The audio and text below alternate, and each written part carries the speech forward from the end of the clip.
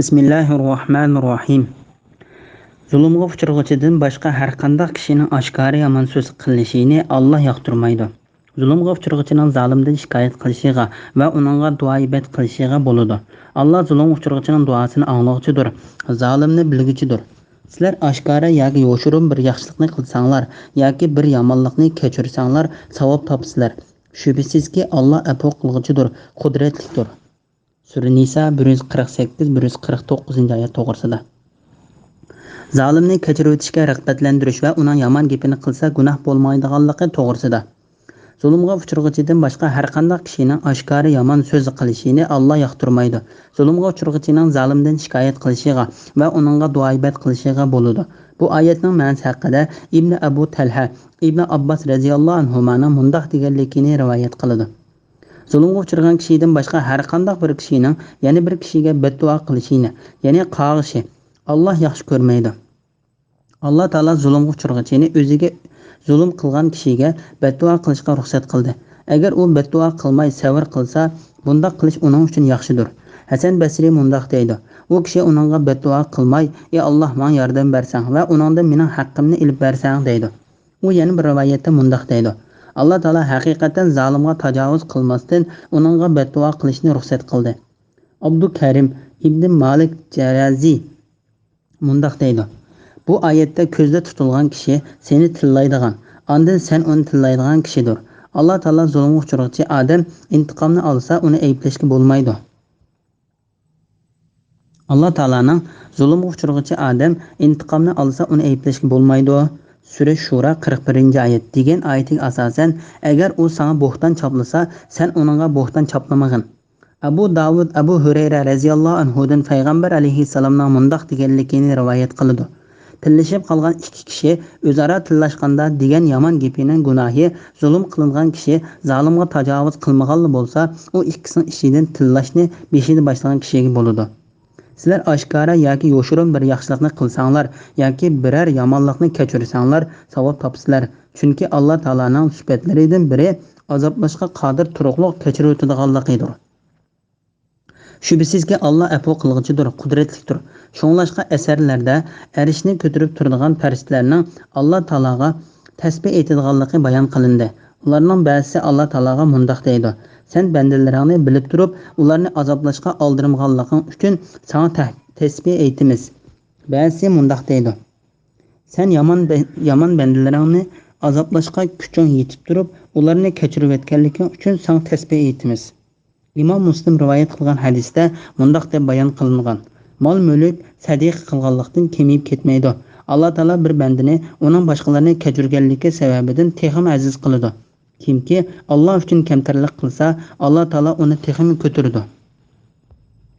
Bismillahirrohmanirrohim. Shubhisizki Allohni va uning payg'ambarlarini inkor qilganlar Alloh bilan uning payg'ambarlarining orasini Allohga ishonib, payg'ambarlarga ishonmaymiz deyish bilan ajratib etmoqchi bo'lganlar, payg'ambarlarning ba'zisiga ishonamiz, ba'zisiga ishonmaymiz deguchilar, uning ya'ni iymon bilan kufrning orasida o'tir yo'l tutmoqchi bo'lganlar, ana shular iymonni da'vo qilgan taqdirdami rostilla kofirlardir. Kofirlarga xo'rlovchi azob tayyorladik. Allohga va uning payg'ambarlariga iymon etgan, ulardan hech birining orasini ajratib etmagan, ya'ni hammasiga iymon etgan kishilarga Alloh ularning tegishli ajrlarini ato qiladi. Allah nihayeti mağfiret qilguchidir, nihayeti mehribondir. Sura Nisa 150, 151, 152 oyat to'g'risida. Payg'ambarlarning ba'zisiga ishonib, ba'zisiga ishonmaslik kufrlik ekanligi to'g'risida. Alloh taolo Yahudi va xristianlardan bo'lgan o'ziga va o'zining payg'ambarlariga ishonmagan kofirlarga tahdid soldi. Ular ishonishda Alloh bilan uning payg'ambarlarining oraliqini farqlantirib, ba'zi payg'ambarlarga ishondi va ba'zisiga ishonmadi. Bularning unda qilishida o'zlarining xohishi va ota-bobolarining yo'llariga ergashishdan boshqa hech qanday pokiti yo'q. Yahudilar Alloh taolaning la'natlari ularga bo'lsin. İsa va Muhammad alayhissalomdan boshqa payg'ambarlarga ishonadi.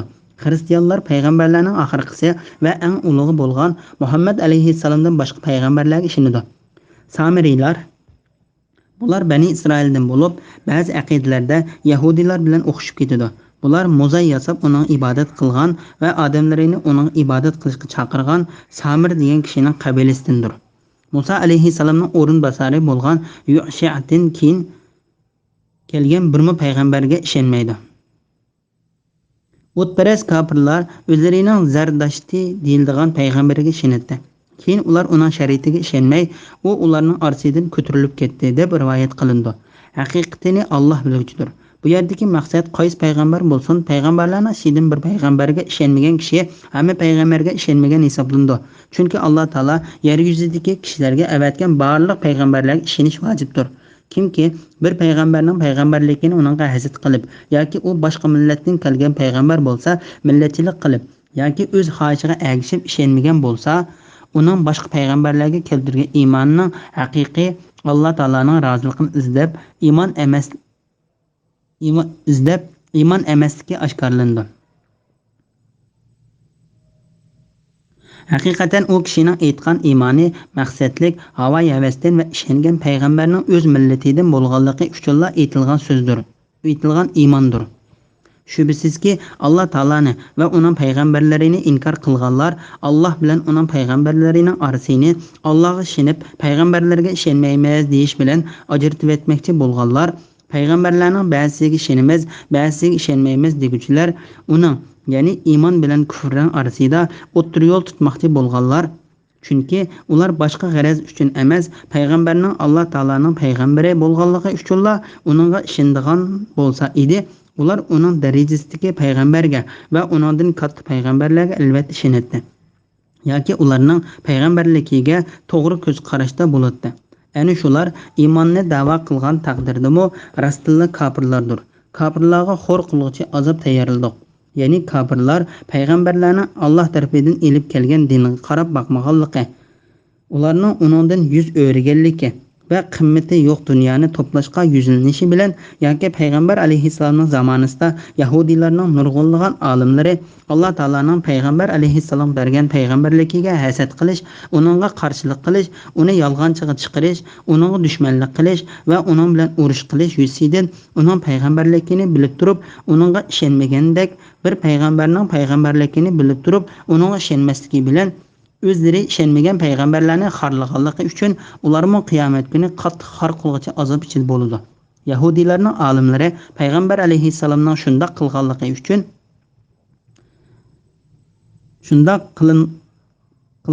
uchun Alloh taolo ularga dunyo va oxiratda xor yashashni kutib etgan. Allohga va uning payg'ambariga iymon etgan, ulardan hech birining orasini ajratib etmagan, ya'ni hammasiga iymon etgan kishilarga bu oyatdagi kishilardan Muhammad alayhissalomning ummati ko'zda tutilgandir. Sheksiz ular Alloh taolo tushirgan hamma kitoblarga va Alloh taolo avatgan hamma payg'ambarlarga ishonadi. Alloh taolo bu vaqtda mundaq deydi: Payg'ambar Parvardigori tarafidan uningga nozil qilingan kitobga iymon keltirdi. Müminlarmı iman keltirdi. Ularning hammasi Allohga va Allohning farishlariga, kitoblariga va payg'ambarlariga iman keltirdi. Ular Allohning payg'ambarlarining hech birini ayirib etmaymiz, ya'ni ularning ba'zisiga iman etib, ba'zisiga iman etmay qolmaymiz deydi.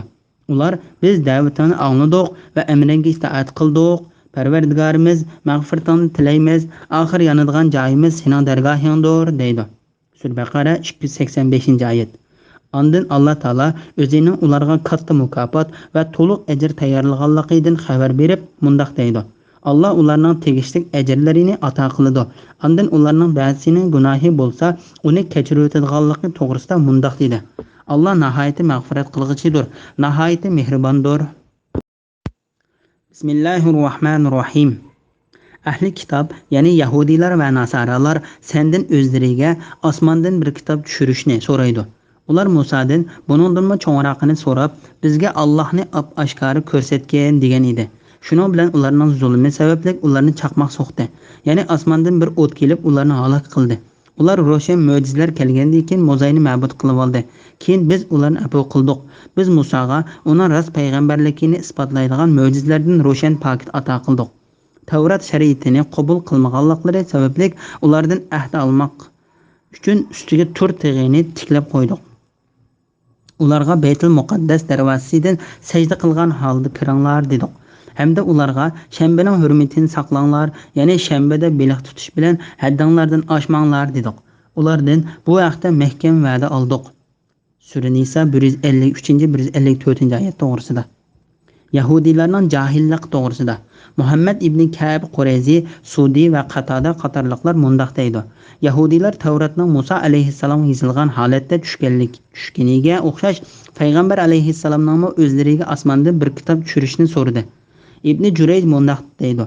Yahudiylar Muhammad alayhissalomdan palon va palonlarga yozilgan holatda Alloh tarafidan bir necha sahifalarni tushirishni talab qildi.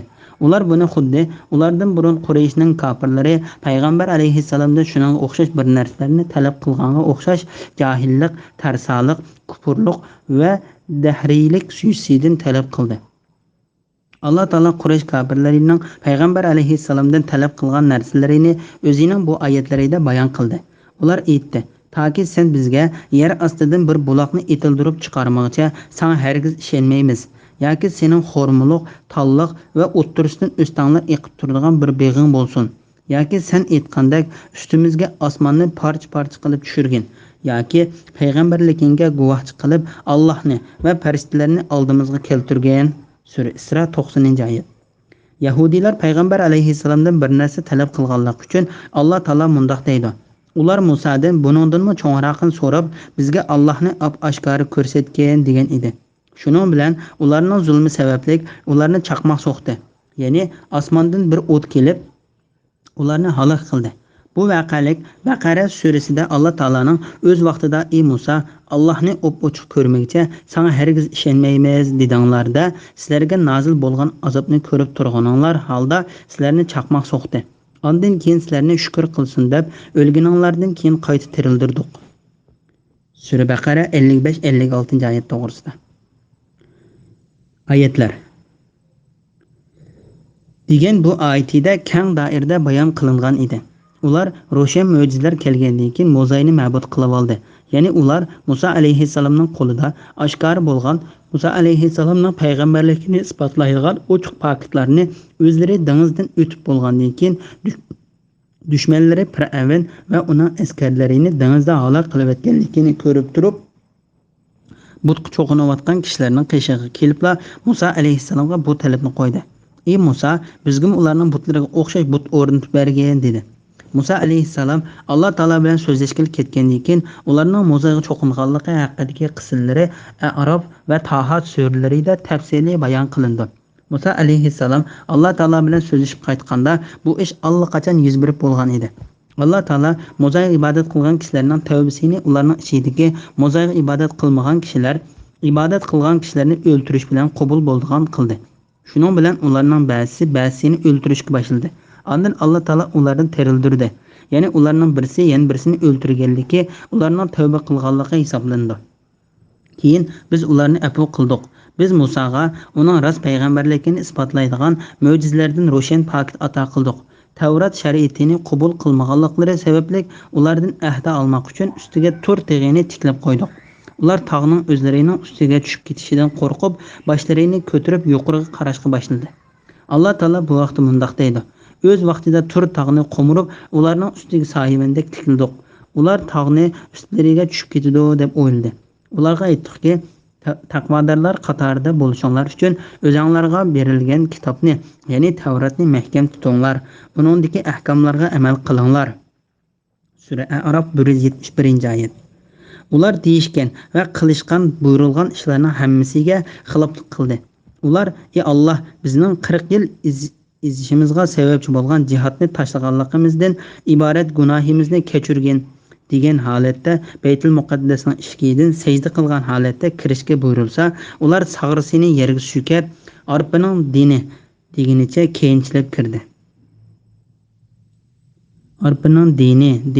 keyinchilab kirdi. Ular Baytul Muqaddas darvozasidan sajda qilgan holda kiranglar dedik. Hamda ularga shanbaning hurmatini saqlanglar, ya'ni shanbada beliq tutish bilan haddinglardan oshmanglar dedik. Ulardan bu vaqtda mahkam va'da oldik. Ular bu ishlarga xiloflik qildi. Allohga osiylik qildi. Alloh taolo harom qilgan ishlarni qilish uchun hiyla ishlatdi. Bu vaqtda Alloh xolisa sura A'rofda tafsili to'xtalib o'tamiz. Bismillahirrohmanirrohim. Ular ahdini buzganliklari, Allohning oyatlarini inkor qilganliklari, payg'ambarlarni nahaq o'ltirganliklari va Muhammad alayhissalomga dillarimiz pardalangan, ya'ni so'zingni tushunmaydi deganliklari uchun ularga la'nat qildik. Balki Alloh ularning kufri sababidan dillarini pechatlabatdi. Shunga ularning ozg'inisidan boshqasi iymon etmaydi.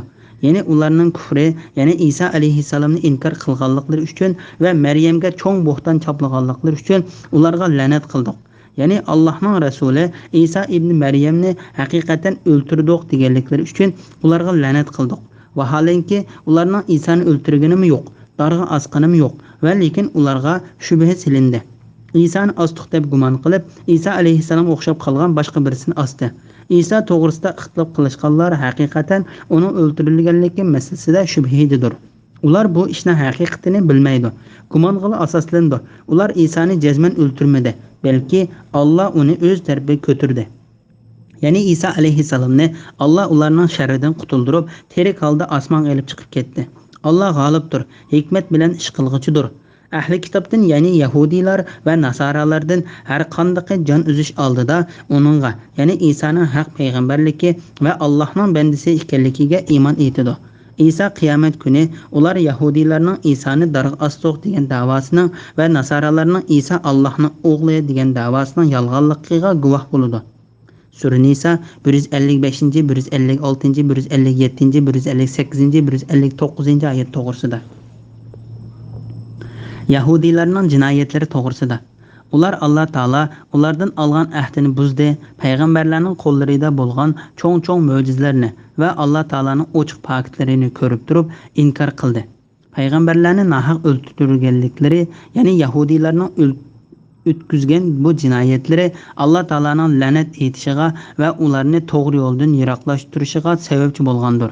Ularning Muhammad alayhissalomga dillarimiz pardalangan, ya'ni so'zingni tushunmaydi degan so'zi mushriklarning tövendagi so'ziga o'xshab ketadi. Ular payg'ambarga bizning dillarimiz sen bizni da'vat qilgan narsalardan pardalangan deydi. Sura Fussilat 5-oyatning bir qismi.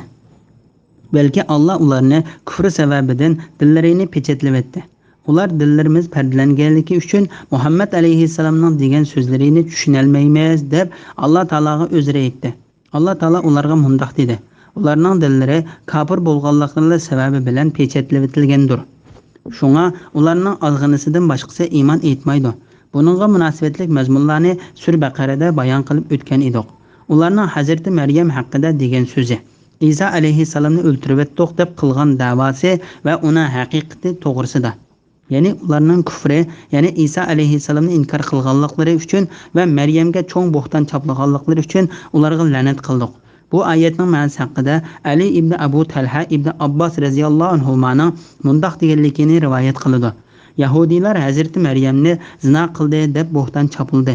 Sudi, Juvaybar, Muhammad ibn Ishoq va boshqalarmi bu to'g'risida Ibn Abbos radhiyallohu anhumaga o'xshash dedi. Bu oyatning ochiq ma'nosidir. Ya'ni ular Maryamga va uning o'g'liga cho'ng-cho'ng ishlari bilan bo'xton chapildi. Ular Maryamni zina qilib qo'rsoq ko'tardi dedi. Ularning ba'zisi u hayzdor turib zina qildi dedi. Ularga ta qiyomat kunigacha Alloh taolaning la'natlari bo'lsin. Ya'ni Allohning rasuli Isa ibn Maryamni haqiqatan o'ltiribdiq deganliklari uchun ularga la'nat qildik. Bu ularning so'zini mazoq qilish uchundir. Bu mushriklarning tövendagi so'ziga o'xshashdir. Ey Qur'on nazil qilgan odam, sen haqiqatan majnunsan. Sura Hijr 6-oyatning bir qismi. Alloh taolo Maryamning o'g'li Isani oshkora pokit va hidoyat bilan avatganda, Alloh taolo uningga bergan payg'ambarlikni, tug'ma ko'rni va oq kasalni saqaytish, Allohning izni bilan o'likni tirildirish, loydan uchar qushlarning haykalini yasab, ondan uni puvlab, Allohning izni bilan hamma kishilar aniq ko'radigan holatda fuchirishi va uningdan boshqa Alloh taolo uning qo'lida chiqargan mo'jizalarni berganligiga Yahudiylar hasad qildi. Ular mushundoq mo'jizalarni ko'rib turib, uningga ishonmay qarshilik qildi va butun kuchi bilan uningga arziyat berishga tirishdi. Hatta Alloh taolaning payg'ambari Isa alayhissalom ular bilan birga bir shaharda yashay olmay, balki onasi bilan birga u yerdan bu yerga yo'tkilib yurishga majbur bo'ldi. Yahudiylar shu ishlari bilan to'xtab qolmay, Damashqning shu zamondagi podshohining qishig'i uni chiqib berishdi. Podshoh Yunonlik bo'lib, yulduzlarga ibodat qiladigan mushrik edi. Ular podshohga Baytul Muqaddasda kishilarni ozdiradigan va kishilarni podshohga qarshi turishga qudratli qiladigan bir kishi bor deyishdi. Podshoh bu ishdan g'azablanib, o'zining Baytul Muqaddasga valisiga u kishidan ehtiyot qilish, uni peshiga tikan qo'yish va kishilarni uni ozdirishdan saqlash to'g'riliq xat yozdi. Xat valiga yetib borgan hamon vali buyruqni o'rinlash uchun bir turkum yahudiylar bilan Isa alayhissalom turayotgan uyga bordi. Isa alayhissalom o'zining 12 yoki 13 hamrohlaridan tarkib topgan bir turkum jamoat bilan birga edi. Ular 17 kishi edi degan qarashlarim bor. U juma kuni asrdan keyin, ya'ni shanba kuni kirgan kechasi edi. Ular Isa alayhissalomni shu yerda qo'rishib oldi. Isa alayhissalom muqarrar holda ularning cho'qim o'zlari turayotgan joyga besib kirdiganligi yoki o'zining ularning oldiga chiqadiganligiga jazm qildi. Va hamrohlariga sizlarning qaysonlar mening surtimga o'zgarishni xohlaysizlar? Kimki mening surtim o'zgarsa, ular shuni o'ltirdi. U kishi jannatda mening hamrohim bo'ladi dedi. Bu so'zni anglab ularning ichidan yosh bir bola o'zining xohlaydiganligini bildirdi. Isa alayhissalom uni kichik ko'rgandek, ya'ni qaysonlar mening surtimga o'zgarishni xohlaysizlar degan so'zni 2-3 qitim takrorladi. U har qatam shunday deganda faqat shu yoshli chiqdi. Anda Isa alayhissalom jannatga mening hamrohim sendursan dedi. Alloh taolo u bolani Isa alayhissalom surtiga kirgizdi. U bola xuddi Isa alayhissalomning o'zidekli bo'ldi. Uyning ugisi tarafidan bir to'shak ichildi. Isa alayhissalomni bir mugdek bastida, u osmon shu holati bilan ko'tarilib ketdi. Alloh taolo bu vaqt mundaq deydi. O'z vaqtida Alloh aytdi: "Ey Isa, men seni ajlang yetganda qabz ruh qilaman. Seni dargohimga ko'tiraman, ya'ni osmonga olib chiqaman." Sura Al-Imron 55-oyatning bir qismi. U osmonga ko'tarilib ketganda, uning bilan uyda birga o'ltirgan kishilar sirtga chiqdi. Sirtda qo'rshab turganlar heliq yosh bolani ko'rganda, uni Isa deb gumon qilib, kechida tutib olib chiqib osdi va uning beshiga tikanni qo'ydi. Yahudiylar uni biz osdiq deb u ishni uchun faxrlanib ketdi. Shuning bilan yahudiylarga Isa alayhissalom bilan birga uyda bo'lgan va uning osmonga ko'tarilib ketganligini boshqa bir turkum xristianlar bilimsizlik va nodonligidan ishinib ketib, yahudiylar gumon qilgandek isilgan kishi Maryamning o'g'li Isa deb gumon qilishdi. Hatta ular Maryamning isilgan shu kishining ostiga kelib yig'laganligini bayon qildi va isilgan kishi Maryamga so'zildi degan qarashim bor. Haqiqatini Alloh o'z bilguchidir. Buna hammasi Alloh taolaning bandalarini sinishidir. Bu ishda Alloh taolaning cho'ng bir hikmati bordir.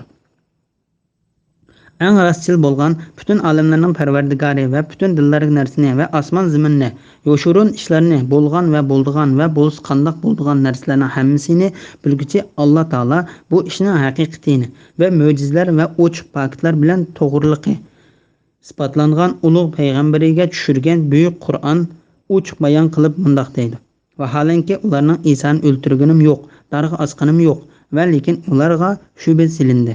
Isoni ochiq deb gumon qilib, Isa alayhissalomga o'xshab qolgan boshqa birsini osdi. Ya'ni ular Isa alayhissalomning surtiga kirgan bir kishining isilganligini ko'rdi. Ular uni Isa'mikin deb gumon qilib qoldi."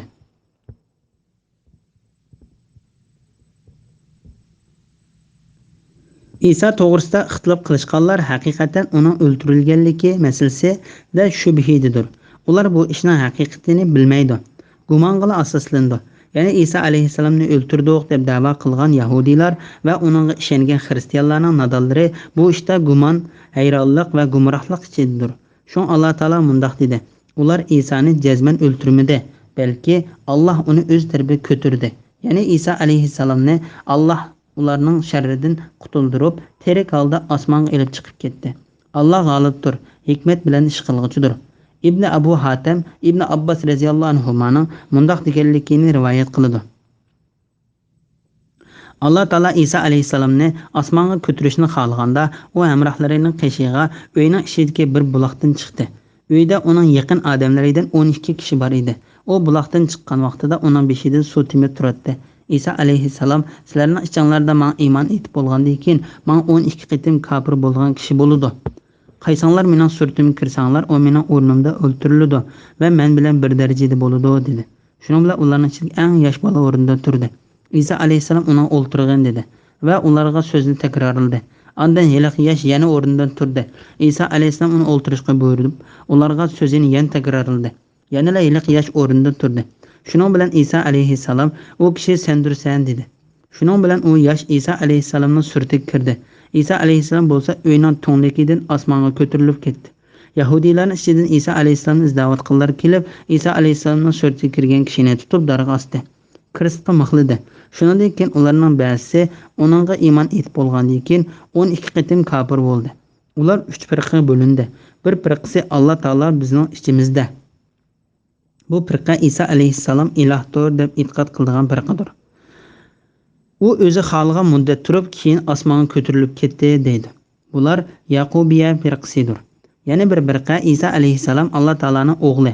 U ichimizda o'zi xohlagan bir muddatgacha turdi, keyin Alloh taolo uni o'zining yana ko'tarib olib chiqib ketdi deydi. Bular Nasturiy firqasidir. Yana bir firqa Isa alayhissalomni Alloh taolaning bandasi va uning payg'ambari. Bizning ichimizda Alloh xohlagan muddatgacha turdi, ondan Alloh taolo uni o'z dargohiga olib chiqib ketdi deydi. Bular ularning ichidagi musulmonlardir. Shuning bilan ikki kafir firqa musulmon firqasiga qarshi birlashib, musulmon firqasidagilarni o'ldirib o'tdi. Taki Alloh taolo bu Muhammad alayhissalomni payg'ambar qilib avatgan qadar islom dinini bu xil o'chgan holatda bo'ldi. Yana bir rivoyatda Isa alayhissalom ularga mundoq degan: "Sizlardan qaysanglar biringlar mening surtim kirsa, u mening o'rnimda o'ltiriladi va mening jannatga hamrohim bo'ladi." İsa alayhissalom o'lib ketishdan burun hamma xristianlarning uningga iymon etadiganligi to'g'risida. Ahli kitobdan, ya'ni Yahudiylar va Nasaralardan har qanday jon uzish oldida uningga, ya'ni Isaning haq payg'ambarligi va Allohning bandasi ekanligiga iymon etadi.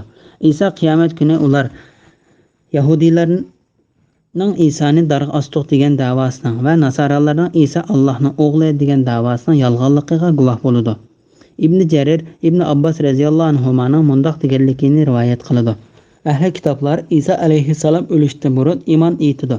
Al-Fimo Ibn Abbas radhiyallohu anhumaning shundoq deganligini rivoyat qiladi. Abu Malik bu oyatning ma'nosi haqida mundoq deydi: Isa alayhissalom osmondan tushib toki o'lib ketguncha ahli kitobdan uningga iymon etmagan bir kishi qolmaydi. Hazreti Maryam o'g'li Isa alayhissalomning oxirgi zamon bo'lganda qiyomat bo'lishdan burun osmondan zaminga tushadiganligi va sherik yo'q bir Alloh taologa ibodat qilishga chaqiriladiganligi to'g'risida hadislar nihoyat ko'pdir. Imom Buxoriy Abu Hurayra radhiyallohu anhudan payg'ambar alayhissalomning mundoq deganligini rivoyat qiladi: Dinim uning ilkid bo'lgan zot Allohning nomi bilan qasam qilamanki, Maryamning o'g'li Isa alayhissalom pat yaqinda sizlarning oranglarda adil hukm surguchi bo'lib tushidi. O xristianlarning kirst belgisini sundirdi, cho'shqini o'ltirdi, zimmiylar to'laydigan to'lamni bekor qildi. Ya'ni ularning islomdan boshqasi qabul qilinmaydi. Mol mulkka to'lib ketdi. Ya'ni Isa alayhissalom adil hukm surganlikdan barakat yig'ib ketdi. Hatto u mol mulkni oldigan bir kishi topilmay qoldi.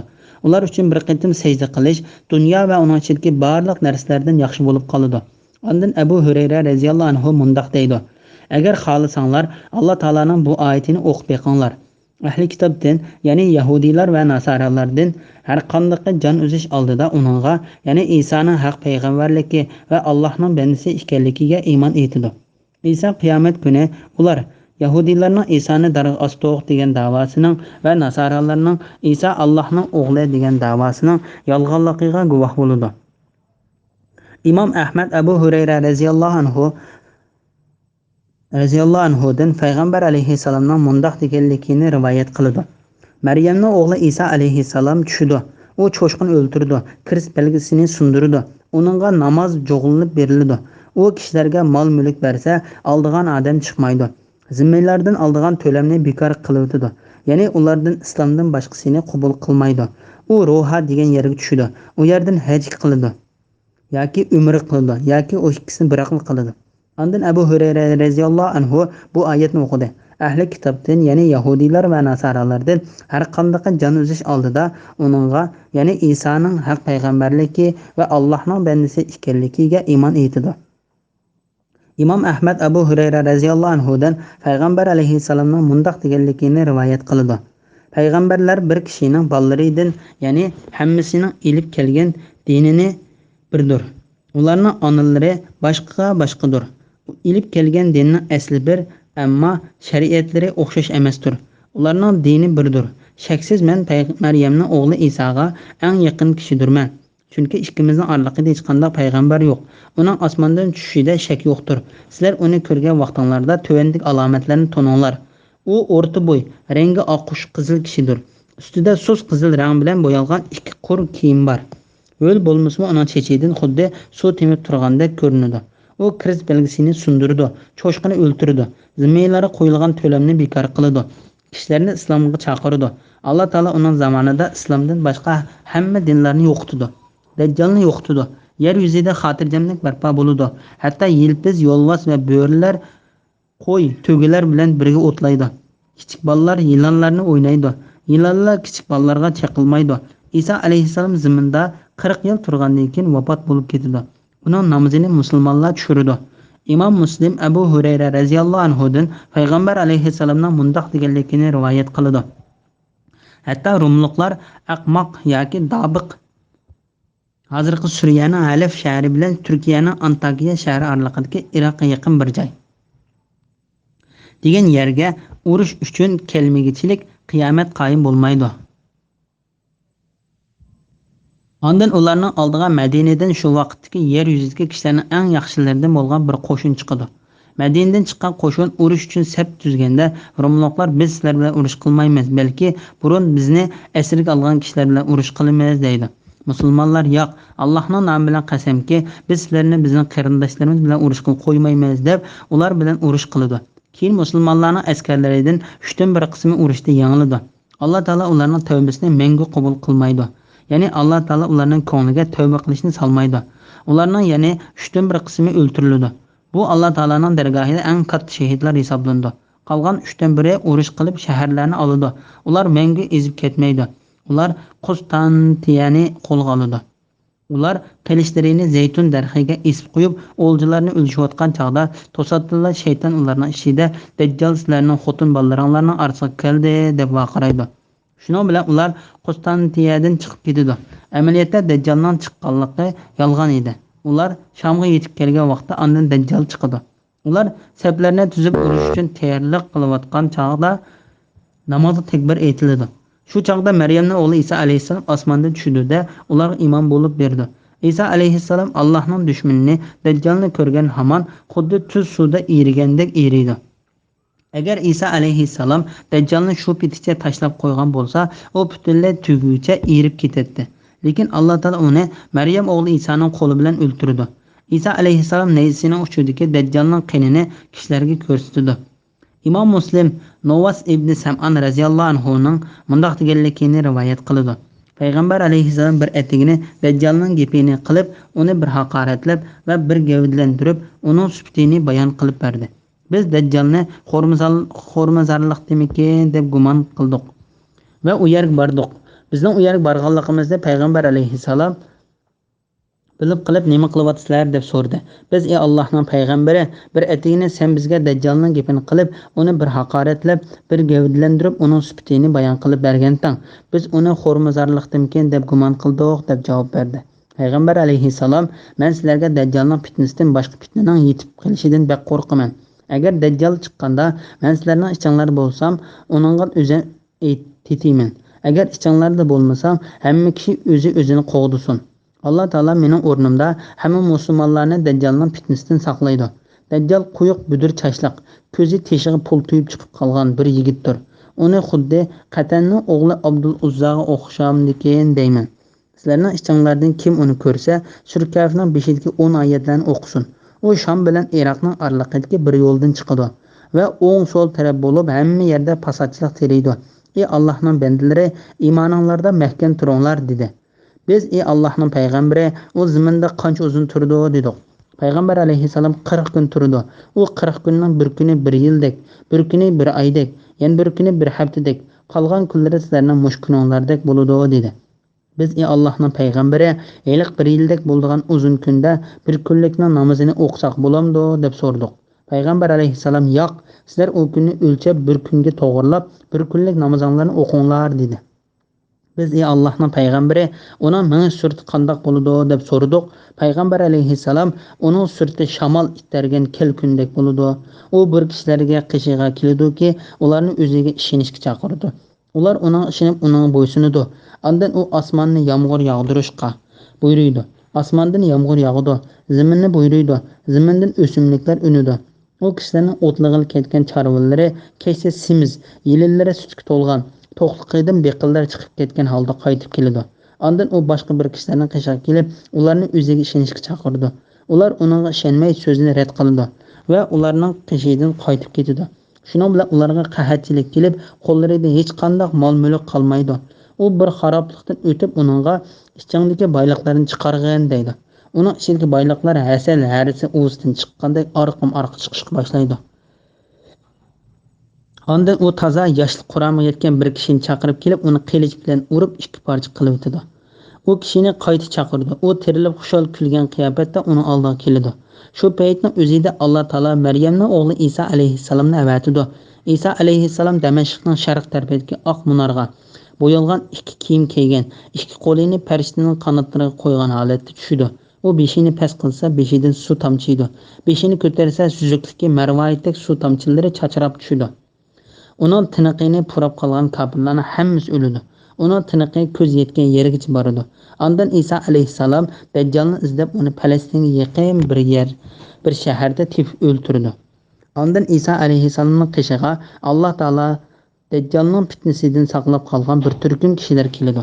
Isa alayhissalom ularning yuz ko'zlarini silab, ularning jannatdagi darajalarini bayon qilib berdi.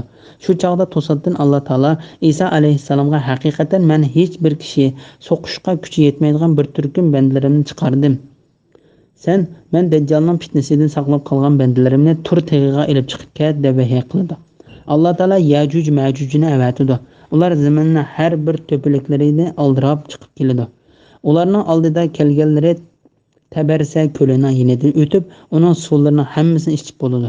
Ularning oxirqilari o'tganda bu ko'lda bir chog'larda suv bor edi deyshidi. Alloh taolaning payg'ambari Isa alayhissalom va uning hamrohlari tur tig'ida qo'rshovda qoladi. Hatto ularning birisi uchun kalining bir tal beshi sizlarning bugungi kuninglardagi 100 tillardan a'lo bo'lib qoldi. Isa alayhissalom va ularning hamrohlari Alloh taologa duo qiladi. Alloh taolo Yajuj Majujlarning gadiniga qurtlarni avatish bilan ular xuddi bir kishi o'lgandek tang o'ldi. Ondan Isa alayhissalom va uning hamrohlari tur tig'idan zaminga tushdi. Ular zaminning bir g'irich yerimi qolmay Yajuj Majujlarning sesiq puroq jasadlari bilan to'shib ketganligini ko'rdi. Isa alayhissalom va uning hamrohlari Alloh taologa duo qildi. Alloh taolo tugularning bo'yniga o'xshash qushlarni avatidi. U qushlar ularning jasadlarini ko'tarib Alloh xohlagan yerlarga olib tashlaydi. Alloh taolo yomg'irni yog'dirdi. Yomg'ir biror uy va yoki biror chidirni qo'ymay hammasini tozalab, zaminni yuvib aynakdek qilib qo'ydi. Shuningdek keyin zaminga mevalarini o'stir, burunqi barakatlarini qaytar deyildi. Shu kunlarda kishilar anorini yeb uning shubuklari bilan foydalandi. Sutlarga barakat berilib, hatto bir tuguning suti nurg'un kishilarga, bir kalning suti bir qabila kishilarga, bir qo'yning suti bir jamoat kishilarga yetadi.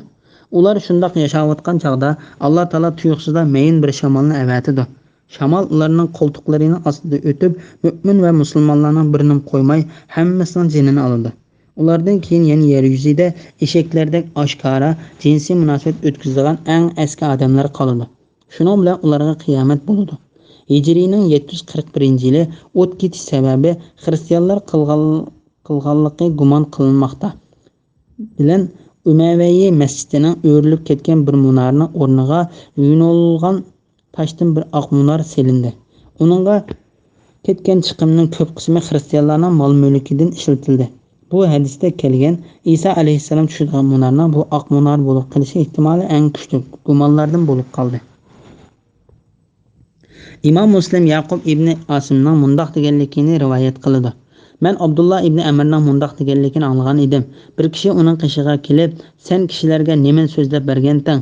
Qiyomat kuni mushundoq bo'ladi debsan-go" deydi.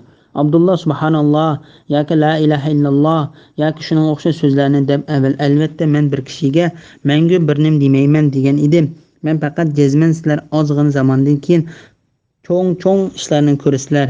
Uy bu uyning kabi maqsad qilingan bo'lishi mumkin. Kuydiriladi va mundoq ishlar bo'ladi deb payg'ambar alayhissalomning mundoq deganligini rivoyat qildi. Dajjal mening ummatimga chiqadi.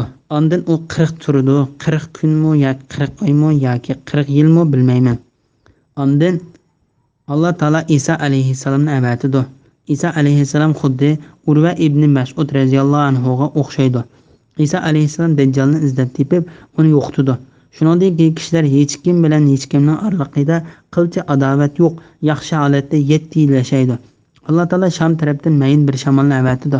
U shamol yer yuzidagi dilida zarrachilik yaxshilik yoki iymon bor kishining hammasining jinini oladi.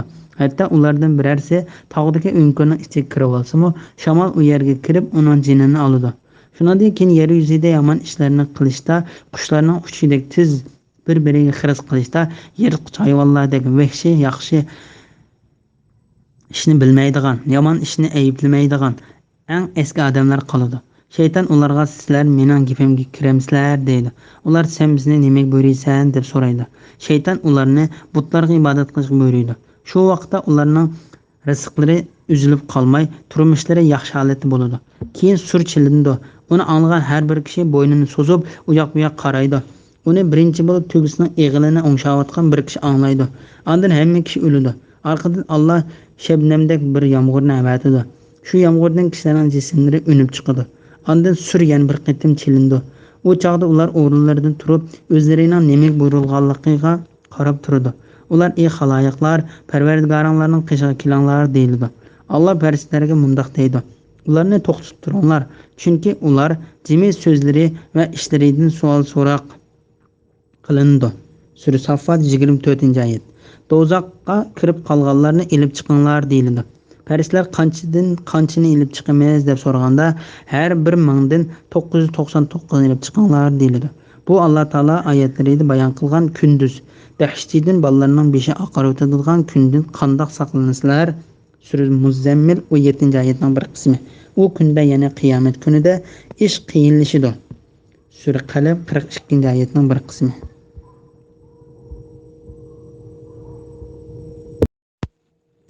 İsa alayhissalomning sifati to'g'risida. Yuqorida Abdurrahmon ibn Adamning Abu Hurayra radhiyallohu anhu dan rivoyat qilgan hadisda payg'ambar alayhissalomning mundoq degan: agar sizlar Isa alayhissalomni ko'rsanglar, tövendagi sifatlardan tonib olasizlar. U o'rta bo'y, rangi oqish qizil kishidir. Ustida suz qizil rang bilan bo'yalgan ikki qo'r kiyimi bor. Chechi o'l bo'lsa-mu, uning beshidan xuddi suv temib turganda ko'rindi. Nuwas ibn Sam'aning hadisida mundoq deb rivoyat qilindi. İsa alayhissalom Damashqning sharq tarafidagi oq munorga zapa bilan bo'yalgan ikki qo'r seriq kiyim kiygan, ikki qo'lini ikki farishtaning qanotlariga qo'ygan holatda tushdi. U beshini egsa, uningda suv tomchilari oqidi. Beshini ko'tarsa, uningda marvoyatga o'xshash suzuk tomchilar chachraydi. Uning tiniqi yetgan har bir kofir o'ladi. Uning tiniqi uning ko'zi yetgan yergacha bordi. İmam Buxoriy va Muslim Abu Hurayra radhiyallohu anhudan payg'ambar alayhissalomning mundoq deganligini rivoyat qiladi. Isro kechasi men Musa bilan uchrashdim. U o'roq chechib budra emas, xuddi u Yamandagi Shunu deydigan qabilaning odamlariga o'xshaydi. Men Isa bilan uchrashdim. U o'tirib bo'y, xuddi munchidan hozir chiqqandek o'ngi oq qizil edi. Men Ibrohimni ko'rdim, uning bolalarining ichida men uning bek o'xshaydi ekanman. İmam Buxoriy Ibn Umardan payg'ambar alayhissalomning mundoq deganligini rivoyat qiladi. Musa, Isa va Ibrohim alayhissalomlarni ko'rdim. Isa oqish qizil, badani qovul, ko'ksi keng ekan. Ammo Musa bug'doy o'ng, bo'y egiz, chechi budra emas, xuddi u zutiliqlar Hindistonliklarda ko'zi tutiladi deguvchilarmi va Sudanliklarning ko'zi tutiladi deguvchilarmi bor. Rangi ruhida emas, bo'yning egizligida o'xshaydi. İmam Buxoriy va Muslim Nafi'dan Ibn Umarning mundoq deganligini rivoyat qiladi. Bir kuni payg'ambar alayhissalom kishilarga Dajjal to'g'risida so'zlab berib mundoq dedi: shaksiz Alloh taolo olg'ay emas, bilib qo'yinglarki, Dajjalning o'ng ko'zi olg'aydir. Uning ko'zi xuddi sapqidan poltib chiqib qolgan uzumga o'xshaydi. Sahih Muslimda mundoq deb rivoyat qilindi: men Ka'baning qishida uxlayotganda Alloh taolo tushimda men ko'rgan kishilarning ichida eng chiroyli bug'doy o'ng, budra emas, chechi mo'risiga tushgan, beshidan suv temib turadigan, ya'ni pokizligidan beshidan suv temib turadiganidek ko'rinadigan, ikki qo'lini ikki kishining to'liq qo'ygan holatda Ka'bani tavob qilayotgan bug'doy o'nglik, Yuqorqi hadisda İsa alayhissalomning rangi suz qizil deb keldi. Bu hadisda bug'doy o'nglik deb keldi. Olimlar bu ikki hadisni mundaq birlashtirdi. İsa alayhissalomning asli rangi bug'doy o'ng bo'lib, ruhiy kayfiyatida o'zgarish bo'lsa, uning o'ngi suz qizilga o'zgarib qoladi. Bir kishini ko'rsatdi. Men u kim deb so'radim. Menga u Maryamning o'g'li İsa deb javob berildi. Ondan keyin uning keynida chechi ushshoq budra, o'ng ko'zi olg'ay, xuddi Ibn Qatan degan kishiga o'xshab ketadigan ikki qo'lini bir kishining ikki do'log'iga qo'ygan holatda Ka'bani tavof qilayotgan bir kishini ko'rdim. Men u kim deb so'radim. Menga u Dajjal deb javob berildi. İsa qiyomat kuni ular Yahudiylarning İsa'ni darg'a ostiq degan da'vosining va Nasaralarning İsa Allohning o'g'li degan da'vosining yolg'onligiga guvoh bo'ldi. Bu oyatning ma'nosi haqida Qatada mundoq dedi. İsa alayhissalom o'zining ularga Alloh tarafidan uningga topshirilgan ulug' vazifani yetkazganligiga va o'zining Allohning bandasi ekanligini iqror qilganligiga guvohchi bo'ldi. Bu oyatning ma'nosi Alloh taolaning mono oyatining ma'nosiga o'xshab ketadi. O'z vaqtida Alloh aytdi: "Ey Maryam o'g'li İsa, sen kishilarga Allohni qo'yib men bilan onamni ikki iloh qilibdinglar dedingmi?" İsa aytdi: "Rabbim, sha'ningga loyiq emas narsalarni seni poklab e'tiqod qilamanki, menga aytishga tegishli bo'lmagan so'zlarni men aytmayman. Menga ma'lumliq, sen mening zotimnikini bilasan. Men sening zotingnikini bilmayman. G'ayblarni nihoyatda obdan bilasan. Men ularga faqat sen bilan aytishga buyurgan so'zni, ya'ni mening Parvardigorim va sizlarning Parvardigoringlar bo'lgan Allohga ibodat qilinglar dedim. Men ularning orasida bo'lgan muddatda ularning amallarini kuzatib turgan edim. Meni qabz ruh qilganingdan keyin ularning amallarini sen kuzatib turgan eding. Sen hamma narsadan xabardorsan. Agar ularga azob qilsang, ular sening bandalaringdir. Ularni xohlaganingcha tasarruf qilsan. Sana hech ahdi ta'arruz qilolmaydi. Agar ularga, ya'ni ularning ishidagi tavba qilganlarga mag'firat qilsang, sen ishingda g'olib, hikmat bilan ish qilg'uchidirsan. Sura Maida 116, 117, 118-oyatlar. Bismillahirrohmanirrohim. Yahudiylarning qilgan haqsizliklari, ya'ni zulmi va qilgan gunohlari nurg'un kishilarni Allohning yo'lidan, ya'ni Allohning diniga kirishdan to'sqanliklari, cheklangan jazoni olganliklari va kishilarning pul mollarini nahaq yeganliklari uchun ularga ilgari halol qilingan pokiz narsalarni harom qildik. Ularning ichidan kofir bo'lganlarga qattiq azob hozirladik. Ularning ichidagi bilimi cho'nqur bo'lganlarga sana nozil qilingan kitobga, ya'ni Qur'onga, sendan ilgari o'tgan payg'ambarlarga nazil qilingan kitoblarga, iymon etadigan mu'minlarga, namoz o'quvchilarga, zakot beruvchilarga, Alloh va oxirat kuni iymon etuvchilarga jannatda mangu qilishdan iborat katta ajr ato qilamiz. Sura Nisa 160, 161, 162-oyat to'g'risida. Yahudiylarning qilgan gunohlarining sababi bilan ularga ilgari halol qilingan pokiz narsalarning harom qilinganligi to'g'risida. Allah Taala bu oyatda Yahudiylarning cho'ng-cho'ng gunohlarini qilish orqali o'zlariga zulm qilganligi sababi bilan burun halol qilingan pokiz narsalarni ularga harom qilganligidan xabar berdi. Bu harom qilish Yahudiylarning shariat yo'llarini o'zlariga chingitib olish va torlashtiruvchi yusidan kitoblariga xohlagancha ma'no berib, halol narsalarni haromga o'zgartib olishini Allah Taala aslida ularga putib etgan bo'lishi mumkin. Yoki ularga burun halol bo'lgan narsalarni Allah Taala Tavratda harom qilib tushirgan bo'lishi mumkin. Allah Taala bu vaqt mundoq deydi: Tavrat nazil qilinishidan ilgari Isroil, ya'ni Yaqub alayhissalom o'ziga harom qilgan yemekliklar, ya'ni to'gining go'shi va sutidan boshqa yemekliklarning hammasi Isroil avlodiga halol edi. Sura Al-Imron 93-oyatning bir qismi. Ondan Allah Taala ularga Tavratda nurg'unlagan narsalarni harom qildi. Allah Taala bu vaqtda mundoq deydi: Yahudiylarga tom tuyoqliq, ya'ni to'gi qushqa o'xshash och tuyoqliq bo'lmay, tom tuyoqliq bo'lgan hayvonlarning hammasini harom qildik. Ularga kala, qo'ylarning dumbisidagi yoki fuchaylardagi yoki so'ngiga choplashliq yog'laridan boshqa yog'larini harom qildik. Bu ularning payg'ambarlarni o'ldirish, jazoni qilish, kishilarning mol-mulkini nohaq yavilish qatorliq zulmlar tufaylidan ularga bergan jazoyimizdir. Biz albatta bergan xabarlarimizda rostchilmiz. Sura An'am 146-oyat. Allah Taala ularga shu narsalarni harom qildi. Chunki ularning qilgan eskiliklari, tajovuzchiliklari va payg'ambariga qilgan qarshilikning sababidan shu narsalarning ularga harom qilinishi tegishli bo'ldi. Cheklangan jazoni olganliklari. Bu ularning buningdan tartib sifatlanib kelgan xuyidir. Shu ular payg'ambarlarning dushmanlari bo'lib keldi. Ular nurg'unlagan payg'ambarlarni o'ldirib o'tdi. İsa ve Muhammed aleyhisselamlarga işenmedi. Ularning ichidan kafir bo'lganlarga qattiq azob hozirladik.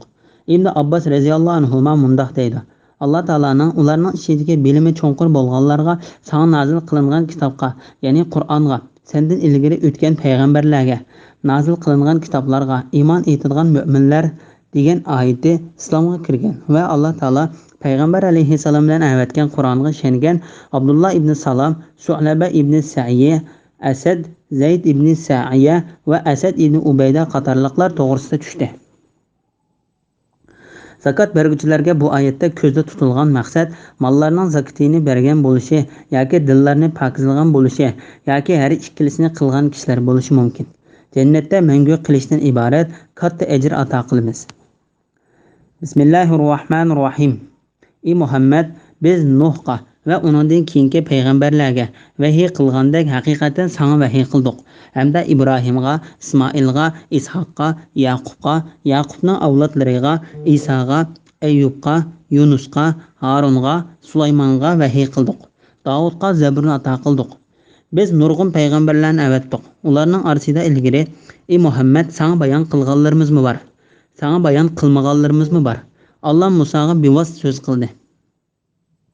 Avatilgan payg'ambarlardan keyin Allohning oldida kishilar, ya'ni payg'ambar avatilgan bo'lsa, albatta iymon etdim va itoat qildim deguchilarga bahona bo'lib qolmaslik uchun itoat qiluvchilarga jannat bilan xushxabar berguchi, osiylik qiluvchilarni do'zaxdan ogohlantiruvchi payg'ambarlarni avatdik.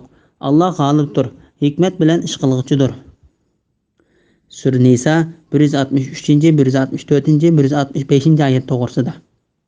Payg'ambar alayhissalomga uningdan burungi payg'ambarlarga vahiy qilingan narsaning vahiy qilinganligi to'g'risida.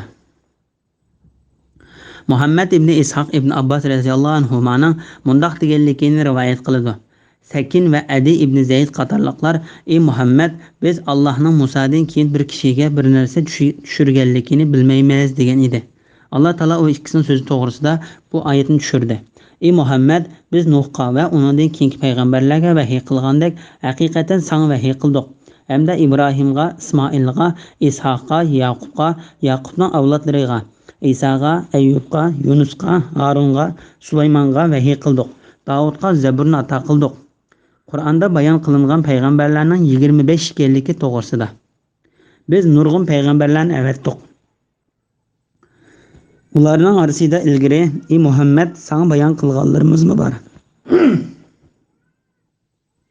Alloh taolo Qur'onda ismlarini bayon qilgan payg'ambarlar tuvandigicha: Adam, Idris, Nuh, Hud, Salih, Ibrohim, Lut, Ismoil, Ishoq, Yaqub, Yusuf, Ayyub, Shuayb, Musa, Harun, Yunus, Davud, Sulaymon, İlyas, Yasa'a, Zakariya, Yahya, İsa. Ko'pincha tafsir olimlarining ko'z qarashicha Zulkifl va Muhammad alayhissalomdir. Sana bayon qilmaganlarimizmi bor? Ya'ni Qur'onda bayon qilinmagan nurg'unlagan payg'ambarlar bordir. Musa alayhissalomning fazilati to'g'risida. Allah Musaga bevosita so'z qildi. Bu sifat Musa alayhissalom uchun bir sharafdir. Shunga u so'zlashguchi deb ataladi.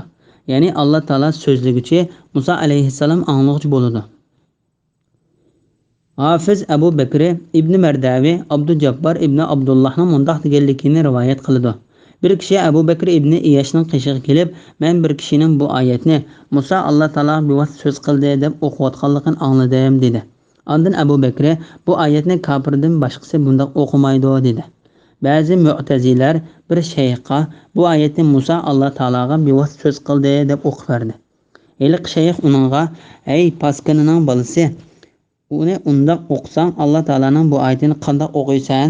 Musa biz va'da qilgan vaqtda kelganda va Parvardigori uningga bevosita so'z qilgan chaqda, "Parvardigorim, menga o'zingni ko'rsatgin, seni bir ko'rib olay" dedi. Sura A'rof 143-oyatning bir qismi.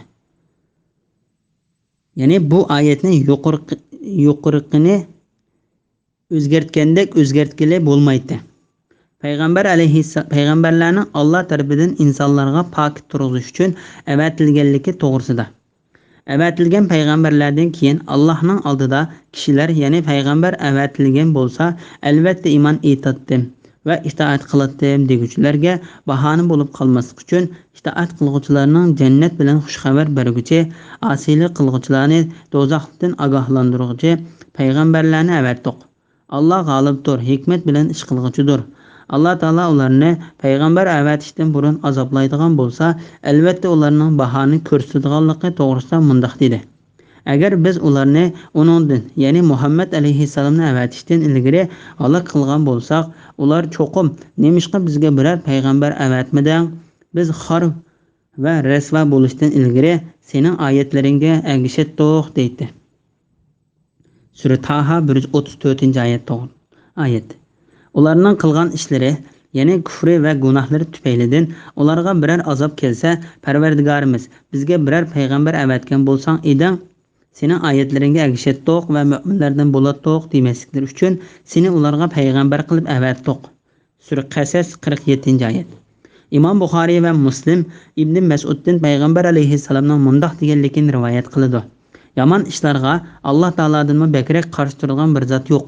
Shunga Alloh taolo oshkora va yo'shurun yomon ishlarning hammasini harom qildi. Madinlashni Alloh taoladan bekrak yaxshi ko'radigan boshqa bir zot yo'q. Shunga Alloh taolo o'zi madinladi. Boshqalarga pokit keltirishni Alloh taoladan bekrak yaxshi ko'radigan boshqa bir zot yo'q.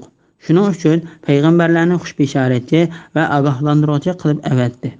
Yana bir rivoyatda mundaq deb bayon qilindi. Shuning uchun payg'ambarlarni avatdi va kitoblarni nozil qildi. Bismillahirrohmanirrohim. Yahudiylar va nasoralar sening payg'ambarligingga guvohlik bermasa, gunohi o'ziga. Lekin Alloh sana nozil qilgan Qur'on orqali payg'ambarligingga guvohlik berdi. Alloh Qur'onni boshqalar bilmaydigan o'ziga xos ilmi bilan nozil qildi. Farishtalarmi Alloh sana nozil qilgan Qur'onga va payg'ambarligingga guvohlik berdi. Boshqalar guvohlik bermagandimi, Allohning guvohligi yetarlidir. Shubhasizki, kafir bo'lganlar va kishilarni Allohning yo'lidan to'sqanlar haqiqatan qattiq ozdi. Shubhasizki, kafir bo'lganlar va zulm qilganlarni Alloh mag'firat qilmaydi. To'g'ri yo'lg'imi, ya'ni jannatning yo'lig'imi boshlamaydi. Ularni faqat jahannamning yo'lig'i boshlaydi. Ular jahannamda mangu qoladi. Bu ya'ni ularni jahannamda mangu qoldirish Allohga oson. Ey insonlar, payg'ambar, ya'ni Muhammad alayhissalom sizlarga Parvardigoringlardan haq din ilib keldi. Iymon etinglarki, bu sizlar uchun foydali. Agar inkor qilsanglar, ya'ni kufrni davomlashtirsanglar, Alloh sizlardan behojat. Chunki osmonlardagi va zamindagi shaylarning hammasi Allohningdir. Ya'ni Allohning maxluqotidir, mulkidir. Alloh bandalarining ahvolini bilguchidir, hikmat bilan ish qilguchidir. Sura Nisa 166, 167, 168, 169, 170-oyat to'g'risida. Ey Muhammad, biz Nuhga va uningdan keyingi payg'ambarlarga vahiy qilgandek haqiqatan sana vahiy qildik degan oyatda payg'ambar alayhissalomning payg'ambarligini isbotlashni va mushriklar va ahli kitoblardan uning payg'ambarligiga ishonmagan kishilarga raddiya berishni o'z ichiga olgan bo'lib, Alloh taolo mundaq deydi: Yahudiylar va nasoralar sening payg'ambarligingga guvohlik bermasa, gunohi o'ziga. Lekin Alloh sana nozil qilgan Qur'on orqali payg'ambarligingga guvohlik berdi. Ya'ni sana ishonmagan va sana qarshilik qilgan kishilar garchi sana ishonmasa-mu, Alloh taolo sening kitob, Qur'on berilgan payg'ambar ekanligingga guvohlik berdi. Alloh taolo uningga berilgan Qur'onni sifatlab mundaq deydi: Uningga oldidanmi, orqasidanmi, ya'ni hech qaysi tarafidan botil yuzlanmaydi. U hikmet bilan ish qilg'uchi, madiga loyiq Alloh tarafidan nozil qilingandir. Sura Fussilat 42-oyat. Allah Qur'onni boshqalar bilmaydigan o'ziga xos ilmi bilan nozil qildi. Ya'ni bu bilim Alloh taolo bildirishni xohlagan kishilardan boshqa payg'ambar va eng yaqin farishtalarmi bilmaydigan dalil isbot va hidoyat, Alloh taolo yaxshi ko'radigan va rozi bo'ladigan, yomon ko'radigan va rozi bo'lmaydigan ishlar, g'aybni bilish va Alloh taoloning ulug' sifatlaridan iborat bilimlardir. Alloh taolo bu vaqtda mundoq deydi: Ular Allohning ma'lumotidan, Alloh ularga bildirishni xohlagan narsalardan, ya'ni payg'ambarlarning tili orqali bildirgan narsalardan boshqa hech narsani bilmaydi. Sura Baqara 255-oyatning bir qismi. Alloh ularning oldidagini va keyindagini biladi. Ular bo'lsa uni bilmaydi. Sura Taha 110-oyat. Farishtalarmi Alloh sana nozil qilgan Qur'onga va payg'ambarligingga guvohlik beradi. Başqalar guvohlik bermagandimi Allohning guvohligi yetarlidir. Shubhasizki, kafir bo'lganlar va kishilarni Allohning yo'lidan to'sqanlar haqiqatan qattiq ozdi. Ya'ni ular kafir bo'ldi, haqqa ergashmadi va boshqalarni haqqa ergashishdan to'sdi. Shuning bilan u haq yo'ldan ezib ketdi. Ondan Alloh taolo oyatlariga, kitoblariga va payg'ambarlariga ishonmay, boshqalarni ishonishdan to'sib, gunoh va harom ishlarni qilib, o'zlariga zulm qilgan kafirlarning gunohini kechirmaydiganligini va ularning oldida jahannamdan boshqa yo'l yo'q ekanligini bayon qilib mundoq deydi: Ularni faqat jahannamning yo'liga boshlaydi. Ular jahannamda mangu qoladi. Bu, ya'ni ularni jahannamda mangu qoldirish Allohga oson. Ya'ni Alloh taolo kafirlardan behojatdir. Ular kufrlik qilish bilan Alloh taologa hech qanday ziyon yetkazolmaydi deganlikdir. Alloh taolo bu vaqtda mundoq deydi: Musa o'z qavmiga: Agar sizlar va butun yer yuzidagi kishilar kafir bo'lib ketsanglarmi, Allohga qilchi ziyon yetkazolmaysizlar. Chunki Alloh albatta hammadan behojatdir, madiyalashga loyiqdir dedi. Sura Ibrohim 8-oyat.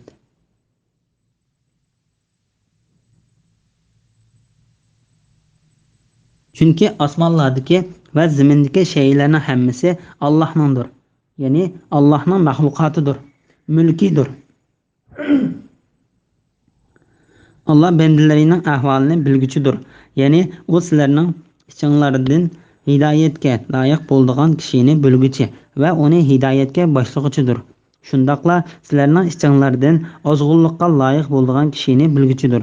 Ondan uni ozg'unlikqa boshlag'uchidir. Alloh taolo hikmat bilan ish qilg'uchidir. Bismillahirrohmanirrohim. Ey ahli kitob, ya'ni nasoralar jamasi, dininglarda haddidan oshmanglar. Allohning sha'niga haq so'zdan boshqani aytmanglar. Ya'ni Allohga sherik va bolasi bo'lishdan pok deb e'tiqod qilinglar. Masih Isa Maryamning o'g'li faqat Allohning rasulidir. Sizlar gumon qilgandek Allohning o'g'li emasdir. Maryamga Allohning ilqi qilgan kalimisdir. Ya'ni otaning vasitasiz Allohning vujudga kel degan so'zidan yoritilgandir. Alloh tarafidan kelgan bir ruhdir. Allohga va uning payg'ambarlariga iymon etinglar. Alloh Isa Maryamdan iborat 3dir demanglar. Xudo 3 deydigan e'tiqoddan qaytinglar. Bu sizlarga foydalidir. Alloh faqat bir ilohdir. Bolis bo'lishdan Alloh pokdir. Osmonlardagi va zimindagi shaylarning hammasi Allohningdir.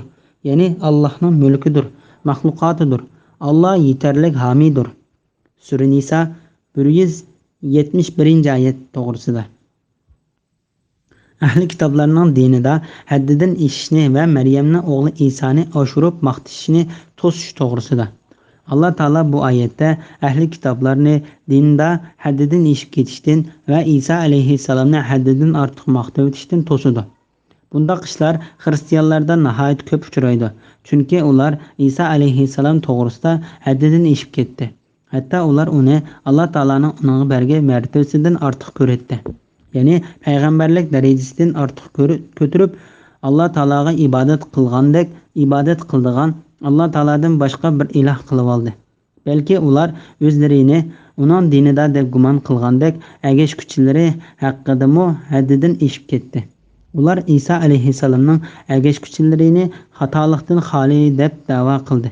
Ular İsa alayhissalomning ergashuvchilarining degan so'zlari mayli haq bo'lsin yoki nohaq bo'lsin, xato bo'lsin yoki to'g'ri bo'lsin, ularga ergashdi. Alloh taolo bu vaqtda mundoq deydi: ular o'zlarining hebrlarini, rohiblarini, yahudiylar bilan nasoralarning diniy boshliqlarini, ulamolarini va Maryam o'g'li Masihni ma'bud qilib oldi. Holbuki ular payg'ambarlar orqali faqat bir ilohga ibodat qilishga burilgan edi. Uningdan boshqa yana olamlarning parvardigori Allohdan boshqa hech ma'bud barhaq yo'qdir. Alloh ularning sherik keltirganlaridan pokdir. Sura Tavba 31-oyat. Imom Ahmad Umar radhiyallohu anhudan payg'ambar alayhissalomning mundoq deganligini rivoyat qiladi: Sizlar meni xristianlar Maryamning o'g'li Isoni haddidan ortiq maqtagandek maqtamanglar. Men faqat Allohning bir bandasidirman. Sizlar meni Allohning bandasi va uning payg'ambari deb atanglar. Imom Ahmad Anas ibn Malikning mundoq deganligini rivoyat qiladi: Bir kishi payg'ambar alayhissalomga: "Ey Muhammad, ey g'ojimizning o'g'li, bizning ichimizga eng yaxshi kishi va eng yaxshi kishining bolasi" deb chaqirdi. Shuning payg'ambar alayhissalom mundoq dedi: Ey insonlar, sizlar degan so'zlaringlar diqqat qilinglar. Shayton sizlarni ozdirib ketmasin. Men Abdullohning o'g'li Muhammaddirman. Men Allohning bandasi va uning payg'ambaridirman. Allohning nomi bilan qasamki, men sizlarning meni Alloh taolo menga bergan martabadan ortiq ko'tarib o'tishinglarni yaxshi ko'rmayman. Allohning sha'niga haq so'zdan boshqasini aytmanglar. Ya'ni Allohga sheriki va bolis bo'lishdan pok deb e'tiqod qilinglar. Allohdan boshqa iloh yo'q va uningdan boshqa parvardigor yo'q. Masih Isa Maryamning o'g'li, faqat Allohning rasulidir. Sizlar gumon qilgandek Allohning o'g'li emasdir. Maryamga Allohning ilqi qilgan kalimasidir. Ya'ni otining vositasiz Allohning vujudga kel degan so'zidan yoritilgandir. Alloh tarafidan kelgan bir ruhdir. Ya'ni Isa alayhissalom Allohning bandalaridan bir bandidir va uning maxluqotlaridan bir maxluqidir. Payg'ambarlarining birsidir. U Alloh taolaning Maryamga tashlagan vujudga kel degan so'zidir. Ya'ni Alloh taolo uni Jibril alayhissalom orqali Maryam alayhissalomga avatgan vujudga kel degan so'z bilan yaratgandir.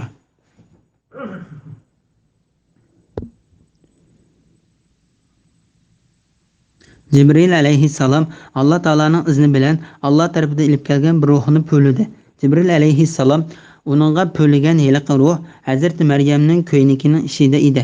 U oti bilan onaning urug'i uchrashgandek kiyimdan uning balyotqisiga tushdi. Butkul insonlar Alloh taolaning maxluqotidir. Shuning uchun Isa alayhissalom Alloh taolaning so'zi va Alloh tarafidan kelgan bir ruh deb ataladi. Chunki u otasiz tug'ilgan. Faqat u Alloh taolaning uningga vujudga kel degan so'zi va Jibril alayhissalom bilan birga avatgan ruh orqali yoritilgandir. Alloh taolo bu ishlar to'g'risida mundoq deydi: Maryam o'g'li Isa faqat o'tgan payg'ambarlarga o'xshash payg'ambardir. Uningdan ilgari nurg'un payg'ambarlar o'tgan. Uning onasi nihoyat rasul xotindir. U ikkisi tomoq yeydi. Ya'ni ularmi boshqa maxluqlarga o'xshash go'sht, so'ngak, tomir va paylardan tarkib topgan edi. Sura Maida 75-oyatning bir qismi. Shubhisizki Allohning nazarida Isoning misoli u otasiz yaratilganlikdan Odamning, ya'ni Odam alayhissalomning misoliga o'xshaydi. Odamni Alloh taolo ota-onasiz tuproqdan yaratdi. Ondan uning vujudga kel dedi. U vujudga keldi. Isoning ishi Odamning ishidan ajablanarli emas. Sura Al-Imron 59-oyat. Nomusini saqlagan ayolning, ya'ni Maryamning qissasini bayon qilgan. Uningga, ya'ni kiyimining ichiga bizning tarafimizdan bo'lgan ruhni po'lidik. Po'lagan ruh uning ichiga kirib, u Isoga homildor bo'ldi va uni va o'g'lini, ya'ni Iso bilan Maryamni ahli jahon uchun bizning qudratimizni ko'rsatilgan dalil qildik. Sura Anbiya 91-oyat. Hamda Imronning qizi Maryamni misol qilib ko'rsatdi. U nomusini saqladi. Uningga bizning tarafimizdan bo'lgan ruhni po'lidik. Dem uning ichiga kirib Isoga homildor bo'ldi. O Parvardigorning so'zlarini va nozil qilgan kitoblarini tasdiq qildi va Alloh taologa itoat qiluvchilardan bo'ldi. Sura Tahrim 12-oyat. Alloh taolo Iso alayhissalom haqida xabar berib mundoq deydi: U, ya'ni Iso, nasoralar gumon qilgandek iloh yoki ilohning o'g'li emas, faqat payg'ambarlik ne'matimizga erishgan bir bandadir. Sura Zuhruf 59-oyatning bir qismi. Imom Buxoriy Ubada ibn Samitdan payg'ambar alayhissalomning mundoq deganligini rivoyat qildi: Kimki sheriki yo'q bir Allohdan boshqa iloh yo'qligiga, Muhammad alayhissalomning Alloh taoloning bandisi va payg'ambari ekanligiga, Isoning Allohning bandisi va uning payg'ambari, Maryam tashlagan uning vujudga kel degan so'zi va uning tarafidan kelgan bir ruh ekanligiga, jannat va do'zaxning haq ekanligiga guvohlik bersa, Alloh taolo uni qilgan amaliga qarab jannatga kirgizadi. Yana bir rivoyatda mundaq deb bayon qilindi. U jannatning 8 ishkining xoliqidan kirdi. Oyatda va hadisda kelgan Alloh tarafidan bo'lgan bir ruh degan so'zning ma'nosi Alloh taoloning Alloh osmonlardagi va zamindagi narsalarning hammasini kamoli fazlidan sizlarga bo'ysundirib berdi. Sura Jasiya 13-oyatning bir qismi degan oyatga o'xshashdir. Ya'ni Isa alayhissalom xristianlar Alloh ularga la'nat qilsin degandek Allohning ruhi emas, balki Alloh tarafidan kelgan bir ruhdir. Bu ikki xil so'zning oraliqida farq nihoyat ochiqdir. İsa'ni xristianlar degandek Alloh taoloning ruhining bir bo'lagi desak, o chaqda Isa alayhissalom Allohning bir parchasi bo'lib qoladi. Bu albatta xatodir. Ruhning, ya'ni Alloh tarafidan kelgan ruh deb Allohga qo'shilib kelishi, xuddi bu Alloh bevosita yaratgan tish tuga sizlarga mening mo'jizamdir. Sura Hud 64-oyatning bir qismi. Bana hech narsa sherik keltirmagan, tavob qilg'uvchilarga, qiyom qilg'uvchilarga, ruku qilg'uvchilarga, sajda qilg'uvchilarga mening uyimni pok qilgin. Sura Haj 26-oyatning bir qismi. Degan oyatlarda to'ga va uy, ya'ni Ka'ba hurmat yusidan Allohga qo'shilib kelgandek qo'shilib keldi. Shundaqla hadisdami qo'shilib keldi. Men Parvardigorimning o'ylisiga kiraman. Allohga va uning payg'ambarlariga iymon etinglar. Alloh Isa Maryamdan iborat 3 demanglar. Xudo uchun deydigan e'tiqoddan qaytinglar. Ya'ni sizlar Allohning bir ekanligiga va uning bolasi va ayolining yo'qligiga va Isoning Allohning bandisi va uning payg'ambar ekanligiga ishoninglar. Sizlar Alloh taologa Isoning onasi Maryamni sherik qilmanglar. Bu sizlarga foydalidir. Allah faqat bir ilahdir. Bolasi bo'lishdan Alloh pokdir. Osmonlardagi va zamindagi shaylarning hammasi Allohningdir. Ya'ni Allohning mulkidir, maxluqotidir. Alloh yetarlik homiydir. Alloh taolo bu vaqt mundaq deydi: Alloh uch ilahning biridir deguvchilar shaksiz kafir bo'ldi. Bir ilahdan boshqa hech ilah yo'qdir. Sura Maida 73-oyatning bir qismi. O'z vaqtida Alloh aytdi: Ey Maryam o'g'li Isa, sen kishilarga Allohni qo'yib men bilan onamni ikki iloh qilib olinglar dedingmi? Isa aytdi: Rabbim, sha'ningga loyiq emas narsalarni sen pok deb e'tiqod qilamanki, menga aytishga tegishli bo'lmagan so'zlarni men aytmayman. Agar men bu so'zni aytgan bo'lsam, uni sen cho'qim bilasan. Ya'ni mening undaq demaganligimni senga ma'lumliq. Sen mening zotimnikini bilasan. Men sening zotingnikini bilmayman. G'ayblarni nihoyat obdan bilasan. Sura Maida 116-oyat. Xristianlar Alloh ularga la'nat qilsin. O'zlarining bilimsizligidan ularning Isa alayhissalom to'g'risida muqim bir e'tiqodi yo'q bo'lib qolmasdan, balki ularning Isa alayhissalom to'g'risidagi tushunchasi birdek emas. Ularning ba'zilari uni iloh deb e'tiqod qilsa, ba'zilari uni Allohning sheriki deydi. Yana ba'zilari uni Allohning o'g'li deydi. Shu ular nihoyatda ko'p guruhlarga bo'linib ketgan bo'lib, ularning ko'z qarashi va fikrlari bir-birsiga o'xshash emasdir. Shunga ba'zi olimlar agar 10 xristian bir joyga yig'ilib qolsa, ular Isa alayhissalom to'g'risida 11 xil qarashga bo'linib ketadi degan nihoyatda to'g'ri bahoni bergan. Xristianlarning guruhlari to'g'risida Hijrining 400-yillari Iskandariyaning popi va xristianlarning mashhur olimi Said ibn Bitriq mundaq deb bayon qilgan: Shaksiz xristianlar o'zlari uchun nihoyat cho'ng omonat deb hisoblangan bir omonatni qaror qiladigan cho'ng bir yig'ilish qildi. U yig'ilish amaliyoti bo'lsa cho'ng bir omonat emas, eng razil bir xiyonat edi. Bu yig'ilish mashhur Qustantiya shahrining qurg'uvchisi Qustantning zamonida bo'lgan edi. U bir cho'ng faylasuf kishi edi. Ular Isa alayhissalom haqida nihoyat qattiq ixtilof qildi. U yig'ilishga 2000 dan ortiq pop qatnashgan bo'lib, ular ko'z qarash jihatdan nihoyat ko'p guruhga bo'linib ketgan edi. Masalan, ularning ichidan 50 bir guruh, 20 bir guruh, 100 bir guruh, 70 bir guruh, ba'zi guruhlar undan ko'p va ba'zi guruhlar undan oz edi. Podshoh Qustantin Guruhlarning ichidan odami 318 kishidan oshadigan bir guruhning bir e'tiqodga birlik kelganligini ko'rib, u bu qarashni qabul qildi va uni qo'g'dab kuchlantirdi. Uningdan boshqa hamma qarashlarni bekor qildi. Shu 318 kishining suiqasdi nizam qilib bekitildi. Ular uchun chirkovlar silindi. Ular o'zlariga kitob va qonunlarni tuzib chiqdi. Uningda e'tiqod qilish va nizam o'rnida amal qilish uchun keyingilarga o'tadigan omonatni paydo qildi. Bularning agashkuchilari Malakiya deb ataldi. Ondan poplar ikkinchi qatim yig'ildi. Bu yig'ilishda Yaqubiya guruhi paydo bo'ldi. Ondan ular uchinchi qatim yig'ilganda Nasturiya guruhi paydo bo'ldi. Bu üç firqaning uchlisi İsa alayhissalomda Dada, Bala va Ruhul Qudusdan iborat uch xil narsaning borligini so'zlaydi. Ya'ni İsa alayhissalom otliq, ya'ni ilohlik, balalik, ya'ni insonlik va Ruhul Qudusdan iboratdir. Bu üç narsaning birlashma gavdasini İsa deymiz. İsa vujudida mush üç narsa bor deydi. Ondan ular İsa alayhissalomning ilohlik tarafi bilan insonlik tarafini birlashdimi yoki birlashmadimi yoki u ikki taraf bir-biriga yo'g'rilib ketganmi degan masalalarda uch xil guruhga ayrilib ketdi. Ularning ichidagi har bir guruh yana birisini kofirga chiqardi. Biz bo'lsak uchilisini kofirga chiqaramiz. Xudo uch deydigan e'tiqoddan qaytinglar. Bu sizlarga foydalidir. Alloh faqat bir ilohdir. Balası bo'lishdan Alloh pokdir. Osmonlardagi va zimindagi shaylarning hammasi Allohningdir. Ya'ni Allohning mulkidir, mahluqotidir. Alloh yetarli homiydir. Ya'ni hammasi Allohning mulkidir va uning mahluqotidir. Osmon zaminning mahluqotlarining hammasi uning boshqarishi va buyrug'i ostidadir. U hamma narsaga o'zi egidir. Shundoq bo'lgan ekan, qandoq uning ulardan ayoli va bolasi bo'lsin. Alloh taolo bu vaqtda mundaq deydi: Osmonlardagi va yerni o'rnaksiz yaratquchidir. Allohning xotini yo'qtirsa, qandoq bolasi bo'lsin? Hamma narsani Alloh yaratgan. Hamma narsani Alloh obdan bilguchidir. Sura An'am 101-oyat. Ular Allohning bolasi bor deyishdi. Sizlar shak shubisiz qabih bir so'zni qildinglar. Bu so'zlarning yomonligidan osmonlar parchalanib ketgili, yer yerilib ketgili, tog'lar gumroh bo'lib ketgili tas qoldi. Bu shuning uchunki ular Allohning bolasi bor deb da'vo qildi. Osmonlarda va zaminda Allohga banda bo'lib bo'ysunmaydigan hech maxluq yo'qdir. Shak shubisiz Alloh ularni to'liq egalladi va sonini mukammal bildi.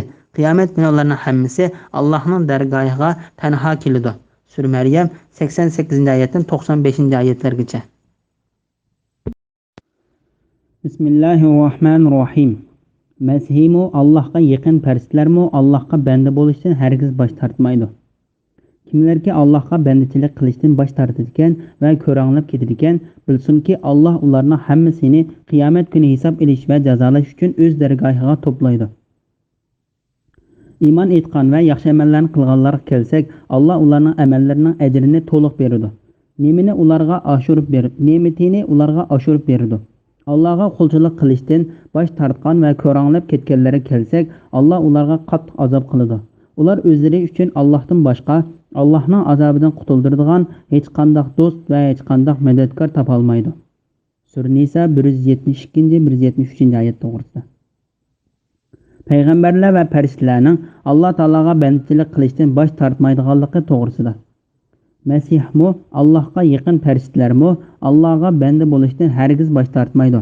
Bu oyatning ma'nosi haqida Ibn Abu Hatim Ibn Abbas radhiyallohu anhumaning mundaq deganligini rivoyat qiladi. Ya'ni hargizmi cho'nglik qilmaydi. Qatada mundaq dedi: ikkilanmaydi. Kimlarki Allohga bandachilik qilishdan bosh tortadigan va ko'ranglab ketadigan, bilsinki Alloh ularning hammasini qiyomat kuni hisob olish va jazolash uchun o'z dargohiga to'playdi. Ya'ni ularning orliqini o'zining adil hukmi bilan ayiradi. İman etgan va yaxshi amallarni qilganlarga kelsak, Alloh ularning amallarining ajrini to'liq berdi. Ne'matini ularga oshirib berdi. Alloh taolo bu vaqtda mundaq deydi: Shubhisizki mening ibodatimdan cho'ngchilik qilib bosh tortadiganlar har holda jahannamga kirdi. Sura G'ofir 60-oyatning bir qismi. Bismillahirrohmanirrohim. Ey insonlar, sizlarga Parvardigoringlar tarafidan shonliq mo'jizalar bilan kuchlantirilgan Muhammad alayhissalomdan iborat ochiq dalil keldi. Sizlarga ro'shan nurni, ya'ni Qur'onni nazil qildik. Allohga iymon etgan va uningga, ya'ni Qur'onga chin yopishganlarga kelsak, Alloh ularni o'z rahmatiga va ne'matiga, ya'ni jannatiga daxil qiladi va ularni to'g'ri yo'lga boshlaydi. Sura Nisa 174-175 oyat to'g'risida. Allah tarafidan kelgan narsaning sifatlari to'g'risida. Allah Taala bu oyatda hamma insonlarga o'zining tarafidan katta bir paketning kelganligidan xabar berdi. Bu paket bo'lsa, kishilarning o'zlari aytishga o'rin qo'ymaydigan va shubhalarni yo'qotadigan dalil isbotlardir. Sizlarga ro'shan nurni, ya'ni Qur'onni nazil qildik. Ya'ni sizlarga haqiqiy nihoyatda ochiq bo'lgan bir nurni tushirdik. Ibn Jurayj va boshqalar mundaq deydi. Bu nur Qur'on Karimdir. Allohga iymon etgan va uningga, ya'ni Qur'onga chin yepishganlarga kelsak, Allah ularni o'z rahmatiga va ne'matiga, ya'ni jannatiga daxil qiladi va ularni to'g'ri yo'lga boshlaydi. Bu mu'minlarning dunyo oxiratdagi sifatlaridir. Ular dunyolikda e'tiqod va ish harakatlarida to'g'ri yo'lda, qiyomat kunida Alloh taolaning jannatlarga yetkazadigan to'g'ri yo'llarida bo'ladi. Bismillahirrohmanirrohim. Ey Muhammad, senden ota-onasi, bolasi yo'q mayitning mirasi to'g'riliq fatvo so'rashidi. Aytqinki, Allah ota-onasi, bolasi yo'q kishi qoldirgan miras to'g'risida fatvo berdi. Agar u bir kishi vafot bo'lsa, bolasi bo'lmasa, faqat bir hamshirasi bo'lsa, u tarakining yarmini oladi. Agar u ayolning bolasi bo'lmasa, har bir tuqqani uning varis bo'ladi. Ya'ni mirasning hammasini oladi. Agar ikki hamshirasi bo'lsa, ular tarakining 3dan 2-sini oladi. Agar varislar ham er ham ayol bir tuqqanlar bo'lsa, ularning ichidagi bir erga 2 ayolning hassisi beriladi. Adashmasliqlar uchun Allah sizlarga shariat ahkomlarini bayon qilib berdi. Allah hamma narsani bilguchidir. Sura Nisa 176-oyat to'g'risida. Ota-onasi va bolasi yo'q kishining mirasining hukmi va bu vaqtdagi oyatning eng oxirida tushgan oyat ekanligi to'g'risida. İmam Buxoriy Baroining mundaq deganligini rivoyat qiladi. Suralarning ichida eng oxirida tushgan sura Tavba surasidir. Oyatlarning ichida eng oxirida tushgan oyat: "Ey Muhammad, senden ota-onasi, bolasi yo'q mayitning miras to'g'riliq fatvo so'rashidi." Aytqinki, Alloh taolo ota-onasi, bolasi yo'q kishi qoldirgan miras to'g'risida fatvo berdi degan oyatdir. İmam Ahmad Jabir ibn Abdullohning mundaq deganligini rivoyat qiladi. Men hech narsani o'ylamaydigan, ig'ir kasal holatida yotganimda Payg'ambar alayhissalom qishimga kirdi va menga tahorat suyidan to'kdi yoki to'kinglar dedi. Ondan men o'shimga kelib, Payg'ambar alayhissalomga mening urug' tuqqanlarimdan menga mirosxo'r bo'lgan hech kishi yo'q, ya'ni mening ota-onam va bolchaqalarim yo'q. Urug' tuqqanlarim mirosni qandoq ulashdi dedim. Shuning bilan Alloh taolo miros oyatini tushirdi. Agar bir kishi vafot bo'lsa, bolasi bo'lmasa degan oyatdagi maqsad qilingan hukmni tushunish va mu'minlarning xalifasi Umar ibn Xattob radhiyallohu anhu ga qiyin keldi. Bu to'g'riliq Sahih Buxoriy va Muslimda Umarning mundaq deganligi rivoyat qilindi. 3 ish bor. Payg'ambar alayhissalom vafot bo'lishdan ilgari ularni bizga ochiq bayon qilib bergan bo'lsa, bo'lib ekan deb ketdim. U 3 ish bo'lsa, cho'ng dadasining mirosdagi hukmi. Oyatdagi ota-onasi, bolasi yo'q mayit degan so'zdan maqsad qilinadigan hukm va jazonining turlaridir. İmam Ahmad Ma'dan ibn Abu Talhadin Umar ibn Xattobning mundaq deganligini rivoyat qildi. Men Payg'ambar alayhissalomdan oyatdagi ota-onasi, bolasi yo'q mayit degan so'zda maqsad qilinadigan hukm to'g'riliq savolni boshqa bir ishlar ustida so'rganimdanmi ko'p so'rimdim. Hatta o savolni ko'p so'rganligimdan Payg'ambar alayhissalom barmoqini maydamga noqushlab qo'yib, buni tushunish uchun sana Sur Nisaning oxiridagi yozda tushgan oyati yetarlidir dedi. Bu oyatga munosabatlik so'zlarni bayon qilish to'g'risida. Agar bir kishi vafot bo'lsa, bolasi bo'lmasa, ya'ni bolasi ota-onasi bo'lmasa, bu oyatning bolasi ota-onasi bo'lmasa degan ma'noni berdiganligini Alloh taolo bu oyatni tushundirdi. Faqat bir hamshirasi bo'lsa, u tarakining yarmini oladi. Agar o'lgan kishining hamshirasi bilan otasi hayot bo'lsa, hamshirasi hech qanday mirosga erisha olmaydi. Chunki butun olimlarning birlik kelgan ko'z qarash bo'yicha otasi qiz hamshirasining miros elishiga to'sqinlik bo'ladi. Bunday bo'lgan ekan, Alloh taolo agar bir kishi vafot bo'lsa, bolasi bo'lmasa degan so'zni Qur'onning ochiq bayon orqali bolasi yo'q deganlikdir va tekstni cho'nqur tushunganda ota-onasi yo'q kishi ko'zda tutilganligini bilib olgan bo'ladi. Chunki meyitning ota-onasi bo'lsa, hamshirisi meyitning mol-mulkining yarmiga erisholmaydi. Hatto u hech qanday mirosga erisholmaydi. İbn Jarir ve başkalar İbn Abbas radhiyallohu anhumaning ve İbn Zubayrning mundaq deganligini rivoyat qiladi. Allah Taalaning bolasi bo'lmasa, faqat bir hamshirisi bo'lsa, u tarakining yerimini oladi degan so'zining ma'nosiga asosan o'lgan kishining bir qiz bolasi va bir hamshirisi bo'lsa, u hamshirisiga hech qanday miros tegmaydi. Uning bir qiziga bo'lganligi bir bolani qoldirganlik bo'ladi. Qiz hamshirisi meyitning bolasi bor bo'lgan ahvolda mirosga erisholmaydi. Ko'p sonli olimlar bu masalada u ikkisiga qarshi fikr bayon qilib mundoq deydi.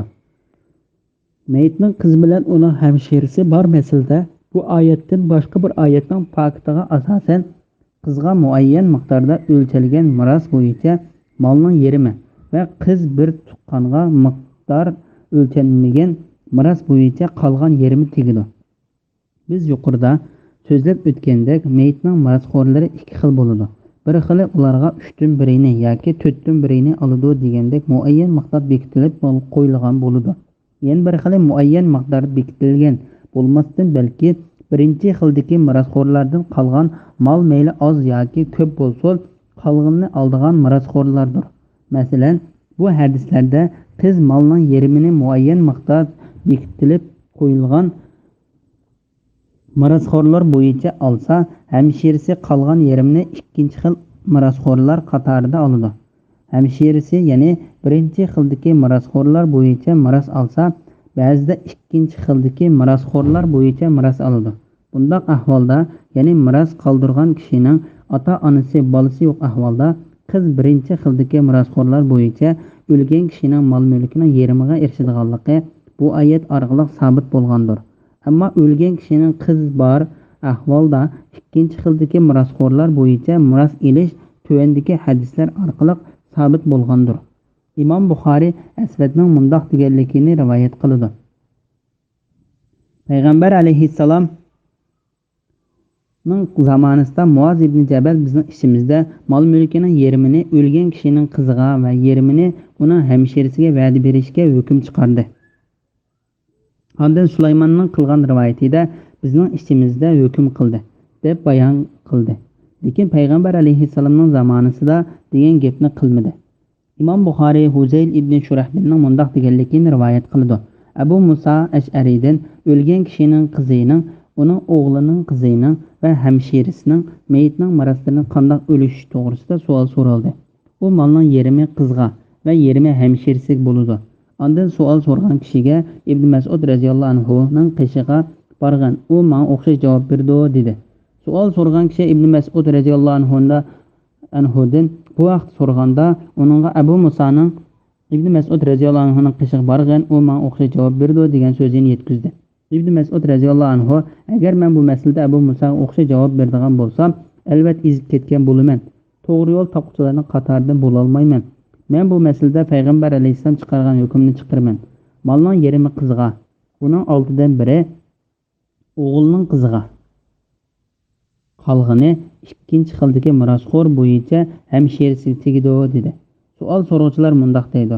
Biz Abu Musaning qishiga kirib, uning Ibn Mas'ud radhiyallohu anhu bergan javobni deb berdik. Abu Musa mundoq dedi. Bu ishda Ibn Mas'ud radhiyallohu anhu olim. Sizlarning ichingizda Ibn Mas'ud radhiyallohu anhu bo'lsa, mendan bir narsa so'ramanglar. Agar u ayolning bolasi bo'lmasa, har bir tuqqani uning varisi bo'ladi. Ya'ni mirosning hammasini oladi. Ya'ni agar u ayolining mayitning bolasi, ota-onasi bo'lmasa, uning har bir tuqqan qarindoshi uning mirosining hammasini oladi. Agar har bir tuqqan qarindoshi bilan birinchi xildagi mirosxo'rlarning qatoridan ayolning eriga o'xshash yoki uning ona bir oti boshqa har bir tuqqan qarindoshiga o'xshash kishilar bo'lsa, ularga miros tegishlik miqdordagi miroslarni berib bo'lib, ondan qolganini ikkinchi xildagi mirosxo'rlar bo'yicha bir tuqqan qarindoshiga beriladi. Mirosda bir tuqqan qarindoshi bilan oti boshqa ona bir tuqqan qarindoshining oralig'ida farq yo'q. Farq bor. Ota-onasi bir bo'lgan bir tuqqan qarindosh muayyan miqdori yo'q. ikkinchi xildagi mirosxo'rlarning qatoriga kirdi. Ana bir oti boshqa bo'lgan bir tuqqan qarindosh birinchi xildagi mirosxo'rlarning qatoriga kirdi. Undaq qilishni Sahih Buxoriy bilan Muslimda Ibn Abbas radhiyallohu anhuma rivoyat qilgan. Payg'ambar alayhissalomning bu hadisidan ko'rib olgan bo'ladi. Sizlar miroslarni uningga tegishlik bo'lgan, ya'ni birinchi xildagi kishilarga beringlar. Buningdan eshib qolganini erning urug' tuqqanlariga beringlar. Agar ikki hamshirasi bo'lsa, u tarakining 3dan 2 hissasini oladi. Shuningdek hamshirlari 2 dan ortiq bo'lsa, 3dan 2 hissasini oladi. Agar varislar ham er ham ayol bir tuqqan bo'lsa, ularning ichidagi bir erga 2 ayolning hissasi berildi. Bu bolalarning bolalari va bir tuqqandan iborat ikkinchi xildagi mirosxo'rlarning hukmidir. Adashmasliqlar uchun Alloh sizlarga shariat ahkomlarini bayon qilib berdi. Allah hamma narsani bilguchidir. Ibn Jarir Tarix Ibn Shahabning mundoq deganligini rivoyat qildi. Umar to'gining tog'i so'nkidan birini oldi va sahobalarni yig'ib, albatta men ota-onasi, bolasi yo'q mayitning miros to'g'riliq degan oyatda ayollar pardalari ichida so'zlashadigan hukmdan birini chiqaraman dedi. Shu chaqda uydan bir yilon chiqdi. Shuning bilan kishilar undan qo'rqib tarab ketdi. Undan Umar agar Alloh bu ishning tutishini xohlagan bo'lsa, albatta tutiradi dedi. Hakim Abu Abdullah Nisabur Umar ibn Xattobning mundoq deganligini rivoyat qildi. Agar men payg'ambar alayhissalomdan uning vafotidan keyin kimning xalifa bo'lganligini, mollarimizning zakatini berishga qarshi emasmiz. Lekin buni sang bermaymiz degan kishilarni o'ltirsa bo'ladigan yoki bo'lmaydiganligi va ota-onasi, bolasi yo'q mayitning miros to'g'riliq degan oyatning ma'nosidan iborat 3 ishni so'rab olgan bo'lsam, bu ish men uchun qizil tugudim yaxshiroq edi dedi. Ibn Jarir Umar radhiyallohu anhuning mundoq deganligini rivoyat qildi. Abu Bakr ota-onasi, bolasi yo'q mayitning miros to'g'riliq degan oyatning ma'nosida bolasi va ota-onasidan boshqa urug' tuqqanlar ko'zda tutilgandir deydi. Ya'ni ota-onasi va bolasi yo'q va undan boshqa urug' tuqqanlari bor demakchidir. Albatta men Abu Bakrning tushunchasiga qarshilik qilishga hayo qildim. Umar bu oyatning ma'nosini boshqacha tushungan bo'lishi mumkin. Shunga u o'zi tushungan ma'noni desa Abu Bakrga qarshilik qilgan bo'lib qilishdan hayo qilgan. Sahobalar, tobiinlarning ko'p sondikilari, shundoqla burunqi va hozirgi zamonning cho'ng olimlari bu oyat to'g'risida Abu Bakrning degan so'zini qabul qildi. Qur'on Karim shu so'zning to'g'riligini kuchlantirdi. Adashmasliqlar uchun Alloh sizlarga shariat ahkomlarini bayon qilib berdi. Alloh hamma narsani bilguchidir. Ya'ni haqiqatan adashmasliqlar uchun Alloh taolo sizlarga miros hukmlarini va belgilamalarini bayon qilib berdi.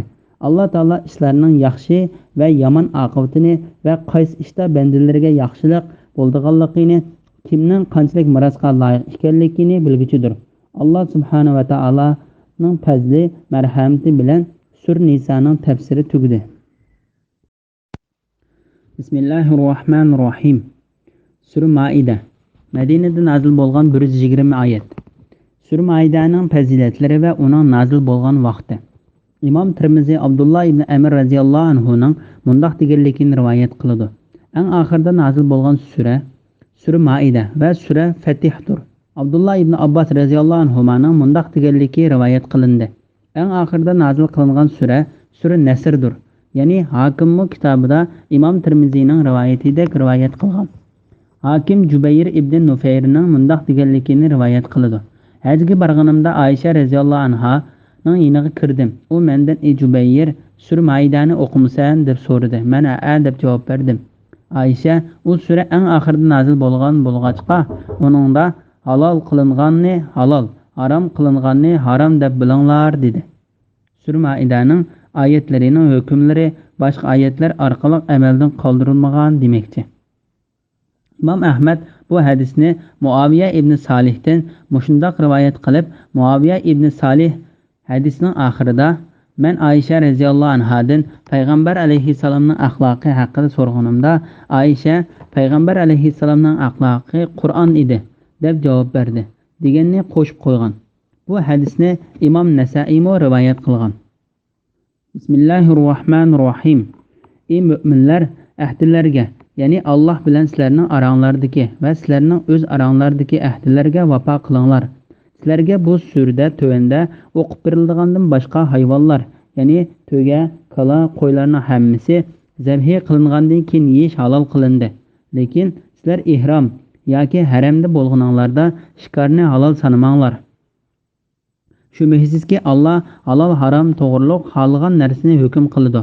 Ey mu'minlar, Allohning dinining alomatlarini, ya'ni hayda taatning belgisi hisoblangan ishlarni tark etish bilan shahri haram da urush qilishni, hadiyni, ya'ni Kabaga atalgan qurbonlikqa daxl ta'ruz qilishni, qalada, ya'ni hayda qurbonlik qilinadigan mol ekanligini bildirish uchun hayvonga isib qo'yilgan narsalarga cheqilishni, Parvardigoringning fazlini va roziligini tilab Baytullohga haj uchun yoki umr uchun kelguchilarga cheqilishni halol sanamanglar.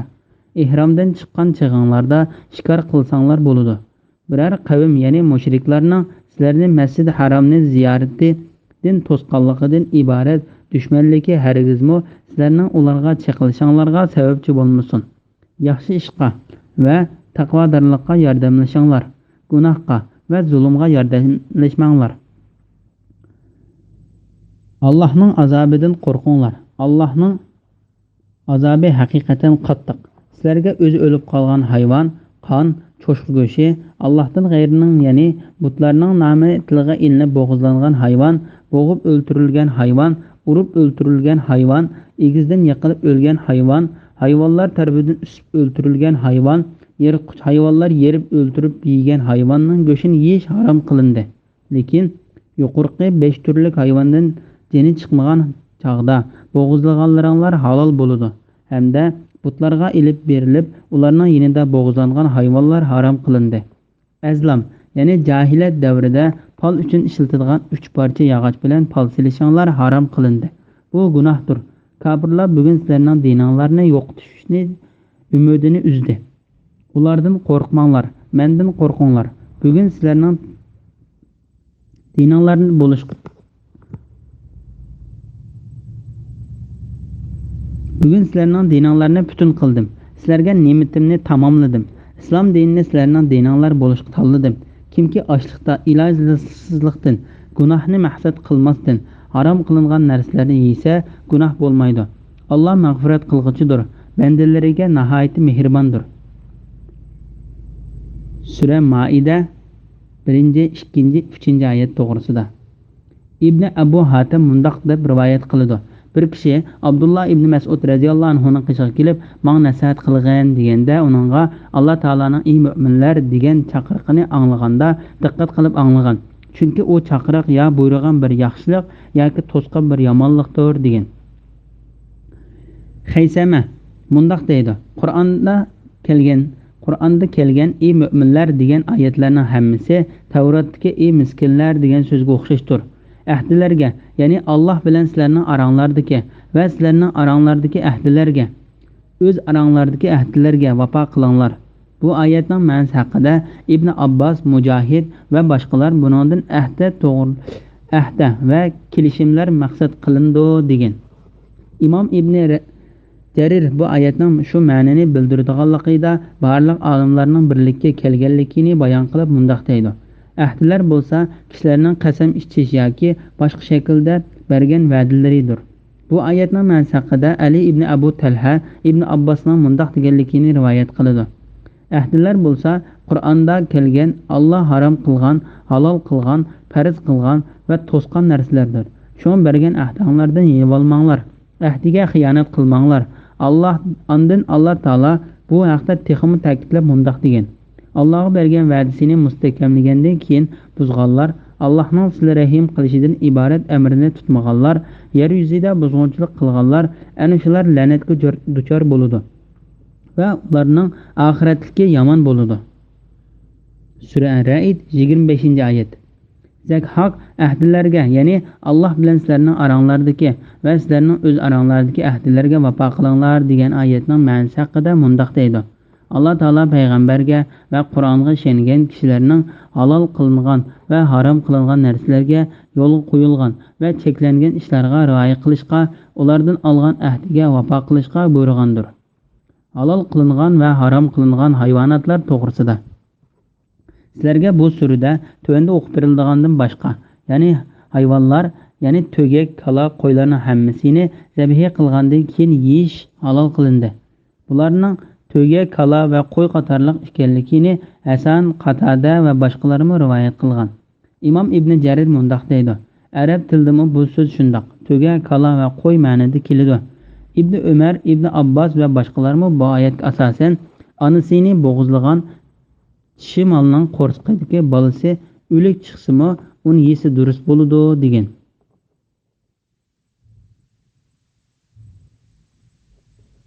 Bu haqda Imom Abu Davud, Tirmizi va Ibn Majah qatorliqlar Abu Said radhiyallohu anhuning mundaq deganligini rivoyat qiladi. Biz to'gak, kala va qo'yni bo'g'izlaganimizda ba'zida qo'rsiqidan bolasi chiqib qoladi. Biz uni yeymizmi yoki tashlab o'tamizmi deb so'raganda payg'ambar alayhissalom xohlasanglar yanglar, chunki onasini bo'g'izlash uni bo'g'izlaganlikdir degan. Imom Abu Davud Jabir ibn Abdullah radhiyallohu anhudan payg'ambar alayhissalomning mundaq deganligini rivoyat qiladi. Qo'rsoqdagi qo'za onasining bo'g'izlashi bilan bo'g'izlangan bo'ladi. Bu surada tövəndə o'qib berildigandan boshqa bu oyatning ma'nosi haqida Ali ibn Abu Talha ibn Abbos radhiyallohu anhuning mundaq deganligini rivoyat qiladi. Bu yerda o'lik, qon va cho'shqa go'shini demakchi. Bu oyatning ma'nosi haqida Qatada mundaq deydi: Oyatdagi harom qilingan narsalar o'zi o'lib qolgan hayvonlar bilan Alloh taolaning nomini atamay bo'g'izlagan hayvonlardir.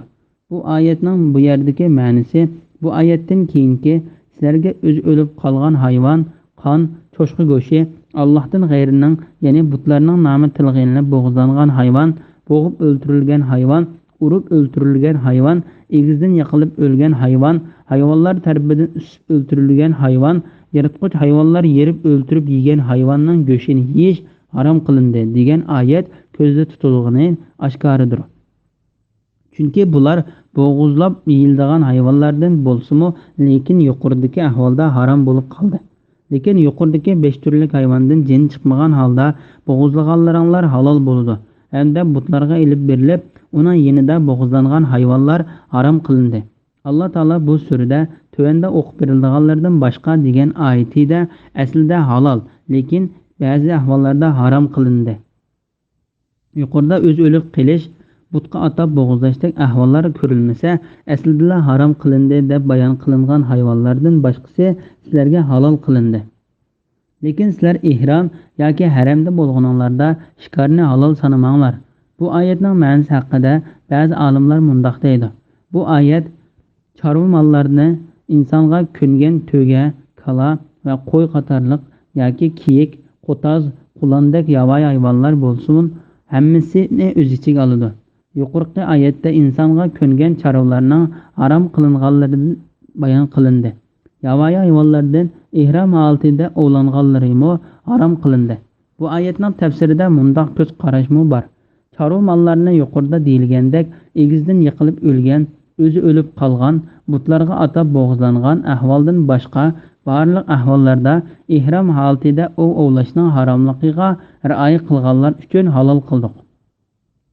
Chunki Alloh taolo mundaq deydi: Kimki ixtiyoriy bo'yicha emas, ilojsizlikdan yuqorqi harom qilingan narsalardan hayotini saqlab qolgudek miqdorda yesa, Alloh uni mag'firat qilguchidir, uningga ko'yinguchidir. Sura Nahl 115-oyatning bir qismi. Ya'ni majburiy bo'lib qolgan kishiga yuqorida yeyish cheklangan hayvonlarni chekidan oshmaslik sharti bilan yeyishga ruxsat qildik. Shuningdek, chorva mollarni odatda halol qilganimizdek, ovlashnimi ihrom holatida harom deb bilinglar. Chunki Alloh taolo buningga shunday hukm qildi. Alloh taolo buyurgan va to'sqan barliq ko'rsatmalarda hikmat bilan ish qilguchidir. Shubhisizki Alloh halol harom to'g'riliq xohlagan narsani hukm qiladi. Haram va urush cheklangan oylarning hurmatini qilish to'g'risida. Ey mu'minlar, Allohning dinining alomatlarini, ya'ni hajda ta'atning belgisi hisoblangan ishlarni tark etish bilan shahri haromda urush qilishni halol sanamanglar. Ibn Abbos bu oyatda haj faoliyatlari ko'zda tutildi dedi. Mujohid, Safa, Marva va qurbonlik qilish hajdagi Alloh belgilagan faoliyatlardir. Alloh belgilagan faoliyatlar Alloh cheklagan, harom qilgan narsalardir. Ya'ni Alloh harom qilib cheklagan narsalarni va bu oyda urush qilishni halol deb qaramanglar va uning ulug'ligini e'tirof qilinglar. hamda shu oy ichida urush qo'zg'ashdak Alloh taolaning cheklagan ishlarini qilmanglar.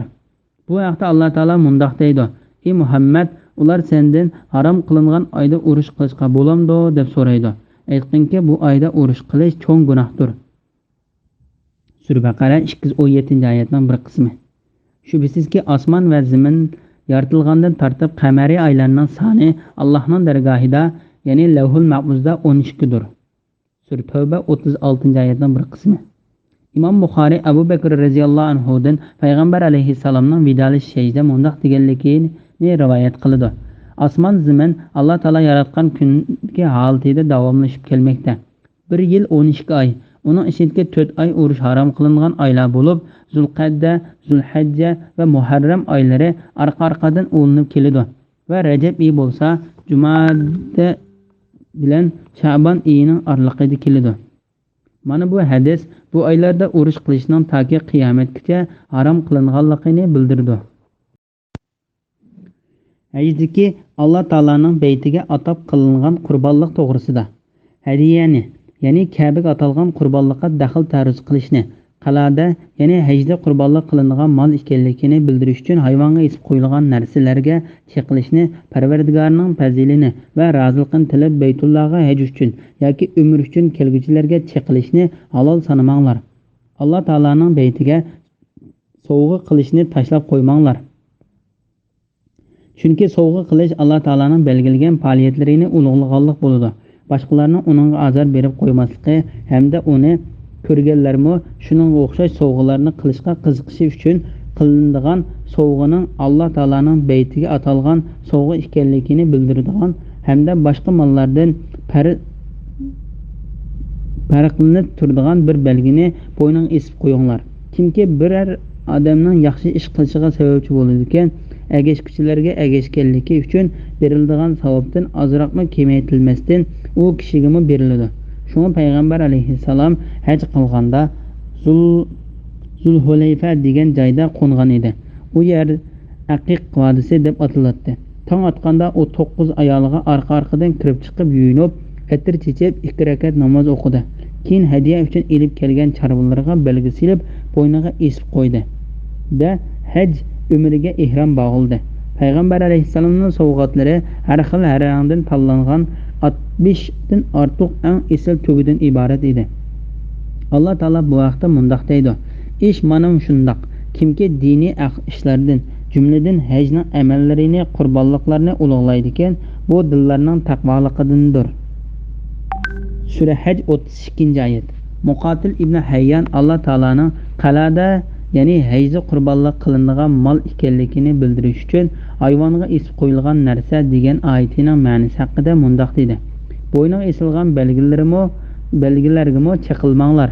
Islom kelishdan burun arablar o'z yurtlaridan urush harom qilingan oylardan boshqa chog'larda chiqqan vaqtida omon bo'lish uchun o'zlariga yung va tuklar bilan belgi taqishib oladi. Haram mushriklar haramdagi daraxtlarning qo'ziqini belgi qilib esib oladi. Buni Ibn Abu Hatim rivoyat qilgan. Ya'ni u Ibn Abbosning mundoq deganligini rivoyat qiladi. Suraning ichida 2 oyatning hukmi amaldan qoldirildi. Bu 2 oyat bo'yniga osadigan belgi va Alloh taolaning: "Ey Muhammad, agar ular seni oldinga davolashib kelsa, ularning orasida hukm qilib qo'ysang yoki uni rad qilsang bo'ladi" degan oyatlardir. Sura Maida 42-oyatning bir qismi. Alloh taolaning baytiga manganlarga chiqilishning harom qilinganligi to'g'risida. Parvardigorning fazilini va roziligini tilab Baytullohga haj uchun yoki umr uchun kelguvchilarga chiqilishni halol sanamanglar. Ya'ni kirgan kishi omon bo'ladigan Alloh taolaning baytini ko'zlab manganlarga chiqilib, ular bilan urushishni halol deb qaramanglar. Shuningdek, Alloh taolaning baytiga Alloh taolaning fazilini talab qilib va roziligini xohlab manganlarni to'smanglar va ularga chiqilmanglar. Mujohid, Ata, Abu Aliya, Mutrif ibn Abdullah ibn Ubayd ibn Umayr, Rabi ibn Anas, Muqotil ibn Hayyan, Qatada va boshqalar Alloh taolaning Parvardigorning fazilini va roziligini tilab degan oyatining ma'nosi haqida mundoq deydi. Ya'ni tijoratni demakchi. Alloh taolo bu vaqtda mundoq deydi: "Parvardigoringlardan haj mavsumida tijorat va boshqa ovqat orqali rizq talab qilsanglar, sizlarga hech gunoh bo'lmaydi." Sura Baqara 198 bir qismi. Razılıqını. Bu oyatning ma'nosi haqida Ibn Abbos mundoq deydi. Ular hejlari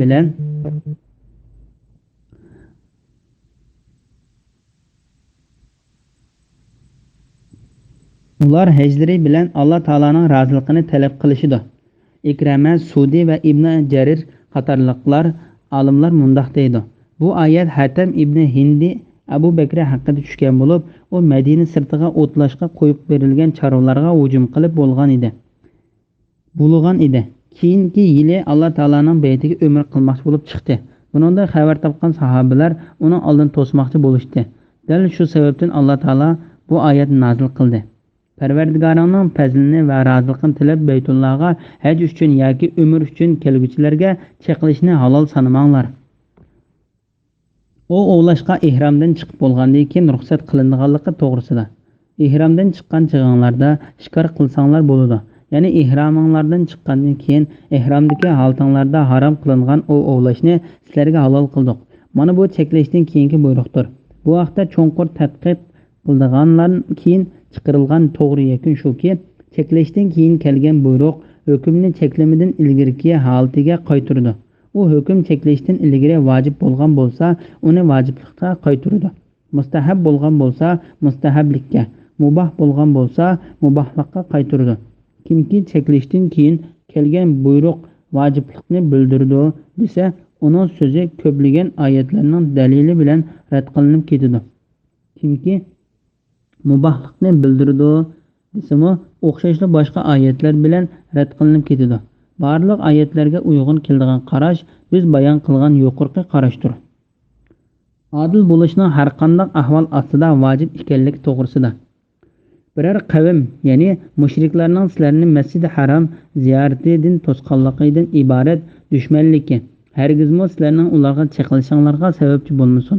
Ya'ni Hudaybiya yili sizlarni Alloh taolaning baytiga berishdan to'sqan kishilarga qarata saqlagan o'chmanliklar ularga nahaqchilik qilish va tajovuzchilik qilish orqali ulardan o'ch ilib, Alloh taolaning ular haqida ko'rsatgan ahkomlariga rioya qilmaslikka ilib bormasin. Har bir kishi haqida Alloh ko'rsatgan va buyurgan adolat bilan ish qilinglar. Bu oyatning ma'nosi tuvandagi oyatning ma'nosiga o'xshaydi.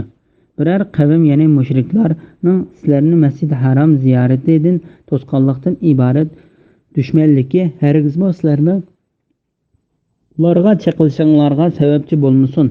Yaxshi ishqa, taqvodorlikqa yordamlashinglar. Ya'ni bir qavmga qarta o'chmanliklar adolatni tashlashga ilib bormasin. Chunki har qanday vaqtda har bir kishining har qanday bir shaxsga adil bo'lishi vojibdir. Ibn Abu Hatim Zayd ibn Aslamning mundoq deganligini rivoyat qiladi. Mushriklar payg'ambar alayhissalom va uning sahobalarini Baytullohga kirishdan to'sib olgan edi. Musulmonlar Hudaybiya degan joydagi yo'l ustida edi. Bu ish ularga qattiq og'ir keldi. Shu chaqda ularning yenidan sharqdan kelgan bir guruh mushriklar umr qilish uchun o'tdi. Sahobalar bizni ularning do'stlariga to'sib olgandek, bizim ularni to'sib olaylik dedi. Shuning bilan Alloh taolo bu oyat nozil qildi. Yaxshi ishqa va taqvodorlikqa yordamlashinglar, gunohga va zulmga yordamlashmanglar. Ya'ni Alloh taolo bandalarini yaxshi ishlarni qilishga, yomon ishlarni tashlashga, o'zaro hamkorlashishga buyurdi. Mana bu taqvodorlikdir. Hamda ularni nohaqlikka yordamlashishdan, gunoh va harom qilingan ishlarda hamkorlashishdan to'saydi. Ibn Jarir mundoq dedi: Gunoh degan Alloh taolo qilishga buyurgan ishni qilmay tashlab qo'yishdir. Dushmanlik qilish degan dininglarda Alloh taolo belgilagan chek-chegirdan eshib ketish hamda Alloh sizlarga va boshqalarga farz qilgan belgilamalaridan halqib ketishdir. Imom Ahmad Anas ibn Malik radhiyallohu anhudan payg'ambar alayhissalomning zulm qilg'uchi bo'lsin yoki zulm qilinguchi bo'lsin, har ikki qarindishingga yordam qil deganda ba'zilar ey Allohning payg'ambari, zulm qilganga yordam qilarmiz. Zulm qilinganga yordam qilarmiz. Zulm qilganga qandoq yordam qilamiz deganda payg'ambar alayhissalom uni zulm qilishdan to'sib olasan. Bu uningga yordam qilganligingdir deganligini rivoyat qiladi. Bu hadisni Imom Buxoriy rivoyat qilgan. Imom Ahmad sahobalarning biridan rivoyat qilishda payg'ambar alayhissalom mundoq degan: Kishilarga aralashib, ularning arziyatlariga sabr qiladigan mu'min kishilarga aralashmay, ularning arziyatlariga chidamaydigan odamdan ko'p ajrga erishadi. Ya'ni Imom Muslimning rivoyat qilgan hadisida mundoq deyilgan: to'g'ri yo'lga chaqirib tashviq qilgan kishiga to qiyomat kuniga qadar uningga agashkuchining qilgan yaxshiligining savobi yoziladi. Agashkuchining bu savobidan bir narsani kamaytib etmaydi. Ozg'unlikqa chaqirib tashviq qilgan kishiga to qiyomatga qadar agashkuchining qilgan gunohidan bir kishilik gunoh tashviq qilinganligi uchun yoziladi. Agashkuchining gunohimi kamaytibitish. Go'sht harom qilingan chorva mollar to'g'risida. Alloh taolo bandalariga o'z o'lib qolgan mollarni iste'mol qilishdan to'sib bu oyatlarni bayon qildi. O'z o'lib qolgan hayvon deganimiz bo'g'izlanmasdan o'zligidan o'lib qolgan hayvon bo'lib, uningdan oqmay turib qon oqqan, dinga va badanga ziyonli bo'lg'achqa uni Alloh taolo harom qilib etdi. Lekin beliq o'zi o'lib qolgan hayvonlar qatoriga kirmaydi. Beliq bo'g'izlash orqali yoki boshqa sababdan o'lib qolsa-mu yana haloldir.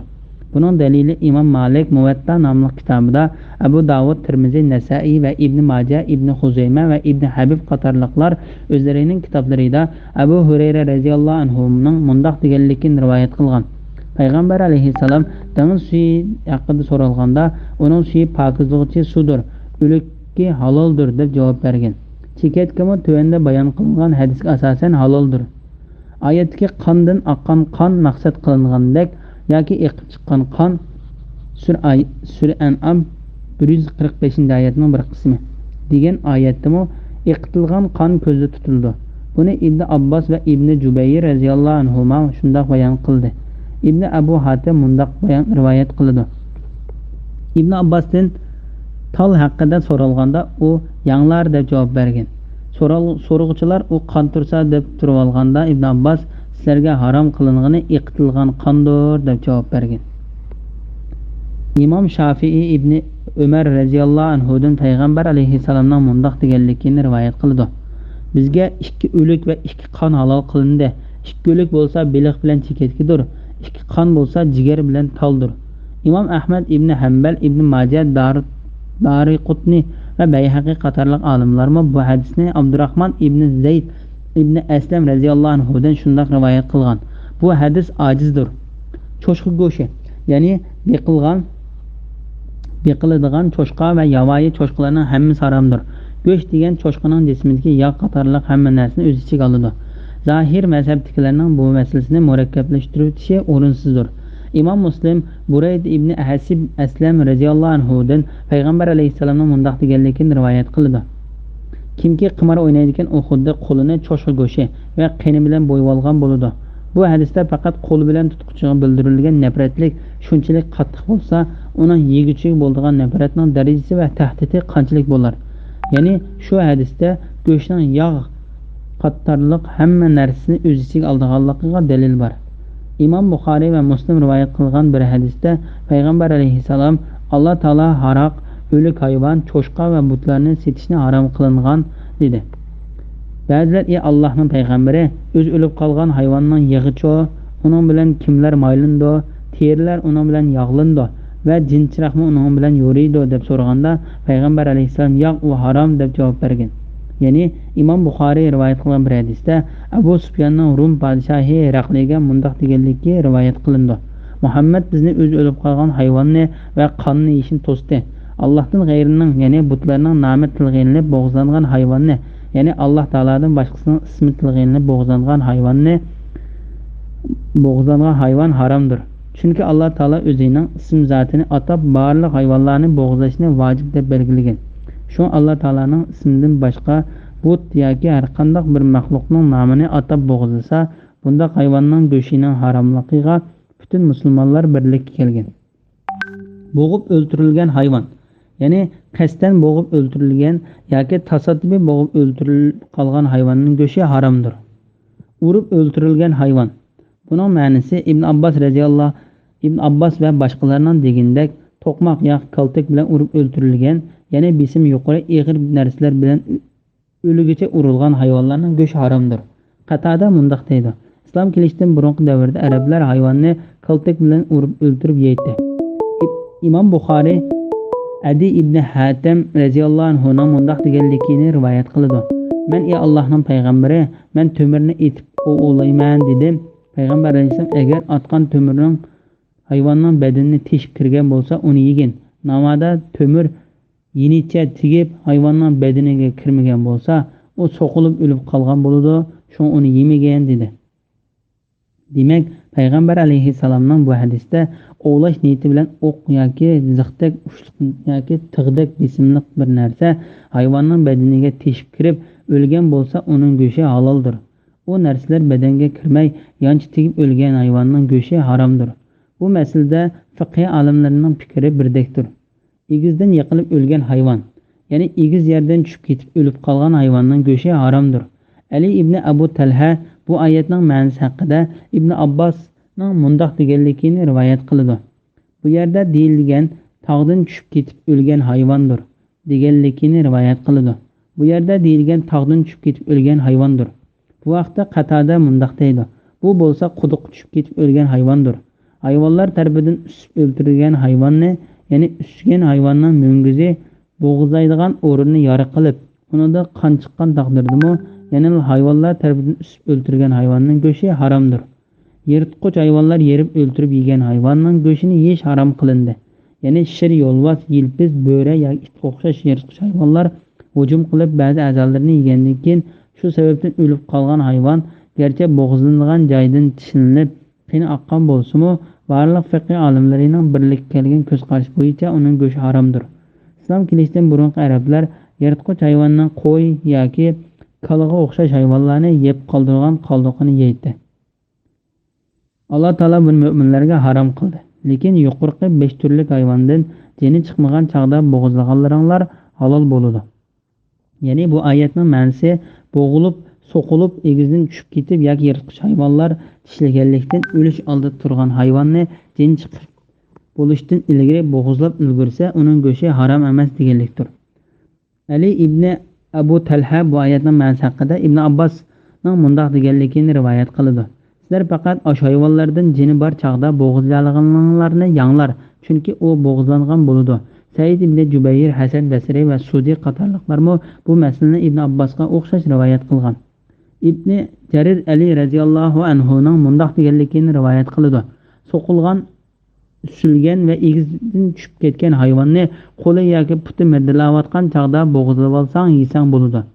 Tavus, Hasan, Qatada, Ubay ibn Umayr, Zakhak va boshqa olimlardan mundoq rivoyat qilindi. Bo'g'izlaganda u hayvonning jinining borligini bildiradigan biror harakat qilganligini ko'rsa, ondan uning go'shini yeyishga bo'ladi.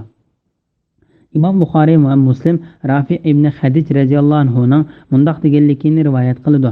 Men payg'ambar alayhisalomga: "Ey Allohning payg'ambari, biz dushman bilan urushga chiqqan vaqtimizda bizda pichoq bo'lmay qolsa, charumonlarni qumush bilan bo'g'izlasak bo'lamdi?" deb so'radim. Payg'ambar alayhisalom: "Qon oqqizib Alloh taolaning nomini atab o'ltirilgan molni yanglar. Qon oqqizgan narsa hayvonlarning tishlari yoki tirnoqlari bo'lib qolsa bo'lmaydi. Buning sababini sizlarga deb beray. Tish bo'lsa sumakdir, tirnoq bo'lsa habashlarning pichqidir" deb javob berdi. Hamda butlarga ilib berilib, uning yanida bo'g'izlangan hayvonlar harom qilindi.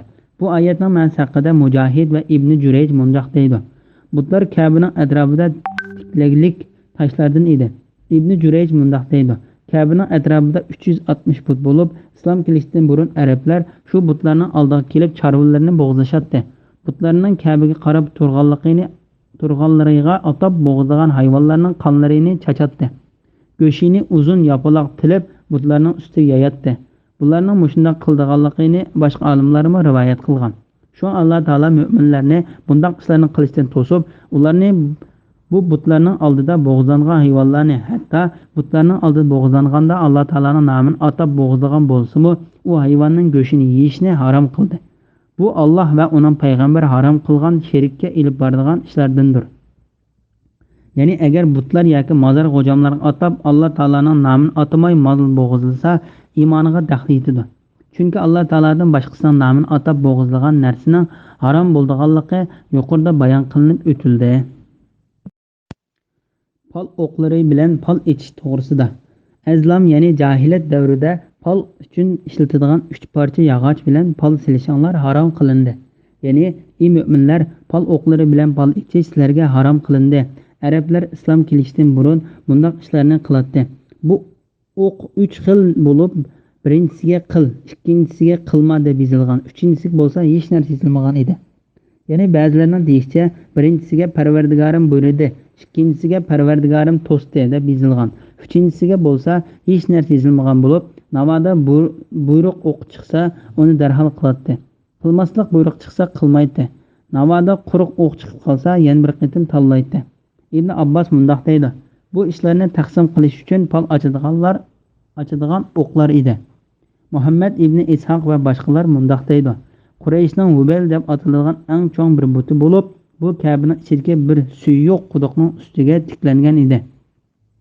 Bu quduqqa so'g' salomlar va Ka'baning mol-mulki qo'yiladi. Bu butning qishida 7 dona o'q bo'lib, uningda bir taraf qilolmay qolgan ishlarni tanlaydigan so'zlar yozilgan edi. Ularga qaysi o'q chiqsa, ular shu bo'yicha ish qiladi. Uningga hargizmi xiloflik qilmaydi. Sahih hadisda kelishicha, payg'ambar alayhissalom Ka'baning ichiga kirganda Ibrohim va Ismoil alayhissalomlarning qo'llarida pol o'qini tutgan holda tasvirlangan suratni ko'rib mundoq dedi: ular u ikkisining bu o'qlar bilan hech qanday pol ichib boqmaganligini biladi. Alloh ularning jazosini bergay. Azlam, ya'ni jahiliyat davrida pol uchun ishlatilgan 3 parcha yog'och bilan pol silishonlar harom qilindi. Mujohid bu oyatning ma'nosi haqida mundoq deydi: u bo'lsa arablarning o'qlari, Faris va Rumliklarning o'shiqlaridir. Ular shuning bilan qimar o'ynaydi. Mujohidning bu ko'z qarashi to'g'risida izlanib beqishiga to'g'ri keldi.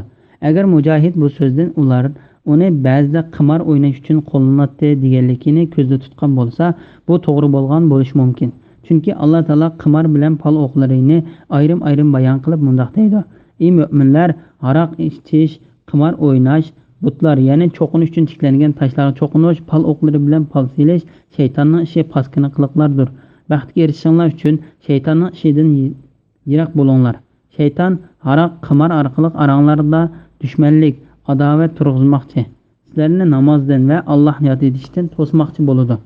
Sizlar endi aroqdan, qimardan yanmamsizlar. Sura Maida 90-91-oyatlar. Bu gunohdir. Ya'ni uni qilish fosiqlik, ozg'unlik, jaholat va shirkdir. Alloh taolo mu'minlarni o'z ishlarida arsalda bo'lib, qilib nima qilishni bilolmay qolganda, Alloh taologa ibodat qilib qilmoqchi bo'lgan ishlarining ichidagi o'zlariga foydali bo'lganini Alloh taoloning tanlab berishini talab qilib istixor silishga buyurgan. Bu vaqtda Imom Ahmad, Buxoriy, Abu Davud, Tirmiziy, Nasa'iy va Ibn Majah qatorliqlar Jabir ibn Abdullah radhiyallohu anhuning mundoq deganligini rivoyat qildi. Payg'ambar alayhissalom bizga har qanday bir ishda istixor silishni xuddi Qur'ondagi bir surani o'rgatgandek o'rgatgan edi. Va sizlar biror ish qilmoqchi bo'lib, u ish ustida boshqa tursanglar, farz namozdan boshqa 2 rakat namoz o'qib, ondan ey Alloh, men sening ilming bilan tanlab berishingni, o'z qudrating bilan qildirishingni hamda menga sening ulug' fazlingdan berishingni so'rayman, chunki sen qodir bo'la olaysan, men qodir bo'la olmayman. Sen bilasan, men bilmayman. Sen g'ayblarni bilguchidirsan. Ey Alloh, namoda sening ilmingda bu ishni qilmoqchi bo'lgan maqsadini ataydi. Mening dinim, dunyoliqim, turmushim va ishimning oqibatiga yoki hozirgi va keyingi ishlarimga desam bo'ladi. Yaxshilik bo'lsa, men uni qilishni nasib qilgin va men uni osonlashtirib bergin. Hamda u ishda men barakat ato qilgin. Navoda sening ilmingda bu ish menga dinimda, dunyoliqimda, turmushimda va ishlarimning oqibatida yomonlik bo'lgan bo'lsa, meni undan yiroq qilgin. U ishni mendan yiroq qilgin. Mayli qayerda bo'lmasin, men yaxshilik ato qilgin. Hamda meni shu yaxshi ishga rozi qilgin, danglar degan edi. Arabcha o'qilishi: Allohumma inni astakhiruka bi ilmika va astaqdiruka bi qudratika va aslamuka min fazlikal azim. فإنك تقدر ولا أقدر ولا تعلم ولا أعلم وأنت اللهم الغيوب. Musulmonlarning dinidan yenishidan kofirlar va shaytonning umidsizlanishi to'g'risida. Kofirlar bugun sizlarning dininglarni yo'qotishdan umidini uzdi. Bu oyatning ma'nosi haqida Ali ibn Abu Talha ibn Abbos radhiyallohu anhuning mundoq deganligini rivoyat qiladi. Ya'ni ular musulmonlarning dinidan yenishidan umid uzdi. Ata ibn Abu Rabah Sudi va Muqotil ibn Hayyan qatorliqlarmi bu vaqtda shundoq rivoyat qildi. Imom Muslim rivoyat qilgan hadisda mushu ma'no ta'kidlangan. Payg'ambar alayhissalom mundoq deydi: Shayton arab yerim oralidagi namoz o'qiydigan musulmonlarning o'ziga cho'qinishidan umidini uzdi. Lekin uning qilalaydigani musulmonlarning orasida fitna terib ziddiyat paydo qilishdir. Bu oyatda musulmonlarning sifatlari mushrik kofirlardan farqli bo'lg'achqa, kofirlar bu musulmonlarga o'xshayalishidan umidini uzdi degan ma'no maqsad qilingan bo'lishi mumkin. Shuning uchun Alloh taolo mo'min bandalariga faqat o'zlaridan qo'rqishga, kofirlarga zid va xilof ish qilishda tavranmay turib, sabr qilishga buyurib mundoq deydi: Ulardan qo'rqmanglar, mendan qo'rqinglar. Ya'ni ularga qarshilik qilishda ulardan qo'rqmay, mendan qo'rqinglar. Shunda qilsanglar, men sizlarni ularning Alloh ustidan g'alaba qildirib, sizlarning o'choqlarini elib beraman. Sizlarni dunyo va oxiratda ulardan ustun qilaman. Islom dinining to'liq mukammal qilinishi to'g'risida. Bugun sizlarning dininglarni butun qildim. Sizlarga ne'matimni tamomladim. Islom dinini sizlarning dininglar bo'lishga tanladim. Bu oyatdagi ne'mat Alloh taolaning ularga dinni mukammal qilib berganligi. Bu ummatga bergan ne'matning eng kattasidir. Shun bu ummat boshqa bir dinga yoki boshqa bir payg'ambarga muhtoj bo'lmaydi. Shu sababdan Alloh taolo payg'ambarimiz Muhammad alayhissalomni payg'ambarlarning oxirgisi qilib bütün insonlarga va jinlarga avatgan. Shu Alloh taolo halol qilingandan boshqa halol yo'q va harom qilgandan boshqa harom yo'q. Yo'lga qo'yilgan shariatdan boshqa shariat yo'q. U xabar bergan barliq narsalar rost va haqdir. Uningda yolg'onchilik yoki bo'lmay qolmaydigan ish yo'qdir. Alloh taolo bu vaqtda mundoq deydi: Parvardigoringning so'zi nihoyat rostdir, nihoyat to'g'ridir. Sur An'am 115-oyatning bir qismi. Ya'ni bergan xabarlarda rostchil, buyruq cheklamalarida adildir. Alloh taolo bandalariga dinni mukammal qilib berish orqali ularga bergan ne'matini to'liqlab berdi. Bugun sizlarning dininglarni butun qildim. Sizlarga ne'matimni tamomladim. Islom dinini sizlarning dininglar bo'lishga tanladim. Ya'ni sizlarmi u dinni qabul qilib, u dinning o'zinglarning dini bo'lishga rozi bo'ldinglar. Chunki u din Alloh o'zi yaxshi ko'rgan va rozi bo'lgan, uning bilan payg'ambarlarning eng kattasi bo'lgan payg'ambari Muhammad alayhissalomni avatgan ham u din orqali kitoblarning eng kattasi bo'lgan Qur'on Karimni nozil qilgandir. Imom Ibn Jarir Harun ibn Antaraning dadasining mundoq deganligini rivoyat qiladi. Hajji akbar, ya'ni vidolashish hajji kuni Alloh taolaning bugun sizlarning dininglarni butun qildim, sizlarga ne'matimni tamomladim, islom dinini sizlarning dininglar bo'lishga tanladim degan oyati nozil bo'lganda Umar radhiyallohu anhu yig'lab ketdi. Payg'ambar alayhissalom sen nima uchun yig'ilding dedi. Umar har qanday narsa to'liqlangandan keyin kemishga qarab mangdi. Bizning dinimizmi endi to'liqlandi, shuning uchun yig'ildim dedi. Payg'ambar alayhissalom rost aytding dedi. Bu mazmunni payg'ambar alayhissalomning islom g'ariblik bilan boshlangan, g'ariblik bilan oxirlashidi. Shu g'ariblarga jannat bilan xush muborak bo'lsin degan hadisi kuchlantirdi. İmam Ahmed Tarix ibn Shihabning mundoq deganligini rivoyat qiladi. Yahudiylardan bir kishi Umar radhiyallohu anhuning yoniga kelib, "Ey mu'minlarning boshlig'i, sizlarning kitobingizda shundoq bir oyat borki, namoda shu oyat biz yahudiylarga tushgan bo'lsa, shu oyat tushgan kunni biz bayram kuni qilib olatdik" dedi. Umar "U qaysi oyat?" deb so'radi. Ya'ni Yahudi u "Bugun sizlarning dininglarni butun qildim, sizlarga ne'matimni tamomladim. Islom dinini sizlarning dininglar bo'lishga tanladim" degan oyat dedi. Umar Alloh taolaning nomi bilan qasamki, men bu oyatning qaysi kuni, qaysi vaqtda tushganligini bilaman. Bu oyat Arafat kuni kechqurunda tushgan edi. U dal juma kuni edi dedi. Umar radhiyallohu anhuning maqsadi bu oyat Arafat va juma kunidan iborat musulmonlarning ikki ulug' bayram kunida tushdi demoqchi.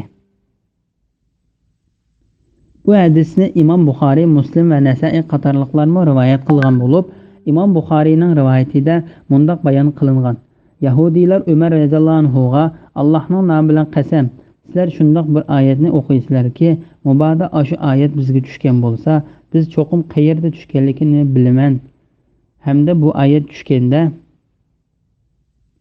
biz cho'qim shu oyat tushgan kunni bayram qilib olatdiq deyishdi. Umar buni anglab, men bu oyatning qachon qayerda tushganligini bilaman hamda bu oyat tushganda payg'ambar alayhissalomning qayerda ekanligini obdan bilaman. Bu oyat Arafat kuni tushgan edi. Allohning nomi bilan qasam qilamanki, men shu chaqda Arafatda edim dedi. Bu oyatning vidolishi hajjida Arafat kuni Arafat tog'ida tushganligiga, bu kunning dal juma kuni ekanligida butkul olimlarning orasida ixtilof yo'q. Zaruriyat bo'lib qolganda yeyish cheklangan hayvonlarning go'shtini yesa bo'ldiganligi to'g'risida.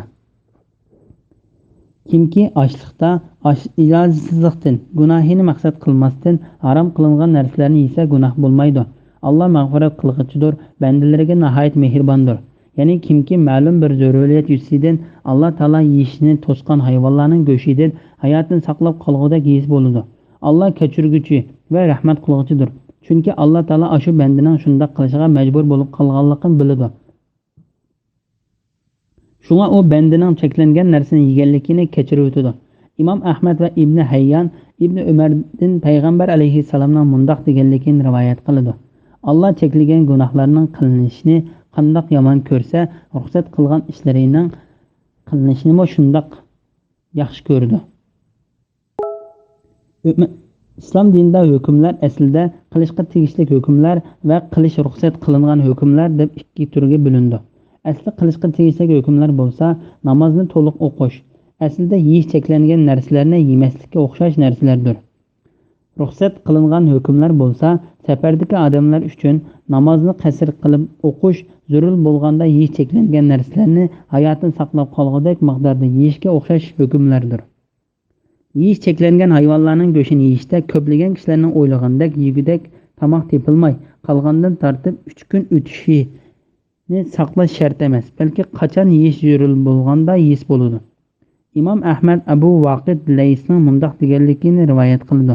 Ba'zi kishilar payg'ambar alayhissalomdan: "Ey Allohning payg'ambari, biz qahatchilik yuz bergan joyda yashaymiz. Biz qanday ahvol ostida o'lib qolgan hayvonning go'shtini yesak bo'ladi?" deb so'ragan edi. Payg'ambar alayhissalom: "Adigan va oqshomlarda tamoqsiz qolsanglar va yegidek o't-cho'p topolmay qolsanglar, o'lib qolgan hayvonning go'shtini yesanglar bo'ladi" dedi. Gunohni maqsad qilmasdan harom qilingan narsalarni yesa gunoh bo'lmaydi. Ya'ni gunoh o'tkazmagan holatda deganlikdir. Demak, Alloh gunoh ish qilmagan holatda och qolg'uchiga yeyish cheklangan hayvonlarning go'shtini yeyishga ruxsat qilgan, lekin gunoh ish qilg'uchiga ruxsat qilindi demagan. Bu vaqtda Alloh taolo mundoq deydi: kimki o'z ixtiyoricha emas, ilojsizlikdan, yuqorgi harom qilingan narsalardan hayotini saqlab qolg'uda yesa, uningga hech gunoh bo'lmaydi. Haqiqatan Alloh nihoyat mag'firat qilg'ichidir, nihoyat mehribondir. Sura Baqara 173-oyatning bir qismi. Bu oyat gunoh ish uchun safarga chiquvchilarga bu ruxsat berilmaydi deguchilar o'zlarining ko'z qarishiga dalil qilib keltirgan Alloh taolaning ruxsat qilishdan iborat rahmati gunoh ish qiluvchilarga qartilmaydi. Mushu xil qarashdagilarning fikricha Alloh taolaning yeyish cheklangan narsalarni yeyishga zaruriyat asida ruxsat qilishi Alloh taolaning bandalariga qilgan rahmati. Lekin bu ruxsat musulmon podshohlarga qarshi turib, musulmonlar to'pidan ayrilib, tog'larga safar qiluvchilarga, bulongchilik uchun safar qiluvchilarga va yoki Alloh taolaning cheklagan harom tijorat uchun safarga chiquvchilarga ruxsat qilinmaydi. Ya'ni bir xil ko'z qarashli olimlar dinni saqlab qolgudek miqdorda yeyishdan oshirib etmaslar, mayli u kishi qaysi xil safarda bo'lmasin, yeyish durust bo'ladi deb qaraydi. Alloh taolo bandalariga osonlashtirish uchun ruxsat qilib bergan ishlarning amaliylashisini yaxshi ko'rdi.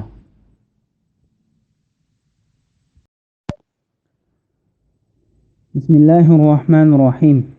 Ey Muhammad, ular sendan o'zlariga yemak-ichmakdan nimalarni halol qilinganligini so'raydi. Aytqinki, sizlarga pok narsalar va it, qarchiga, qushga o'xshash shikarga o'tilgan, sizlar Allohning o'zinglarga o'rgatgani bo'yicha o'rgatgan ovchi jonivorlarning shikar qilgan narsalari halol qilindi. Ularning sizlar uchun ovlagan narsalaridan yanglar. Ovchi jonivorlarni shikarga qo'yib bergan chig'inglarda Allohning nomini yod qilinglar. Ya'ni bismillah danglar. Allohning amriga muxolifatchilik qilishdan saqlaninglar. Alloh haqiqatan tez hisob olg'uchidir. Sura Maide 4-oyat to'g'risida. Halol narsalarning bayoni to'g'risida. Allah yuqorqi oyatlarda yeguvchilarning diniga va salomatligiga ziyonli bo'lgan harom narsalarni bayon qilgandan keyin zarur bo'lib qolganda u narsalardan hayotini saqlab qolgudek miqdorda yeyishga ruxsat qilganligini bayon qilgan edi. Alloh taolo bu vaqtda mundoq deydi: Zururiyat bo'lmoqcha yeyish harom qilingan narsalarni Allah sizlarga ochiq bayon qilgan tursa, Allohning ismini aytilib bo'g'izlangan hayvonlarni nemish yemaysizlar? Nurg'un kishilar nafs xohishiga ergishib, bilmasdan boshqalarni haqiqatan ozdirdi. Sura An'am 119-oyatning bir qismi. Ey Muhammad, ular sendan o'zlariga yemak-ichmakdan nimalarning halol qilinganligini so'raydi. Aytqinki, sizlarga pok narsalar halol qilindi. A'rof surasida ummatiga pok narsalarni halol qilib berish va nopok narsalarni harom qilish Payg'ambar alayhissalomning sifatlaridan ekanligi bayon qilingan.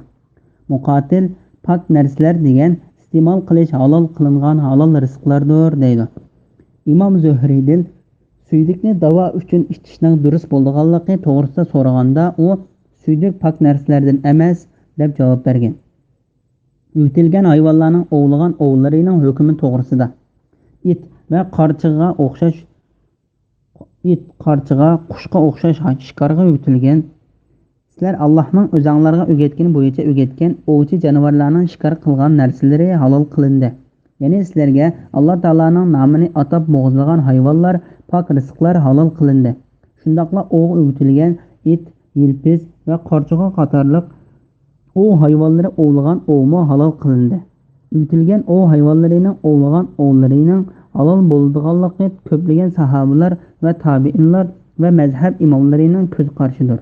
Bu oyatning ma'nosi haqida Abu Talha ibn Abbos radhiyallohu anhuning mundoq deganligini rivoyat qilindi. Uyutilgan o hayvonlarining ichiga it va yilpizga o'xshash hayvonlar, burkut va qarchig'aga o'xshash qushlar kirdi. Bu vaqtda Haysama, Tavus, Mujahid, Makhul va Yahya ibn Abu Kasir qatorliqlardan shundoq rivoyat qilingan. Imom ibn Jarir Abdullah ibn Umar radhiyallohu anhuning mundoq deganligini rivoyat qildi. Shunqor va uningga o'xshash o'g'il yutilgan qushlar ovlagan hayvonni tirik holatda qo'lga tushirsang, uni bo'g'izlab yegin. O'lik bo'lsa yemagin. Lekin ko'pincha olimlarning ko'z qarashicha yutilgan ov qushi ovlagan ov bilan yutilgan it qatorliq hayvonlarning ovlagan ovi o'xshashdir. Chunki it ovlagan ovni qanday qonunlar tutgan bo'lsa, qushmi shunday qonunlar tutadi. Bu vaqtda Imom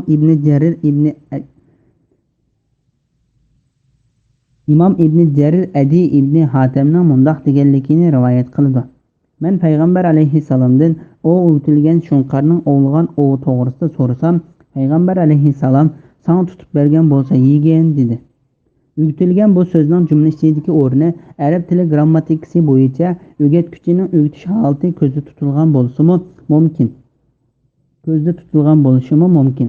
Yoki uyutilgan hayvonlarning o'rgatilgani bo'yicha tutish holati ko'zda tutilgan bo'lishi mumkin. Ikkinchi xil holat bo'yicha bo'lganda bu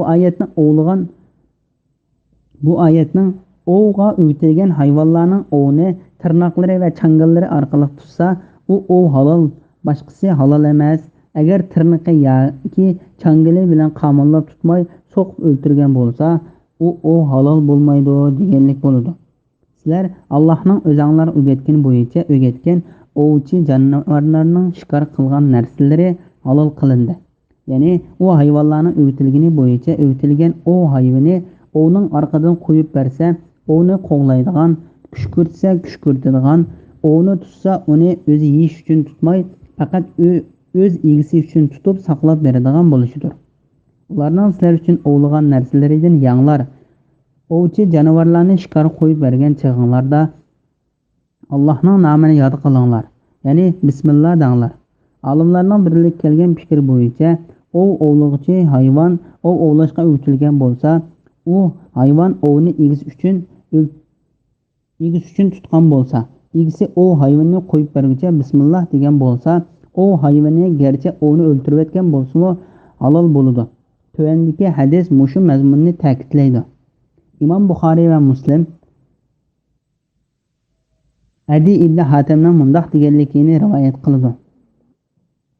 Men payg'ambar alayhissalomdan: "Ey Allohning payg'ambari, men o'tilgan ov itlarini ovga qo'yib bergicha Alloh taolaning nomini atab qo'yib beraman. Itlar ovlagan ovlarning hukmi qandoq bo'ladi?" deb so'radi. Payg'ambar alayhissalom: "Ovga o'tilgan itingni Allohning nomini atagan bo'lsang, u itlar sana tutib bergan ovni yegin" dedi. Men agar u itlar ovni o'ltirib qo'ysa dedim. Payg'ambar alayhissalom: "Ovni tutishga boshqa bir itlarga qo'shilib qolmagan bo'lsa, o'ltirayotgan bo'lsin yesang bo'ladi. Chunki sen boshqa itga emas, dal o'zingning itiga bismillah deding." Men yana: "Ey Allohning payg'ambari, men ba'zida ushliq to'mirni itib ovni o'ltiraman" desam, payg'ambar alayhissalom to'mirni atganda uning uchi hayvonning badaniga teshib kirib, uni o'ltirgan bo'lsa yesang bo'ladi. Agar to'mirning yon tarafi tegib o'lgan bo'lsa yemagin, chunki u hayvon so'qilib o'lgan hayvonning qatoridan bo'ladi dedi. Imom Buxoriy va Muslimning yana bir rivoyatida mundaq deb bayon qilingan: "Itingni qo'yib berganda Alloh taolaning nomini atag'in. U it ovni sana tutib elib kelganda, u ov terik bo'lsa uni bo'g'izlab yegin. Agar ov o'lgan bo'lib uningdan yemagan bo'lsa, u ovni yegin. Chunki itning ovni tutishi bo'g'izligini hisoblandi." Yana boshqa bir rivoyatda mundaq deb kelgan: "Ovni it yegan bo'lsa, sen uni yemagin.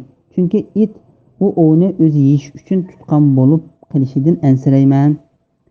Ovlug'uchi hayvonni qo'yib bergicha bismillah deyish to'g'risida. Ularning sizlar uchun ovlagan narsalaridan yanglar. Ovchi jonivorlarni shikarga qo'yib bergan chig'inglarda Allohning nomini yod qilinglar, ya'ni bismillah danglar. Ya'ni ovlug'uchi hayvonni ovning orqadan qo'yib berganda bismillah danglar deganlikdir. Bu vaqtda payg'ambar alayhissalom Adi ibn Hatim radhiyallohu anhuga: "Ovga o'tilgan itingni qo'yib berganingda Allohning nomini atagan bo'lsang, u it tutib kelgan ovni yesang bo'ladi." Imom Buxoriy va Muslimning Abu Su'laba radhiyallohu anhudan rivoyat qilgan hadisida mundaq bayon qilingan: "Itingni qo'yib berganingda Allohning nomini atag'in. O'qni atganda Allohning nomini atag'in. Ovchi jonivorlarni shikarga qo'yib bergan chig'inglarda Allohning nomini yod qilinglar, ya'ni bismillah danglar." Bu oyatning ma'nosi haqida Ibn Abbos radhiyallohu anhu mundaq deydi: "Itingni ovlashga qo'yib berganingda bismillah degin. Mubodo unutib qolsang hech vaqasi yo'q. Bu oyatdan yeganda bismillah desangmi bo'ladi deganlik maqsad qilingan" degan ko'z qarashmi bor. Imom Buxoriy va Muslim yeganda bismillah deyish to'g'risida payg'ambar alayhissalomning o'z tarbiyasida bo'lgan Umar ibn Abu Salamaga mundaq deganligini rivoyat qiladi: "Tamoq yeyishdan burun bismillah degin, o'ng qo'ling bilan yegin, oldingdan yegin." Imom Buxoriy Aisha radhiyallohu anhaning mundaq deganligini rivoyat qiladi: "Sahobalar: Ey Allohning payg'ambari, yangidan musulmon bo'lgan kishilar bizga yeyish uchun go'sht ilib keladi.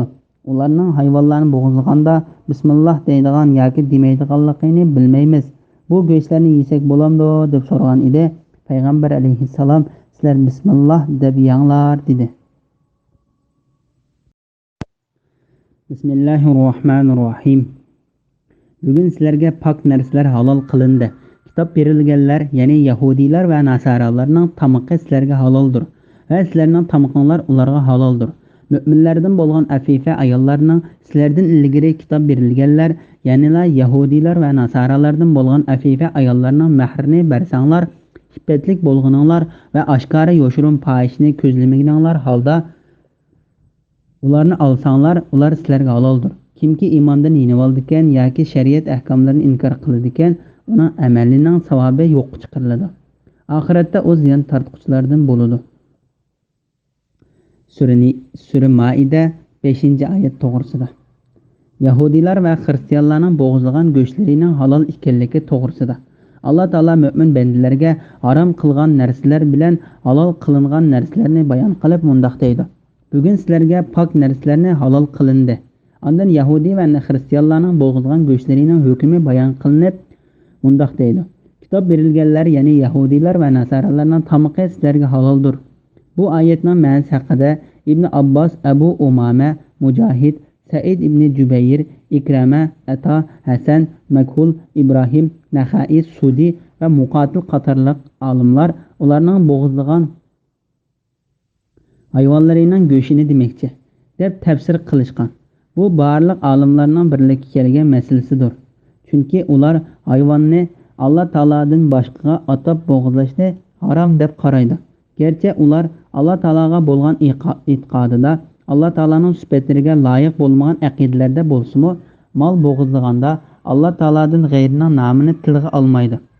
İmam Buxoriyning rivoyat qilgan hadisida Abdullah ibn Mug'affal mundoq degan: Xaybar jangida qo'y yig'i qachlangan bir tulum qo'limga tushib qoldi. Men bugun buningdan hech kimga bermayman dedim. Tuyuqsiz keyinga burilib qarsam payg'ambar alayhissalom kulimsirab turibdi. Faqihshunos olimlar bu hadisda lozim bo'lgan ahvol ostida qo'lga tushgan o'lchilardan taqsim qilishdan burun ishlasa bo'ladi degan yakunni chiqarishgan. Hadisning mazmunida shundoq ekanligini ko'rilishga bo'ladi. Ya'ni Hanafi, Shafi'i va Hanbali mazhabidagilar Maliki mazhabidagilarning Yahudiylarga harom qilingan yoqqa o'xshash narsalar musulmonlarga o'xshashlar harom deb qaraydigan qarshiga raddiya berishga mushu hadisni dalil qilib ko'rsatdi. Buningdan kuchliroq bo'lgan dalil shuki, Imom Buxoriy rivoyat qilgan bir hadisda mundaq bir voqealik bayon qilingan. Xaybar urushi kuni Yahudiylar payg'ambar alayhissalomga ko'p qilingan bir qo'yni sovg'a qilgan. Payg'ambar alayhissalom qo'yning qo'liga amroqlikdan bilgan Yahudiylar qo'yning qo'lini zaharlab qo'ygan. Payg'ambar alayhissalom qo'yning qo'lini ilib og'ziga solganda Alloh taolaning izni bilan uning zaharlanganligidan payg'ambar alayhissalomga xabar qilingan. Payg'ambar alayhissalom darhol tukurib etgan bo'lsa-mu, u zahardan qoldiqi payg'ambar alayhissalomning og'iz tishlarigacha ta'sir qilgan. Payg'ambar alayhissalomning yonida o'tirgan Bashir ibn Baro degan sahobami u qo'yning qo'lidan yegachga zaharlanib o'lib ketgan. Zaharni Zaynab ismli Yahudi ayol solgan bo'lib, u bu gunoh uchun o'limga hukm qilingan. Bu hadisdan ilinadigan dalil shuki, go'sh ilib kelinganda payg'ambar alayhissalomning ilib kelguchidan sizlar harom deb qaraydigan yog'larni ilib etdinglarmi deb so'ramasdan yeyish tamshalgandir. Va sizlarning tamg'onlar ularga haloldir. Ya'ni Yahudi va Xristianlar sizlar bo'g'izlagan hayvonlarning go'shtlarini yesa durust bo'ladi. Bu oyatda ularning shariatida sizlar bo'g'izlagan hayvonlarning go'shtlarini ularning yeyishi durust bo'ladi degan bir hukmni bizga xabar berish emasdir. Mubada buni xabar berish deb qaraganimizda ularning shariatida boshqa dindikilarning Alloh taolaning nomini tilga ilib bo'g'izlagan hayvonlarining go'shtlari ularga halol qilinganligidan iborat bir hukmni bizga xabar bermoqchi bo'lishi mumkin. Bu oyatning sizlar bo'g'izlagan hayvonlarning go'shini Yahudi Xristianlarning yeyishi durust bo'ladi degan qarashni bildirganligi kuchliroqdir. Ya'ni ular Alloh taolaning nomini atab bo'g'izlagan hayvonlarning go'shtlarini yeyish sizlarga durust bo'lganidek, sizlar bo'g'izlagan hayvonlarning go'shini ularning yeyishi durust bo'ladi. Bu biriga birini qaytirish usulidir. Abbos radhiyallohu anhu Makkadan Madinaga kelganda Abdullah ibn Ubay ibn Salul uningga o'zining tonini kiydirib qo'yganligi uchun Abdullah ibn Salul o'lganda payg'ambar alayhissalom o'zining tonini uningga kiydirib shu ton bilan yerlikka qo'yish orqali uning sovg'asini qaytargan. Ammo payg'ambar alayhissalomning faqat mu'min bilanla ham suhbat bo'l, tamoqni taqvodorlardan boshqa yegizma degan hadisi kelsak, shunda qilish mustahab va texim yaxshi deganlikni ko'rsatadi. Yahudi nasoralardan bo'lgan iffetlik ayollarga o'yinishning halolligi to'g'risida mu'minlardan bo'lgan afifa ayollarning, ya'ni iffetlik mu'min ayollarga o'yinish sizlarga halol qilindi deganlikdir. Bu oyatdan iffetlik ayollarning ko'zda tutilganligi ko'rinib turadi. Alloh taolo bu vaqtda mundoq deydi: ular oshkor zina qilmaydigan, yo'shirin oshni tutmaydigan afifa bo'lishlar kerak. Sura Nisa 25-oyatning bir qismi. Abdullah ibn Umar radhiyallohu anhuma Xristian ayollarga o'yinishni to'g'ri topmaydi va Maryam o'g'li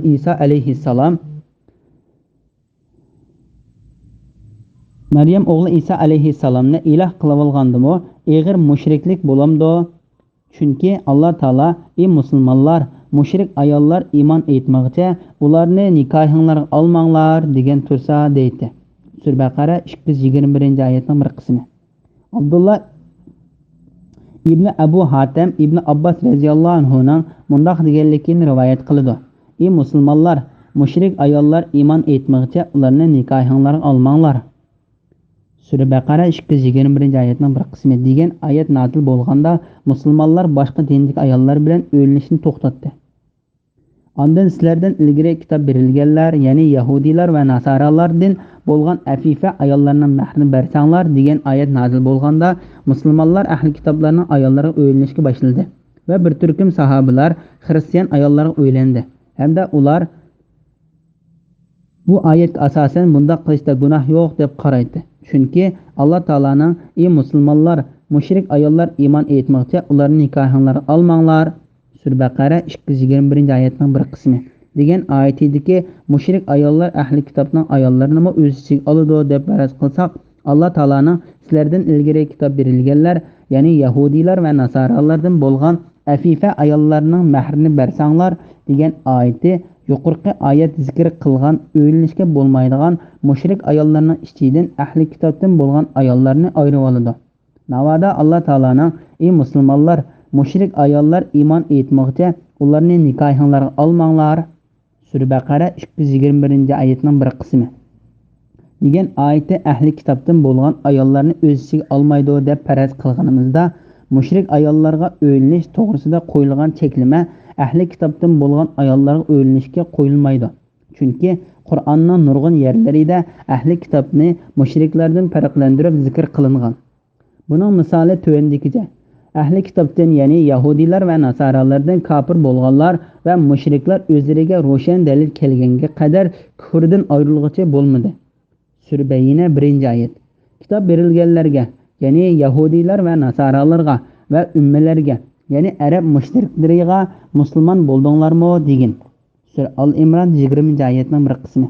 Afifa ayollarning mahrini bersanglar, ya'ni ularmi hur, iffetlik ayollar bo'lganligi uchun ahli kitobdan bo'lgan ayollarning mehrini rozimanlik bilan to'liq beranglar. Jabir ibn Abdullah, Amir Sha'bi, Ibrohim Naxai va Hasan Basri qatorliqlar agar bir kishi bir ayolni nikohiga ilib, uning bilan bir yerda bo'lishdan burun u ayol boshqa biri bilan fahish qilgan bo'lsa, u ikkisining oralig'idagi nikoh bekor qilinib, ayolga berilgan mehri to'liq qaytarib olindi deb fatvo bergan. Iffetlik bo'lganlar va oshkora yo'shurun fahishni ko'zlamaganlar holda ularni olsanglar, ular sizlarga haloldir. Ya'ni ayollarning iffetlik bo'lishi shart qilingandek, erlarning ham iffetlik bo'lishi shart qilingan. Oshkora yo'shurun fahishni ko'zlamaganlar, ya'ni buningdan gunoh o'tkazishdan yanmaydigan uchirg'anlar odam bilan fahish qilaveradigan kishilar ko'zda tutilgandir. Iffetlik bo'lganlar bu oyat ko'zda tutilgani, bu oyatda ko'zda tutilgani bo'lsa, faqat oshnalar bilanla fahish qildiganlardir. Bu vaqtda Sur Niso'da bayon qilingan edi. Bismillahirrohmanirrohim. Ey mu'minlar, sizlar tahoratsiz bo'lib namoz o'qimoqchi bo'lib turganlarda yuzinglarni yuvinglar, qo'linglarni jaynikanglar bilan qo'shib yuvinglar, beshinglarga masih qilinglar, putinglarni o'shqonlar bilan qo'shib yuvinglar. Agar junub bo'lsanglar poklaninglar, ya'ni g'usl qilinglar.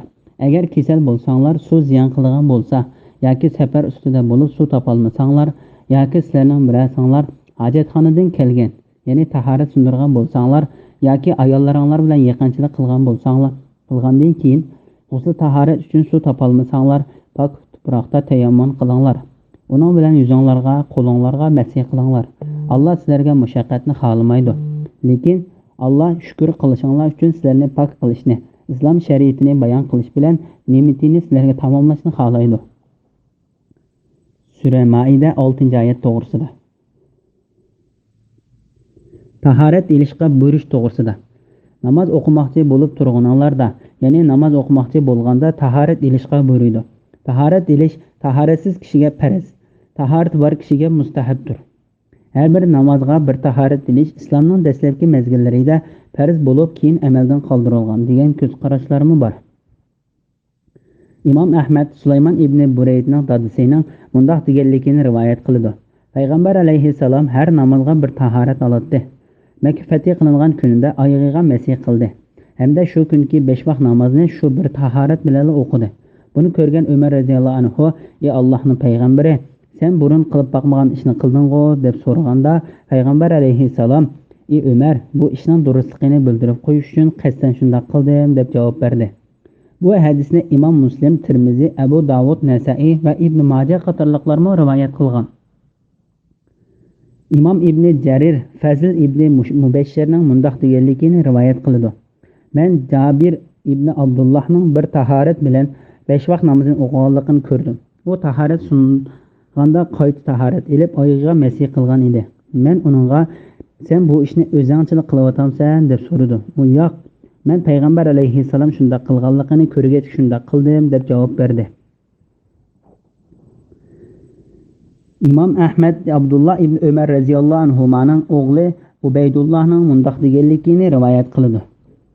Men dadam Abdullahdan mayli tahorat bo'lsin, bo'lmasin, nimaga asosan har bir namozga qaytadan tahorat olsan deb so'rsam, u Zayd ibn Xattobning qizi Asma Abdullah ibn Hanzalaning mundoq deganligini so'zlab bergan edi. Payg'ambar alayhissalom mayli tahorat bo'lsin yoki bo'lmasin, har bir namozga yangidan tahorat ilishga buyurilgan edi. Bu ish uningga ig'ir kelibdi. Har bir namozga misvak ishlatishga faqat tahorat sungandilar. Tahorat ilishga buyurildi. Abdullah ibn Umarning o'g'li Ubaydullah, dadam har bir namozga yangidan tahorat ilish ig'ir kelmaydi deb qarab, toki vafot bo'lguncha shunday qildi deydi. Ko'plagan olimlarning qarashicha Abdullah ibn Umarning bu ishni toki vafot topguncha davomlashtirishi bu ishning mustahab ekanligini ko'rsatadi. imom Abu Davud Abdullah ibn Abbosning mundoq deganligini rivoyat qiladi. Payg'ambar alayhissalom xaladan chiqqanda oldiga tomoq keltirildi. Ba'zilar tahorat ilishing uchun suv keltiraymi deganda Payg'ambar alayhissalom men faqat namozga turmoqchi bo'lganda tahorat ilish buyurildim deb javob bergan. imom Muslim Abdullah ibn Abbos radhiyallohu anhuning mundoq deganligini rivoyat qiladi. Biz Payg'ambar alayhissalom bilan birga edik, u xaloq berib kelgandan keyin tomoq keltirildi. Biz Allohning payg'ambari tahorat almamlar desak, Payg'ambar alayhissalom men hozir namoz o'qimaydigan tursam, nimish tahorat olgudekman dedi. Tahorat olganda niyat qilish va bismillah deyish to'g'risida. Ey mu'minlar, sizlar tahoratsiz bo'lib namoz o'qimoqchi bo'lib turganinglarda yuzinglarni yuvinglar. Bu oyatni oz bir qism ulamolar tahorat ilishga niyat qilishning farz ekanligiga dalil qilishgan.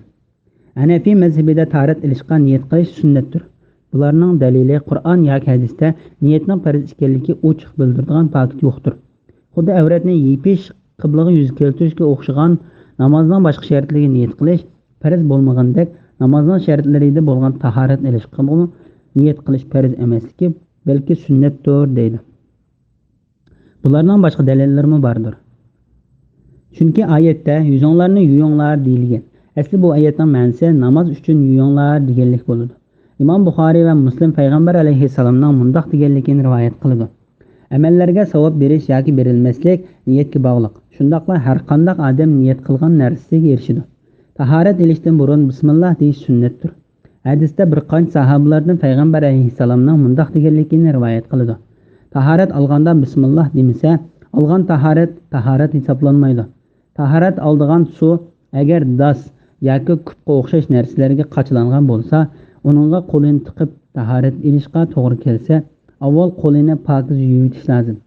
Bo'libmi uyqudan uyg'onganda shunday qilish kerak.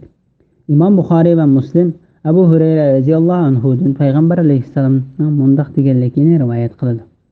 Sizlarning biringlar uyqusidan uyg'onganda qo'lini 3 qitim yuvitmekcha qat'iy suvga tiqmasin.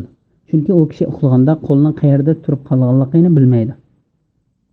Yuzini yuvish masalasiga kelsak, yuzining yuviladigan doirasi fiqhshunos olimlarning qarashicha boshning choch ungan joyidan tartib toki inyakgacha va 2 quloqgacha bo'lsin. Agar taqirbosh odam bo'lsa yoki peshonasiga choch ungan odam bo'lsa, tahorat olganda odatdagi odamlarning choch ungan yerini o'lcham qilib yuvadi. Soqolni aralash to'g'risida imom Ahmad Abu Va'ilning mundoq deganligini rivoyat qiladi. Men Osmonning tahorat olganligini, yuzi yuvganda soqolni 3 qitim aralaganligini, qo'lini ho'l qilib soqolning orasini silashini ko'rdim. U men Payg'ambar alayhissalomning mushundaq qilganligini ko'rgan edim dedi. Tahoratning qandoq ilindiganlik to'g'risida imom Ahmad Abdullah ibn Abbos radhiyallohu anhuning mundoq qilganligini rivoyat qiladi. Abdullah tahorat olganda oldi bilan qo'lni yuvdi. Ondan og'ziga suv elib chayqab bo'lib, burniga suv oldi. Ondan yuzini yuvdi. Ondan o'ng qo'lini jaynikiga yuvdi. Ondan so'l qo'lini jaynikiga yuvdi. Ondan beshig'i masih qildi. Ondan o'ng putini yuvdi. Ondan so'l putini yuvib bo'lgandan keyin men payg'ambar alayhissalomning mushundoq tahorat olganligini ko'rgan dedi. Bu hadisni Imom Buxoriy rivoyat qilgan. Qo'linglarni jaynikanglar bilan qo'shib yuvinglar. Ya'ni qo'linglarni yuvganda jaynikanglar bilan qo'shib yuvinglar. Tahorat olg'uchi qo'lini yuvganda jaynikining ustini qo'shib yuvish mustahabdir. Bunun dalili İmam Buxoriy va Muslim Abu Hurayra radhiyallohu anhudan payg'ambar alayhissalomning bundoq deganligini rivoyat qildi. Qiyomat kuni mening ummatim tahorat olganlikdan yuzlari va qo'llari otning qashqisidek nurli qoldi keladi. Kimki nurli yerlarini kengaytsa, kengaytsin. İmam Muslim Abu Hurayra radhiyallohu anhuning bundoq deganligini rivoyat qildi. Men do'stim payg'ambar alayhissalomning bundoq deganligini angladim. Tahoratning suyi qayergacha borgan bo'lsa, mu'minning qiyomat kunidagi zinnati shu yergacha bo'ladi. Beshinglarga masih qilinglar. Imom Buxoriy va Muslim Amr ibn Yahya Mazinning dadasining bundoq deganligini rivoyat qildi. Bir kishi Amr ibn Yahyaning cho'ng dadasi va payg'ambar alayhissalomning sahobalaridan bo'lgan Abdullah ibn Zayddan menga payg'ambar alayhissalomning qanday tahorat olganligini amaliy bilan ko'rsatib qo'ya olamsan deb so'radi. Abdullah o kishiga ma'qul bo'lib tahorat suvi keltirdi. Qo'lni 2 qatimdan yuvdi. Ondan og'zini 3 qatim chayqadi. Burniga 3 qatim suv oldi. Ondan yuzini 3 qatim yuvib bo'lib, qo'llarini jaynikigacha 2 qatim yuvdi. Qo'lini yo'l qilib beshini peshonasi tarafdan gadinigacha, ondan gadindan peshonasigacha sildi. Ondan putini yuvdi. Payg'ambar alayhissalomning mushundoq tahorat olganligi Ali va Miqdod qatorliq sahobalardan rivoyat qilingan. Bu hadis boshning hamma yerga to'liq masih qilishning farzligini ko'rsatadi. Abdurazzaq Hamran ibn Abbosning mundoq deganligini rivoyat qildi. Men Osman ibn Affonning mundoq tahorat olganligini ko'rgan edim. U qo'lini 3 qatim yuvdi, ondan og'zini chayqab burniga suv oldi. Ondan yuzini 3 qatim yuvdi. Ondan o'ng qo'lini jaynikigacha 3 qatim, so'l qo'lini jaynikigacha 3 qatim yuvdi. Ondan beshig'i masih qilib bo'lib, o'ng putini 3 qatim, so'l putini 3 qatim yuvdi. Men payg'ambar alayhissalomning xuddi men hozir olgandek tahorat elib bo'lib, mundoq deganligini angladim. Kimki mening mushundoq tahorat olganimdek tahorat elib, ondan hech narsani o'ylamay 2 rakat namoz o'qisa, barliq gunohlari kechiriladi. Bu hadisni Imom Buxoriy va Muslim rivoyat qilgan. Abu Davudning hadis kitobida Osman radhiyallohu anhuning tahorat elishi bayon qilinib kelgan hadislarda beshig' bir qatim masih qildi deb kelgan. Yuqorida hadislarda tahorat olganda ba'zi a'zolarning yuvilish qitim sonining o'xshash bo'lmasligi, shu a'zolarni yuvish qitim sonini farqlantirib yuvish kerak bo'lmasdan tahorat olgan suvning oz ko'pligiga qarta ilinganligidir. Asli tahorat olganda a'zolarni bir qatim yuvish farz, 2 qatim yuvish sunnat bo'ladi. Suv 3 qatimga yetmasa 2 qatim yoki 1 qatim yuvsin bo'ladi. Yuqorqi hadislarda bayon qilingan a'zolarning yuvilish qitim sonining o'xshash bo'lmasligi zarur bo'lganda shundoq yuvishga bo'ladiganligini bildirib kelgandir. Putini yuvishning farzligi to'g'risida. Putinglarni o'shqonlar bilan qo'shib yuvinglar. Ko'pincha salaf olimlarining ko'z qarashida putni yuvish farzdir. Shia mazhabidagilar va nihoyat oz bir qism salaf olimlari bu oyatning yana bir xil o'qilish uslubidan oyoq kiygan yalang'och oyoq put yuvilmay masih qilindi degan hukmni chiqardi. Lekin to'g'risi putni yuvishdir. Putni yuvishning farzligini bayon qilib kelgan hadislar. Yuqorida Osman va Ali radhiyallohu anhumani qatorliq sahobalardan qilingan rivoyatlarda payg'ambar alayhissalomning tahorat olganda putini 1 qatim, 2 qatim yoki 3 qatim yuvganligi bayon qilinib keldi. Oyatning bir qismi. Imom Buxoriy va Muslim Abdullah ibn Amr radhiyallohu anhuning bundoq deganligini rivoyat qildi. Bizning bir qatimliq safarimizda payg'ambarimiz alayhissalom orqamizda qilib qoldi. Biz asr namoziga tahorat ilib putlarimizni yuvayotgan vaqtimizda payg'ambar alayhissalom yetib keldi va bizga tahoratni to'liq ilinglar, to'liq yuyilmagan tapanning orqasi o't azobida qoladi dedi. Bu hadisni Imom Buxoriy bilan Muslim va Abu Hurayra radhiyallohu anhudan rivoyat qilgan. Bayhaqi va Hakim rivoyat qilgan hadisda payg'ambar alayhissalom mundoq degan: "Tapanning orqasi va putning osti o't qoladi." Imom Muslim Umar ibn Xattob radhiyallohu anhu mundoq deganligini rivoyat qiladi: Bir kishi tahorat ilib putidan tirnoqchilik joyi yuyilmaganda payg'ambar alayhissalom buni ko'rib qayta tahoratini to'liq olgan dedi. İmam Beyhaqi Anas ibn Malik radhiyallohu anhuning mundoq deganligini rivoyat qiladi. Bir kishi tahorat ilib payg'ambar alayhissalomning yoniga keldi. Payg'ambar alayhissalom uning putidan tirnoqchilik bir joyining yuyilmay qolganligini ko'rib, u kishiga qaytib tahoratini to'liq ilib kel dedi. Ya'ni İmam Ahmad payg'ambar alayhissalomning ba'zi ayollarining mundoq deganligini rivoyat qiladi. Payg'ambar alayhissalom namoz o'qiyotgan bir odamning putidan tengichilik bir joyining yuyilmay qolganligini ko'rib, uni tahoratni qayta ilishga buyurdi. İmam Abu Davud rivoyat qilgan hadisda tahorat ilishga va namozni qaytadan o'qishga buyurdi deb bayon qilingan. Barmoqlarining orasini yuvishga buyurganligi to'g'risida. Hamronning Osmon radhiyallohu anhudan payg'ambar alayhissalomning tahoratni qanday olganligini bayon qilgan hadisida payg'ambar alayhissalom barmoqlarining orasini aralab sildi deyilgan. Tirmizi, Abu Davud, Nasa'i va Ibn Majah qatorliqlar Luqayd ibn Subiriyning mundoq deganligini rivoyat qildi. Men payg'ambar alayhissalomga "Ey Allohning payg'ambari, menga tahorat ilish haqida so'zlab bergan" dedim. Payg'ambar alayhissalom menga "Tahoratni to'liq ol, barmoqlaringni aralab sila. Ro'z tutmagan chaqda suvni burningga to'liq ilib qattiq mishqirgan" dedi. Ikki o'tga masih qilish to'g'risida İmam Ahmad Aviz ibn Abu Avisning mundoq deganligini rivoyat qildi. Men payg'ambar alayhissalomdan tahorat olganda ikki oyog'iga masih qilib, ondan namozga turganligini ko'rdim. Abu Davudmi Aviz ibn Abu Avis radhiyallohu anhuning mundoq deganligini rivoyat qildi. Men payg'ambar alayhissalomning xala joyga kelib kichik tahorat qilgandan keyin tahorat olganda ikki putiga masih qilganligini ko'rdim. İmam Ahmad Jarir ibn Abdullah Bajali radhiyallohu anhuning mundoq deganligini rivoyat qildi. Men Maida surasi nozil bo'lgandan keyin musulmon bo'ldim. Musulmon bo'lgandan keyin payg'ambar alayhissalomning oyog'iga masih qilganligini ko'rdim. İmam Buxoriy, İmam Muslim Hammomning mundoq deganligini rivoyat qildi. Jarir kichik tahorat qilib bo'lib tahorat olganda ikki o'tkiga masih qildi. Uningga mushunda qilamsan deyilganda u ha, men payg'ambar alayhissalomning kichik tahorat qilib bo'lib tahorat olganda ikki oyog'iga masih qilganligini ko'rgan edim dedi.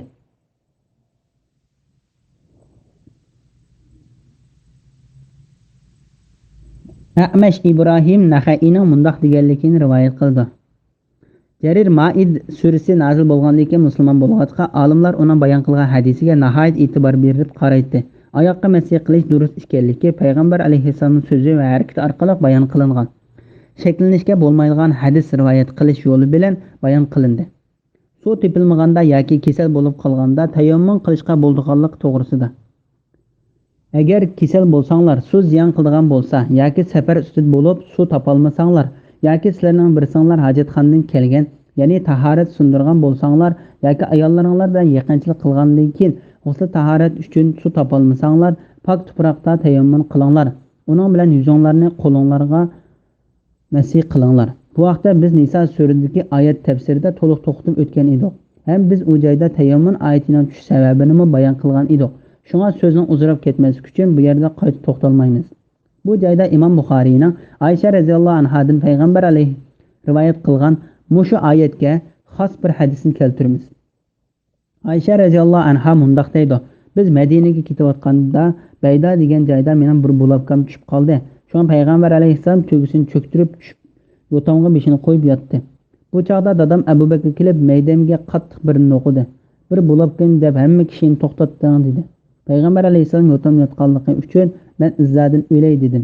Dadamning meni o'qigan yeri qattiq og'rib ketgan edi. Keyin payg'ambar alayhissalom uyg'ondi. Tongmi otdi.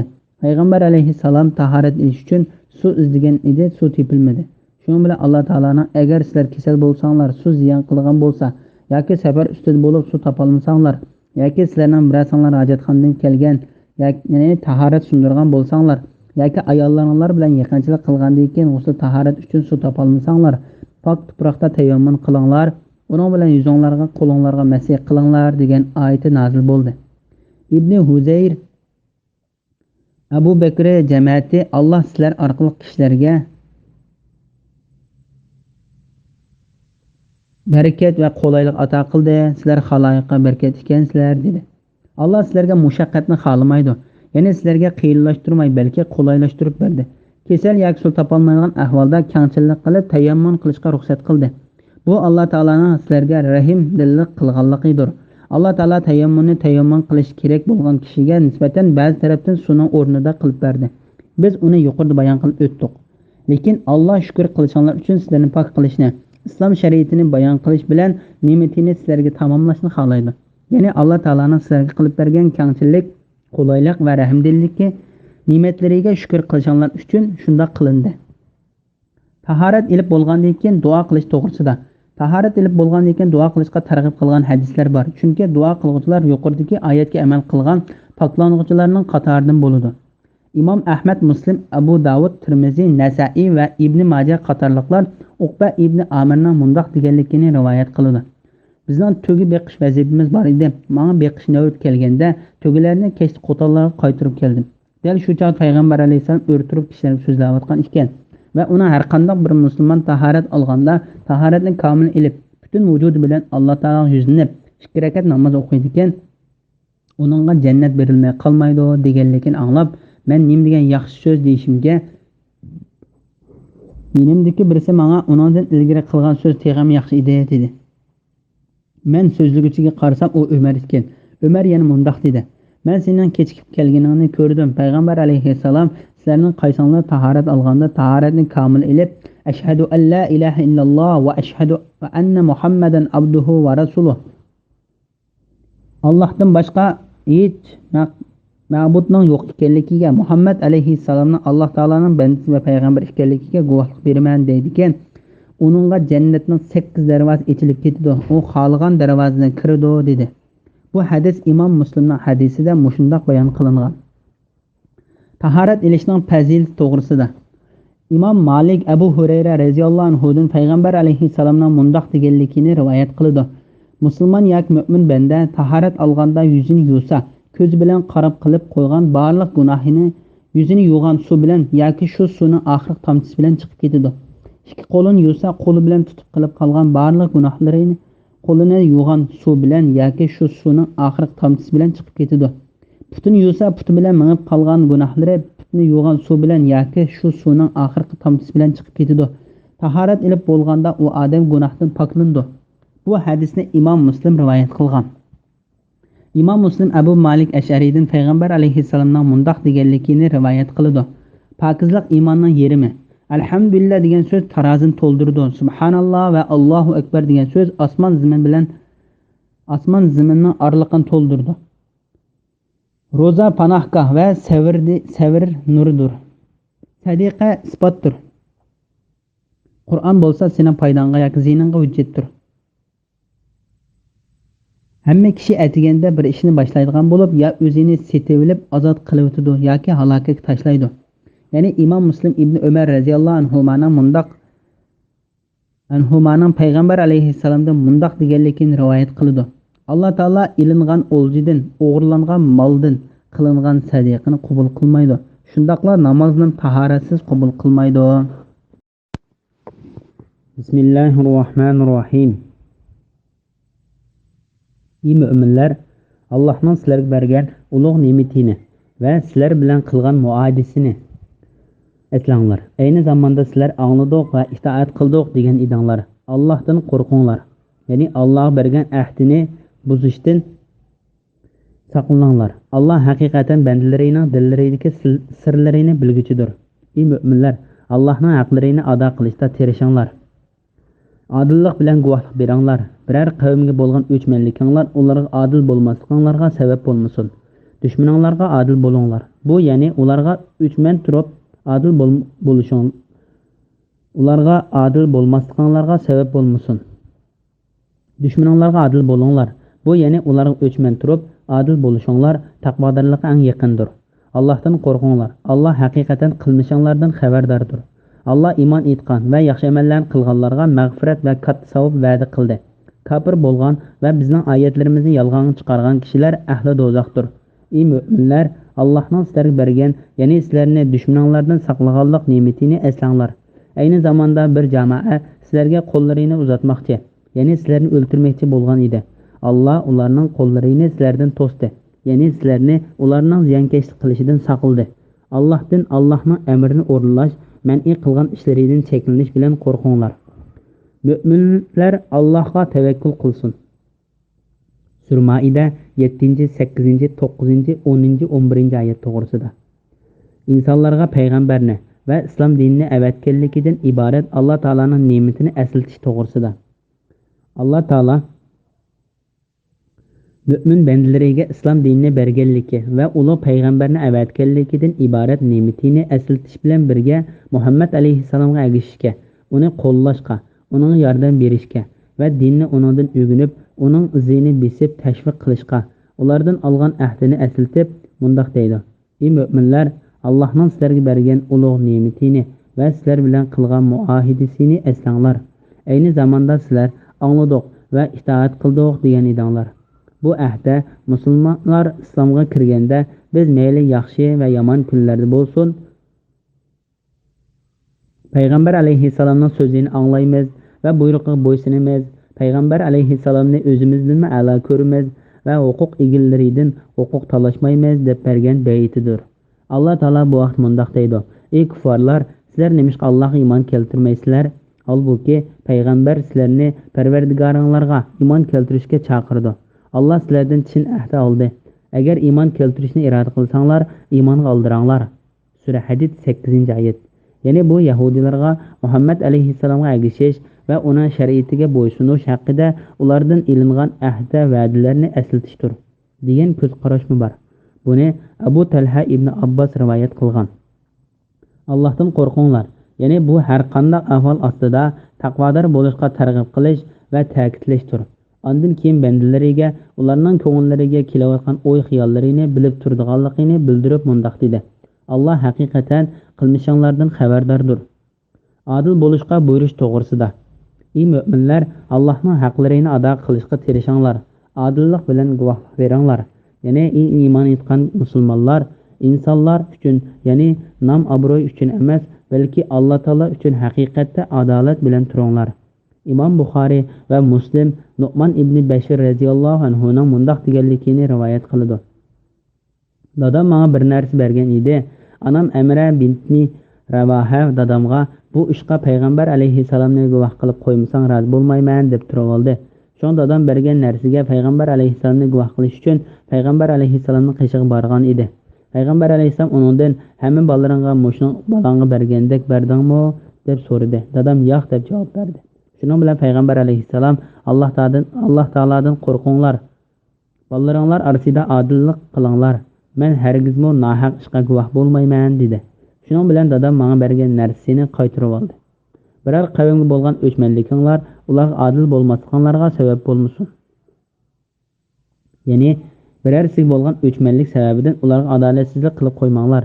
Mayli do'st bo'lsin yoki dushman bo'lsin, har qanday odamga adil muomala qilinglar. Dushmanlarga adil bo'linglar. Bu ya'ni ularga o'chman turib adil bo'lishinglar taqvodorlikqa eng yaqindir. Ya'ni adillik bilan muomala qilishinglar adolatsizlik qilishinglarga qaraganda taqvodorlikqa bekrak yaqindir. Allohdan qo'rqinglar. Alloh haqiqatan qilmishinglardan xabardordir. Ya'ni Alloh taoladan qo'rqinglar. U cho'qim sizlarning qilgan yaxshi ishinglarga yaxshilikcha, yomon ishinglarga yomonlikcha savob yoki jazo berdi. Alloh iymon etgan va yaxshi amallarni qilganlarga mag'firat va katta savob va'da qildi. Ya'ni sizlardan iymon etib yaxshi amallarni qilganlarga gunohlarini kechirib jannat ato qilishni va'da qildi. Ular jannatga qilgan yaxshi amallari bilan emas, balki Alloh taolaning rahmati bilan keladi. Lekin Alloh taolo ularning yaxshi amallarini o'zining rahmati, marhamati, roziligi va kechirishiga sababchi qildi. Shunga hamma narsa Alloh taolo tarafidan berilgan in'omdir. In'om qilish fazilmu Alloh taolo tarafidandir. Barliq hamd sana va minnatdorlik Alloh taologa xosdir. Kafir bo'lgan va bizning oyatlarimizni yolg'on chiqargan kishilar ahli do'zaxdir. Ya'ni Alloh taoladan tangan va Alloh taolaning oyatlarini yolg'on chiqarganlar do'zax ahlidir. Mana bu Alloh taolaning adilligi, hikmati va kichikkinami zulm qilmaydigan adil hukmidir. Alloh taolo bir din, bir adil hukm qiluvchi ekanlik, hikmatlik va qudratli zotdir. musulmonlarning kofirlarning ziyonkashligidan qo'g'dab qolganlikning Alloh taolodan berilgan bir ne'mat ekanligi to'g'risida. Ey mo'minlar, Allohning sizlarga bergan, ya'ni sizlarni dushmanlardan saqlaganlik ne'matini eslanglar. Ayni zamonda bir jamoa sizlarga qo'llarini uzatmoqchi, ya'ni sizlarni o'ltirmoqchi bo'lgan edi. Alloh ularning qo'llarini sizlardan to'sdi, ya'ni sizlarni ularning ziyonkashlik qilishidan saqladi. Bu oyatning nozil bo'lish sababi to'g'risida Imom Abdurazzoq Jabir radhiyallohu anhuning mundoq deganligini rivoyat qiladi. Payg'ambar alayhissalom safarda bir joyga kelib tushdi. Qo'shin tikanlik daraxtlarning orasida saydash uchun tarqalib ketdi. Payg'ambar alayhissalomga qilchin daraxt esib qo'ygan edi.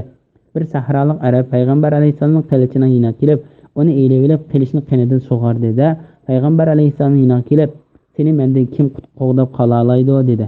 Payg'ambar alayhissalom ulug' va katta Alloh deb javob berdi.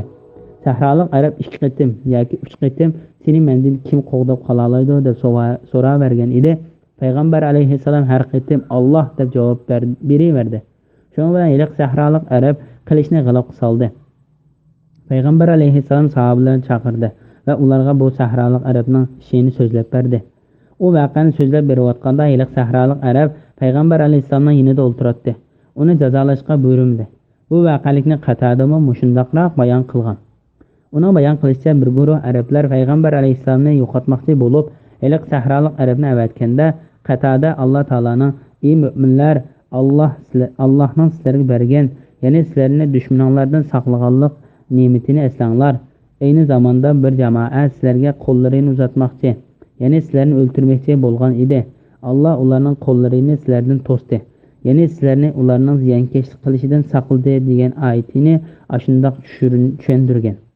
U sahrolik arabning ismi G'avras ibn al-Haris bo'lib, buning voqealigi Imom Buxoriyning kitobida bayon qilingandir.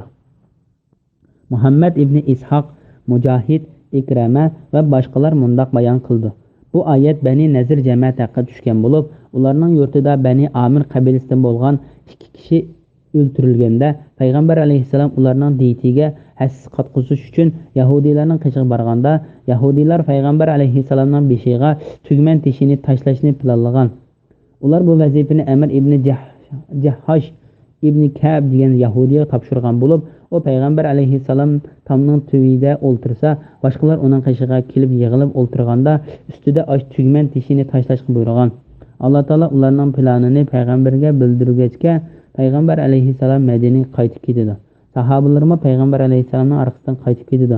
Shuning bilan Alloh taolo bu voqealik haqida musha oyatni nozil qilgan.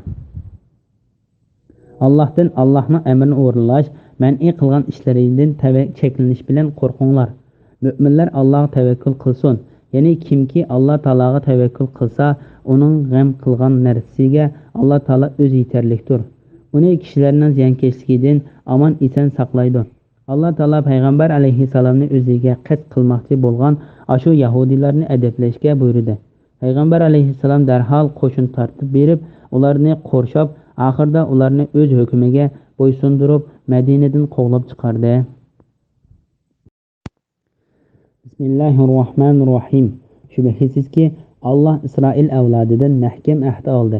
Ularning orasidan yana 12 aymoqning har birisidan birdan 12 boshliqni kepillik uchun jabbarlarga, ya'ni amaliqlarga avatdiq.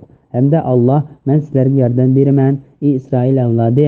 Alloh bilan qasamki, agar sizlar namozni ta'dil arkan bilan o'tsanglar, zakot bersanglar, payg'ambarlarimga iymon etsanglar va ularga yordam bersanglar, Allohga qarz asana bersanglar, ya'ni Allohning yo'lida pul millionlarni sarf qilsanglar, albatta sizlarning gunohinglarni yo'q chiqarman. Sizlarni albatta ostidan o'stanglar eqib turadigan jannatlarga kirgizman. Shuningdan, ya'ni mahkam ahdidan keyin sizlardan kimki amr qilgan narsalarimni inkor qildi ekan, u albatta to'g'ri yo'ldan ozgan bo'ladi" dedi. Ahdini buzganliklari uchun ularni rahmatimizdan yiroq qildik. Ularning dillarini iymonni qabul qilishga yumshmaydigan darajada qattiq qildik. Ular Tavratning so'zlarini o'zgartirdi. Ular Tavratda o'zlari uchun qilgan nasihatning bir qismini unutdi. Ey Muhammad, ularning ozg'inisdan boshqasining xiyonat qilganligini bayqab tursan. Agar tavba qilsa, ularni afo qilgin. Agar iymon etsa, ularni kechirgin. Alloh haqiqatan yaxshilik qiluvchilarni do'st tutadi. Biz nasaramiz deganlarni Allohni bir deb tunishqa va Muhammad alayhissalomga iymon etishqa mahkam ahd oldik. Ular Injilda o'zlariga qilgan nasihatning bir qismini unutdi. Buning jazosi uchun ularning orasiga qiyomatgacha adovat va dushmanlik soldik. Shu chog'da Alloh ularga qilmishlarini aytib berdi. Ya'ni ular o'zlarining qabih amallarining jazosini tortadi. Sura Maida 12, 13, 14 oyat to'g'risida. Ahli kitoblarning ahd berganligi va bergan ahdisida turmaganligi uchun la'nat qilinganligi to'g'risida. Yuqorida Alloh taolo mo'min bandalarini Alloh taolaning bandisi va payg'ambar bo'lgan Muhammad alayhissalomga bergan ahdisida turishga, haqni turg'izib, adolat bilan guvohlik berishga hamda ularga ko'rsatib bergan haq yo'l va hidoyatdagi oshkora va yoshirin ne'matlarni eslashga buyurgan edi. Bu yerda ilgirki ikki kitob ahllari bo'lgan Yahudi va Xristianlardan qanday ahd olganligi, ular bergan ahdlarida turmay vafosizlik qilgandan keyin Alloh taolo ularga la'nat qilib, ularni o'z rahmatidan qo'g'laganligini, ularning dillariga hidoyat va haq dinga yetishga to'solg'i bo'ladigan parda qilayotganligini, shunga ularning foydali ilm va yaxshi amallarni qilishdan quruq qolganligini bayon qilib mundoq deydi. Shubhasizki, Alloh Isroil avlodidan mahkam ahd oldi. Ularning orasidan, ya'ni 12 aymoqning har birisidan birdan 12 boshliqni kepillik uchun jabbarlarga, ya'ni amaliklarga avatdiq. Ya'ni Bani Isroildan 12 boshliqni Alloh taolaning payg'ambariga va kitobiga bo'ysunishga bay'at qildirib, o'z aymoqlariga avatdiq. Muhammad ibn Ishoq, ibn Abbos va boshqalar mundoq deydi.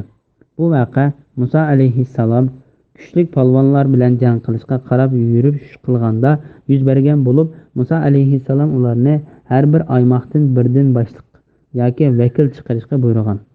Aqaba kechisidagi ansariylarning vakillari to'g'risida. Aqaba kechisi payg'ambar alayhissalom ansariylar bilan bay'atlashganda ularmi 12 bo'lib, Avis qabilasidan Usayd ibn Huzayr, Said ibn Haysama, Rifa'a ibn Abdul Munzir va uning o'rnida Abu Haysam ibn Tayha deganlarmi bor. Radiyallohu anhumlardan iborat 3 kishi edi. Hazrat qabilasidan Abu Umama, Asad ibn Zurara, Said ibn Rabi', Abdullah ibn Ravaha, Rafi ibn Malik ibn Ajlan, Bara ibn Ma'rur, Ubada ibn Samit, Said ibn Ubada, Abdullah ibn Amr ibn Haram va Munzir ibn Amir ibn Unays radiyallohu anhumdan iborat 9 kishi edi. Ularni Ka'b ibn Malik bir she'rda bayon qilgan bo'lib, buni marhum ibn Ishoq rivoyat qilgan. Bu yerda maqsad qilingani shuki, shu 12 nafar vakil payg'ambar alayhissalomning ko'rsatmasi bilan shu kechada o'z qabilalariga vakil edi. Ular shu kechasi payg'ambar alayhissalomga bo'ysunish, bay'at qilish va qo'l berishga o'z qabilalariga vakillik qilgan edi. Mahkam ahd berish va uningda turmaganlik to'g'risida.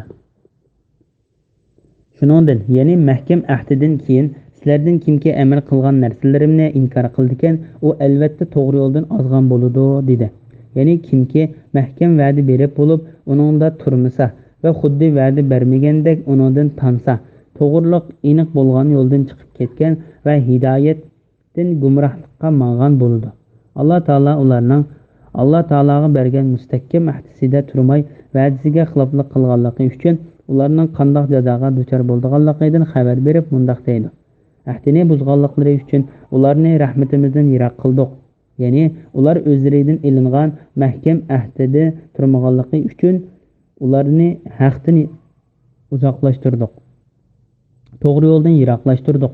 Ularning dillarini iymonni qabul qilishga yumishmaydigan darajada qattiq qildik. Shuning bilan ular dillarini qattiqligi va qo'polligidan hech qanday nasihat qabul qilmaydi. Ular Tavratning so'zlarini o'zgartirdi. Ular Alloh taolaning oyatlarining mazmunlarini burmalab, Alloh taolaning kitobini asli tushirgan ma'nisidan boshqa maqsadga yetkazib o'tdi. Alloh demaganni Alloh dedi deb turib oldi. Bundan ishdan bizni Alloh saqlasin. Ular Tavratda o'zlari uchun qilingan nasihatning bir qismini unutdi. Ey Muhammad, ularning ozg'inasidan boshqasına xiyonat qilganligini bayqab tursan. Ya'ni ularning sana va sahobalaringga qarshi hiyla mikr va nomardlik qilganligini bayqab tursan. Bu oyatning ma'nosi haqida Mujohid va boshqalar mundoq deydi. Buningda ularning payg'ambar alayhissalomga suiqasd qilib, payg'ambar alayhissalomni yo'qotib o'tishga to'planganligi ko'zda tutiladi. Agar tavba qilsa, ularni afv qilgin. Agar iymon etsa, ularni kechirgin. Ya'ni ularni kechirvat va afv qilvat. Mana bu qalbining dil o'zidir. Xuddi ba'zi salaf olimlarining aytganidek, Alloh taologa asiylik qilib turib, sana ziyonkashlik qilganlarga Alloh taolo seni buyrug'indek muomalada bo'lishingdan yaxshi bir ish yo'qdir. Mana shunda qilganingda ularni haqiqat ustiga to'plag'il bo'ladi. Ular mushu sabab bilan Alloh taoloning hidoyat qilishiga loyiq bo'lib qilishi mumkin. Allah haqiqatan yaxshilik qiluvchilarni do'st tutadi. Ya'ni yomonlik qilgan odamni kechirib o'tganlar Alloh taoloni do'st tutadi. Kechirib o'tganlarni Alloh taolo do'st tutadi. Qatada mundoq deydi.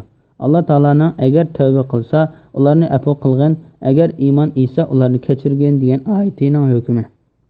Sizlar ahli kitobdan Allohga va oxirat kuniga ishonmaydiganlar, Yahudilar Uzayrni Allohning o'g'li, Nasaralar İsa'ni Allohning o'g'li deb e'tiqod qilganliklari uchun ular Allohga va oxirat kuniga e'tiqod qilamiz degan bilanmi e'tiqod qilmaganning o'rnidadir. Alloh o'zining kitobida va uning payg'ambari sunnatida harom qilgan narsalarni harom bilmaydiganlar va haqdan, ya'ni islom diniga e'tiqod qilmaydiganlar bilan toki ular sizlarga bo'ysunib har holda jizya to'laganga qadar urush qilinglar. Sura Tavba 29-oyat degan oyatning tushishi bilan amaldan qoldirildi. Xristianlarning bergan mahkam ahdisini unutganligi va uning oqibati to'g'risida. Biz nasaramiz deganlardanmi Allohni bir deb tunishga va Muhammad alayhissalomga iymon etishga mahkam ahd oldik. Ya'ni amaliyotda undoq bo'lmasimi, o'zlarini Maryamning o'g'li Isa alayhissalomga agashgan nasaralar davolganlardanmi Muhammad alayhissalomga agashish, uni qo'llash, yordam berish, uning ko'rsatgan yo'lda minish va Alloh avatgan har qanday bir payg'ambarga ishonish to'g'riliq mahkam va'dalarni oldik. Lekin ularmi Yahudilarga o'xshash va'dalarida turmay, va'dasini buzdi. Ular Injilda o'zlariga qilgan nasihatning bir qismini unutdi. Buning jazosi uchun ularning ortiga qiyomatgacha adovat va dushmanlik soldik. Ular qilingan nasihatlaridan yuz o'rdi. Natijada ularni bir-birlariga dushman qilib, ularning oraliqiga adovat urug'ini tashladik. Ular toki qiyomatgacha shunday bo'ladi. Xristianlarning xilma-xil toiflarimi bir-biriga o'chmanlik va dushmanlik qilgan holatida bir-birini kofir deb la'nat qilishidi. Har bir guruh boshqa guruhlarni cheklab o'z ibodatxonalariga kirgizmaydi. Masalan, Malakiya guruhi Yaqubiya guruhini kofir deb qaraydi. Shuningdek, Nasturiya va Aryusiya guruhlari mo shunday qilishdi. Yuqorqi guruhlarning hammasi bir-birini kofirga chiqarishdi. Shu chaqda Alloh ularga qilmishlarini aytib berdi. Ya'ni ular o'zlarining qabih amallarining jazosini tortadi. Ya'ni bu xristianlarning Alloh va uning payg'ambariga yolg'onni choplab, ulug', pok va muqaddas Parvardigoriga bola va xotinni mansub qilganliklari sodir qilgan jinoyatlariga qarata qilgan tahdiddir. Ulug' yagona yolg'iz bo'lgan, bola topmagan, tug'ilmagan va hech tangdishi bo'lmagan zot ularning bu tuhmatlaridan pokdir va ustundir. Bismillahirrohmanirrohim. Ey ahli kitob, ya'ni Yahudilar va Nasaralar, sizlar kitobda, Injilda va Tavratda yo'shirgan nurg'un narsalarni bayon qilib berdigan va yo'shirgan narsalardan nurg'unini kechirdigan, oshkorlab sizlarni fosh qilmaydigan rasulimiz keldi. Sizlarga Alloh tarafidan nur, ya'ni Muhammad alayhissalom va ro'shan kitob, ya'ni Qur'on keldi.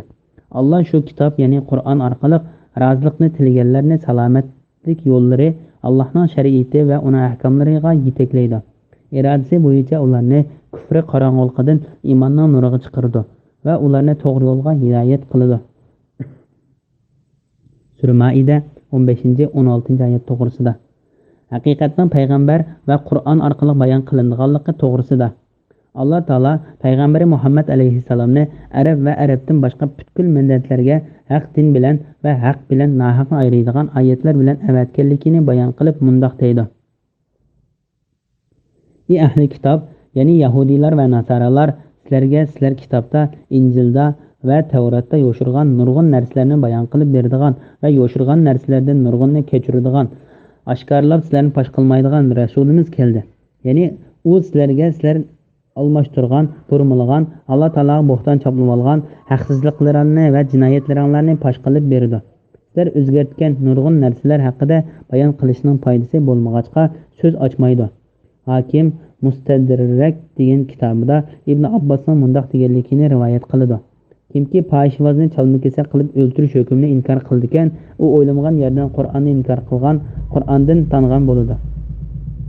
Ahli kitob, ya'ni yahudiylar va nasoralar sizlar kitobda, Injilda va Tavratda yo'shirgan nurg'un narsalarni bayon qilib beradigan va yo'shirgan narsalarni nurg'unni kechiradigan, oshkorlab sizlarni fosh qilmaydigan rasulimiz keldi. Bu oyatdagi yo'shirgan ishlar qatorida chalma-kesar qilish hukmi bordir. Hakim mundoq deydi: bu asar Imom Buxoriy va Muslimning hadis qabul qilish shartlariga to'shidi. Alloh taolo o'zining payg'ambariga tushirgan Qur'on Karim to'g'riliq to'xtalib mundoq deydi: sizlarga Alloh tarafidan nur, ya'ni Muhammad alayhissalom va ro'shan kitob, ya'ni Qur'on keldi. Ya'ni u Qur'on nijotlik yo'llariga boshlaydi. Halokat yo'llaridan qutqizib, taqdam yo'llarini ko'rsatib berib, endisha va qo'rqinchlikdan xalos qiladi. Ularni o'zlari yoqtirmaydigan ishlardan yiroq qiladi. Ko'ngillari so'yinadigan narsalarni tayyorlab beradi. Ularda ozg'unlikning asarlarini qoldirmaydi. Bismillahirrohmanirrohim. Maryam o'g'li Masih, ya'ni Isa Allohdir degan kishilar, ya'ni nasoralarning bir firqasi haqiqatan kofir bo'ldi. Muhammad aytganki, agar Alloh Maryam o'g'li Masihni onasini, ya'ni Maryamni va yer yuzidagi barliq kishilarni halok qilishni iroda qilsa, Allohning irodasidan biror narsani to'sishga kim qodir bo'la oladi? Osmonlarning, zaminning va ularning orasidagi narsalarning podshohligi Allohga xosdir. Alloh xoliqini xalq etadi. Alloh har narsaga qodirdir. Yahudiylar va nasoralar biz Allohning o'g'illaridirmiz, ya'ni ota boladek yaqinmiz va biz Allohning dinida bo'lg'achqa do'stlardirmiz dedi. Aytganki, undoq bo'lsa, Alloh nima uchun sizlarga gunohinglar tufaylidan azob qiladi? Balki sizlar boshqa kishilarga o'xshash Alloh yaratgan insonsizlar. Alloh xohlagan odamga mag'firat qiladi, xohlagan odamga azob qiladi. Osmonlarning, yer yuzining va ularning orasidagi narsalarning podshohligi Allohga xosdir. Eng oxir boradigan joy Allohning dargohidir. Sura Maida 17-18 oyat to'g'risida. Xristianlarning shirik keltirishi va kufrlik qilishi to'g'risida. Alloh taolaning bandasi bo'lgan Maryam o'g'li Isa alayhissalomni iloh da'vo qilganligi uchun ularga kufrlik hukmini berdi. Alloh taolo ularning bu bo'xtonlaridan pokdir. Alloh taolo yana o'zining har qanday narsaga qodir ekanligini, shundaqla hamma narsaning o'z ilkida ekanligini bayon qilib mundoq deydi: Muhammad aytganki, agar Alloh Maryam o'g'li Masihning onasini, ya'ni Maryamni va yer yuzidagi barliq kishilarni halok qilishni iroda qilsa, Allohning irodasidan biror narsani to'sishga kim qodir bo'la oladi? Ya'ni navoda Alloh taolo Isa bilan onasi Maryamni va zamindagi barliq insonlarni halok qilishni xohlasa, Alloh taoloni to'saydigan zoti kim bor? Yoki uni undoq qildirmaydigan birisi bormi? Barliq mavjudotlar uning mulki va maxluqotidir. U xohlagan narsani qila oladi. O'z qudrati, huquqi, adolati va ulug'ligi bilan qilgan ishidan so'ralmaydi. Mana bu xristianlarga berilgan radiyadir. Ularga ta qiyomatgacha Alloh taolaning la'natlari bo'lsin. Yahudi va xristianlarning biz Alloh taolaning o'g'illaridirmiz degan so'ziga berilgan radiya to'g'risida. Yahudi va xristianlar yolg'on yovdoq so'zlab va bo'xton to'qib mundoq da'vo qiladi. Yahudiylar va nasoralar biz Allohning o'g'illaridirmiz, ya'ni ota boladek yaqinmiz va biz Allohning dini bo'lg'achqa do'stlardirmiz dedi. Biz ya'ni Alloh taolaning payg'ambarlariga mansub payg'ambarlar bo'lsa, Alloh taolaning o'g'illaridir. Alloh o'g'illariga ko'ngil bo'ladi, bizni yaxshi ko'rdi.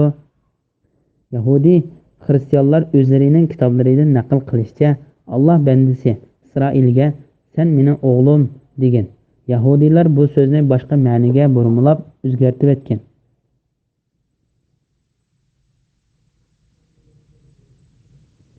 Yahudiylarning musulmon bo'lgan bir qancha olimlari ularning bu so'zlariga radiya berib mundoq deydi: bu so'z bizning burunqi odatimizni izzatlash va hurmatlashda qo'llandi.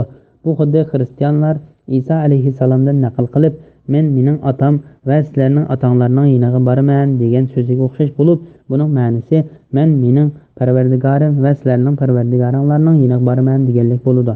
Ma'lumki, garchi ular Isa alayhissalomni Alloh taolaning bolasi devolsimi, lekin o'zlari Alloh taolaning bolalari deb turib olmagan. Lekin oyatdagi o'zlarini Alloh taolaning o'g'illari deb olgan so'zdan o'zlarini Alloh taolaning nazarida hurmatlik va e'tiborlik demakchidir. Shunga ular biz Alloh taolaning o'g'illari va do'stlari degan. Alloh taolo ularga radiya berib mundaq deydi: aytqinki, undaq bo'lsa, Alloh nima uchun sizlarga gunohinglar tufaylidan azob qiladi? Ya'ni sizlar da'vo qilib olganinglardek Alloh taolaning o'g'illari va do'stlari bo'lgan bo'lsa, nima uchun kufrlik qilganliginglar, yolg'onchiliginglar va bo'hton choplaganliginglar uchun sizlarga jahannamning o'tini tayyorlab qo'ydi. Balki sizlar boshqa kishilarga o'xshash Alloh yaratgan insonsizlar. Ya'ni sizlar boshqa odam nolariga o'xshash tursizlar. Alloh barliq bandalariga o'xshash hukm qilg'uchidir. Alloh xohlagan odamga mag'firat qiladi, xohlagan odamga azob qiladi. Ya'ni Alloh xohlaganini qilg'uchidir. Xohlagan kishini kechiradi, xohlagan kishini azoblaydi. Hukmiga hech kishi qarshi tura olmaydi. Alloh tez hisob olg'uchidir. Osmonlarning, yer yuzining va ularning orasidagi narsalarning podshohligi Allohga xosdir. Eng oxir boradigan joy Allohning dargohidir. Ya'ni barliq narsalar uning mulki va uning ilkididir. Oxir qaytadigan joy uning dargohidir. Alloh taolo bandalariga o'zi xohlagancha hukm qiladigan va zulm qilmaydigan adil zotdir. Bismillahirrohmanirrohim. Ey ahli kitob, ya'ni yahudiylar va nasaralar, bizga savob bilan xush xabar berguchi, azobdan ogohlantirguchi kelmadi demasliklaringlar uchun payg'ambarlar uzilib qolgan bir zamonda sizlarga shariatni va uning ahkomlarini bayon qilib beradigan rasulimiz keldi. Haqiqatan sizlarga xush xabar berguchi va ogohlantirguchi, ya'ni Muhammad alayhissalom keldi. Endi sizlarga uzr qolmadi. Alloh har narsaga qodirdir. Sura Maida 19-oyat to'g'risida. Bu oyatda Alloh taolo Yahudi va xristianlarga undan keyin hech bir payg'ambar kelmaydigan, oxirgi payg'ambar Muhammad alayhissalomni avatganligini bayon qilib, shunga Maryam o'g'li Isa alayhissalom bilan Muhammad alayhissalomning oraliqida payg'ambar uzilib qolgan bir zamonda bo'ldi. Bu zamonning muddati haqida o'xshamagan qarashlar maydonga keldi.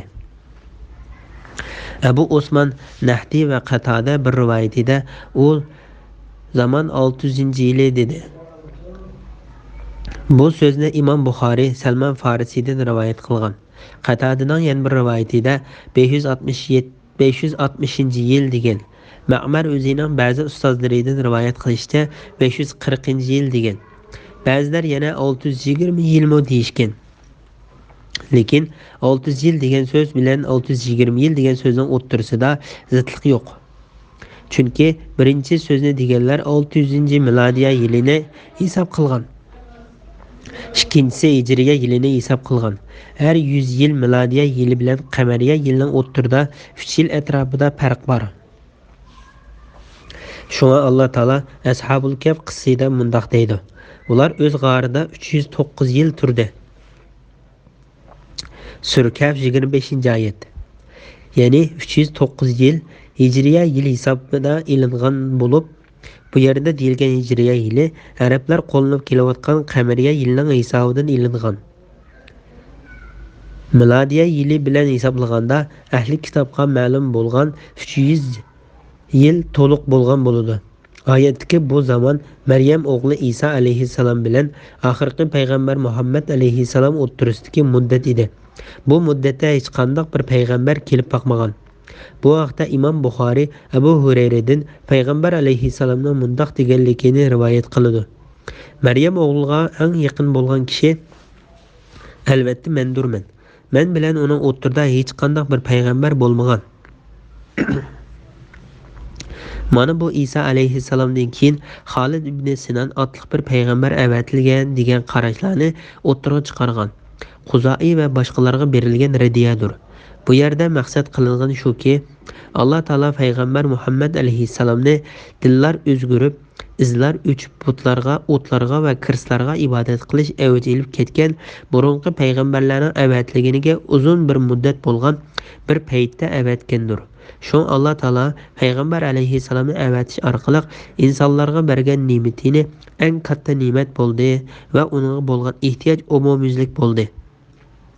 Chunki oz bir qism Yahudi mollallari, xristian va yulduzlarga cho'qinadigan rahiblar burunqi payg'ambarlardan qolgan dinlarning qoldiqlariga ergashadigan bir qism kishilardan boshqa barliq kishilar nodonlik ichida qolgan, jamiyatda zulm va buzuqchilik yamrab ketgan bir paytda Muhammad alayhissalom avatilgan.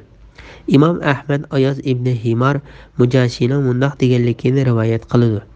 Payg'ambar alayhissalom bir kuni kishilarga xutba so'zlab mundaq dedi: "Mening Parvardigorim bugun menga o'tgan sizlar bilmaydigan narsalarni sizlarga o'rgatib qo'yishimni buyurdi." Parvardigorim mundaq dedi: "Bandalarimga men ato qilgan har qanday mol haloldir. Men bandalarimning hammasini musulmon qilib yaratdim. Shayton kelib ularni dinlaridan ozdirdi.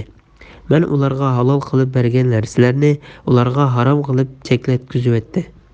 Ularni haqiqat ekanligiga men hech qanday pokit tushirmagan narsani menga shariq qilishga buyurdi." Payg'ambar alayhissalom mundaq dedi: "Parvardigorim mayli arab va boshqa millatlar bo'lsin, barliq zamin ahliga g'azablandi. Faqatla Isroil avlodidan bo'lgan bir qism kishilarga g'azablanmadi. Parvardigorim yana mundaq deydi: Men seni sinashqa va sen orqali bandalarimni sinashqa avatdim. Sen bilan suv yo'yitalmaydigan, unutilib ketmaydigan, yo'qitilmaydigan, uyquda va uyg'oqlik holatda, ya'ni o'qish oson bo'lgan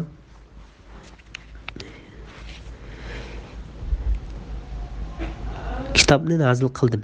Payg'ambar alayhissalom xutbasini davom qilib mundaq deydi: "Parvardigorim meni Qurayshni ko'ydirishga buyurdi. Men Parvardigorim, undaqda ular beshimni non parchasida qilib parchalab tashlaydi dedim. Parvardigorim menga seni yurtingdan chiqarib o'tgandek, ularni yurtidan chiqarib o'tdi. Ular bilan urush qil. Urushda biz sana yordam beramiz. Ularga qarshi turish uchun mol sarf qil. Biz sana sarf qilamiz. Sen bir qo'shin avatsang, biz sana 5 qo'shin qo'shib avatamiz.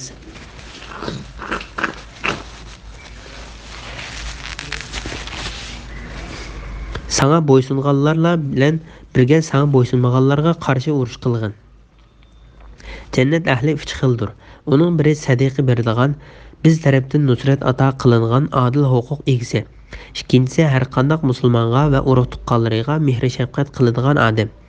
Uchinchisi boqadigan bolalari bor bo'lsa-mu, boshqalardan tilmay, aksicha sadiqa beradigan kambag'al odam.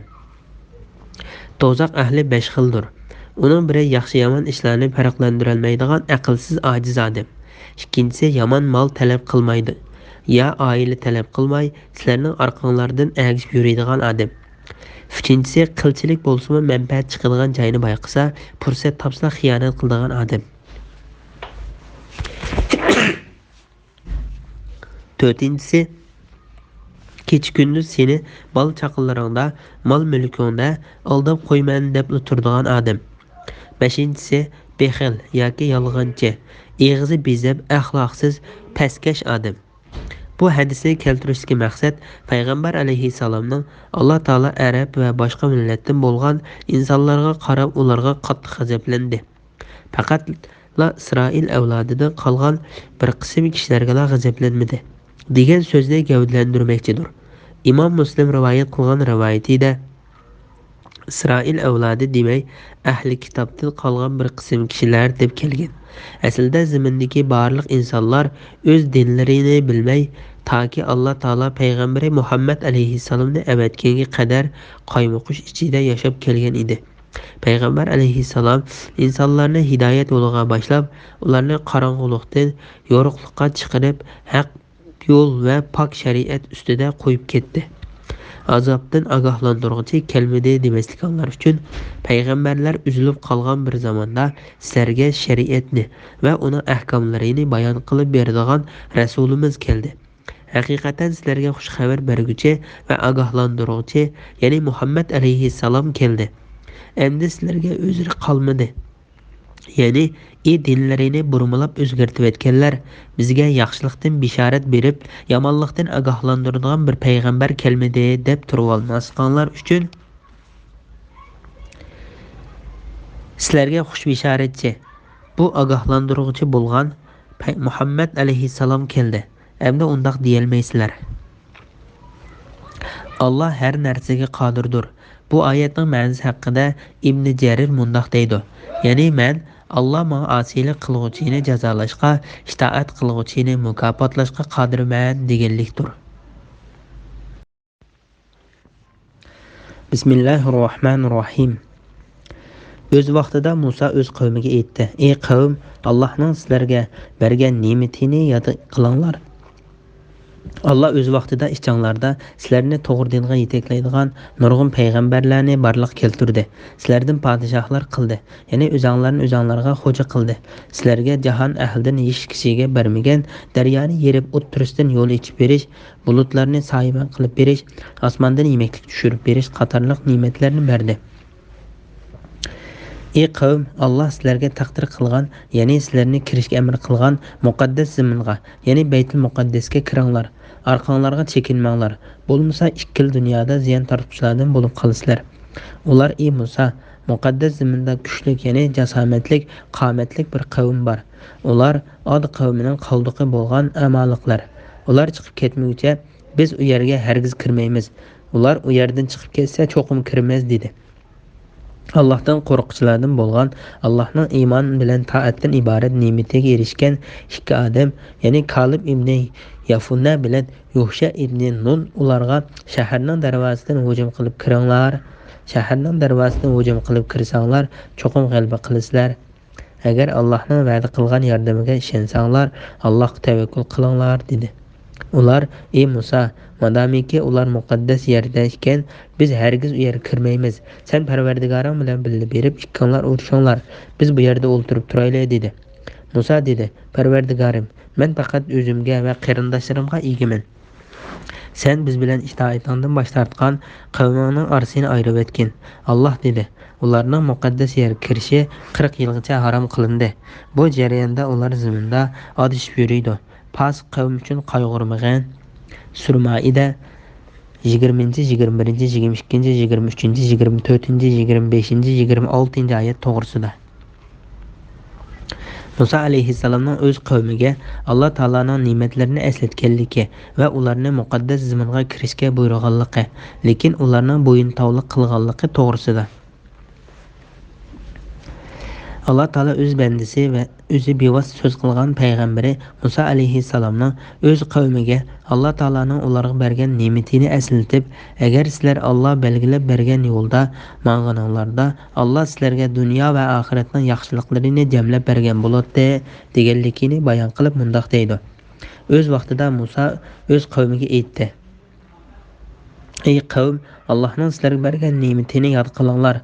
Allah o'z vaqtida ishchanglarda sizlarni to'g'ri dinga yetaklaydigan nurg'un payg'ambarlarni barliqqa keltirdi. Ya'ni sizlarning buvanglar Ibrohim alayhissalomdan tortib, uningdan keyingi payg'ambarlargacha bo'lgan orliqda bir payg'ambar olamda o'tsa, sizlarga yana bir payg'ambar avatildi. U payg'ambarlar sizlarni Alloh taolaning yo'liga chaqirib, azobidan ogohlantirib keldi. Bu toki Maryam o'g'li Isa alayhissalom bilan oxirlashgan qadar davomlashdi. Ondan keyin Alloh taolo barliq payg'ambarlarning oxirgisi nasab jihatda Ibrohim alayhissalomning o'g'li Ismoil alayhissalomga tutishadigan Muhammad alayhissalomni avatdi. Muhammad alayhissalom ilgirki barliq payg'ambarlardan bakrak sharafli va katta zotdir. Sizlardan podshohlar qildi, ya'ni o'zinglarga xo'ja qildi. Bu oyatning ma'nosi haqida Abdurrazzaq ibn Abbas radhiyallohu anhuning bundoq deganligini rivoyat qiladi. Ya'ni sizlar xizmatchilarga, ayolga va uyiga ega qildi deganlik bo'ladi. Hakim Mustadrak degan kitobida Ibn Abbosning yana bundoq deganligini rivoyat qildi. Ayol va xizmatchiga ega qildi deganlikni Alloh taolaning sizlarga jahon ahlidan hech kishiga bermagan daryoni yerib o'ttirishdan yo'l ichib berish, bulutlarni soyibon qilib berish, osmondan yemeklik tushirib berish qatorliq ne'matlarni berdi degan oyat haqida shu chog'da atrofdagi millatlardan hech qaysiga bermaganini sizlarga berdi deganlikdir. Qatoda mundoq deydi: Yahudiylar birinchi bo'lib xizmatchi ishlatganlar edi. Hadisda kelishicha, qaysonlar teni sog'lom, o'zi xotirjam, yenida shu kuni oziq bor bo'lgan holatda tong otqizsa, u xuddi butun dunyoga erishgandek bo'ladi. Sizlar jahon ahlidan hech kishi bermagan daryoni yerib o'ttirisidan yo'l ichib berish, bulutlarni soyabon qilib berish, osmondan yemaklik tushirib berish qatorliq ne'matlarni berdi. Ya'ni shu zamondagi bor kishilarning ishidan hech kimga bermaganini berdi. Chunki ular o'z zamonida Rumliklar, Misrliklar va boshqa millatlardan sharafli edi.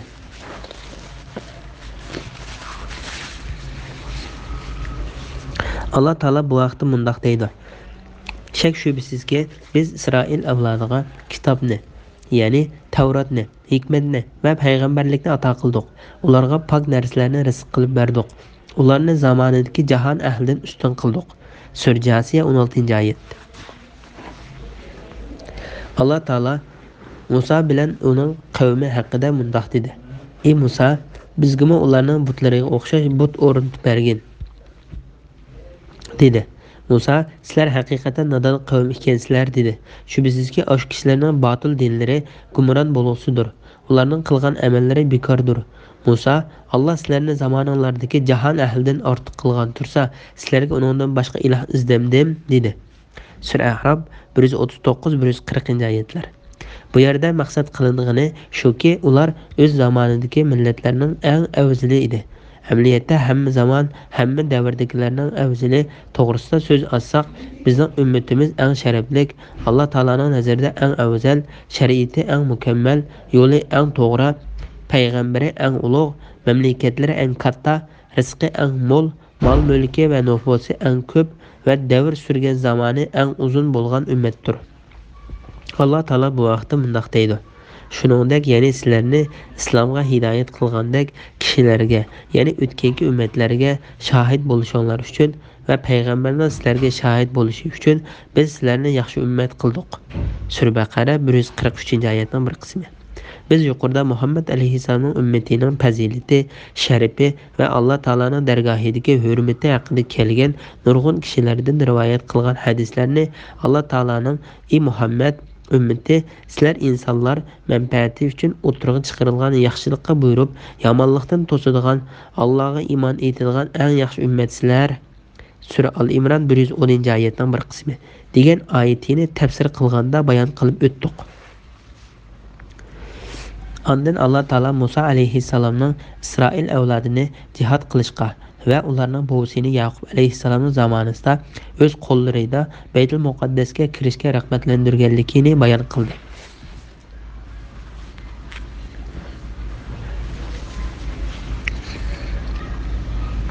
Burun Yaqub alayhissalom bolalari bilan Yusuf alayhissalomning zamonasida bu yerdan ko'chib ketgan edi. Yaqub alayhissalomning avlodlaridan bo'lgan Isroil avlodi Misrda toki Musa alayhissalom bilan birga Misrdan chiqib ketgan qadar yashadi. Ular Misrdan chiqqandan keyin o'zlarining burunqi makonlarining kuchtunkur bir millat tarafidan egallanib ketilganligini, ularning u yerga makonlashib bo'lganligini ko'rdi. Musa alayhissalom qavmini u zamonga kirishga, dushmanlar bilan urushishga buyurib, ularga nusrat va g'alaba bilan xushbishorat berdi. Lekin ular uning amriga xiloflik qilib, uningga osiylik qilishdi. Shunga ular 40 yilga yaqin izlab, qayerga berishni bilmay, gangirab yurish jazosini tortdi. Bu ularning Alloh taolaning buyrug'ini o'rnatmaganlik jinoyatiga berilgan jazodir. Shunga Alloh taolo Musa alayhissalomning o'z qavmiga mundaq deganligini bayon qildi: Ey qavm, Alloh sizlarga taqdir qilgan, ya'ni sizlarni kirishga amr qilgan muqaddas zamonga, ya'ni Baytul Muqaddasga kiringlar. Orqanglarga chekinmanglar. Bo'lmasa ikki dunyoda ziyon tortuvchilardan bo'lib qolasizlar. Ya'ni ey qavm, poklangan zamonga kiringlar. Alloh taolo sizlarga otanglar Isroilning eg'izi bilan o'z zaminni sizlarni ichinglardan iymon etganlarga miros qoldirganligini va'da qilgan. Jihatdan bosh tortmanglar. Bo'lmasa ziyon tortuvchilardan bo'lib qolasizlar. Ular ey Musa, muqaddas zaminda muqaddas zaminda kuchli, ya'ni jasoratli, qomatli bir qavm bor. Ular Od qavmining qoldiqi bo'lgan amaliklar. Ular chiqib ketmoqcha, biz u yerga hargiz kirmaymiz. Ular u yerdan chiqib ketsa cho'qim kirmaymiz dedi. Yani ular sen bizne kirishga buyurgan bu yurtda kuchdan ko'r qovul bir qavm bor. Biz ularga qarshi jang qilishga yoki ularga taqobil turishga ojiz kelamiz. Ular o'sha yurtdan o'zlari chiqib ketmasa, biz kirolmaymiz. Navoda ular unodan chiqib ketsa, ondan kiralaymiz deb o'zlari aytishdi. Yo'sha alayhissalom va Kalibning jihad haqidagi so'zlari to'g'risida. Allohdan qo'rquvchilardan bo'lgan, Allohning iymon bilan taatdan iborat ne'matiga erishgan ikki odam, ya'ni Kalib ibn Yafunna bilan Yo'sha ibn Nun, ya'ni Isroil avlodi Alloh taologa bo'ysunish va Musa alayhissalomga ergashishdan bosh tortganda, Alloh taoloning katta ne'matiga erishgan, Alloh taoloning buyrug'iga bo'ysungan va uning jazosidan qo'rqadigan ikki kishi ularni jihad qilishga targ'ib qildi. Ba'zilar bu oyatni Alloh taolodan qo'rquvchilardan bo'lgan degan uslubda o'qimay, kishilar ulardan qo'rqadigan, surlik va haybatli ko'rinadigan ma'nini ifodalab beradigan uslub bilan o'qidi. Aytishlariga qaraganda, ular Yo'sha ibn Nun va Kalib ibn Yafunna edi. Buni Ibn Abbos, Mujahid, Ikrama, Atiya, Sudi, Rabi ibn Anas va Salab va Xalab olimlari rivoyat qilgan. Allah ularning hammasiga rahmat qilsin. Bu ikkisi mundoq dedi. Shaharning darvozasidan hujum qilib kiringlar. Shaharning darvozasidan hujum qilib kirsanglar, cho'qim g'alaba qilasizlar. Agar Allohning va'da qilgan yordamiga ishonsanglar, Allohga tavakkul qilinglar. Ya'ni Alloh taologa tavakkul qilib, uning buyrug'ini bajar keltirsanglar, payg'ambariga qarshilik qilmasanglar, Alloh taolo sizlarni dushmaninglar ustidan g'olib qiladi. Sizlarni qo'llaydi va nusrat ato qiladi. Allah sizlarga va'da qilgan yurtga kirsizlar. Lekin u ikkisining so'zi ularga qilchimi ta'sir qilmadi. Ular: "Ey Musa, madomiki ular muqaddas yerda ekan, biz hargiz u yerga kirmaymiz. Sen Parvardigoring bilan birga berib, ikkanglar urushinglar. Biz bu yerda o'ltirib turaylik" dedi. Ey Musa, muqaddas zaminda shu kuchdan ko'rlarlar bo'ldi-ken, biz hargiz u yerga kirmaymiz. Sen Parvardigoring bilan berib urush qilgin. Biz bu yerda o'ltirib turmaymiz dedi. Mana bular jihad qilishdan bosh tortganligi, payg'ambarga qarshilik qilganligi va dushman bilan urush qilmay yetib olganligidir. Sahobalarning Badr urushi bo'lgan chaqda payg'ambar alayhissalomga bergan javobi to'g'risida. Badr kuni payg'ambar alayhissalom Abu Sufyon boshchiligidagi karvonni qo'g'dash uchun kelgan Quraysh qo'shoni bilan urushish yoki urushmaslik to'g'risida sahobalarga maslahat solganda, sahobalarning bergan javobi nima degan yaxshi? Karvonni o'ljilish fursati qo'ldan ketgandan keyin karvonni qo'g'lig'ili kelgan qilish narizlar bilan to'liq qurollangan mingga yaqin qo'shin yiqilishib qolganda, payg'ambar alayhissalom sahobalariga qanday qilish haqida maslahat solganda, Abu Bakr radhiyallohu anhu nihoyat obdan so'z qildi.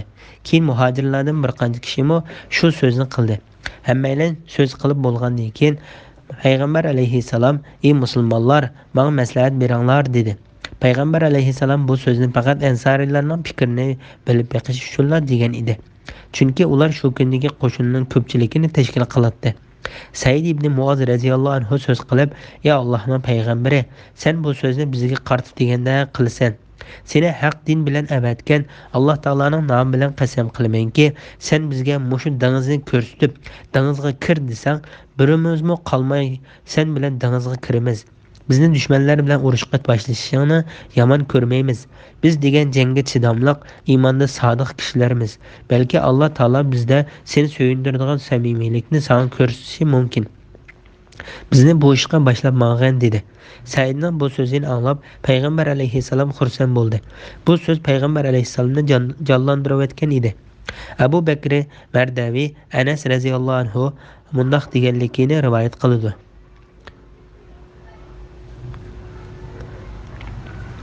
Anas radhiyallohu anhuning mundoq deganligini rivoyat qiladi. Payg'ambar alayhissalom Badr urushiga mang'ish oldida musulmonlarga maslahat solganda, uningga Umar radhiyallohu anhu maslahat bergan. Payg'ambar alayhissalom qayta maslahat solganda, ansariylar: "Ey ansariylar guruhi, payg'ambar alayhissalom sizlarning maslahat berishinglarni kutyotidi" deyishdi. Ansariylar: "Biz uningga Isroil avlodi Musa alayhissalomga sen Parvardigoring bilan birga berib, ikkinglar urushinglar, biz bu yerda o'ltirib turaylik degandek demaymiz. Seni haq din bilan avatgan Allohning nomi bilan qasam qilamizki, bizni birga bir kilgamat Makkadan Yamanga boradigan 5 kunlik yo'ldagi bir joy. G'a boshlab mangsangmi, sang agishmamiz dedi. Buni Imom Ahmad, Nasai va Ibn Habbon rivoyat qilgan. Imom Buxoriy Abdullah ibn Mas'ud radhiyallohu anhuning bundoq deganligini rivoyat qiladi. Badr kuni Miqdod, ey Allohning payg'ambari, biz sana Isroil avlodi Musa alayhissalomga sen Parvardigoring bilan billa berib ikkinglar urushinglar, biz bu yerda o'ltirib turaylik degandek demaymiz, lekin sen boshlab mang, biz sen bilan billa dedi. Bu so'z payg'ambar alayhissalomni suyundirdi. Musa alayhissalomning yahudiylarga beddua qilganligi to'g'risida. Musa dedi, Parvardigorim, men faqat o'zimga va qarindoshlarimga egiman. Ya'ni Isroil avlodi urushishdan bosh tortganda Musa alayhissalom ularga g'azablanib, ey Parvardigorim, men bilan inim Harundan boshqa menga bo'ysunib, sening buyrug'ingni ijro qiladigan va chaqirgan narsaga qo'shiladigan bir kishi yo'q. Sen biz bilan itoatingdan bosh tortgan qavmning orasini ayirib etgin. Ya'ni men bilan ularning o'ttirida hukm qilgan. Buni Ali ibn Abu Talha va Avfi ibn Abbas rivoyat qilgan. Zakhak bu oyatning ma'nosi biz bilan ularning o'ttirida hukm qil deganlik bo'ladi deydi. Boshqalar bo'lsa bizni ulardan ayirib etgin deganlik bo'ladi deydi. Yahudiylarning muqaddas zaminga kirishining 40 yil cheklanishi to'g'risida. Allah dedi, ularning muqaddas yer kirishi 40 yilgacha harom qilindi. Bu jarayonda ular zaminda adishib yuriydi. Ya'ni Isroil avlodi jihatdan bosh tortganda Musa alayhissalom ularga beddua qildi. Alloh taolo ularning muqaddas zaminga kirishini 40 yilgacha cheklab etdi. Ular davomli ezib yuriydi. Yo'l topolmaydigan bir oqibatga duchor bo'ldi. Bu 40 yil ichida ularni bulutlar bilan sayditish, ularga taranjimi bilan bo'donini tushirib berish va qo'ram tashdan eqin suv chiqarib berishdek ajoyib ishlar va Alloh taolo Imron o'g'li Musoni qo'llab ko'rsatgan mo'jizalar yuz berdi. Tavratmi o'sha vaqtda nozil bo'ldi. Ahkomlar belgilandi. Ahda gumbizimi shu chog'da yasaldi. U zamon gumbizi deb ataldi. Bu gumbaz Alloh taolaning Musa alayhissalomga buyurishi bilan oltin, kumush, tira, yung va shimshor yog'ochlari bilan yasalgan bo'lib, Isroil avlodi u gumbazni o'zlariga ibodatlarida qibla qilgan va shu gumbazdan yasalgan vaqtini o'zlariga yil nomlarining boshlanishi qilib bekitgan. Hamda ular uni Baytul Muqaddasga ilib kelib o'rnatqucha o'zlari bilan birga ko'tarib yurishgan. Bu gumbaz toki Muhammad alayhissalom payg'ambar bo'lib kelguncha qibla bo'lgan. Bidoya va nihoyaning birinchi qismidan ilingan deb ataladi. Baytul Muqaddasning fath qilinganligi to'g'risida. U muddat o'tib ketgandan keyin ular yoki ulardan qolgan ikkinchi avlod Isroil avlodini Yosha ibn Nun alayhissalom boshlab chiqib, Baytul Muqaddasga qarab yurish qilib, uni muhosiraga oldi. Ondan fath qilish juma kuni asrdan keyin edi. Kun patqili oz qolganda shanba kundan kirib qilishidan asirgan. Chunki yahudiylar dinda shanba kuni dam olish kuni bo'lib, u kun ibodat qilishdan boshqa hech qanday ish qilgan bo'lmaydi. Yo'qsa, kun senmi buyruq bo'yicha ma'nasan, menmi buyruq bo'yicha ma'naman. Ey Alloh, kunni menga to'xtatib bergin deb duo qildi. Alloh taolo kunni toki shaharni fath qilib bo'lguncha to'xtatib turdi. Alloh taolo Yosha ibn Nunga Isroil avlodi Baytul Muqaddas kirganda darvozadan sajda qilgan holda gunohlarimizni mag'firat qilgin deb kirishni buyurishni topildi. Lekin ular buyurilganni almashtirib, sag'risini surkab, arpining dini deguncha orqachilab kirdi. Bularning hammasi Baqara surasida bayon qilinib bo'ldi. İbn Abu Hatim İbn Abbas radhiyallohu anhuning yuqorqi oyat haqida bundoq deganligi rivoyat qilindi. Shunda qilib ular 40 yil ezib yurgan. Musa va Harun alayhissalom shu vaqtda vafot bo'lgan. Ezib ketishdan burun 40 yoshdan oshganlarning hammasi o'lib tugagan. 40 yil o'tib ketgandan keyin Musa alayhissalomdan keyin ishni qo'liga olgan Yosha ibn Nun alayhissalom ularni g'ayratlantirib Baytul Muqaddasni fath qilgan. Yosha ibn Nun Bugun juma kuni deyilgan edi. Baytul Muqaddasni fatih qilgan kun o'ltirishga oz qolgan bo'lib, Yusha alayhissalom shanba kechasi kirib qolsa, shanba kunining cheklimasiga uchrab qolishdan ansirab, kuniga qarab sen buyruq bo'yicha mangsan, men bu buyruq bo'yicha mangaman degan. Shuning bilan kun u Baytul Muqaddasni fatih qilib bo'lguncha turib turgan.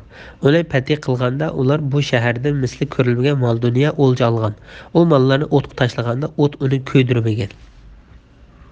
Islom dini kelishdan burungi dinlarning shariatida urushda ilingan o'ljalar kuydiriladi.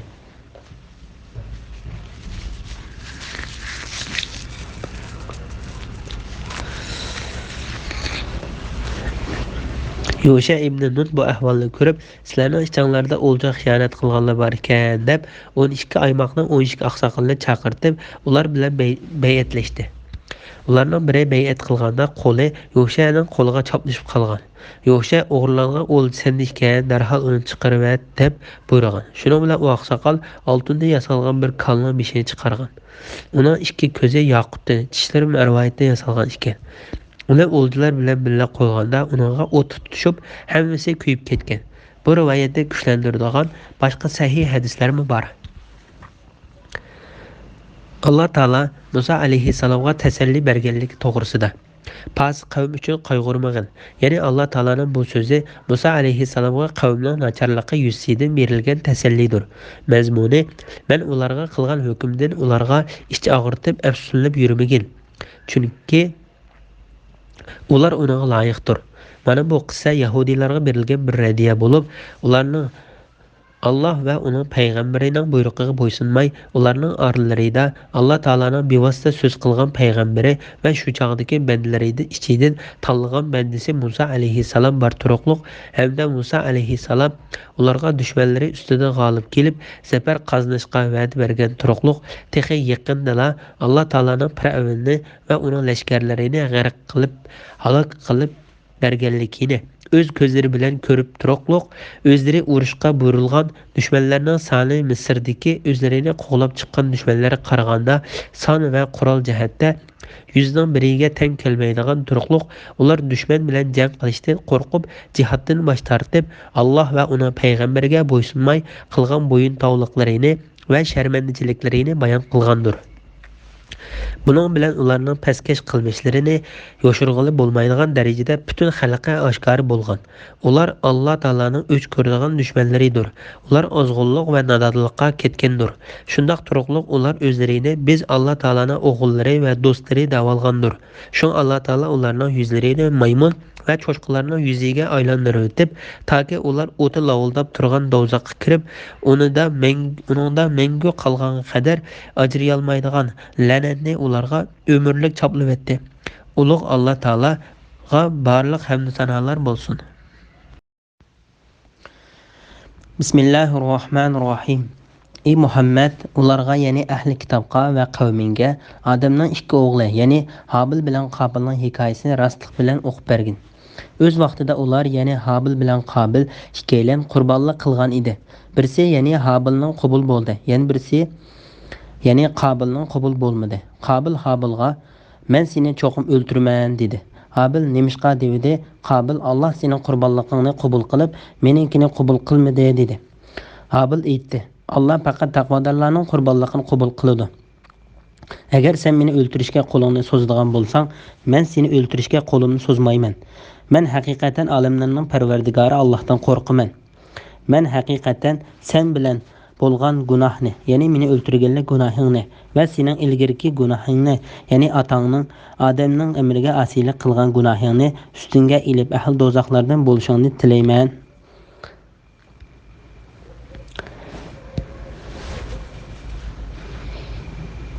Kishilarga zulm qilguvchilarning jazosi shudir. U, ya'ni Qobilning nafsi uning qarindishini, ya'ni Habilni o'ltirishni chiroyli ko'rsatdi. Shuning bilan uni o'ltirib, dunyo va oxiratda ziyon tortquchilardan bo'ldi. Alloh uningga qarindishining jasadini qandoq ko'mishni ko'rsatish uchun bir qog' avatdi. U tumshqi va ikki puti bilan yerni ko'ldi. U buni ko'rib, "Voy, men qarindishimning jasadini ko'mishda mush qog'chilik bo'lishdan ojiz keldimmi?" dedi. Shuning bilan u nadomat qilguvchilardan bo'ldi. Surmayda 27, 28, 29, 30, 31 oyat to'g'risida. Habil bilan Qobilning qissasi to'g'risida. Allah Taala zulmgarlik, hasad va zulmning oqibatining naqadar yomonligini Adam alayhissalomning Qobil va Habil degan ikki o'g'lining qissasi orqali bayon qilib, ularning birining yana biriga Allah Taala bergan ne'matga Allah Taolaga ixlos bilan qilgan qurbonlikning qabul qilinganligiga hasad qilib, uni nahaq o'ltirib o'tganligi, o'ltirilguchining gunohlari yuyilib, jannatga kirishga muvaffaq bo'lganligi, o'ltirilguchining dunyo va oxiratda ziyon tortib qolganligini bayon qiladi. Muhammad ularga, ya'ni ahli kitobga va qavminga Adamning ikki o'g'li, ya'ni Habil bilan Qobilning hikoyasini rostlik bilan o'qib bergin. Ya'ni maymun va cho'chqalarning qarindoshlari bo'lgan Yahudilar va ularga o'xshaydigan hasadxo'r zo'migarlarga Adam alayhissalomning Qobil va Habil degan ikki o'g'lining xabarining haqiqatini so'zlab bergin. Nurg'unlagan salaf va xalaf olimlari buni shundoq bayon qilgan. Rostlik bilan, ya'ni soxtalik, yolg'onchilik, xato tushunib qilish yoki vahima almashtirish, kemaytirish va oshiritish yo'q. Aniq deganlik bo'ladi. Qobil va Habilning voqealigi ko'plagan salaf va xalaf olimlarining qilgan rivoyatiga asoslanganda Alloh taolo Adam alayhissalomga zurriyat yusidan o'g'illariga qizlarini ilib berishni yo'l qo'ygan edi. Ammo olimlarning aytishicha, Havvo onamiz har bir qatim qo'rsoq ko'targanda bir o'g'il, bir qiz tug'atdi. Bir qatimni qo'rsoq ko'tarishdan tug'ilgan o'g'ilga, ya'ni bir qatim qo'rsoq ko'tarishdan tug'ilgan qizni ilib berdi.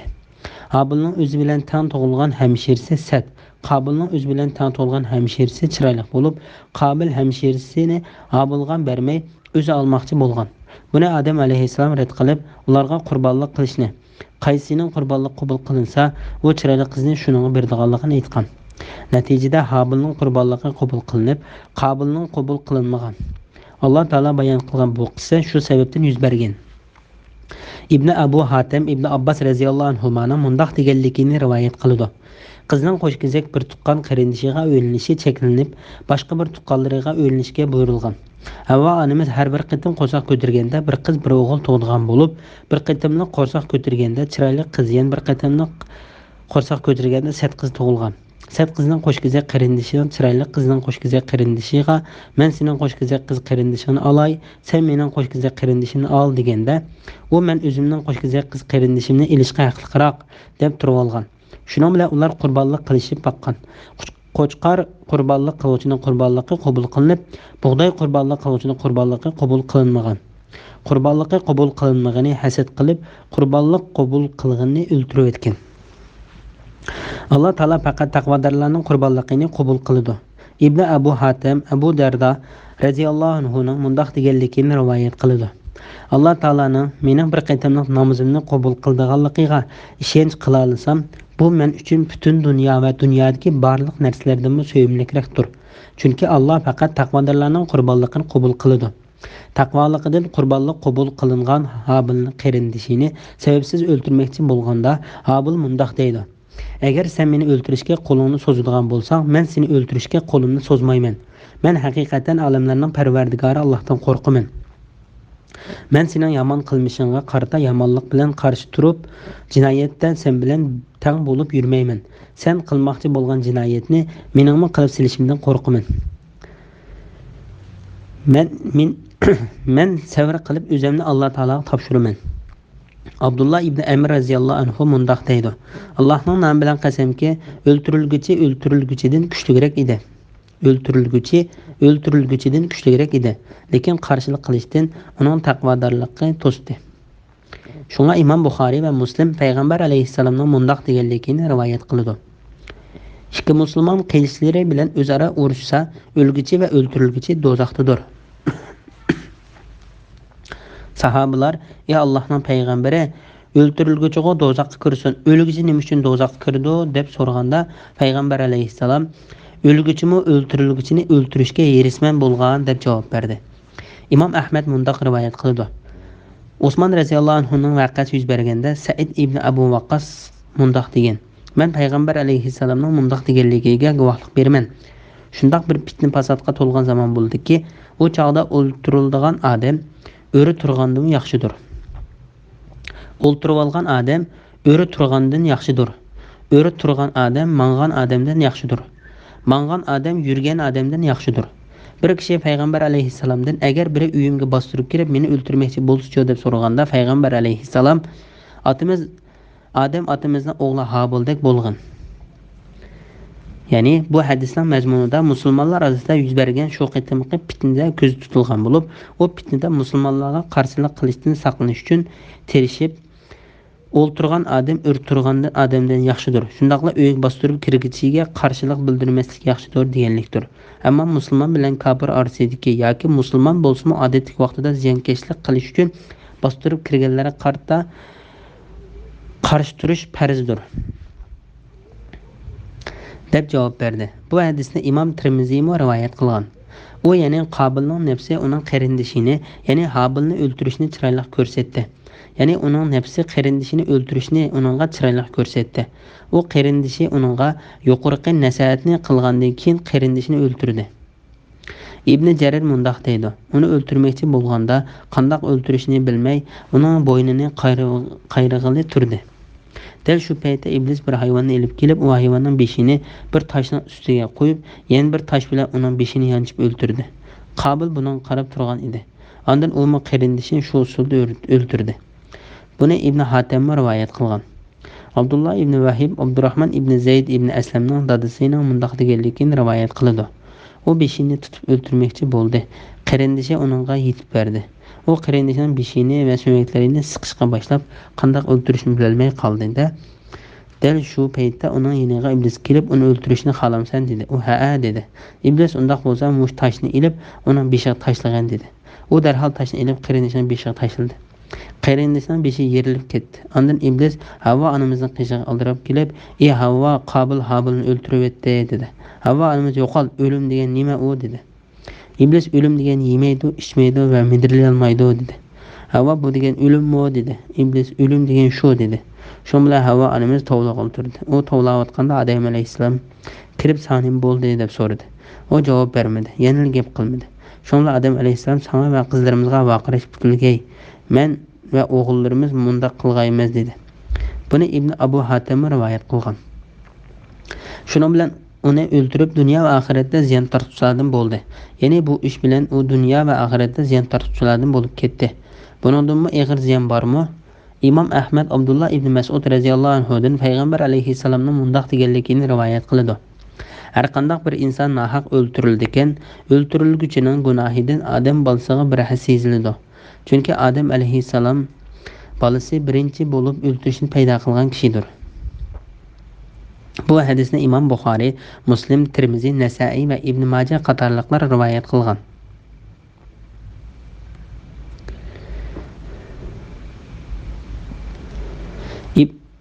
Ibn Jarir Abdullah ibn Amr radhiyallohu anhuning mundaq deganligini rivoyat qiladi. Insonlarning eng baxtsizi qarindishini o'ltirgan Adem alayhissalomning bolasidir.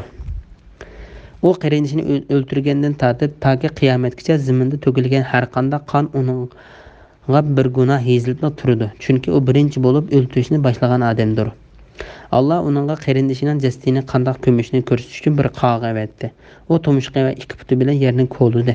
U buni ko'rib, "Voy, men qarindishimning jasadini ko'mishda mush qog'chilik bo'lishdan ajiz keldim-mi?" dedi. Shuning bilan u nadomat qiluvchilardan bo'ldi. Bu oyatning ma'nosi haqida Sudi sahobalarning mundaq deganligini rivoyat qiladi. Adem alayhissalomning bolasi qarindishini o'ltirib bo'lgandan keyin uni qanday ko'mishni bilolmay shu peti tashlab qo'ydi. Alloh taolo u yerga ikki qarindosh qog'in avatdi. Bu ikki qog'in bir-biri bilan urushib, biri birini o'ltirib etdi. O'ltirib etgich qog'in o'ri ko'lab, o'lgan qog'in tashlab ustiga to'p tundirdi. Adem alayhissalomning o'g'li buni ko'rib, "Voy, men qarindishimning jasadini ko'mishda mush qog'chilik bo'lishdan ajiz keldim-mi?" dedi.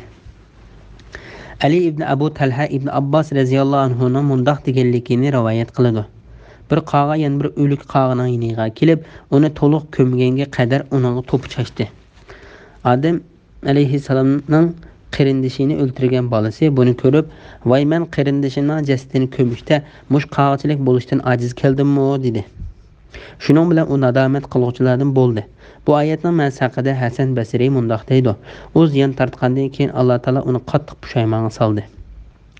Zulm qilg'uchi va sil rahimni uzguchiga beriladigan jazoning kechiktirilmaydiganligi to'g'risida." Payg'ambar alayhissalom mundaq deydi: Alloh taolo bu dunyoda eng tez jazo beradigan, oxiratda eng qattiq azob bilan azoblaydigan gunoh zulm qilish va rahimni uzib qo'yish gunohidir. Qabulda bu ig'ir jinoyatning har ikkisi ko'rildi. Bu naqadar ig'ir gunoh, ha?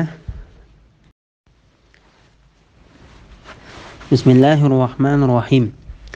Shu ya'ni Habilni nahaq o'ltirganligi sababdan Tavratda Isroil avlodiga hukm qildiki, kimki nahaq odam o'ltirmagan yoki yer yuzida buzg'unchilik qilmagan bir odamni o'ltirsa, u butun insonlarni o'ltirgandek bo'ladi.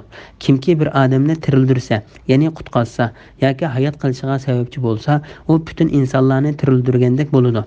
Payg'ambarlarimiz Bani Isroilga rostla shonliq mo'jizalarni ilib keldi. Shuningdek keyin ularning Bani Isroil avlodining to'lisi kufrida, odam o'ltirishda, ziminda haddidan oshquchilardan bo'ldi. Alloh va uning rasuli bilan urush qilganlarning, yer yuzida buzg'unchilik qilganlarning jazosi shuki, ular o'ltirilishi yoki darg'a isilishi yoki o'ng qo'llari va so'l putlari kesilishi yoki surgun qilinishi kerak. Bu ya'ni jazo ular uchun bu dunyoda rasvolik ilib kelguchidir. Oxiratda ular cho'ng azobga duchor bo'ladi. Sizlar tutilishdan ilgari tavba qilganlar buningdan mustasno. Bilinglarki, Alloh mag'firat qilg'uchidir, nihoyatda mehribondir. Sura Maida 32, 33, 34-oyat to'g'risida. insonni hurmatlashining vojibligi to'g'risida.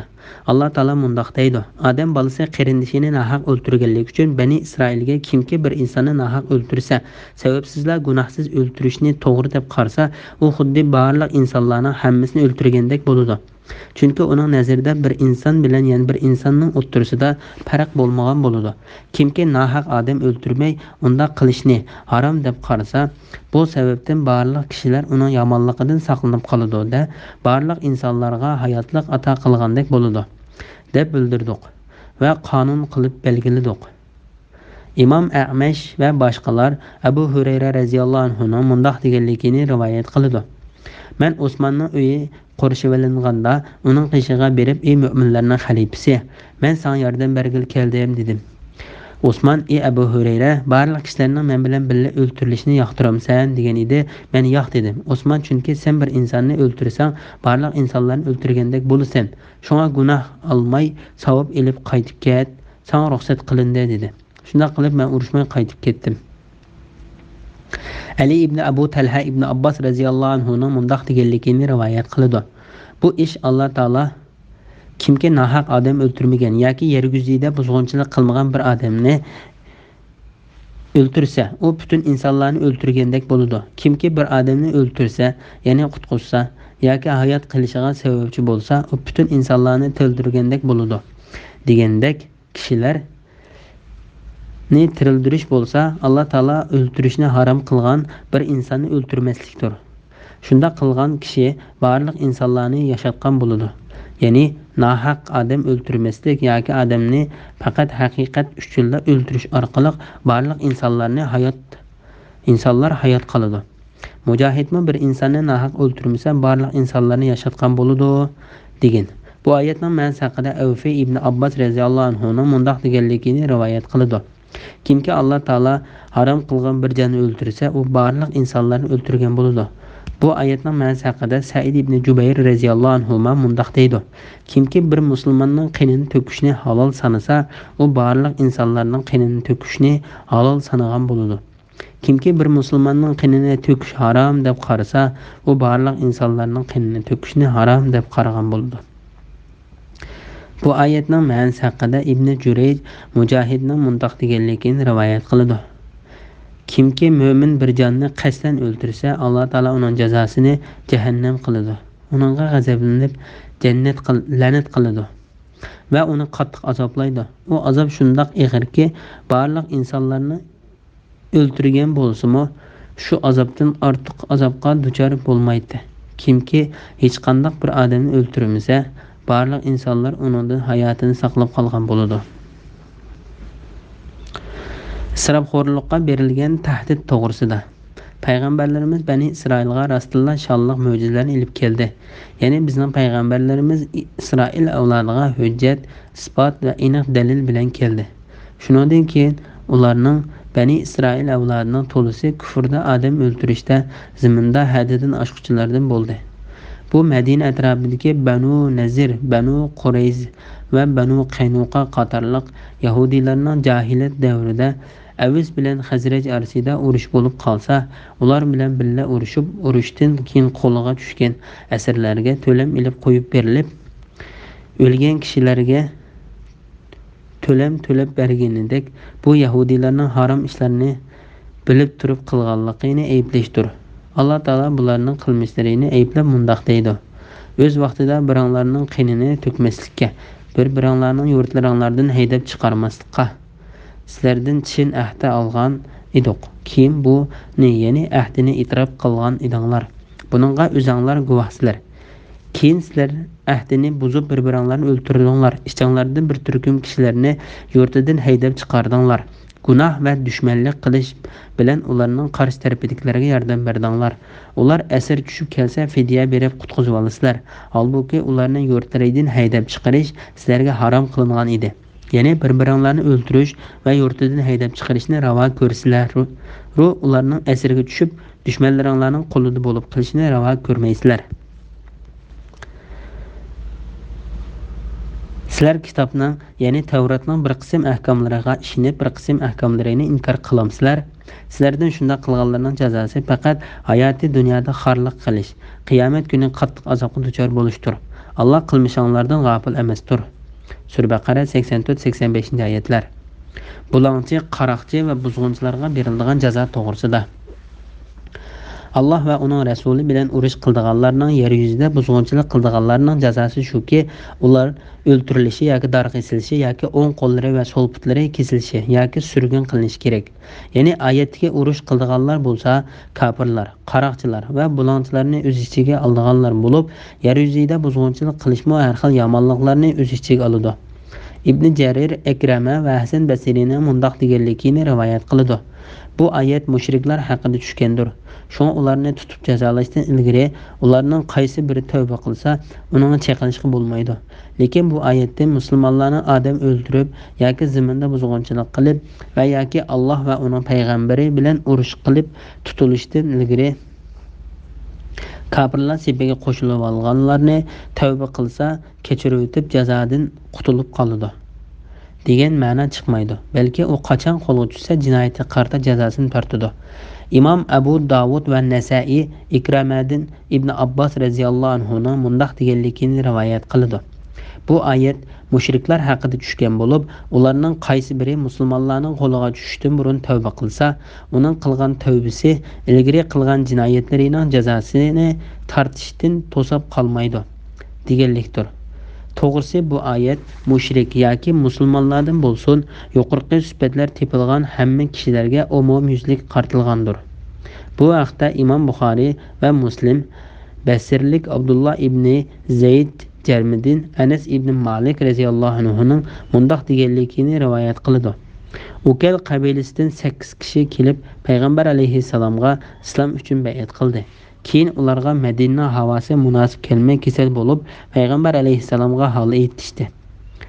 Payg'ambar alayhissalom ularga bizning podachilarimiz bilan birga chiqib, tug'illarining sut va suydiklari bilan davolanib boqmamsizlar dedi.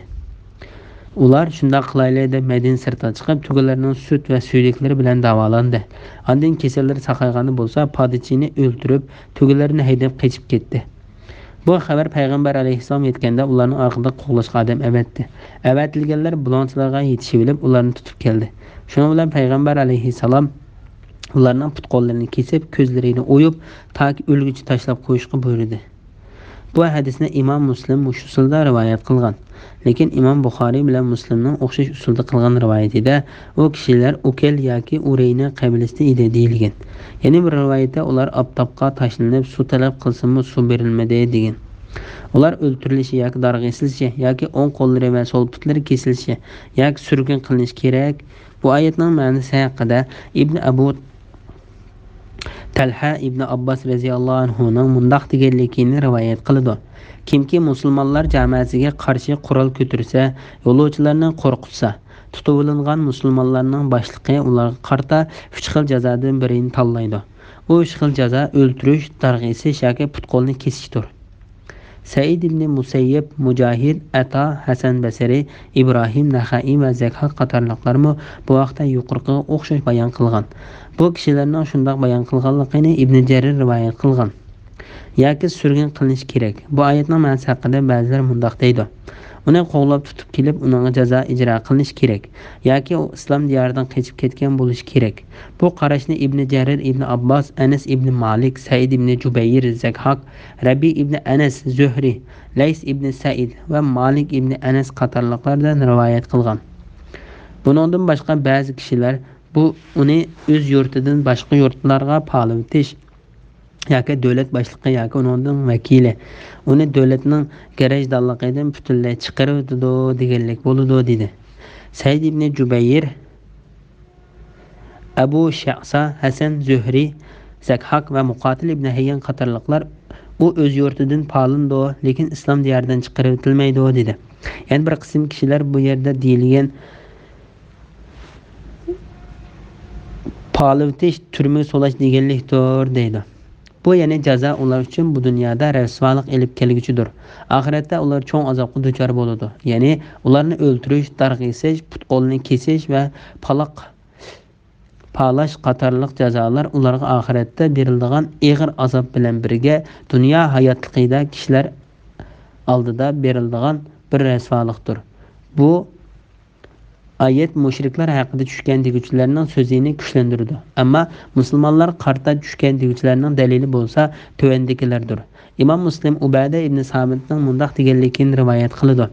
Payg'ambar alayhissalom ayollardan ahd olgandek bizdanmi Alloh taologa sherik keltirmaslikka, o'g'irlik qilmaslikka, zina qilmaslikka, bolalarimizni o'ldirmaslikka va bir-birlarimizga ziyon solmaslikka ahd elib mundaq dedi.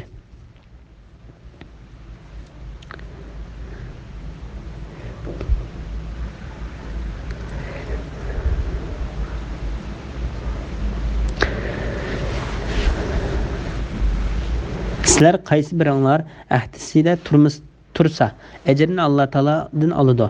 Ahdisda turolmay ba'zi gunohlarni qilib silib, bu dunyoda jazolansa, u jazo gunohini yo'yitadi. Gunohi oshkorlanmay Alloh taolo yo'shirib qo'ygan bo'lsa, u uni o'zi bir taraf qiladi, xolis jazolaydi, xolis kechirib o'tadi. Ali radhiyallohu anhu payg'ambar alayhissalomning mundaq deganligini rivoyat qiladi. Kimki dunyoda bir gunohni qilib, uning jazosini tartsa, Alloh taolo adilligidan ikkinchi qatim jazo bermaydi. Kimki dunyoda bir gunoh qilib, Alloh taolo uni oshkorlamay, yo'shirib qo'yib kechirib etsa, Alloh kechirimchanligidan kechirib o'tgan gunohga qayta jazo bermaydi. Bu hadisni Imom Ahmad, Tirmiziy va Ibn Majah qatorliqlar rivoyat qilgan.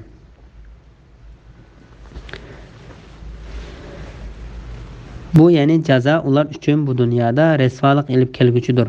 Oxiratda ular cho'ng azobga duchor bo'ladi. Bu oyat haqida Ibn Jarir mundaq deydi. Bu oxiratga jazolanishdan burun dunyoda ularga berilgan xorliq, rasvolik va jazodir.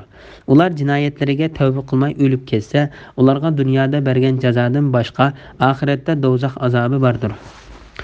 Qaroqchi buzg'unchilar tutilishdan ilgari tavba qilsa jazolanmaydiganligi to'g'risida. Sizlar tutilishdan ilgari tavba qilganlar buningdan mustasno. Bilinglarki Alloh mag'firat qilg'uchidir, nihoyatda mehribondir. Ya'ni oyat mushriklar haqida tushgan deb qarg'uvchilarning ko'z qarashi bo'yicha bo'lsa, ma'nosi tushunishlikdir. Ammo buzg'unchilik va qaroqchilik qilib qolgan musulmonlar haqida tushgan degan qarash bo'yicha aytganda, agar ular tutilishdan burun tavba qilsa, ularga o'lim jazosi, darg'isish, put-qo'lni kesish qatorliq jazolar yurgizilmaydi. Oyatning ma'nosidan hamma jazoning bekor qilinganligi chiqadi. Sahobalarmi bu hukm bo'yicha amal qilgan. Ibn Abu Hatim Sha'biyning mundaq deganligini rivoyat qildi. Arsa ibn Badri Tamimi Yasrib Basriylik bo'lib, o'z zamonida buzg'unchilik bo'lgan edi. U Quraysh, Hasan ibn Ali, Ibn Abbos va Abdullah ibn Ja'far qatorliq bir qancha kishini Ali radhiyallohu anhuga o'zini kechirib o'tishni so'rab elchi qilib avatgan bo'lsa-mu, Ali radhiyallohu anhu uning amonlik berishiga unumadi. Ondan Harisa ibn Tamimi Said ibn Qays al-Hamadanining qishig'i bordi. Said uni uyida qoldirib qo'yib, o'zi Ali roziyallohu anhuning yiniga kelib, ey mo'minlarning boshlig'i, Alloh va uning payg'ambariga qarshi chiqqan, zaminda buzg'unchilik va qaroqchilik qilgan odamga qanday qaraysan deb, ondan sizlar tutib olishdan ilgari tavba qilganlar buningdan mustasno. Bilinglarki, Alloh mag'firat qilg'ichidir, nihoyat mehribondir degan oyatni o'qidi. Ali roziyallohu anhu uningga amonlik yezib berdi.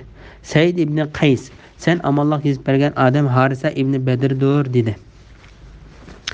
İbn Jarir Amir Şabi'nin mundaq deganligini rivoyat qiladi.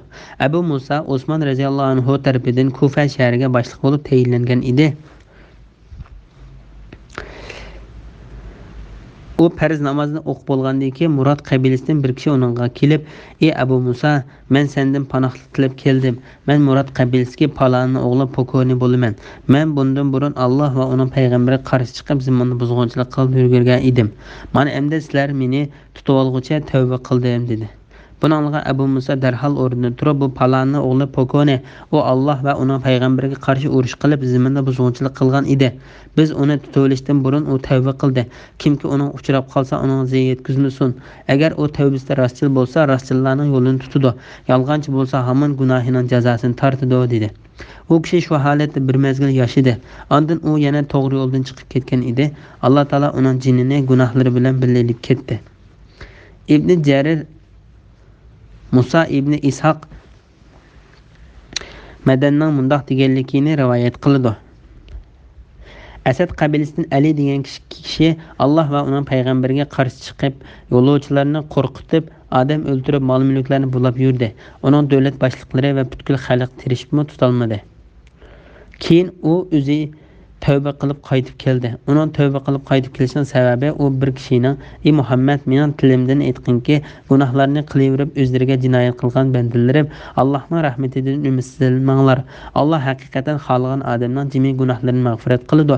Shubhisizki Alloh nihoyat mag'firat qilg'ichidir, nihoyat mehribondir" degan oyatni o'qiganligini anglagan edi. U oyat o'qigan kishiga, "Ey Allohning bandisi, uni qayta o'qigan" dedi. U kishi qayta o'qidi. Shuning bilan u qilichini g'ilpiga silib, tavba qilib Madinaga sahar vaqtida yetib kelib, yuyinib payg'ambar alayhisalom masjidiga kirib, bomdod namozini o'qidi. Ondan Abu Hurayraning so'rinda o'ltirganlarga qitilib o'ltirdi. Tong yorgandan keyin kishilar uni to'nib qilib tutmoqchi bo'ldi. U "Meni tutolmaysizlar. Men sizlar meni tutishdan burun tavba qilib keldim" dedi. Buni anglab Abu Hurayra roziyallohu anhu u rost aytdi dedi. Da uning qo'lidan tutib Madina shahrining boshlig'i Muaviya tarafidan Madinaga amir bo'lgan Marvan ibn Hakamning qishig'i berib, "Bu Ali tavba qilib keldi.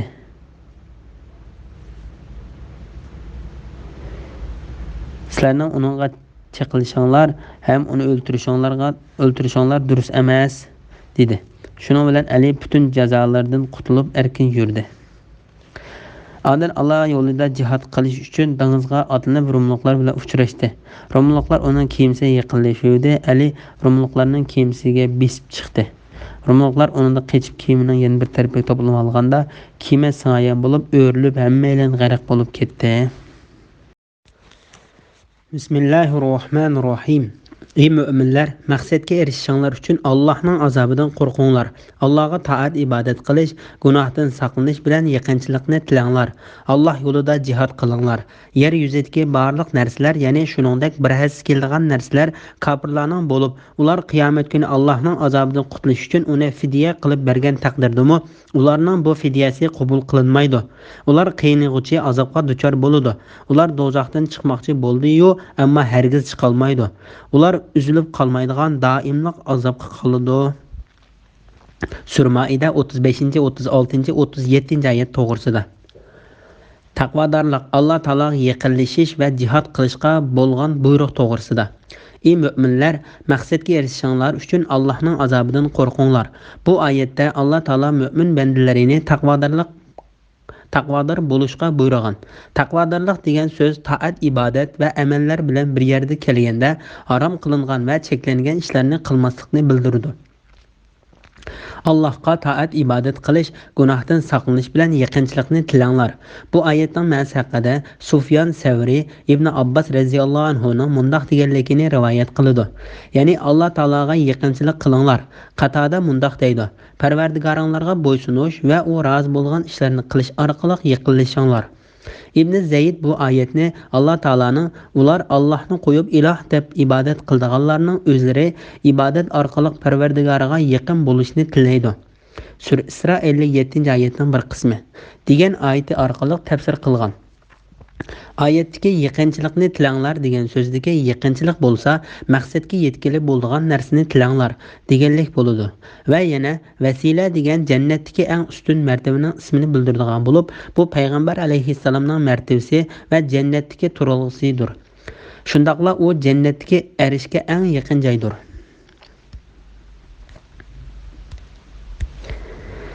Oyat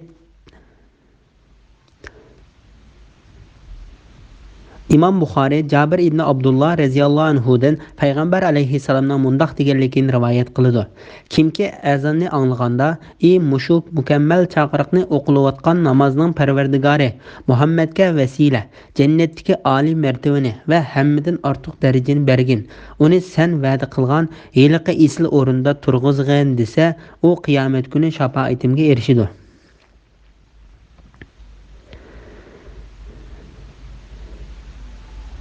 İmam Muslim Abdullah ibn Amir radhiyallohu anhudan payg'ambar alayhissalomning mundaq deganligini rivoyat qiladi. Namozning azanini anglaganinglarda muazzinning deganini danglar, ondan menga durut o'qinglar. Kimki menga bir qitim durut o'qisa, Alloh taolo uning 10 gunohini kechirib o'tadi. Ondan menga jannatga vasilini, oliy martabani tilanglar. U jannatga bir martaba bo'lib, faqat Alloh taolaning bandalari ichidan birla bandaga beriladi. Men mushu banda bo'lishni umid qilaman. Bu sababdan kim menga shu martabani tilsa, u shafoatimga erishadi. Allah yo'lida jihad qilinglar. Ya'ni Alloh taolo mu'minlarni harom ishlarni tashlashga, taat ibodat qilishga buyurgandan keyin ularni ya'ni to'g'ri yo'ldan chiqib haq dinni tashlagan mushrik kofirlarga qarshi urush qilishga buyurdi. Ularni qiyomat kunida Alloh yo'lida jihad qilgan mujohidlarga tayyorlab qo'ygan katta ne'mat bo'lgan jannatning oliy darajalik xotirjam, ko'rkam o'ltirgan odam xohlagan narsaga jafo tortmay erishadigan, o'lmay mangu hayot turadigan, kiyimi ko'nrab ketmaydigan, yoshligi tugamaydigan isl qasrlarda turishdek mangulik baxt saodatga qiziqtirdi. Qiyomatda kofirlardan hech qanday narsaning qabul qilinmaydiganligi va ularning mangulik azobda qoldiganligi to'g'risida. Allah Taala kafir dushmanlariga qiyomat kunida azoblash uchun tayyorlab qo'ygan azob uqubatdan xabar qilib mundaq deydi. Yer yuzidagi barliq narsalar, ya'ni shuningdek bir has keladigan narsalar kofirlarning bo'lib, ular qiyomat kuni Allohning azobidan qutulish uchun uni fidya qilib bergan taqdirdami, ularning bu fidyasi qabul qilinmaydi. Ya'ni navoda qiyomat kunida kofirlar cho'qim tetishga hukm qilinib ketgan Alloh taolaning azobidan qutulish uchun butun zaminni to'lig'idak yoki uningdan bir hassa ortiq oltin ilib kelsimi, ularning u narsasi qabul qilinmaydi. Ular qiynog'ichi azobga duchor bo'ladi. Ular do'zaxdan chiqmoqchi bo'ladi-yu, ammo hargiz chiqa olmaydi. Ular uzilib qolmaydigan doimlik azobga qoladi. Alloh taolo bu vaqtda mundaq deydi: har qachon ular yetayotgan g'am qayg'uning qattiqligidan do'zaxdan chiqmoqchi bo'lsa, ular do'zaxga qaytariladi. Sura Haj 22-oyatning bir qismi. Ya'ni ular tortayotgan azobning qattiqligidan do'zaxdan chiqib ketishni xohlaydi. Lekin ularning chiqib ketishiga hech bir yo'l yo'qdir. Ular har qitimda o'tning yolqini egiz ko'tarib jahannam ustiga chiqarganda jahannamga mas'ul farishtalar to'mir bozg'onlari bilan urib, ya'ni ostiga tushirib o'tadi. Ular qutulolmaydigan doimlik azobga duchor bo'ladi.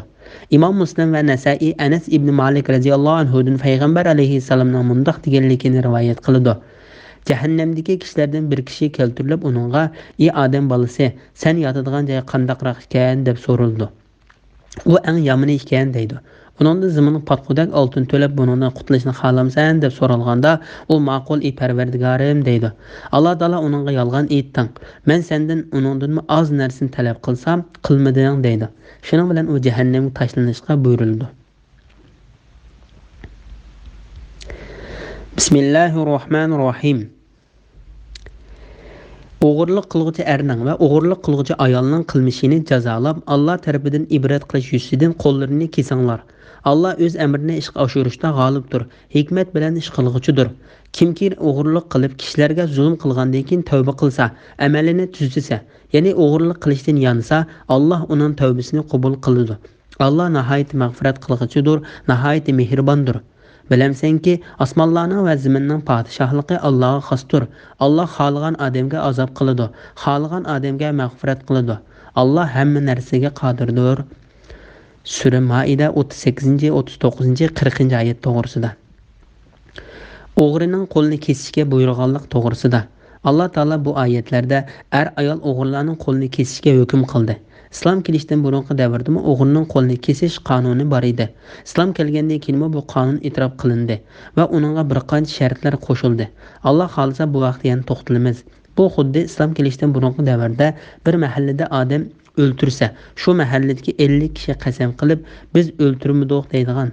Agar qasam qilolmasa, shu mahalladagi aholisi o'likning egasiga diyet to'laydigan tuzumdan iborat qasam ichish orqali hukm chiqarish va o'likning diyetini to'lab berish pulini ishlatishga berib foydasiga sherik bo'lish qatorliq tuzumlarga o'xshaydigan bir ish bo'lib, bu ishlar islom kelishdan burunmi bor edi.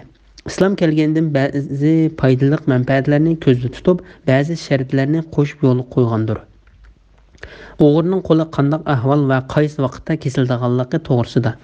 Imom Buxoriy va Muslim Abu Hurayra radhiyallohu anhudan payg'ambar alayhissalomning mundaq deganligini rivoyat qiladi. Alloh taolo o'g'riga la'nat qilsin. U bir tal tuxumni o'g'irlab qo'li kesildi. Bir arg'amchini o'g'irlab qo'li kesildi. Imom Buxoriy va Muslim Aysha radhiyallohu anhadan payg'ambar alayhissalomning mundaq deganligini rivoyat qiladi. O'g'rining qo'li bir tillaning 4/1 yoki uningdan qimmat narsani o'g'irlaganligi uchun kesildi. Mana bu hadis o'g'rining qo'lining qanchalik mol o'g'irlaganda kesildiganligini bayon qiladi. Shundaqla bir tillaning 4/1 qimmatini hisobga olib, uningdan oz bo'lganini hisobga olmaslikni belgilaydi. Qolgan bahos haqida kelgan hadis payg'ambar alayhissalomning zamonasida bir o'g'ri qimmati 3 tanga kelgan bir qalqonni o'g'irlab qo'li kesilgan edi. Hadis bilan qalqonning bahosining 3 tanga ekanligi buningga zid kelmaydi. Chunki shu chaqda bir tilla 12 tanga edi. 3 tanga bir tillaning 4/1 bo'ladi. Mana shu yo'l orqali bu ikki xil rivoyatni muvofiq bir taraf qilgan bo'ladi. Bu qarash Umar, Osman va Ali radhiyallohu anhu qatorliqlardan rivoyat qilingan.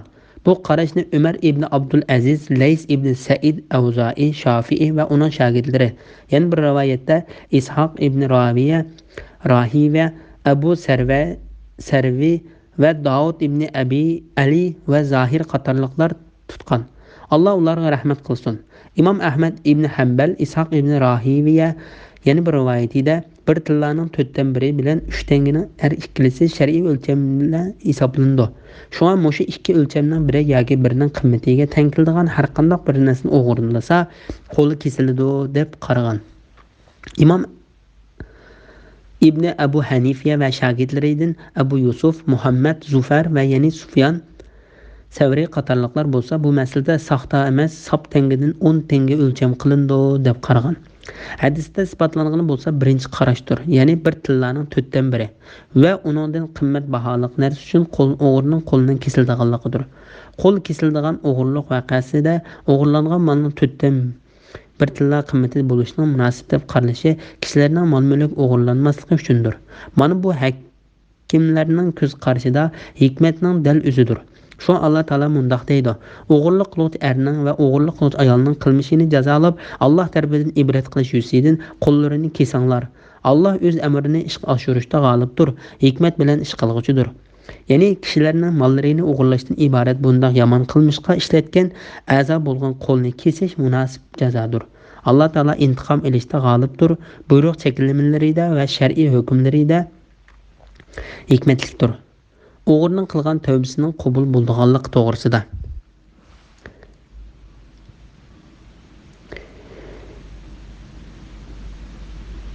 Kimki o'g'irlik qilib kishilarga zulm qilgandan keyin tavba qilsa, amalini tuzilsa, ya'ni o'g'irlik qilishdan yansa, Alloh uning tavbasini qabul qiladi. Alloh nihoyat mag'firat qilg'uchidir, nihoyat mehribondir. Ya'ni kimki o'g'irlagandan keyin tavba qilib Alloh taologa qaytsa, Alloh taolo uning tavbasini qabul qilib kechirib o'tadi. Imom Ahmad Abdullah ibn Amr radhiyallohu anhuning mundaq deganligini rivoyat qiladi.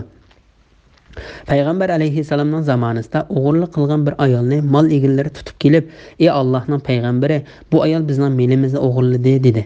Ayolning tuqqanlari bo'lsa, "Biz bu ayolning qo'lini kesilmaslik uchun to'lam to'laylik" dedi. Payg'ambar alayhissalom ayolning qo'lini kesinglar deb buyurdi. u ayolning tuqqanlari uningga 500 tilla to'laylar dedi. Payg'ambar alayhisalom yana u ayolning qo'lini kesinglar deb buyurdi. Shunda qilib u ayolning o'ng qo'li kesildi. Ondan u ayol: "Ey Allohning payg'ambari, menga tavba qilish yo'li bormi?" deb so'radi. Payg'ambar alayhisalom: "Ha, bugun sen qilgan gunohingda xuddi onangdan tug'ilgan chog'dagidek pok bo'lding" dedi. Shuning bilan Alloh taolo bu oyatni nozil qildi. Bu ayol heliqi Bani Maqsum qabilasiga o'g'irlik qilgan ayol bo'lib, u ayol haqida Imom Buxoriy va Muslim Aisha radhiyallohu anhaning mundoq deganligini rivoyat qiladi. Makkani fath qilish g'azotida o'g'irlik qilgan bu ayolning naslisi haqida Quraysh qabilasi boshqa turib, kim bu haqda payg'ambar alayhisalom gap qiladi deyishdi. Ondan ular bu ishga Zeydning o'g'li Usama jur'at qila oladi, chunki payg'ambar alayhisalom uning amroq deyishdi.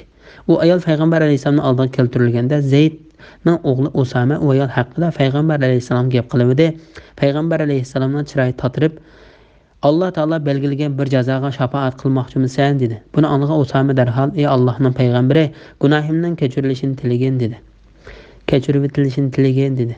Kech bo'lganda payg'ambar alayhisalom so'z qilib, Alloh taologa loyiq hamd sano aytgandan keyin, sizlardan ilgarikilar ularning esil zotlari o'g'irlik qilsa jazolamay tashlab qo'yib, ojiz bechoralar o'g'irlik qilsa jazolaganlik uchun halok bo'lib ketgan. Jinim uning ilki bo'lgan zot Allohning nomi bilan qasam qilamanki, agar Muhammadning qizi Fatima o'g'irlik qilgan bo'lsa-mu, men cho'qim uning qo'lini kesgan bo'lardim dedi. Hiliq o'g'irlik qilgan ayolning qo'lini kesishga buyurdi. U ayolning qo'li kesildi. Aisha radhiyallohu anha mundoq deydi: "Ondan u ayol yaxshi tavba qilib eriga tegdi. Keyingi kunlarda u ayol bizning uyga kelib turadi. Men uning hojatlarini payg'ambar alayhisalomga yetkazib turardim." Bu Imom Muslim rivoyat qilgan uslubidir. Imom Muslimning yana bir rivoyat kelishicha Aisha radhiyallohu anha mundoq degan: "U Bani Maqsum qabilasidan bo'lgan bir ayol bo'lib, bir narsalarni oriyatga ilib, keyin uningdan tinib oladi.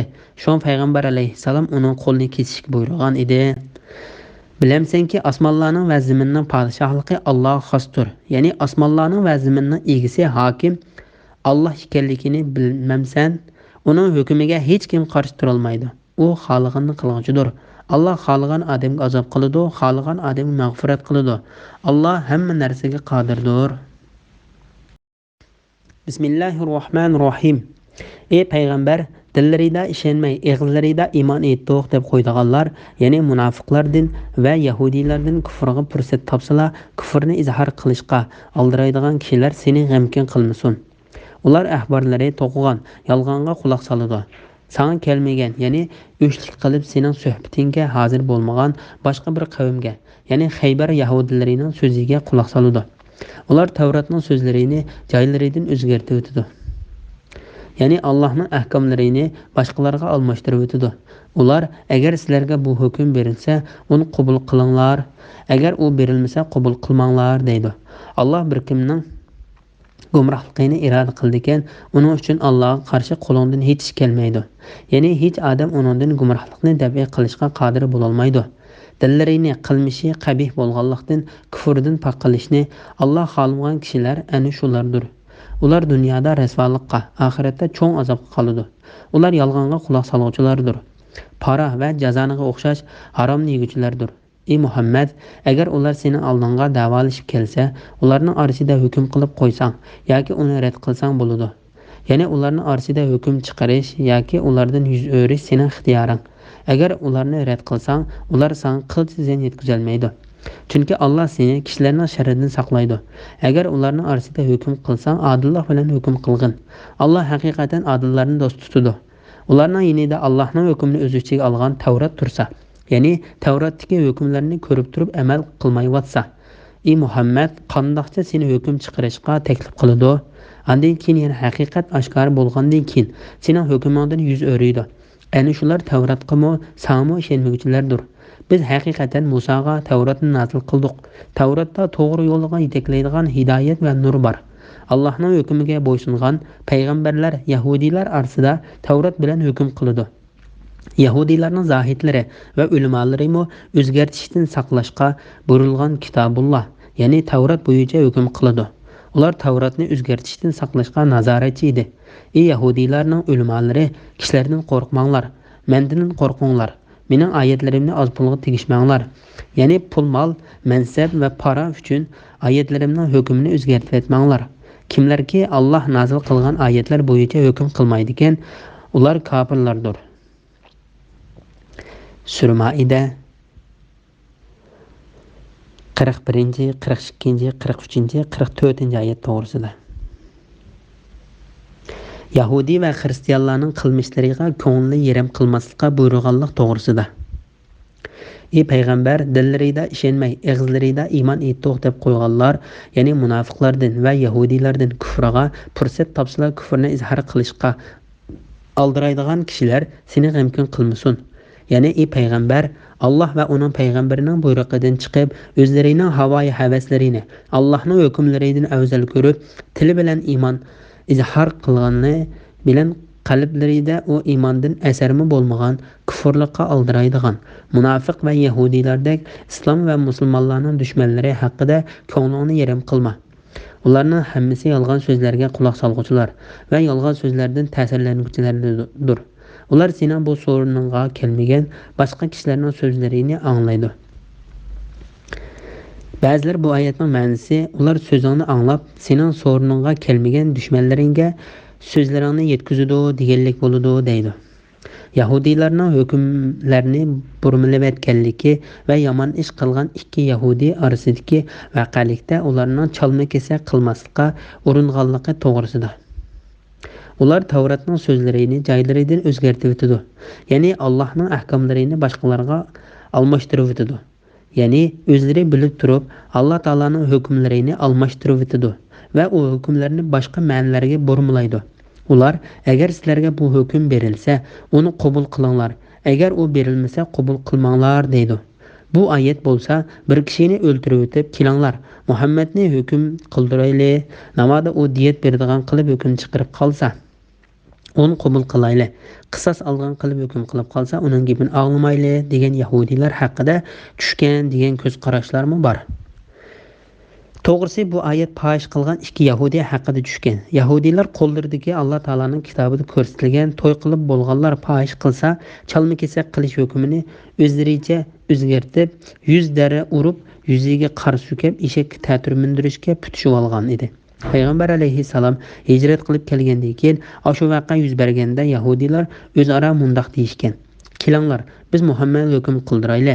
Agar u dara urishga va yuziga qar sukashga hukm qilsa ma'qul deyli va uni Alloh taolaning oldida isbot qilayli. Chunki bu ishga Allohning payg'ambarlaridan bir payg'ambar oranglarda shunday hukm qilgan bo'ladi. Namoda u chalma-kesak qilishga hukm qilib qolsa unumayli." Bu voqelikning tövendagi hadislarda bayon qilinib keldi. İmam Malik Abdullah ibn Ömer radhiyallohu anhumaning mundoq deganligini rivoyat qiladi. Yahudiylar payg'ambar alayhissalomning oldiga kelib, ulardan o'zlari ishidan bir bilan bir ayolning fahish qilganligini aytdi. Buni anglab payg'ambar alayhissalom ulardan chalma-kesak qilish gunohiga Tavratda qanday hukm bor deb so'radi. Ularni rasvo qilib darra urmaymiz deb javob berdi. Abdullah ibn Salam yolg'on aytdinglar. Tavratda chalma-kesak hukm bor. Tavratni ilib kelinglar dedi. Shunga bilan ular Tavratni ilib kelib ochdi. Ulardan biri qo'lini chalma-kesak qilish oyatining ustiga qo'yib, undan u oyatning oldi-keyingi oyatlarini o'qib, Abdullah o'qidi. Abdullah ibn Salam unga qo'lini ko'tar dedi. U qo'lni ko'targanda dil shu joyda chalma-kesak qilish to'g'risida oyat ko'rindi. Shuning bilan ular: "Ey Muhammad, Abdullah rost aytdi. Tavratda chalma-kesak qilish oyati bor" dedi. Shuning bilan payg'ambar alayhisalom u ikki yahudiyni chalma-kesak qilishga buyurdi. Men u er kishining ayolga ish chaqirib, uni toshdan to'sib turayotganligini ko'rdim. Bu hadisni Imom Buxoriy va Muslim rivoyat qilgan bo'lib, Imom Buxoriyning yana bir rivoyatida payg'ambar alayhissalom yahudiylardan u ikkilanni qanday qilsizlar deb so'rovdi. Yahudiylar yuzlariga qozonning qarsini so'kib rasvo qilamiz dedi. Payg'ambar alayhissalom: "Agar rasul bo'lsanglar, Tavratni ilib kelib o'qib beqinglar-chi" dedi. Ular o'z ichidagi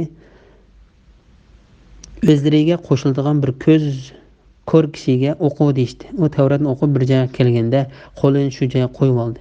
Buni ko'rib payg'ambar alayhissalom unga qo'lini ko'tar dedi. U qo'lini ko'taruvdi, u joydan dal chalma-kesak qilish oyati ko'rindi.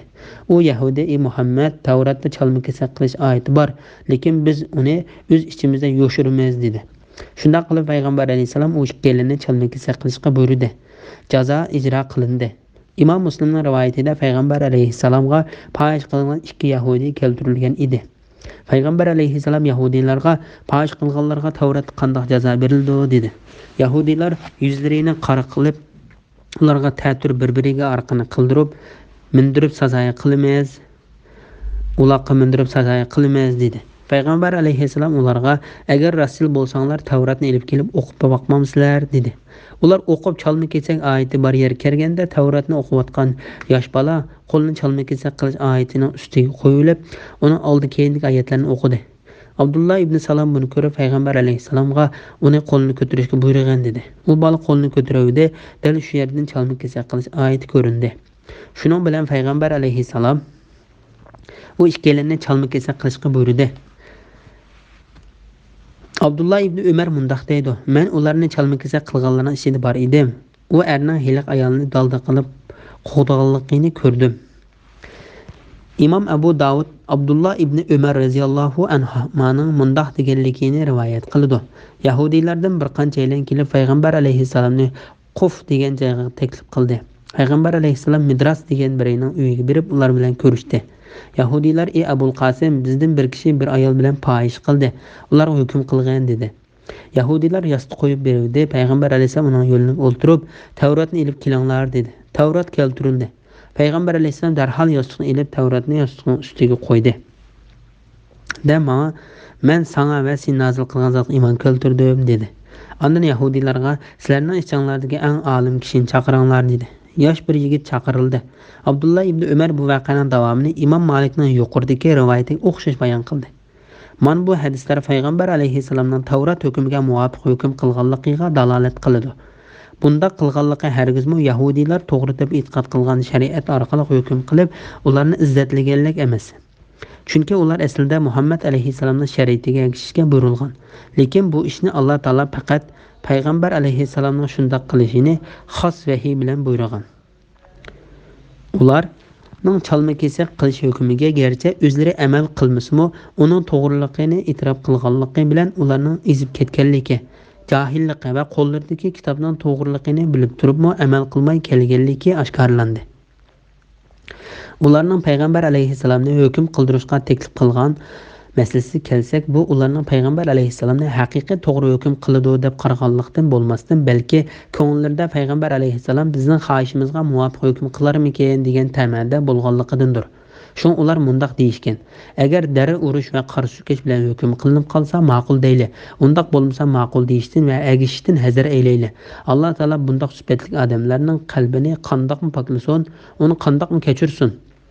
Ey Muhammad, agar ular seni oldinga davolashib kelsa, ularning orasida hukm qilib qo'ysang yoki uni rad qilsang bo'ladi. Ya'ni ularning orasida hukm chiqarish yoki ulardan yuz o'rish sening ixtiyoring. Agar ularni rad qilsang, ular senga qilcha ziyon yetkazolmaydi. Ya'ni ular seni hukm qildirish uchun kelsa, ularning o'tirsida sen hukm qilmasangmi hech qish yo'q. Chunki ularning sen hukm qildirishdagi maqsadi haqiqatga ergashish uchun emas, balki o'zlarining havoyi havasiga munosib keladigan hukmga erishish uchundir.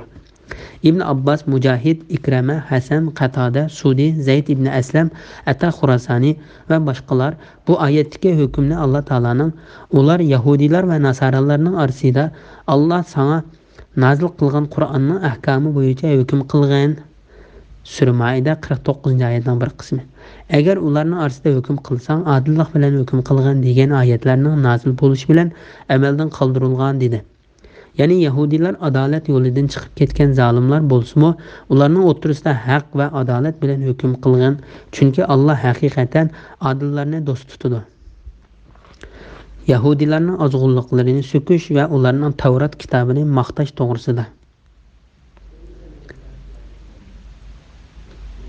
Alloh taolo ularning buzuq e'tiqodlarini va biz qo'llarimizdagi kitobga amal qilishga buyurilgan va kitobning to'g'riligini bilib turibmi, uning amal qilmay xato yo'llarning xato ekanligini bilib turibmi, mang'alliklarini va agashganliklarini tanqid qilib mundaq deydi: ularning yonida Allohning hukmini o'z ichiga olgan Tavrat tursa, ya'ni Tavratdagi hukmlarni ko'rib turib amal qilmay bo'lsa, ey Muhammad, qandoqcha seni hukm chiqarishga taklif qiladi?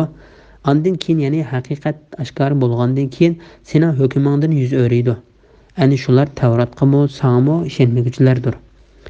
Mening oyatlarimni oz pulga tegishmanglar. Ya'ni pul, mol, mansab va pora uchun oyatlarimni hukmini o'zgartirib etmanglar. Kimlarki Alloh nozil qilgan oyatlar bo'yicha hukm qilmaydi ekan, ular kofirlardir. Bu oyatning ma'nosi haqida ikki xil ko'z qarash bor. Bu vaqtda Alloh xolisa keyinchi to'xtalamiz. Bu oyatlarning nozil bo'lishidagi boshqa sabablar to'g'risida. İmam Ahmed ibn Abbas'ның mundaq deganligini rivoyat qiladi. Alloh taolo kimlarga Alloh nozil qilgan oyatlar bo'yicha hukm qilmaydi ekan, ular kofirlardir va ular fosiqlardir degan oyatlarini Yahudilardan bo'lgan ikki guruh haqiqatan nozil qilgan bo'lib, islom kelishdan burun ularning biri yana birini bo'zaq qilib, kuchli guruhning bir odami ojiz guruhning bir odamini o'ldirib o'tgan bo'lsa, uning diyati 50 vasak ochliq. Aciz guruhning bir adamini kuchli guruhning bir adami o'ldirib etgan bo'lsa, uning diyati 100 vasak bo'ladi deb kelishgan. Taki payg'ambar alayhisalom Madinaga kelgan qadar shunday qilishib kelgan. Payg'ambar alayhisalom kelgandan keyin har ikki guruh payg'ambar alayhisalomga bo'ysungan. Payg'ambar alayhisalom ularning bu kelishimni e'tirof qilmagan. Payg'ambar alayhisalom Madinaga o'rilish bo'lgandan keyin aciz guruhdagi birisi kuchli guruhning bir adamini o'ldirib qo'ygan. Kuchli guruhdagilar bizga 100 vasak ochliq diyet beringlar deganda, aciz guruhdagilar bizning dinimiz bir, yurtimiz bir, diyetimiz bir turuqliq, qandoqmi sizlar bizga to'lagandan yerimin to'laydi ekansizlar? Biz burun sizlarga bo'zak bo'lib qolg'achqa sizlardan qo'rqib shundoq to'lab kelgan edik.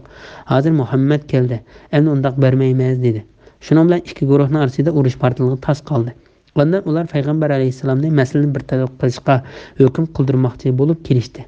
Kuchli guruh o'z ichiga mundaq deyishdi: Muhammad hargiz bizga ulardan oldigan diyetning ikki hissini ilib bermaydi.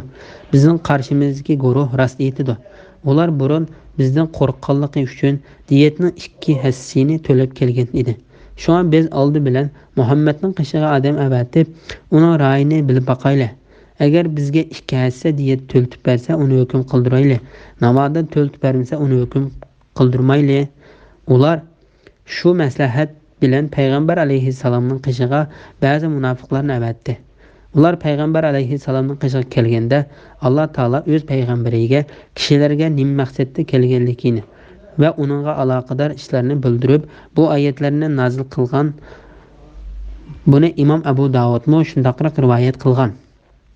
Ibn Jarir ibn Abbas mundaq deganligini rivoyat qiladi. Maida surasidagi ularning orasida hukm qilib qo'ysang yoki uni rad qilsang bo'ladi. Ya'ni ularning orasida hukm chiqarish yoki ulardan yuz o'rish sening ixtiyoring.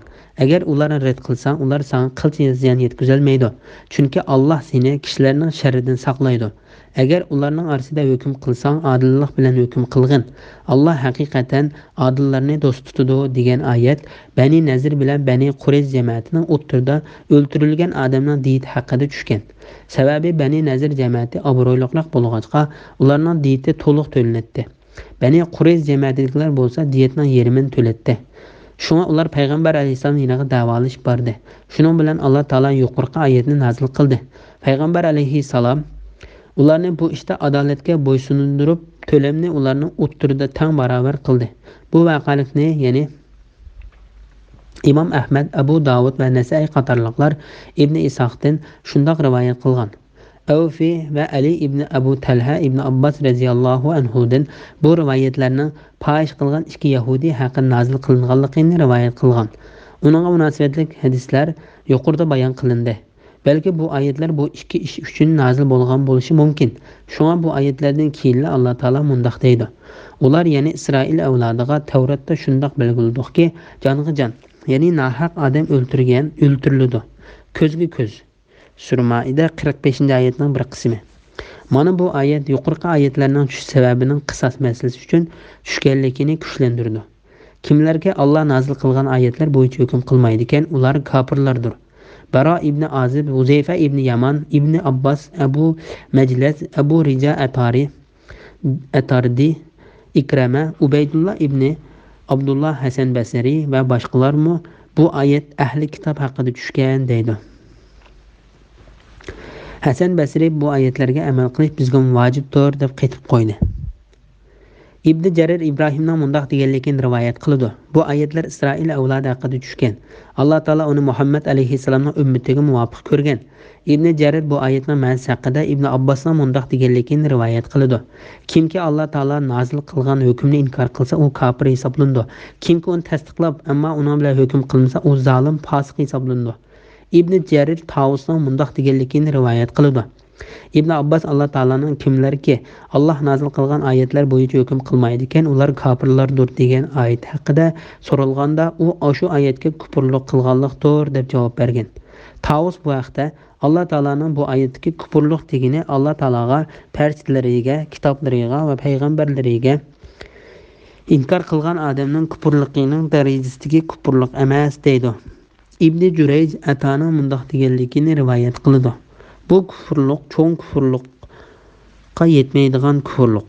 Zulm cho'ng zulmga yetmaydigan zulm. Fasiqlik cho'ng fasiqlikqa yetmaydigan fasiqlikdir. Tavus yana mundoq deydi. Bu kufrlik islom dinidan chiqarib o'tadigan darajadagi kufrlik emas. Bismillahirrohmanirrohim.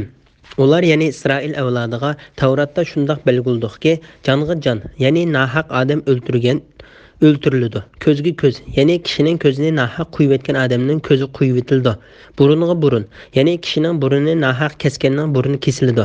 Quloqqa quloq, ya'ni kishining nahaq quloqini kesganning quloqi kesildi. Tishqa tish, ya'ni kishining tishini nahaq to'kkanning tishi to'kildi va kishini qandoq yordar qilgan bo'lsa, shundoq yordar qilinish bilan qisos ilindi. Kimki jinoyatchini bu qilsa, ya'ni uningdan qisos olmasa, bu uning gunohiga kaforat bo'ladi. Alloh nazil qilgan oyatlar bo'yicha hukm qilmaydigan kishilar zolimlardir. Sura Maida 45-oyat to'g'risida. Mana bu oyatmo Yahudilarga qayib, ularni ayiblagan oyatlardir. Chunki ularning qo'llaridagi Tavratning tekstida jonga jon deb bor. Bular o'sha hukmga qasdan kajlik qilib, xiloflik qilishgan. Ular Bani Qurayzlikka, Bani Nazirlikdan qisos ilib berib, lekin Bani Nazirlikka, Bani Qurayzlikdan qisos ilib bermay diyet to'latgan. Bu xuddi ularning qo'llaridagi Tavratning o'ylangan bir fahish qilgan taqdirdimi, uni chalma kelsa qilich jazosini berish hukmiga xiloflik qilib, uning o'rniga darra ulush, yuzini qor qilib sazoyi qildirishdek yengilroq jazoni ijro qilib olganiga o'xshashdir. Alloh taolo bu haqda mundoq deydi: kimlarki Alloh nazil qilgan oyatlar bo'yicha hukm qilmaydi ekan, ular kofirlardir. Sura Maida 44-oyatning bir qismi. Chunki ular Alloh taolaning hukmiga qasdan kajlik qilib kufrlik qilgan. Alloh nazil qilgan oyatlar bo'yicha hukm qilmaydigan kishilar zolimlardir. Chunki ular adolat va barobarlik bilan hukm qilishga buyurgan ishda zulmga uchirg'uchiga, zolimdan haqqini ilib bermagan, Alloh taolaning hukmiga xiloflik qilib zulm qilgan, o'zaro bir-biriga tajovuz qilishgan zolimlardir. Ayol kishini o'ltirgan er kishining o'ltirilganligi to'g'risida. İmam Abu Nasr ibn Sabbah Şamil degan kitobida olimlarning bu oyatning o'ltirilguchi mayli er yoki ayol bo'lsin, jonga jon ilindiganligini ifodalab berganligida birlik kelganligini o'ttirib qo'ygan. Mazhab imomlarining hammasi mush oyatni er kishi ayol kishini o'ltirsa o'limga hukm qilinadiganligiga dalil qilgan. İmam Nasai va boshqalar rivoyat qilgan hadisda payg'ambar alayhissalom Amr ibn Hazmiga ayol kishini o'ltirgan er kishi o'ltiriladi deb xat yozgan. Musulmonlarning qonlari barobar degan hadislarda er kishi ayol kishini o'ltirsa, uningga o'lim jazosi beradiganligi bayon qilingan. Bu hukm ko'pchilik olimlarning qarshidir. Tövəndəki hadislərimi İmam Abu Nasr ibn Sabbağinin göz qarşını gücləndirdi. İmam Ahmad Anas ibn Malik radiyallahu anhu'nun mundaq deganligini rivoyat qiladi. Anasning hammachisi Rubeyy bir kichik qizning ulul tishini to'kib etgan. Rubeyyning ona jamiyati qizchaqning oilasidan kechirim o'tishni talab qilganda, ular unimay payg'ambar alayhissalomning qishiga kelgan. Payg'ambar alayhissalom ularga qisos ilindi degan. Buni anglab Rubeyyning aksi Anas ibn Anza payg'ambar alayhissalomdan: "Ey Allohning payg'ambari, Rubeyyidek bir ayolning tishini to'kamsan" deydi. Anas ibn Malikning aytishicha, keyin qizchaqning oilasidagilar kechirib, qisos olmaslikka rozi bo'lgan. Buni payg'ambar alayhissalom ko'rib mundaq degan: Alloh taolaning shundoq bandalari borki, Alloh taolo bilan qasam qilsa, Alloh taolo cho'qim ularning qasamini o'rindab beradi. Bu hadisni Imom Buxoriy va Muslim rivoyat qilgan. Yarlandırışning qisasi to'g'risida. Kishini qandoq yordar qilgan bo'lsa, shundoq yordar qilinish bilan qisos elindi. Bu oyat haqida Ali ibn Abu Talha ibn Abbos radhiyallohu anhuning mundoq deganligini rivoyat qildi. Jonga jon elindi, ko'zga ko'z o'yiladi, burunga burun kesiladi, tishqa tish to'kiladi va yarlandirish bilan qisos elindi. Buningda hör musulmonlar er bo'lsin, ayol bo'lsin, o'z ara barobar bo'ladi. Ya'ni jinoyat qasddan bo'lsa, o'ltirish va a'zoni yarlantirishda hamma hör musulmon barobardir. Qullarmi er bo'lsin, ayol bo'lsin, o'z ara barobar bo'ladi. Buni Ibn Jarir va Ibn Abu Hatim rivoyat qilgan. Jarohatlantiruvchidan qisos ilishga doir qoida to'g'risida. Yaralang'uvchining yarasi sallamaza saqiyib bo'lguncha qisos ilishga bo'lmaydi. Agar saqiyib bir taraf bo'lguncha yaralang'uvchidan qisos ilinsa, ondan yaralang'uvchining yarasi texim ig'irlashib ketsa, u yaralantiruvchidan hech qanday haq talab qilolmaydi. Buning dalili Imom Ahmad Amir ibn Shuaybning cho'ng dadasining mundoq deganligini rivoyat qildi. Bir kishi yana bir kishining putini munguz bilan yaralantirgan. Yaralang'uvchi payg'ambar alayhisalom qiziga kelib, "Men qisos ilib bergan" deb talab qilgan. Payg'ambar alayhisalom uningga saqaygacha saqlagan degan. Ondan u yana payg'ambar alayhisalom qiziga kelib, "Men qisos ilib bergan" deb turib olgan. Payg'ambar alayhisalom uning qisosini ilib bergan. Keyin u odam "Ey Allohning payg'ambari, men to'kur bo'lib qoldim" deganda, payg'ambar alayhisalom uningga "Men seni to'ssam unimay men xiloflik qildim. Shu Alloh taolo senga g'azablanib, sening to'kurliqingning to'limini bekor qilib etdi" degan. Ondan payg'ambar alayhisalom yaralang'uvchi saqib bo'lmoqcha qisos ilishni cheklagan. Agar yaralang'uvchi yaralantiruvchidan qisos olsa, yaralantiruvchi qisos ilingan sababidan o'lib qolsa, qisos oluvchiga hech qanday mas'uliyat kelmaydi. Bu sahobalarning, tabiinlarning va ko'pchilik olimlarning qarshidir. Imom Abu Hanifiya qisos oluvchiga qarshi tarafdan o'ltirib qo'yganligi uchun diyet to'lash vojib bo'ladi. Bu diyet qisos ilinib berilguchining mildan ilindi deb qaraydi. Amir Sha'bi, Ata, Taus, Amir ibn Dinar, Haris Ukli, Muhammad ibn Abu Sulaymon, Zuhri va Sufyan Savari qatorliqlar bu diyet qisos ilib berilguchining mirosxo'r bo'la oladigan kishilarning milidan ilindi deb qaraydi.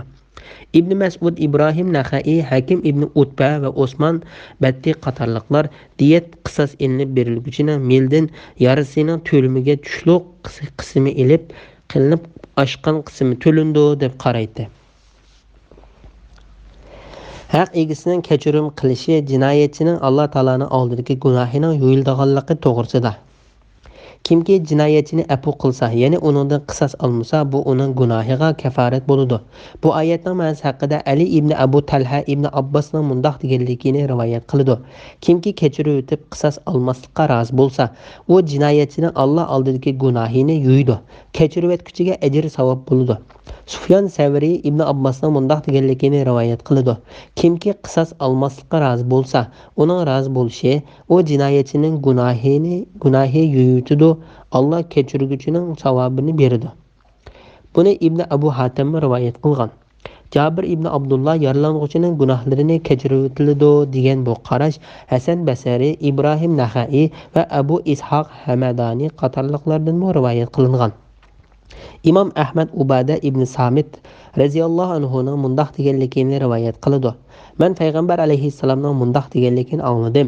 Har qanday bir odam ma'lum bir a'zoyi yaralantiruvchini kechirib etsa, Alloh taolo uni kechirib etganlik uchun gunohini mag'firat qilib o'tadi.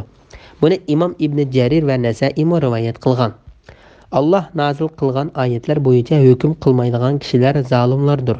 Bu oyatning ma'nosi haqida yuqorida Tavus va Ataning cho'ng kufrlikdan tuvanrak kufrlik, cho'ng zulmdan tuvanrak zulm, cho'ng fosiqlikdan tuvanrak fosiqlik deganligi bayon qilingan edi.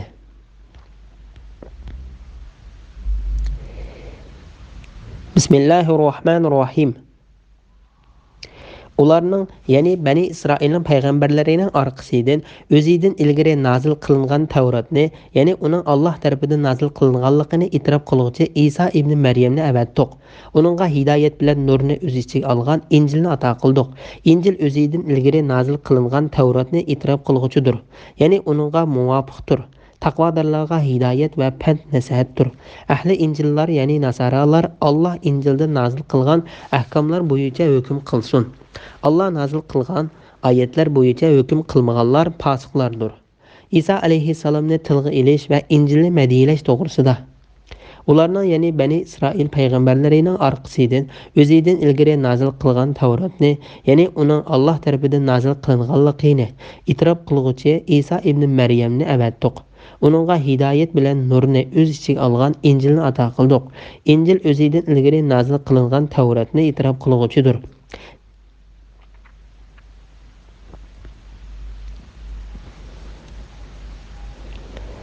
Ya'ni uningga muvofiqdir.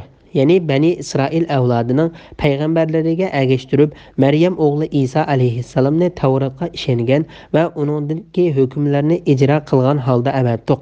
Uningga Injilni ato qildik. Uningda haqiqatga hidoyat qiladigan, qaymoqtirish va ozg'unliklarni tugitadigan ro'shanlashtiruvchi nur bordir. Az bir qism ahkomlarni hisobga olmaganda, u Tavrat ahkomlarini tasdiqlaydi va uningga ergashadi. Xuddi boshqa bir oyatda Isa alayhissalom Bani Isroilga men ilgari kelgan Tavratni tasdiq qilgan holda keldim, sizlarga harom qilingan ba'zi narsalarni halol qilish uchun keldim degandek. Ya'ni men sizlarga cheklangan narsalarning ba'zisini cheklamini ko'tarib o'tkili keldim. Shunga ulamolarning ikki xil ko'z qarashining mashhurroqi Injil Tavratning ba'zi ahkomlarini amaldan qoldirgan degan qarashdir. Taqvodorlarga hidoyat va panda nasihatdir. Ya'ni Injilni Alloh taoladan qo'rqib, Alloh taolaning g'azabidan saqlanay deguchilarga gunohlarni qilishdan to'squchi va hidoyat qilg'uchi qildik. Ahli Injillar, ya'ni nasoralar, Alloh Injilda nazil qilgan ahkomlar bo'yicha hukm qilsin. Bu oyatning o'qilishi ikki xil bo'lib, birinchi xil o'qilishning ma'nosi mundoq: biz Injilni Injil ahli o'z zamonida Injil bilan hukm qilsin deb nazil qildik. Ikkinchi xil o'qilishning ma'nosi: Injildagi hamma narsaga iymon keltiringlar, Muhammad alayhissalomning payg'ambar bo'lib kelganligiga xush xabargami iymon keltiringlar. Agar Muhammad alayhissalom payg'ambar bo'lib kelsa, uning ergashinglar deganlik bo'ladi. Allah Taala bu vaqtda mundoq deydi: ey Muhammad, aytqinki, ey ahli kitob, ya'ni yahudiylar va nasoralar, sizlar Tavratga, Injilga va sizlarga Parvardigoringlar nazil qilgan kitobga, ya'ni Qur'onga to'liq amal qilmaguncha sizlar e'tiborga olgudek dinda bo'lgan bo'lmaysizlar. Sura Maida 68-oyatning bir qismi. Ular elchiga, ummiy payg'ambarga, ya'ni Muhammad alayhissalomga ergashidi. Ular o'z elikidagi Tavrat, Injillarda uning sifatining yozilganligini ko'rdi. U ularni yaxshi ish qilishga buyurdi, yomon ish qilishdan to'sidi. Ularga pok narsalarni halol qiladi, nopok narsalarni harom qiladi. Ularning eg'ir yukini yengiltidi. Ularni silingan taqoq ko'zi kishilardan bo'shtidi. Ya'ni ularga yuklangan eg'ir vazifalarni ilib tashlaydi. Uningga iymon etganlar, uni hurmatlaganlar, uningga yordam berganlar, uningga nazil qilingan nur, ya'ni Qur'onga ergashuvchilar baxtga erishguchilardir. Sura Ahrof 157-oyat. Allah nazil qilgan oyatlar bo'yicha hukm qilmaganlar fosiqlardir. Ya'ni Parvardigoringning buyruqlariga bo'ysunmay bosh tortganlar, haqni tashlab botilga isilganlar fosiqlardir. Yuqorida bu oyatning xristianlar haqida tushganligi bayon qilindi. Oyatning bosh oyog'iga bog'langan mazmundimi shundoq bo'lganligi chiqib turdi. Bismillahirrohmanirrohim. Ey Muhammad, biz sana o'zidan ilgirki samoviy kitoblarni e'tirof qilg'uchi va ularga shahid bo'lg'uchi haq kitobni, ya'ni Qur'onni nazil qildik. Ey Muhammad, ularning orasida Alloh sana nazil qilgan Qur'on ahkomi bo'yicha hukm qilgan. Sana kelgan haqdan burilib, ularning nafs xohishlariga ergashmagin. Ey ummatlar, sizlarning har biringlarga bir xil shariat va ochiq yo'l tayin qildik. Agar Alloh xolsa, albatta sizlarni bir ummat qiladi, ya'ni butun insonlarni bir dinda qiladi. Lekin Alloh sizlarga bergan shariatlar borasida sizlarni sinash uchun ko'p ummat qilib ayirdi. Yaxshi ishlarga oldiranglar, hammanglar Allohning dargohiga qaytisizlar. Sizlar ixtilof qilishgan narsalarni, uning qaysi haq, qaysi nohaq ekanligini Alloh sizlarga aytib berdi. Ular yahudiylar va nasoralar Allohning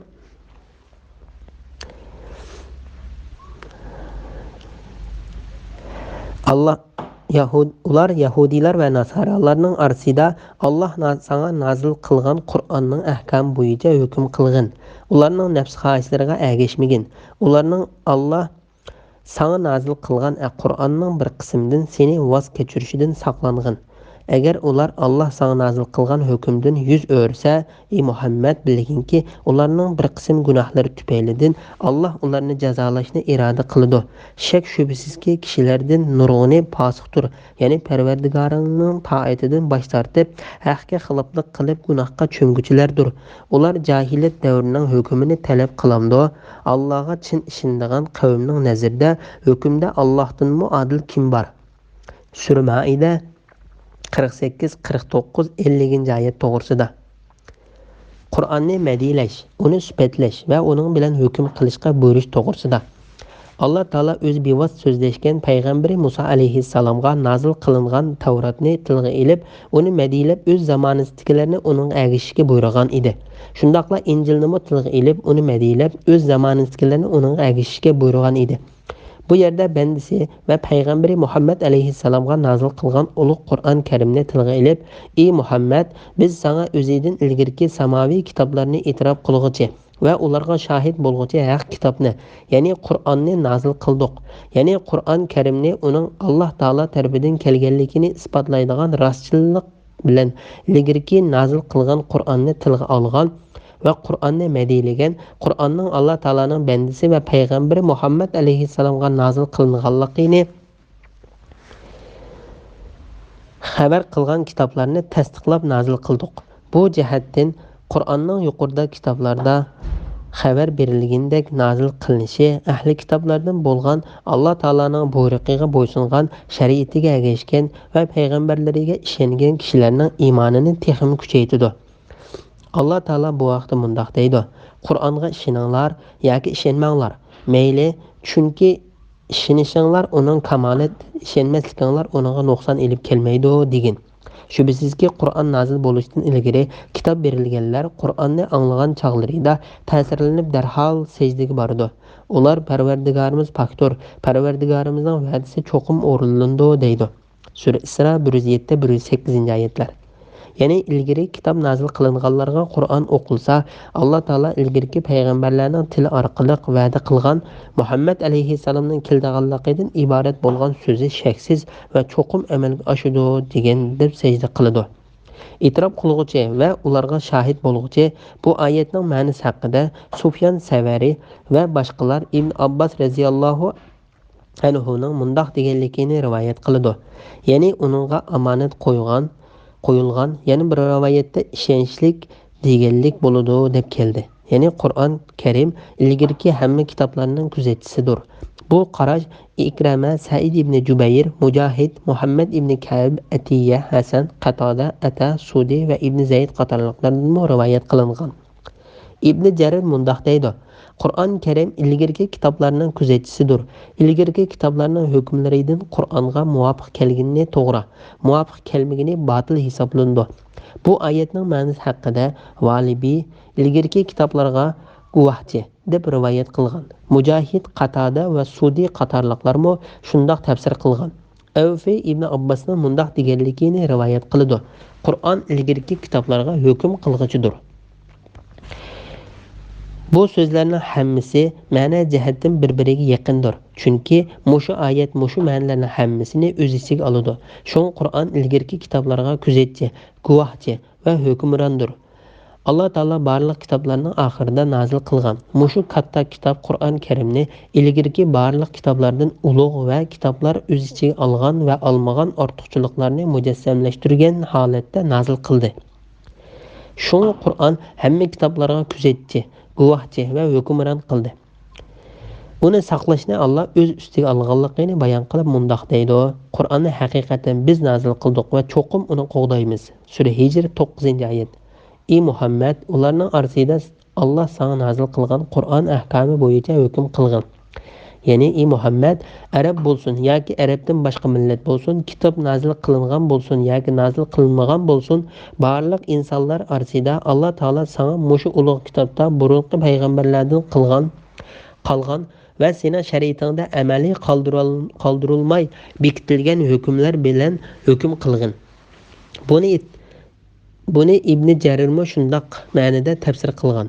Ibn Abu Hatim Ibn Abbosning mundoq deganligini rivoyat qiladi: Payg'ambar alayhissalom ularning o'ttirisida xolis hukm qiladi. Xolis hukm qilmay ularni o'z qonunlariga qaytaradi. Shuning bilan Alloh taolo ey Muhammad ularning orasida Alloh senga nazil qilgan Qur'onga ahkami bo'yicha hukm qilgan degan oyatni nazil qilib Payg'ambar alayhissalomni ularning o'ttirisida bizning kitobimiz Qur'on Karimdagi shariatga asosan hukm qilishga buyurdi. Sana kelgan haqdan burilib, ularning nafs xohishlariga ergashmagin. Ya'ni ularning o'zlari paydo qilib olgan e'tiqod qarashlariga ergashmagin. Ular shu e'tiqod qarashlari sababidan Alloh taolo payg'ambarlariga nazil qilgan qonunni tashlab qo'ygan. Ey ummatlar, sizlarning har biringlarga bir xil shariat va ochiq yo'l tayin qildik. Bu oyatning ma'nosi haqida Ibn Abu Hatim Ibn Abbosning mundoq deganligini rivoyat qildi. Sizlarning har biringlarga birdan yo'l qildik. Agar Alloh xolisa, albatta sizlarni bir ummat qiladi. Ya'ni butun insonlarni bir dinda qiladi. Bu barliq ummatlarga qilingan xitob bo'lib, bu Alloh taolaning xolisa barliq insonlarni bir dinda, bir qonunga bo'ysunadigan qilib ta'laydigan ulug' qudratini namoyon qilishidir. Lekin Alloh taolo har bir payg'ambarga xos shariat belgilab, ondan bu shariatni yoki uning bir qismini keyingi payg'ambarning shariati orqali amaldan qoldirgan. Oxirida hamma shariat qonunlar butun zamin ahliga avatgan oxirgi payg'ambari o'zining bandasi bo'lgan Muhammad alayhissalomga belgilab bergan shariat bilan amaldan qoldirgan. Lekin Alloh sizlarga bergan shariatlar borasida sizlarni sinash uchun ko'p ummat qilib ayirdi. Ya'ni Alloh taolo bandalarini sinab bo'ysunganlarni mukofotlash, osiylik qilganlarni jazolash uchun har turli shariat qonunlarini belgiladi. Bu oyatning ma'nosi haqida Abdullah ibn Kasir sizlarga nazil qilgan kitob bilan sizlarni sinash uchundir deganlik bo'ladi dedi.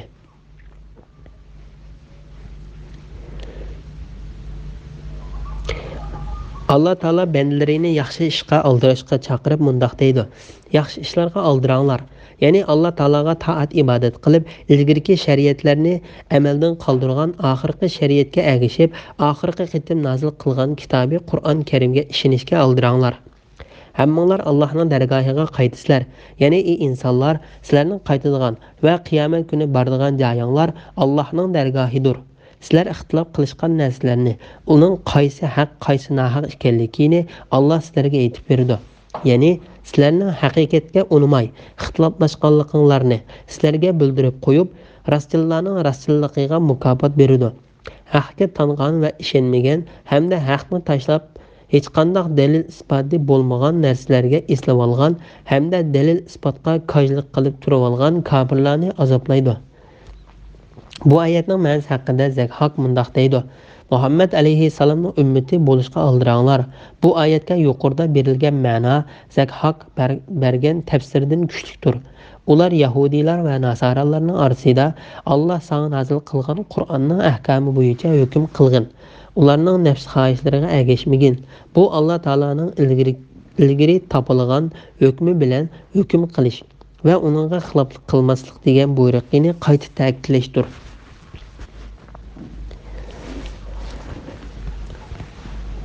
Ularning Alloh senga nazil qilgan Qur'onning bir qismidan seni voz kechirishdan saqlangan. Ya'ni sening dushmanlaring bo'lgan Yahudiylarning senga yetkazgan xabarlarida haqni burmulab yetkazib qilishdan ehtiyot qilgin. Ularga aldanma, chunki ular xoin, yolg'onchi kofirlardir. Agar ular Alloh senga nazil qilgan hukmdan yuz o'risa, ey Muhammad bilginki, ularning bir qismi gunohlari tufaylidan Alloh ularni jazolashni iroda qildi.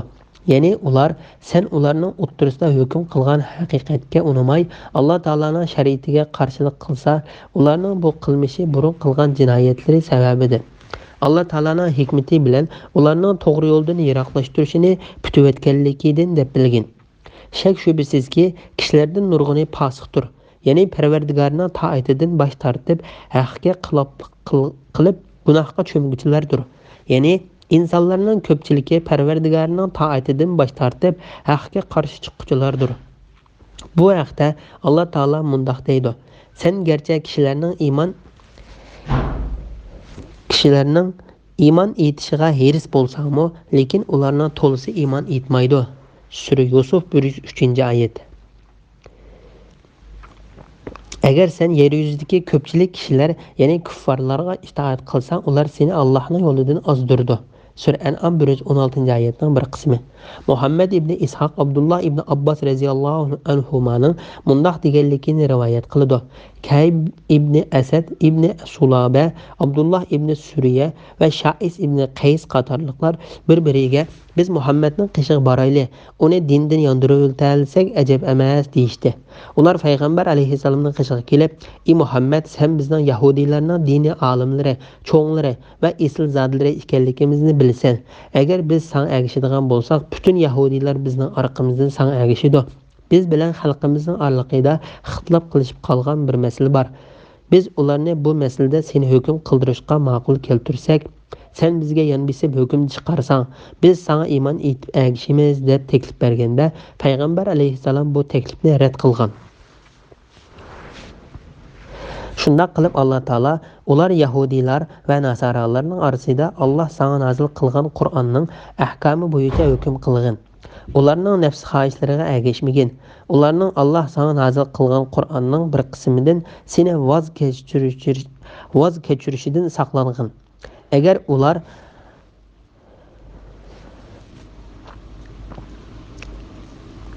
Allah sana nazil qilgan hukmidan yuz o'risa, ey Muhammad, bilginki, ularning bir qism gunohlari tufaylidan Alloh ularni jazolashni iroda qiladi. Shak shubasizki, kishilardan nurg'uni fosiqdir. Ya'ni Parvardigoringning taatidan bosh tortib, haqqa xiloflik qilib, gunohga cho'mguchilardir degan oyatni nazil qilgan. Buni Ibn Jarir va Ibn Hatam rivoyat qilgan. Islom kelishdan burungi kishilar xato qonun bilan hukm qilganligidek, Mo'ng'ullar ayni vaqtda Chingizxon vaqtidagi yahudiylar, xristian, islom dini va boshqa har turli qonunlardan tanlab tuzib bergan shaxsiy qarashlari va xohishlariga asoslangan nurg'un hukmlarni o'z ichiga olgan. Keyingi davrlarda uning avlodlari tarafidan ulug'lanib, hatto Qur'on va hadisni yuqori o'ringa qo'yib olgan, yasoqdan iborat qonunlari bilan hukm qilganligidek hamma yaxshilikni o'z ichiga olgan, hamma yomonlikdan to'sgan. Alloh taolaning mustahkam qonunini qo'yib, uning o'rniga odamlar va o'z xohishi bo'yicha dalil isbotsiz paydo qilib olgan tuzumlarga islavolganlarni Alloh taolo tanqid qilgan. Kimki shunday qilsa kofir bo'ladi. U toki Allohning payg'ambarining hukmiga qaytmoqcha, uningdan boshqani ozroqmi hukm qilmaydigan bo'lguncha uningga jang e'lon qilish kerak. Ular jahiliyat davrining hukmini talab qilamdi, ya'ni ular jahiliyat qonunlarini xolamdi. Jahiliyat qonunlarini maqsad qilamdi. Alloh taolaning hukmini tashlab boshqaga islomdi. Allohga chin ishongan qavmning nazarida hukmda Allohdanmi adil kim bor? Ya'ni Alloh taolaning shariatini tushungan, uningga iymon keltirib, Alloh taolaning eng ulug' hokimi ekanligini to'nib yetgan bir kishi uchun adillikda Alloh taoladanmi adil, mehribonlikda ona bolasiga mehribon bo'lgandan bakrak o'z maxluqotlariga mehribon bo'lgan Alloh taoladan boshqa bir mehribon zot bormi? Chunki Alloh taolo hammani bilguchi, hammaga qudrati yetguchi adil zotdir. İmam Abu Qasim Tabarani İbn Abbas radhiyallohu anhumadan payg'ambar alayhissalomning mundoq deganligini rivoyat qiladi. Alloh taolo eng yomon ko'radigan odam islomning ichida turib jahiliyat, islom dinining sirtidagi yo'lni xohlaydigan, bir insonning qinini nahaq to'kaman deb turib olgan odamdir. Bu hadisni Imom Buxoriy mushu mazmunda tafsilroq qilib rivoyat qilgan. Bismillahirrohmanirrohim. Ey müminler, Yahudiler ve Nasaralarni do'st tutmanglar. Ular bir-birini do'st tutadi. Sizlardan kimki ularni do'st tutadigan, umi ana shulardan sanaladi. Allah zalim qavmni haqiqatan hidoyat qilmaydi. Dillarida kasallik, ya'ni munofiqlik borlarning zamon o'zgarib, kofirlar zafar topsa, o'zimizga bir falokatchilik kelishidan qo'rqamiz deb ular bilan do'st bo'lishga oldirganligini ko'rsam. Allah Resulullah'a, musulmonlarga g'alaba, ya'ni Mekkani fath qilishni ato qiladi. Yoki bir ishni, ya'ni ularning munofiqligini pash qilishni maydonga keltirdi-da, ko'nglida yoshurg'ini, ya'ni mu'minlarning dushmanlarini do'st tutganligi uchun ular nadomat chekadi. Bu munofiqlarning musulmonlarga qilgan hiyla mikri pash qilinganda mo'minlar bir-biriga sizlar bilan cho'qim billa ekanliklariga Alloh nomi bilan qattiq qasam ichishganlarmi, shu kishilarmi deydi. Ularning, ya'ni munofiqlarning qilgan amallari bekor bo'ldi. Ular dunyo va oxiratda ziyon tortquchi bo'ldi. Surmaida 51, 52, 53 oyat to'g'risida. Yahudi, Hristiyan va boshqa islom dushmanlari bilan do'stlashishdan to'sqonlik to'g'risida. Alloh taolo mo'min bandalarini Hristiyan va Yahudilardek islomning va musulmonlarning dushmanlari bo'lgan kishilar bilan do'stlashishdan to'sdi.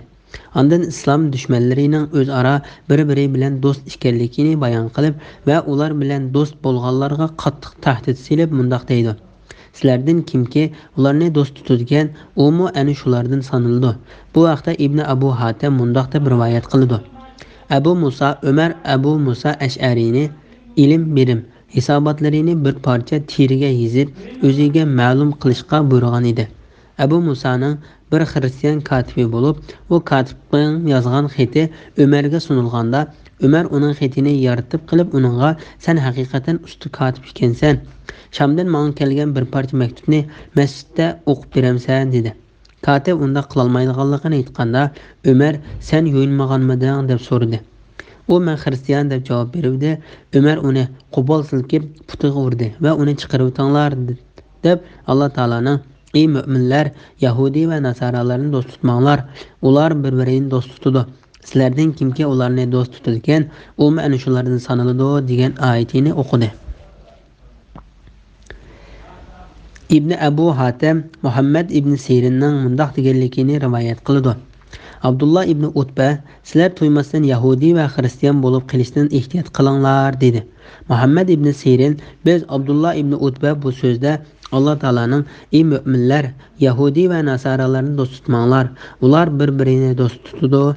Sizlardan kimki ularni do'st tutadigan, u ana shulardan sanaladi" degan oyatini ko'zda tutganmikin deb gumon qilishdik. Dillarida kasallik, ya'ni munofiqlik borlarning zamon o'zgarib kafirlar zafar topsa, o'zimizga bir falokatchilik kelishidan qo'rqamiz deb ular bilan do'st bo'lishga oldirganligini ko'rsan. Ya'ni sen ko'nglida gumon va munofiqlik borlarning ularni do'st tutishga, ular bilan ichqo'yin tashqo'yin bo'lishga oldirashganligini ko'rsan. Ular kafirlarni do'st tutishda, agar kafirlar musulmonlarni yengib olsa, bizning do'stligimizni unutmay bizga yaxshilik qilar, natijada biz ba'zi balo ofatlardan qutulib qolarmiz deb bahoni ko'rsatdi. Alloh Rasulullohga musulmonlarga g'alaba, ya'ni Makkani fath qilishni ato qildi. Yoki bir ishni, ya'ni ularning munofiqligini pash qilishni maydonga keltirdi-da, ko'nglida yo'shirganini, ya'ni mu'minlarning dushmanlarini do'st tutganligi uchun ular nadomat chekidi. Ya'ni ular undoq qilgani bilan balki Alloh taolo Makkani fath qilib o'tishi yoki Yahudi Hristiyanlardan jizya to'lam oldigan nusrat ato qilib o'tishi mumkin. Shundoq bo'lganda Yahudi Hristiyanlar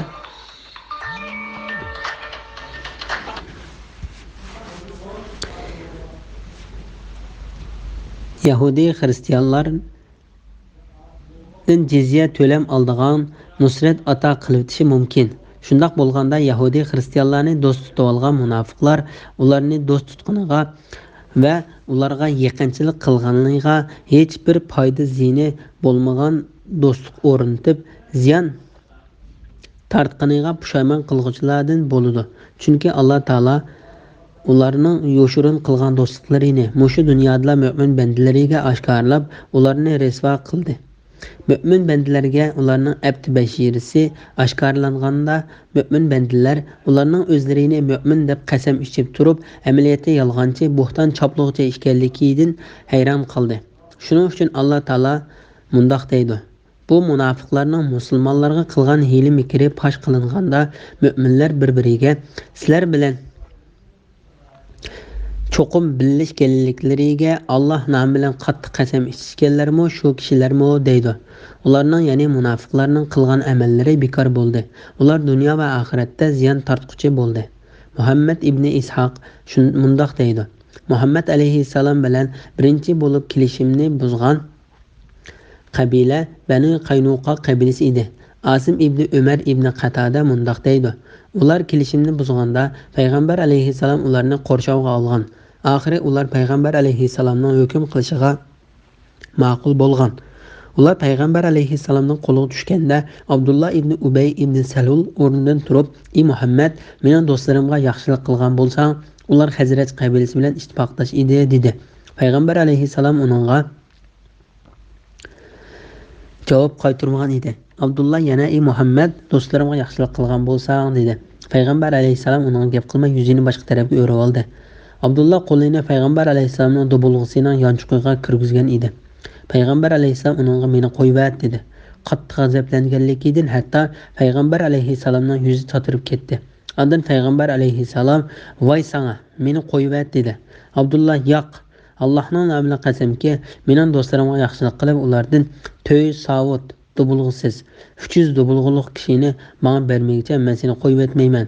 Ular meni har qanday dushmandan qo'g'digan tursa, sen ularni birdamla yo'qotib o'tamsan.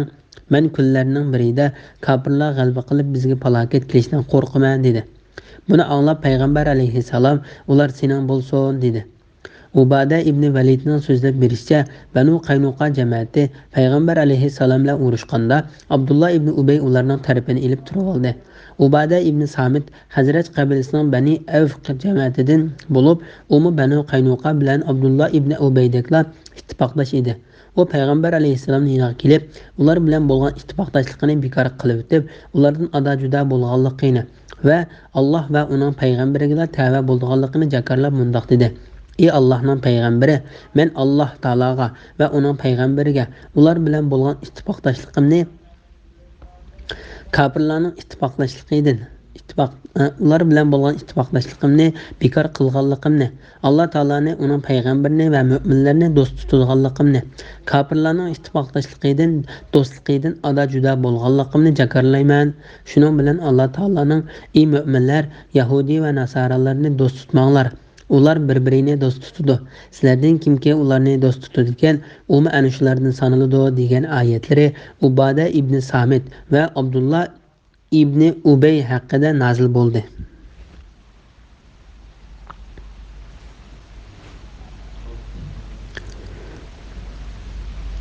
Bismillahirrohmanirrohim. Ey mu'minlar, sizlardan kimki murtad bo'ladi ekan, Alloh uni o'rniga Alloh ularni do'st tutadigan, ularmi Allohni do'st tutadigan, mu'minlarga kuyinadigan, kofirlarga shafqatsiz, Allohning yo'lida jihad qiladigan va malomat qiluvchining malomatidan qo'rqmaydigan bir qavmni keltirdi. Bu ya'ni yuqoridagi sifatlar bilan sifatlanish Allohning fazlidirki, Alloh uni bandalaridan xohlagan kishiga beradi. Allohning fazli kengdir. Alloh hamman bilguchidir. Shubhisizki, sizlarning do'stinglar Allohdir, Allohning rasulidir va mu'minlardirki, mu'minlar ta'dil arkan bilan namoz o'taydi, zakot beradi.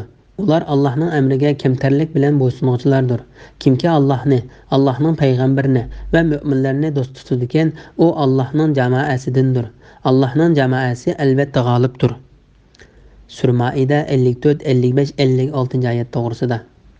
Mu'minlar dindan yansa o'rniga boshqa bir millatni keltiradiganligi to'g'risida.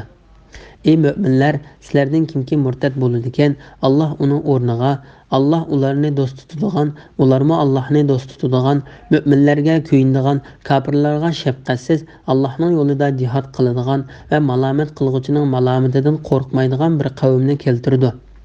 Alloh taolo bu oyatda kimki Alloh taolaning dinini va shariatini tiklashdan yuz o'risa, ular uning o'rniga uningdan yaxshiroq, uningdan kuchliroq va uningdan ravris diniy qarindoshlariga kamtar va rahimdil, dushmanlariga qahrlik va shafqatsiz, Alloh taologa toat qilishda, Alloh taoloning qonunini ijro qilishda, yaxshilikqa buyurishda, yomonlikdan to'sashda, yaxshi ishlarni qilishda, har qanday to'squchining to'salg'usiga parvo qilmaydigan, har qanday toptana va malomat qiluvchilarning malomatidan qo'rqmaydigan haqiqiy mu'minlarga almashtiradiganligiga Alloh taoloning qudratining yetadiganligidan xabar berdi. Agar Alloh taolo xolasa, bu uningga tas emas. Bu toki qiyomatgacha qadar bir umumiy xitobdir. alloh taolo birining o'rniga yana birini ilib kelalaydiganligi to'g'risida mundoq deydi: agar sizlar allohning toatidan yuz o'rsanglar, alloh sizlarning o'rninglarga boshqa bir qavmni almashtiradi. Sura Muhammad 38-oyatning bir qismi. Osmonlarni va zaminni allohning haq asosida yaratganligini, ya'ni bekor yaratmaganligini ko'rmadingmi?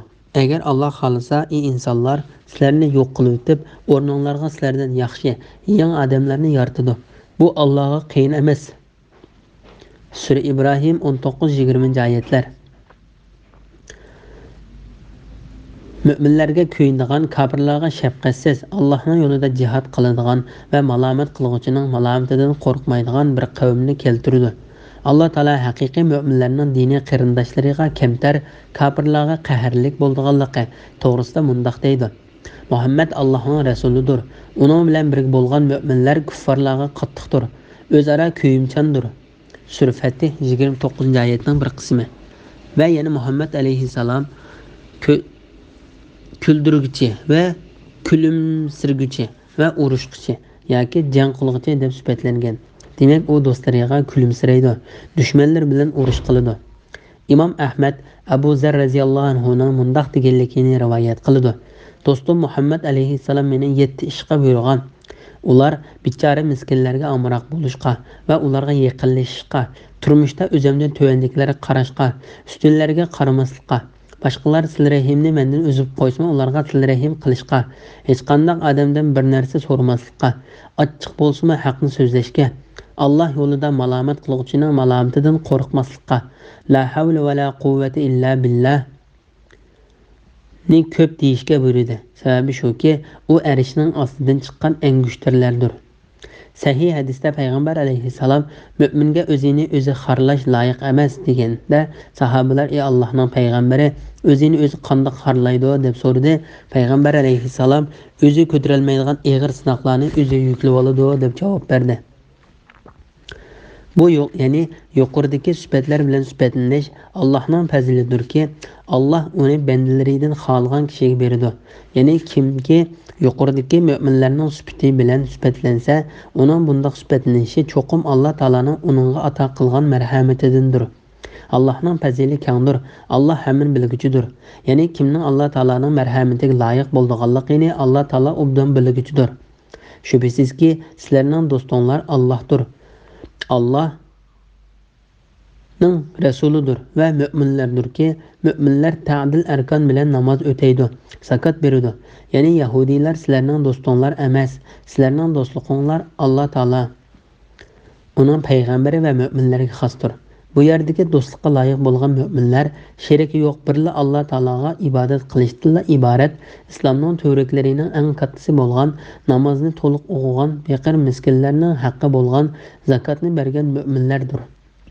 Ular Allah'ның emriga kemterlik bilen boysunğuculardır. Yani bu ayetni ruku haltida turib zakatını berdi deganlik xato tushunib qilingan. Namazda shundoq deyilgan bo'lsa, zakatni ruku qilgan holatda berish boshqa holatda berishdan afzal bo'lgan bo'ladi. E'tiborga olg'uchilki bor olimlarning hech biri bundoq deb qaramagan. Undoq bo'lgan ekan, oyatning asli ma'nosi farz namozlarini jamoat bilan o'qish uchun Alloh taolaning masjidlariga keladi, zakatlarini musulmonlarning foydasiga xarjlaydi deganlik bo'ladi. Bu oyatlarning nozil bo'lish sabablari to'g'risida. Yuqorida bu oyatlarning hammasining Ubada ibn Samit radhiyallohu anhuning Yahudilarning ittifoqdoshligidan ado juda bo'lib, Alloh taolani, uning payg'ambari va mu'minlarni do'st tutishga rozi bo'lganligi haqida tushganligi bayon qilindi. Shunga Alloh taolo mundaq deydi: Kimki Allohni, Allohning payg'ambarini va mu'minlarni do'st tutadigan, u Allohning jamoasidandir. Allohning jamoasi albatta g'olibdir. Bu vaqtda Alloh taolo mundaq deydi: Alloh Lavhul Mahfuzga men va mening payg'ambarlarim cho'qim g'alaba qilamiz deb yozdi. Alloh haqiqatan kuchlidir, g'olibdir. Allohga va oxirat kuniga ishonadigan bir qavmning Alloh bilan va uning payg'ambari bilan qarshilashganlarni ularning onalari, o'g'illari ya qarindoshlari ya urug' tuqqanlari bo'lgan taqdirdami do'st tutganligini ko'rmaysan. Ya'ni ularni do'st tutishi mumkin emas. Ana shularning dillarida Alloh iymonini mahkam qildi. va o'z dargohidan bo'lgan ruh bilan ularni kuchaytdi. Alloh ularni ostidan o'z tanglar eqib turadigan jannatlarga kirgizadi. Ular jannatlarda mangu qoladi. Alloh ulardan rozi bo'ladi. Allohdan ularmo mamnun bo'ladi. Ana shular Allohning qo'shonidir. Bilinglarki, Allohning qo'shoni maqsadga erishguchilardir. Sura Mujadila 21-22 oyatlar. Ya'ni Alloh taolo uning payg'ambari va mu'minlarning do'stligiga rozi bo'lgan har qanday odam dunyo va oxiratda nijotlik topquchidir. Dunyo va oxiratda nusrat berilguchidir. Bismillahirrohmanirrohim. Ey mu'minlar, sizlardan ilgari kitob berilganlar, ya'ni yahudiylar va nasoralar dininglarni masxara va o'yinchi qilganlarni do'st qilib olmanglar. Agar haqiqiy mu'min bo'lsanglar, Allohdan qo'rqinglar. Sizlar namozga chaqirgan, ya'ni azon aytgan chig'inglarda ular namozni ham sizlarni masxara va o'yinchi qiladi. Bu shuning uchunki, ular namozning hikmatini va namozning nafsini poklashdagi g'oyasini tushunmas qavmdir. Sura Maida 57-58 oyat to'g'risida.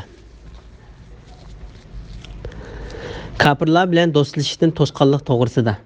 Ey mu'minlar, sizlardan ilgari kitob berilganlar, ya'ni yahudiylar va nasoralar dininglarni masxara va o'yinchi qilib olganlarni do'st qilib olmanglar.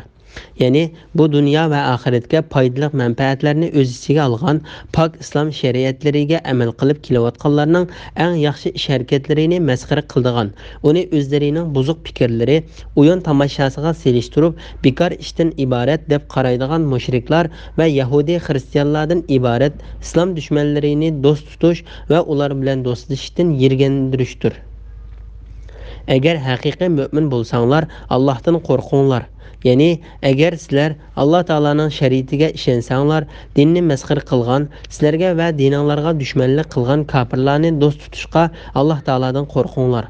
Alloh taolo bu vaqtda mundoq deydi: Mu'minlar mu'minlarni qo'yib, kofirlarni do'st tutmasin. Kimki shunday qiladi ekan, u Allohning do'stligiga erisholmaydi. Ulardan qo'rqib do'stlik izhor qilishinglar buningdan mustasno. Alloh sizlarni o'zining azobidan qo'rqitadi. Oxir qaytadigan joy Allohning dargohidir. Sura Al-Imron 28-oyat.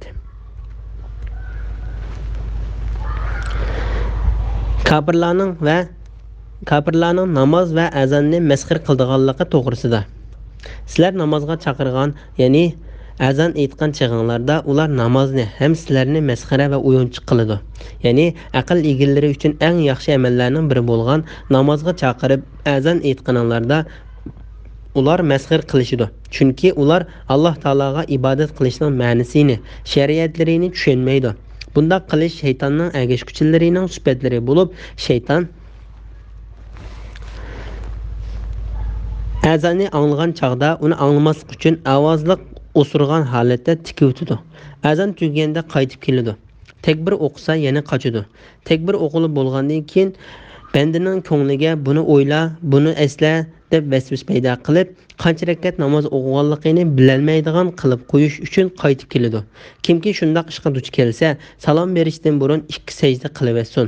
Bu Imom Buxoriy va Muslim rivoyat qilgan hadisdir. İmam Zöhri mundoq deydi: Alloh taolo azon aytishni kitobida tilga ilib mundoq deydi: Sizlar namozga chaqirgan, ya'ni azon aytgan chig'inglarda ular namozni ham sizlarni masxira va o'yinchi qiladi. Bu shuning uchunki, ular namozning hikmatini va namozning nafsini poklashdagi g'oyasini tushunmas qavmdir. Buni Ibn Abu Hatim rivoyat qilgan. Bismillahirrohmanirrohim. Ey Muhammad aytqinki, ey ahli kitob, ya'ni yahudiylar va nasoralar jamoasi faqat bizning Allohga, bizga nozil qilgan kitobga, ya'ni Qur'onga, buningdan ilgari payg'ambarlarga nozil qilgan kitoblarga iymon etganligimiz uchun va sizlarning ko'pchiliginglar fosiq bo'lganliginglar uchun bizni ayblamsizlar. Ey Muhammad aytqinki, sizlarga Allohning nazaridagi buningdanmi yomon jazoni aytib beraymi? U shundoq kishilarning jazosiki, Alloh ularning rahmatidan yiroq qildi va ularga g'azab qildi. Alloh ularning bir qismini maymun va cho'shqa qildi, bir qismini shaytonga ibodat qildigan qildi. Ana shularning o'rni eng yomondir, ya'ni do'zaxdir. Ular to'g'ri yo'ldan eng adashganlardir. Ya'ni yahudiylarning munofiqlari yiningga kelgan chaqda biz iymon etdik deydi. Vaholanki ular ey Muhammad yiningga kufr bilan kirib, kufr bilan chiqib ketdi. ya'ni senden anlagan ilmdan foydalanmadi. Allah ularning yoshirgan narsasini, ya'ni nifoqni va kufrni obdan biladi. Ular, ya'ni Yahudiylarning orasidagi nurg'un kishilarning gunohga, zulm silishga va harom yeyishga aldiraydiganligini ko'rsin. Ularning qilmishlari nima degan yomon. Ularning zahidlari, ahbarlari nimishqa ularni yolg'on so'zlashdan, harom yeyishdan to'simaydi. Ularning qilmishlari nima degan yomon. Sura Maida 59, 60, 61, 62, 63 oyat to'g'risida. Müminlərinin Allah Taalaga iman keltirganligi uchun ahli kitoblarning müminlarni o'ch ko'rdiganligi to'g'risida. Allah Taala bu oyatning 5-ida: "Ey Muhammad, sizlarni dininglarni masxara va o'yinchi qilib olgan ahli kitoblarga aytqinki, ey ahli kitob, ya'ni Yahudiylar va Nasaralar jamoasi faqat bizning Allohga, bizga nozil qilgan kitobga, ya'ni Qur'onga, buningdan ilgari payg'ambarlarga nozil qilgan kitoblarga iymon etganligimiz uchun va sizlarning ko'pchilikinglar fosiq bo'lganliginglar uchun bizni ayblamsizlar, ya'ni sizlarning bizni ayblaydigan buningdan boshqa bir narsanglar bormi? Bu bir ayb emas. Buningdan boshqa ayblaydigan boshqa bir narsanglar yo'q. Alloh taolo bu vaqtda mundoq deydi: Ular müminlarni faqat g'olib, madiga loyiq, Allohga iymon etganliklar uchun yomon ko'rdi. Sura Buruj 8-oyat. Ularning payg'ambar alayhissalomni yomon ko'rishi faqat Allohning va uning payg'ambarining ularni o'z fazlidan boy qilganligi uchundir. Sura Tavba 74-oyatning bir qismi. Imom Buxoriy va Muslim rivoyat qilgan bir hadisda bundoq bayon qilingan: Ibn Jamilning zakat berishini yomon ko'rishi u aslida fiqr bo'lib, buni Alloh taolo boy qilgan sababi bilan bo'lgandir. Sizlarning ko'pchilikinglar fosiq bo'lganliginglar uchun degan oyat bizga nozil qilingan kitobga, ya'ni Qur'onga, buningdan ilgari payg'ambarga nozil qilingan kitoblarga iymon etganligimiz degan oyatga bog'lanishliqdir. Ma'nisi, sizlarning ko'pchilikinglarning fosiq ekanliginglarga ishonganligimiz uchun bizni yomon ko'rsizlar. Ahli kitobning qiyomat kunida eng yomon azobga loyiq bo'lganligi to'g'risida. Ey Muhammad, aytqinki, sizlarga Allohning nazaridagi buningdanmi yomon jazoni aytib beraymi? Ya'ni sizlarga qiyomat kunida Alloh taolaning dargohidagi sizlar o'ylagandanmi yomonroq jazoni aytib beraymi? Shu jazoga uchraydigan kishilar tövendagi sifatlar bilan sifatlangan kishilardir. O sifatlar tövendagi oyatlarda sifatlangandir. Alloh ularni rahmatidan yiroq qildi. Ya'ni Alloh taolo ularni o'z rahmatidan qo'g'lidi. Ularga g'azab qildi. Ya'ni keyin kechirib o'tmaydigan darajada qattiq g'azab qilganlar, Alloh ularning bir qismini maymun va cho'chqa qildi. Yuqorida Sura Baqarada bayon qilingandek, buningdan keyin Sura Ahrofdami uning izohati keladi. Sufyan Savri Abdullah ibn Mas'ud radhiyallohu anhuning mundoq deganligini rivoyat qiladi. Payg'ambar alayhissalomdan maymunlar va cho'chqalar haqida bular Alloh taolo surtini o'zgartirib etgan insonlarmi deb so'raganda payg'ambar alayhissalom mundoq deb javob berdi: Alloh taolo bir qavmni halok qilib etsa yoki inson surtidan o'zgartirib etsa ulardan nasl qoldirilmadi. Vaholanki hozirgi maymun va cho'chqalar burunlar bor edi. Bu hadisni Imom Muslim rivoyat qilgan. Bir qismni shaytonga ibodat qildi. Ya'ni ulardan tog'utga xizmat qiladigan maloy va xizmatchilarni qilgan. Buning ma'nosi mundoqdir: Bizning yolg'iz bir Allohga ibodat qilishdek pok dinimizga ta'na qiladigan ey ahli kitoblar, qandoqmi sizlardan bundoq ishlar sodir bo'ladi? Halbuki sizlardan shu jinoyatlarning hammasi tepildigan tursa. Shu Alloh taolo mundoq deydi: Ana shularning o'rni eng yomondir, ya'ni do'zaxdir. Ya'ni bizni yomon deb o'ylagandimi, sizlar bakrak yomondirsizlar. Ular to'g'ri yo'ldan eng adashgandir. Sizlarga tegishli bo'lgan shu o'rin sizlar bizga o'ylagan yomon o'rindir. Iymonni oshkorlab kufrlikni ko'nglida saqlash munofiqlarning odatlaridan ekanligi to'g'risida. Yahudiylarning munofiqlari yininglarga kelgan chaqda biz iymon etdik deydi. Vaholanki ular: "Ey Muhammad, yiningga kufr bilan kirib, kufr bilan chiqib ketdi. Ya'ni sendan anglagan ilmdan foydalanmadi." Ya'ni bu sifat bo'lsa ularning ichidagi munofiqlarning sifatlari bo'lib, ular kufrlikni qalblarida saqlab, tashqi ko'rinishda mu'minlarga saxta muomala qildi. Shu Alloh taolo mundoq deydi: Ular ey Muhammad yiningga kufr bilan kirib, ey Muhammad ular sening qishingga kufrni ko'tarib kirdi. Lekin sen anglagan ilm va vaz nasihatlar ularga kor qilmagan holatda yanada ko'ngillarida kufr bilan chiqib ketdi. Allah ularning yoshirgan narsasini, ya'ni nifoqni va kufrini obdan biladi.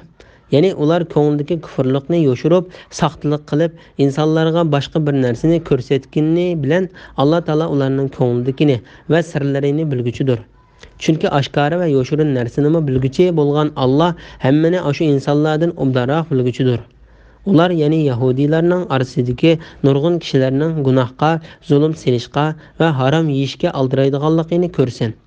Ya'ni ular gunoh ishlarga, harom qilingan narsalarga, kishilarga ziyonkashlik qilishga va boshqalarning mol-mulkini yeyilish qatorliq cheklangan ishlarni qilishga aldiraydi. Ularning qilmishlari nima degan yomon, ya'ni ularning ziyonkashligi nima degan yomon. Yahudiylarning diniy olimlarining yomon ishlarini to'simganligini ayiblash to'g'risida. Ularning zohidlari, ahborlari nemishqa ularni yolg'on so'zlashdan, harom yeyishdan to'simaydi. Ya'ni Alloh taologa taqvodorlik qilgan kishilar, olimlar ularni mundoq gunoh ishlar qilishdan to'ssa bo'lmasmidi? Ularning qilmishlari nima degan yomon. Bu oyatning ma'nosi haqida Ali ibn Abu Talha ibn Abbos radhiyallohu anhumaning mundoq deganligini rivoyat qiladi.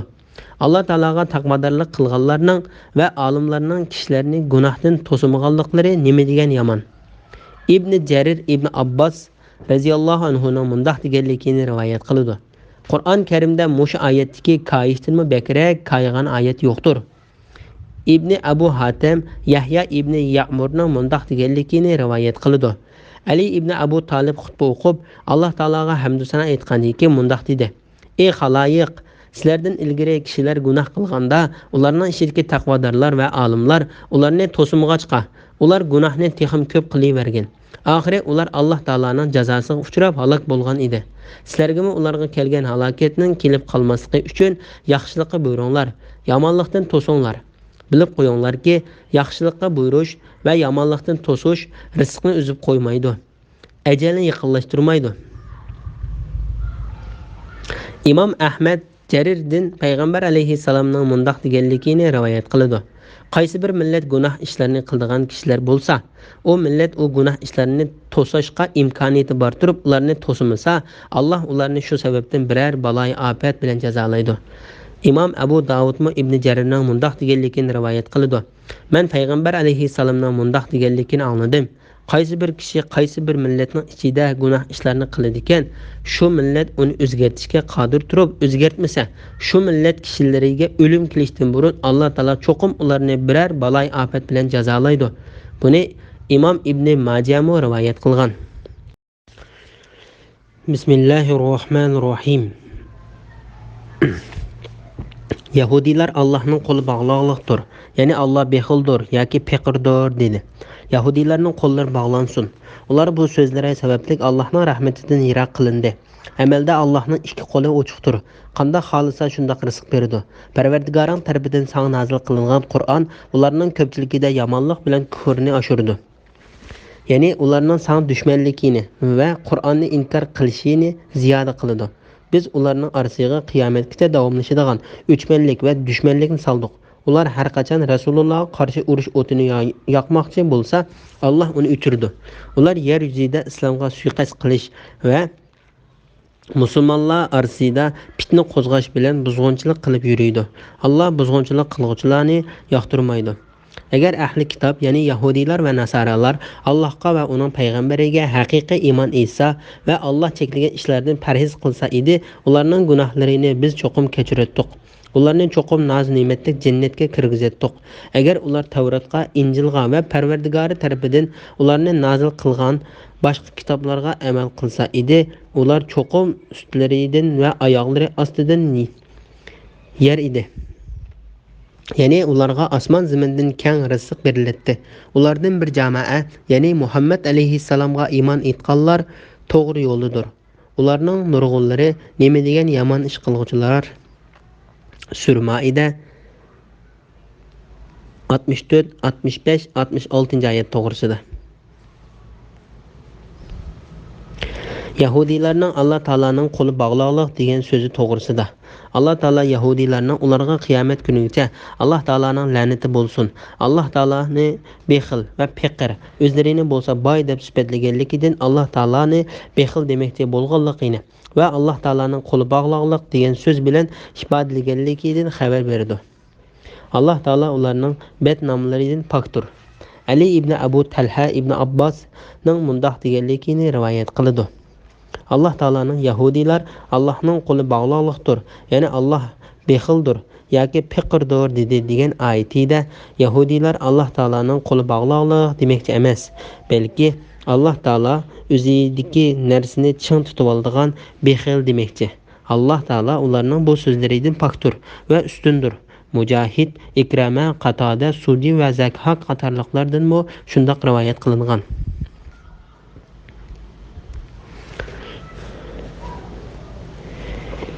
Zakhak Alloh taolaning qo'lingni bo'yningga bog'lab olmagan, ya'ni bexillik qilmagan, qo'lingni to'limi echibmi etmagan, ya'ni isrof qilmagan.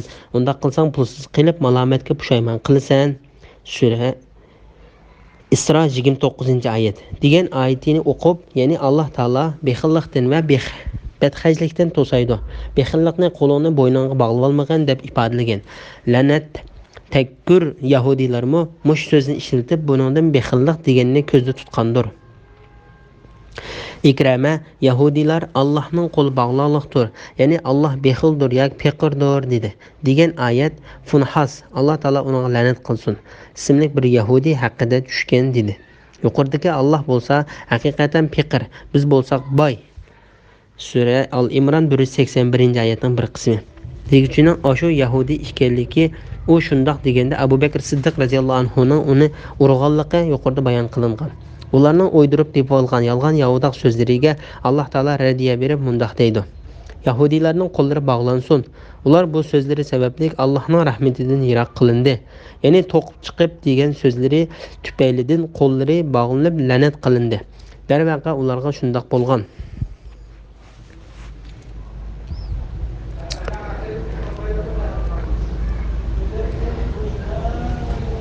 Chunki ulardagi bexillik, pixsiqlik, hasadxo'rlik, qo'rqinchoqlik va xorlik intayin eg'ir bo'lgan. Alloh taolo bu vaqtda mundoq deydi: yoki ularning podshohlikdan nasibasi bormi? Hech qanday nasibasi yo'q. Agar bo'ladigan bo'lsa, ziyoda bexillikdan ular kishilarga qilchilik narsa bermaydi.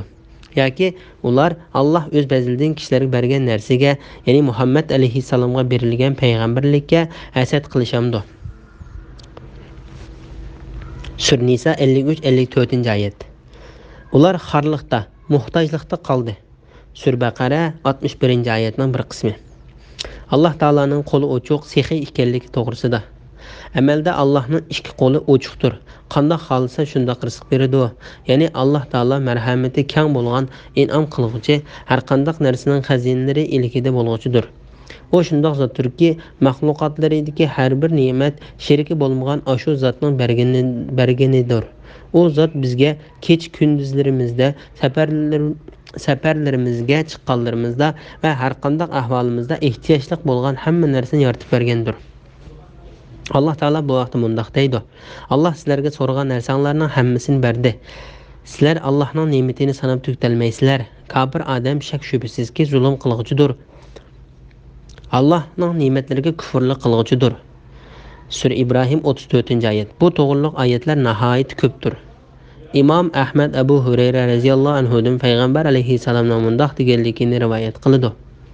Alloh taolaning o'ng qo'li liq-mulliq to'lgan bo'lib, kech kunduz sarf qilish uni kemaytirib telmaydi. Osmon va zaminni yaratgandan buyon sarf qilgan narsaning miqdorini o'ylanglarki, u o'ng qo'ldagi ne'matlarni kemaytirib telmagan. Alloh taolaning arshi suvning ustidadir. Ya'ni bir qo'lda o'lchugich bor bo'lib, uning bilan ko'taradi va tushiradi. Ya'ni Alloh taolo ba'zi insonlarning rizqini keng va ba'zi insonlarning rizqini oz qiladi. Payg'ambar alayhissalom yana mundoq deydi: Alloh taolo mundoq deydi: sarf qilgan, men senga sarf qilaman. Bu hadisni Imom Buxoriy va Muslim rivoyat qilgan. Qur'on Yahudiylarni texim bek tanig'uchi va haddidan oshquchi qildiganligi to'g'risida. Parvardigoring tarafidan sana nozil qilingan Qur'on ularning ko'pchiligida yomonlik bilan kufrni oshirdi. ya'ni ularning sana dushmanligini va Qur'onni inkor qilishini ziyoda qiladi. Ya'ni ey Muhammad, Alloh taolo sana ato qilgan Qur'ondan iborat ne'mat Yahudi va ularga o'xshagan dushmanlaringga nisbatan bir azobdir. Uning bilan mu'minlar qanchaki bek ishindigan, bek amal qildigan, bek foydalanadigan bo'lsa, buni aksicha sana va ummatingga hasad qildigan kofirlarmi shunchalik bek haddidan oshidi. Alloh taolo bu vaqtda mundoq deydi: O iymon keltirganlarga hidoyatdir va dillardagi shak shubhaga shifodir. Iymon etmaydiganlarning quloqlari Qur'onni anglashdan eg'irdir. Ya'ni Qur'onning da'vatiga quloq solmaganlarning va uningdan yuz o'rganlarning go'yo quloqlari eg'irdir. Qur'on ularning dillariga ko'rliqdir. Ya'ni ular hidoyat nurini ko'rmaydi. Ya'ni shular yiroqdan nido qilinguvchilardir. Ya'ni ular haqni qabul qilmaslikda iymonga yiroqdan chaqirilgan. Musofining yiroqligidan chaqiriqni anglamagan kishilarga o'xshaydi. Sura Fussilat 44-oyatning bir qismi. Biz mu'minlarga, ya'ni ularning dillariga shifo va rahmat bo'ladigan Qur'on oyatlarini nozil qilamiz. Qur'on kofirlarga ziyondan boshqani ziyoda qilmaydi. Ya'ni ular Qur'onni tasdiq qilmaganlikdan ularning kufri texmi oshidi. Sura Isra 82-oyat. Alloh taolaning biz ularning orasiga qiyomatgacha davomlashadigan o'chmanlik va dushmanlikni soldiq degan oyatning ma'nosi ularning dillari hargizmo birlashmasdan, balki ular orasidagi o'zaro adovat davomli mavjud bo'lib turadi. Chunki ular haq ustida ittifoqlasha olmaydi. Ular sog'mi tinib qarshilik qildi. Ular har qachon Rasulullohga qarshi urush o'tini yoqmoqchi bo'lsa, Alloh uni o'chirdi. Ya'ni qachonki ular sana suiqasd qilib plan tuzishsalar, Alloh taolo uni bekor qilib deb ularning suiqasdini o'ziga yondirdi. Osonlikning natijasini o'zlariga ko'rsatdi.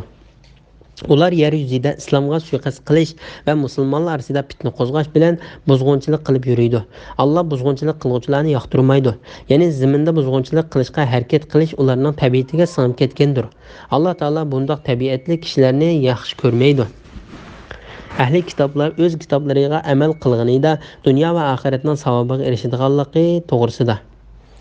Agar ahli kitob, ya'ni Yahudiylar va Nasoralar Allohga va uning payg'ambariga haqiqiy iymon etsa va Alloh cheklagan ishlardan parhez qilsa edi, ya'ni navoda ular Alloh taologa va uning payg'ambariga ishongan va qilayotgan yomon qilmishlaridan yongan bo'lsa, ular azobdan qutulib maqsadiga erishgan va jannatga kirgan bo'ladi. Agar ular Tavratga, Injilga va Parvardigor tarafidan ularni nozil qilgan boshqa kitoblarga amal qilsa edi, bu oyatning ma'nosi haqida Ibn Abbos va boshqalar oyatda deyilgan boshqa kitob degan so'zdan Qur'on ko'zda tutilgandir deydi. Ular cho'qim ustlaridan va oyoqlari ostidan yer edi. Ya'ni ularga osmon zamindan keng rizq beriladi. Ya'ni navoda ular o'z payg'ambarlariga nozil qilingan kitoblarni o'zgartmasdan, almashtirmasdan va burmilmasdan amal qilgan bo'lsa, shu kitoblar ularni cho'qim Alloh taolaning Muhammad alayhissalom orqali avatgan haq dinga ilib borgan bo'ladi. Chunki ularning kitoblari ularni o'sha payg'ambarga ishonishga, uningga ergashishga buyurgandir. Ular cho'qim ustlaridan va oyoqlari ostidan yer edi. Ya'ni ularga osmon zamindan keng rizq beriladi degan oyati ularga osmondan tushirib beriladigan va zamindan chiqariladigan rizqning ko'pligini ko'rsatadi. Bu vaqtda Alloh taolo mundoq deydi: payg'ambarlarini inkor qilganlikdan halok qilingan shaharlarning aholisi iymon e'tiqod va kufrdan, gunohlardan saqlangan bo'lsa edi, albatta ularni osmon zaminning farovonliklariga muyassar qiladiq. Sura A'rof 96-oyatning bir qismi. Ulardan bir jamoa, ya'ni Muhammad alayhissalomga iymon etganlar to'g'ri yo'ldadir. Ularning nurg'unlari nima degan yomon ishni qiluvchilar. Alloh taolo bu vaqtda mundoq deydi: Musoning qavmining, ya'ni Bani Isroilning ishida kishilarni haq bilan to'g'ri yo'lga boshlaydigan, haq bilan to'g'ri hukm qiladigan bir jamoa bor. Sura A'rof 159-oyat. Ulardan iymon etganlarning ajrini hasilab berdik. Sura Hadid 27-oyatning bir qismi. Bu oyatlarda ularning eng yuqori darajalarini o'rta hol deb ko'rsatdi. U daraja Muhammad alayhissalom ummatining darajalarining o'rta darajasiga barobardir. Uning ustida yaxshi ishlarni eng oldida qiluvchilarning darajasi bordir. Bu vaqtda Alloh taolo mundaq deydi: "Ondan biz kitob, ya'ni Qur'onni bandalarimizdan biz tanlagan kishilarga miros qilib berdik.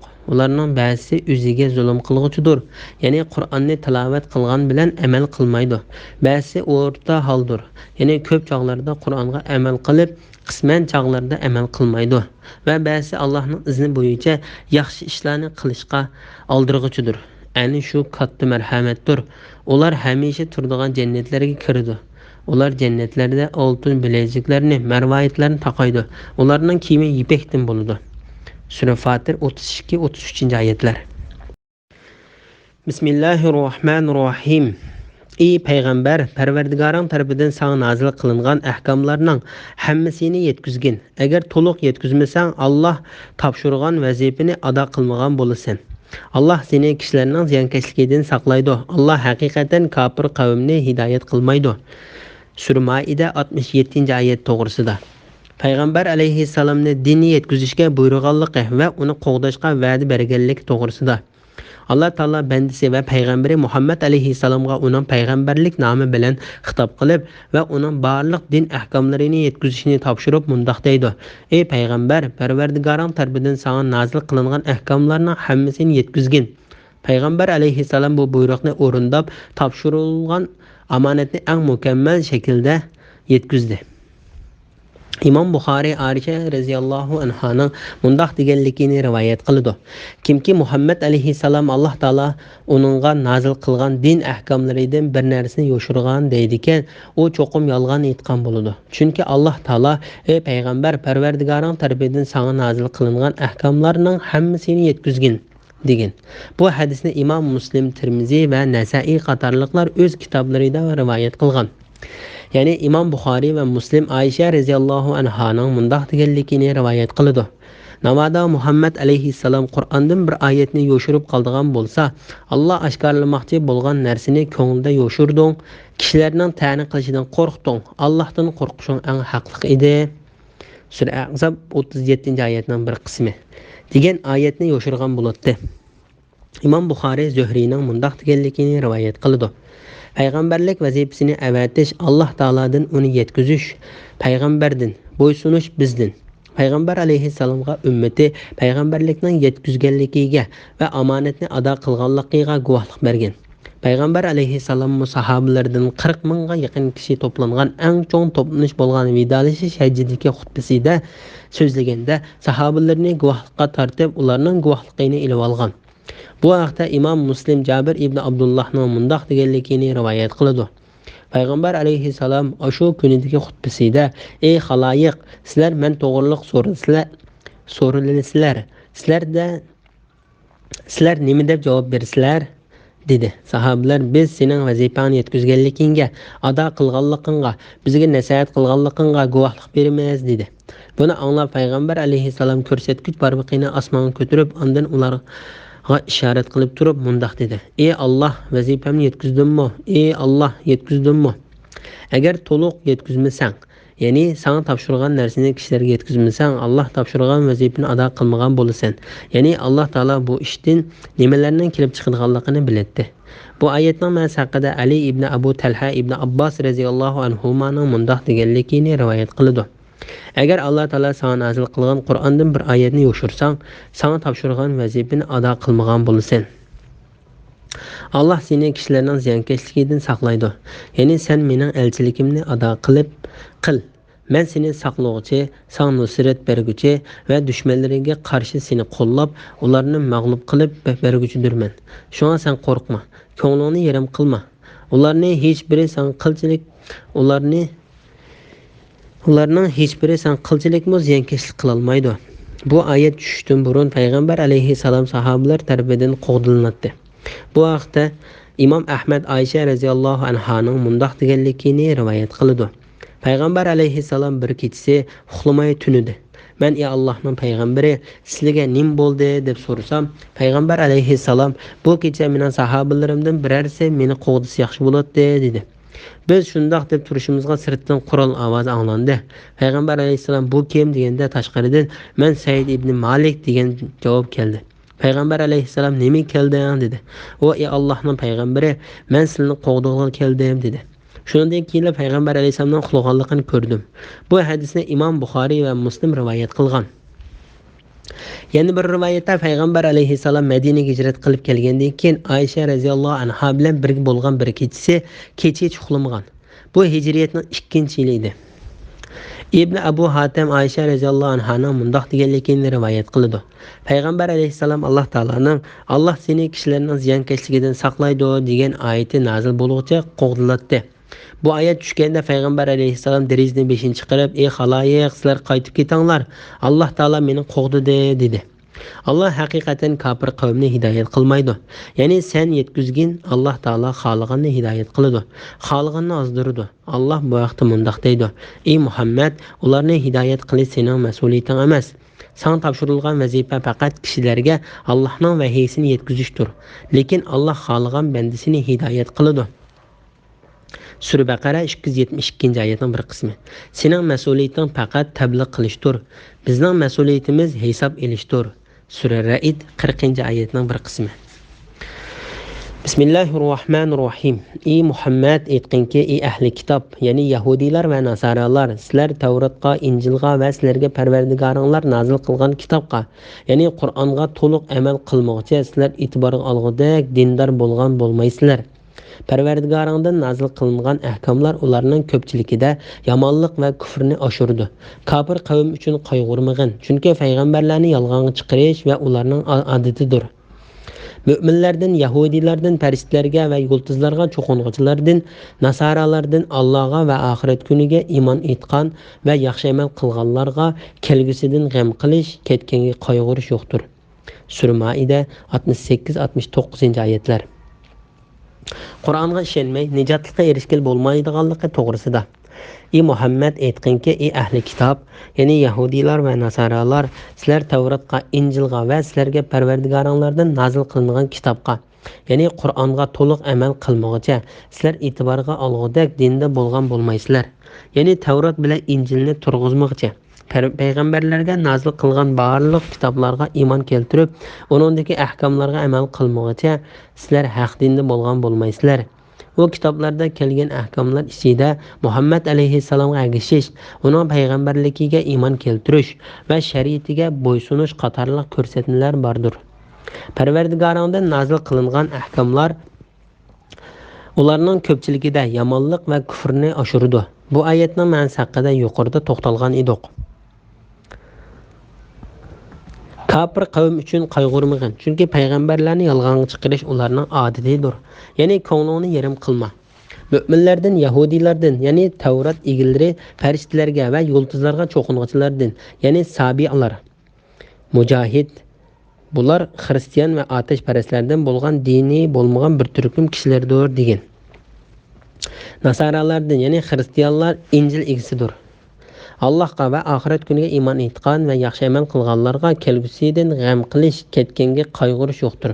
Bu yerda maqsad qilingani shuki, Alloh taolo va oxirat kuniga, ya'ni qayta tirilish va qiyomatda jazolanishga ishongan va yaxshi amallarni qilgan har qanday bir kishi Muhammad alayhissalom barliq insi jinga payg'ambar qilib avatilgandan keyin Muhammad alayhissalom ilib kelgan shariatga muvofiq amal qilmasa, barliq qilgan ishlari e'tiborga ilinmaydi.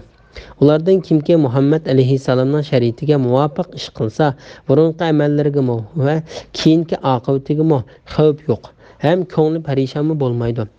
Biz bu mazmunda Sura Baqarada to'xtalgan edik. Bismillahirrohmanirrohim. Biz Bani İsrail'den haqiqatan chin ahd oldik. Ularga dinning ishlarini bayon qilib berish uchun payg'ambarlarni avatdik. Ularga har qachon biror payg'ambar ular yoqtirmaydigan ahkomni ilib kelsa, ular payg'ambarlarning bir bo'lagini yolg'onchi qildi, bir bo'lagini o'ltirdi. Ular biz Isroil avlodi payg'ambarlarni o'ltirish bilan azobga duchor bo'lmaymiz deb o'yladi. Ular ko'r bo'ldi, ya'ni haqiqatni ko'rmadi.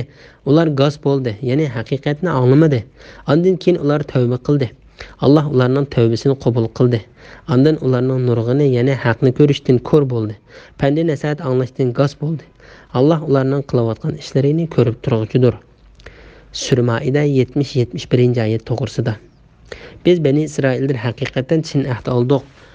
Ularga dinning ishlarini bayon qilib berish uchun payg'ambarlarni avatdiq. Bu oyatda Alloh taolo Bani Isroildan o'ziga va payg'ambariga bo'ysunib toat qilishga va'da olganligini, lekin ularning va'dalarida turmay ahdlarini buzib, havoyi havaslariga ergishib, o'z xohishlarini shariat tuzumlaridan afzal ko'rib, shariat ahkomlaridan o'zlariga yarag'inni ilib qolganini tashlab qo'yganligini bayon qildi. Ularga har qancha biror payg'ambar ular yoqtirmaydigan ahkomni ilib kelsa, ular payg'ambarlarning bir bo'ligini yolg'onchi qildi, bir bo'ligini o'ltirdi. Ular biz Isroil avlodi payg'ambarlarni o'ltirish bilan azobga duchor bo'lmaymiz deb o'yladi. Ular ko'r bo'ldi, ya'ni haqiqatni ko'rmadi. Ular g'os bo'ldi, ya'ni haqiqatni anglamadi. Ondan keyin ular tavba qildi. Ondan ularning tavbasi qabul. Alloh ularning tavbasini qabul qildi. Ya'ni ular bu qilmishlaridan yomon natija kelib chiqmaydi deb gumon qilgan, lekin yomon natija kelib chiqqan. Natijada ularning haqni ko'rishdan ama va anglashdan g'os bo'lib, haqni anglamay, to'g'ri yo'lni topolmaydigan qilib o'tilgandan keyin Alloh taolo ularning tavbasini qabul qilgan. Ondan ularning nurg'uni, ya'ni haqni ko'rishdan ko'r bo'ldi. Banda nasihat anglashdan g'os bo'ldi. Alloh ularning qilayotgan ishlarini ko'rib turg'uchidir. Ya'ni ondan keyin ko'pinchisi yana shunday qilgan. Alloh taolo ularni ko'rib turg'uchi, ulardan ozg'unlikqa loyiqlarni va hidoyatga loyiqlarni bilib turg'uchidir.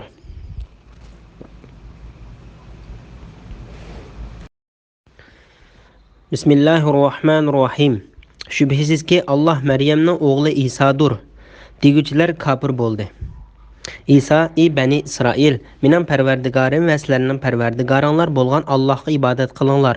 Kimki Allohga shirik keltirdi ekan, ya'ni Allohdan g'ayriga iloh deb e'tiqod qiladi ekan, Alloh uningga jannatni harom qiladi. Uning joyi do'zax bo'ladi.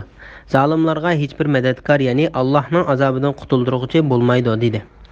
Alloh üç ilahning biridir deguchilar sheksiz kofir bo'ldi. Bir ilahdan boshqa hech iloh yo'qdir. Agar ular aytayotgan so'zlaridan qaytmasa, ularning ichidagi kofir bo'lganlar dunyo va oxiratda qattiq azobga qoladi. Ular Allohga tavba qilmamdi, Allohdan mag'firat talab qilmamdi. Alloh tavba qiluvchilarga nihoyat mag'firat qiluvchidir, nihoyat mehribondir. Maryam o'g'li Isa faqat o'tgan payg'ambarlarga o'xshash payg'ambardir. Uningdan ilgari nurg'un payg'ambarlar o'tgan. Uning onasi nihoyat rasul xotindir. U ikkisi tomoq yeydi. Ya'ni ularmi boshqa maxluqlarga o'xshashla go'sht, so'ngak, tomir va paylardan tarkib topgan edi. Ularga, ya'ni ularning e'tiqodining botilligiga, oyatlarimizni qandoq bayon qilganligimizga qarg'in. Ondan ularning haqdan qandoq bosh tortganligiga qarg'in. Sura Maida 72, 73, 74, 75 oyatlar to'g'risida. Xristianlarning kofir bo'lganligi va Isa alayhissalomning ularni tavhidga chaqirganligi to'g'risida. Alloh taolo bu oyatlarda Isa alayhissalomni Alloh taoloning dil o'zi deb e'tiqod qilgan. Malakiya, Yaqubiya va Nasturiya qatorliq xristian toifalarining kofirligiga hukm qilgan. Alloh taolo ularning bu so'zlaridan pok va bo'xtonlaridan yiroqdir. Amaliyotda Isa alayhissalom ularga men Alloh taolaning bandisi va payg'ambari deganligi yuqorida bayon qilingan bo'lib, u beshikdagi chog'da men Alloh taolaning bandisidirman deb eg'izdan chiqargan birinchi eg'iz so'zidir. U hargizmi men Alloh yoki men Allohning o'g'li demagan. Alloh taolo Isa alayhissalomning degan so'zini hikoya qilib mundoq deydi. Bu vaqt aytdi, men haqiqatan Allohning bandisiman. Menga kitobni berdi, ya'ni Injilni berdi va meni payg'ambar qildi, ya'ni qildi. Sura Maryam 30-oyat. Shundaqla yosh Qur'onga yetib payg'ambar bo'lgandimi, qavmini yolg'iz bir Alloh taologa ibodat qilishga, uningga sherik keltirmaslikka buyurib mundoq deydi. İsa, ey Bani İsrail, mening parvardigorim va sizlarning parvardigoringlar bo'lgan Allohga ibodat qilinglar. Kimki Allohga sherik keltirdi ekan, ya'ni Allohdan g'ayriga iloh deb e'tiqod qiladi ekan, Alloh uningga jannatni harom qiladi. Uning joyi do'zax bo'ladi. Ya'ni kimki Alloh taologa sherik keltirib, Alloh taologa boshqa botil ilohlarni qo'shib ibodat qilsa, uningga do'zax bilan jazo berdi. Buningga Alloh taoloning dargohida hech bir nusrat beruvchi yoki qutqizuvchi yo'q. Bu haqda Alloh taolo mundoq deydi. Alloh haqiqatan Allohga sherik keltirish gunohini mag'firat qilmaydi. Xohlagan odamning uningdan boshqa gunohini mag'firat qiladi. Sura Nisa 48-oyatning bir qismi. Ahli do'zax ahli jannatga suvdin yoki Alloh sizlarga bergan ichadigan narsalardan bizga bir oz quyib bersanglar deb tovlaydi. Ahli jannat ularga javoban Alloh ularni kofirlarga harom qilgan deydi. Sura A'rof 50-oyat. İmam Buxoriy payg'ambar alayhissalomning bir jakarchini avatib jannatga faqatla musulmonlar kirdi deb jakarlatqizganligini rivoyat qiladi. Shunga Alloh taolo Isa alayhissalomning Bani Isroilga kimki Allohga sherik keltirdi ekan, ya'ni Allohdan g'ayriga iloh deb e'tiqod qiladi ekan, Alloh uningga jannatni harom qiladi, uning joyi do'zax bo'ladi deganligidan xabar berdi. Alloh uch ilohning biridir deguchilar sheksiz kofir bo'ldi. Mujahid va boshqalar bu oyat xristianlar haqida tushgan dedi. Sudi va boshqalarning deyishicha bu oyat xristianlarning Isa alayhissalom va onasini ikki iloh Alloh taoloni ularga qetib 3 iloh qilib, Alloh taoloni ilohning uchinchisi qilib olganligi haqida tushgan. Buningga asosan Sudi bu oyatning ma'nosi mushu suraning oxiridagi o'z vaqtida Alloh aytdi: "Ey Maryam o'g'li Isa, sen kishilarga Allohni qo'yib men bilan onamni ikki iloh qilibinglar dedingmi?" Isa aytdi: "Rabbim, sha'ningga loyiq emas narsalardan seni pok deb e'tiqod qilamanki, menga aytishga tegishli bo'lmagan so'zlarni men aytmayman. Agar men bu so'zni aytgan bo'lsam, uni sen cho'qim bilasan." Sura Maida 116-oyatning bir qismi. degan oyatga o'xshaydi dedi. Bir ilohdan boshqa hech iloh yo'qdir. Ya'ni iloh bir qancha emas, balki sheriksiz, yolg'iz va mavjudot va koinotlarning ilohidir. Ondan keyin Alloh taolo ularga tahdid silib va ogohlantirib mundoq deydi: agar ular aytayotgan so'zlaridan qaytmasa, ularning ichidagi kofir bo'lganlar dunyo va oxiratda qattiq azobga qoladi. Ya'ni mushu yolg'on yovdoq so'zlarni tashlamaydigan bo'lsa, oxiratda xorliq azobini ko'radi.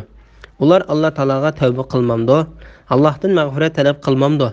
Allah tövbe qiluvchilarga nihoyatda mag'firat qiluvchidir, nihoyatda mehribondir. Mana bu bundoq ig'ir gunoh oldida Alloh taolaning katta marhamatlik, mehribon va afuchanligidir. Chunki ular shundoq cho'ng bo'xton chaplagan va yolg'on so'z qilgan bo'lsa-mu, Alloh taolo ularni tövbe qilishga va gunohlarini kechirib o'tishni tilashga chaqirdi. Shunga kimki tövbe qilsa, Alloh taolo uning tövbesini qabul qiladi. İsa alayhissalomning bir banda onasining rasul ayollardan ekanligi to'g'risida. Maryam o'g'li Isa faqat o'tgan payg'ambarlarga o'xshash payg'ambardir. Uningdan ilgari nurg'un payg'ambarlar o'tgan. Ya'ni u ilgirki payg'ambarlarga o'xshashla Alloh taolaning bandisi va hurmatli payg'ambaridir. Bu haqda Alloh taolo mundoq deydi: "U ya'ni Isa nasoralar gumon qilgandek iloh yoki ilohning o'g'li emas. Faqat payg'ambarlik ne'matimizga erishgan bir bandidir. Uni biz Isroil avlodiga Allohning qudratini ko'rsatadigan bir dalil qildik." Sura Zuhruf 59-oyat. Uning onasi nihoyat rasul xotindir. Ya'ni Isaning onasi uningga iymon keltirgan, bu bo'lsa onasining eng yuqori martabasidir. Demak, bu oyat Isa alayhissalomning onasining payg'ambar emasligining dalilidir. U ikkisi tamoq yeydi. Ya'ni ularmi boshqa maxluqlarga o'xshash go'sht, so'ngak, tomir va paylardan tarkib topgan edi.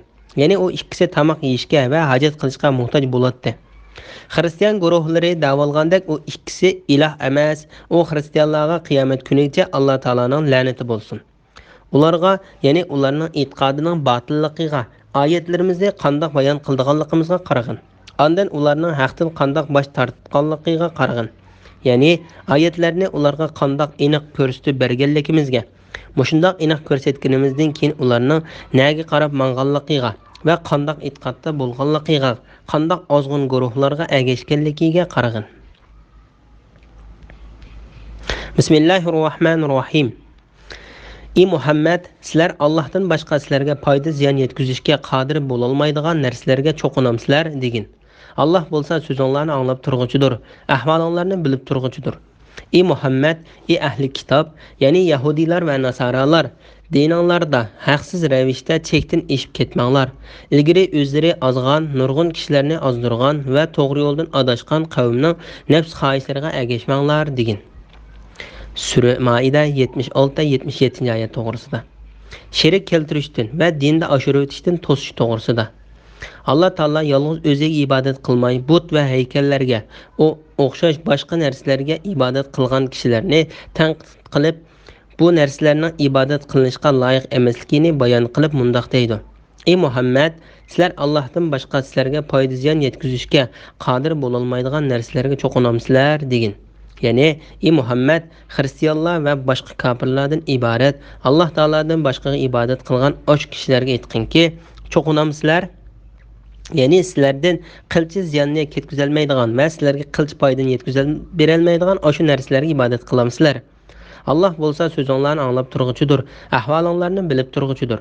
Ya'ni Alloh bandalarining so'zlarini anglab turg'uchi, hamma narsani bilib turg'uchi tursa, uningga ibodat qilmay, nima uchun anglamaydigan, ko'rmaydigan, hech narsani bilmaydigan, o'ziga yoki boshqalarga hech qanday foyda ziyon yetkazib olmaydigan jonsiz bir narsaga ibodat qilsizlar. Ey Muhammad, ey ahli kitob, ya'ni yahudiylar va nasoralar, dininglarda haqsiz ravishda chekdan eshib ketmanglar degin. Ya'ni haqqa ergashishda chekdan oshmanglar.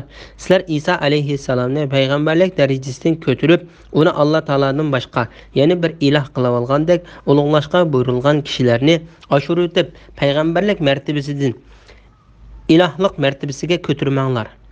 Sizlarning Isoni payg'ambarlik darajasidan ko'tarib, iloh qilib olganliginglar faqat ilgiriki ozg'un ajdodinglarga ergashganliginglar uchundir.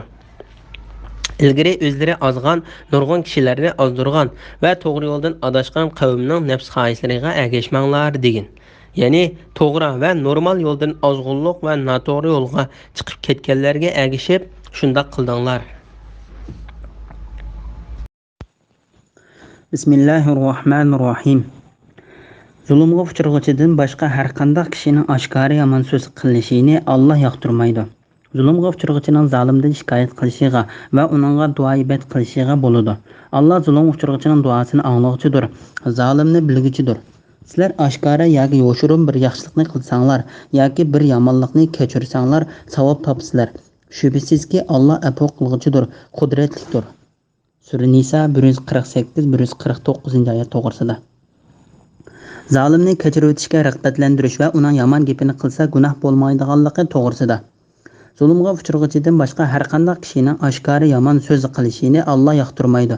Zulmga uchrag'uchining zolimdan shikoyat qilishiga va uningga duoibat qilishiga bo'ladi. Bu oyatning ma'nosi haqida Ibn Abu Talha, Ibn Abbas radhiyallohu anhumaning mundoq deganligini rivoyat qiladi. Zulmga uchragan kishidan boshqa har qanday bir kishining yana bir kishiga beddua qilishini, ya'ni qag'ishi Alloh yaxshi ko'rmaydi.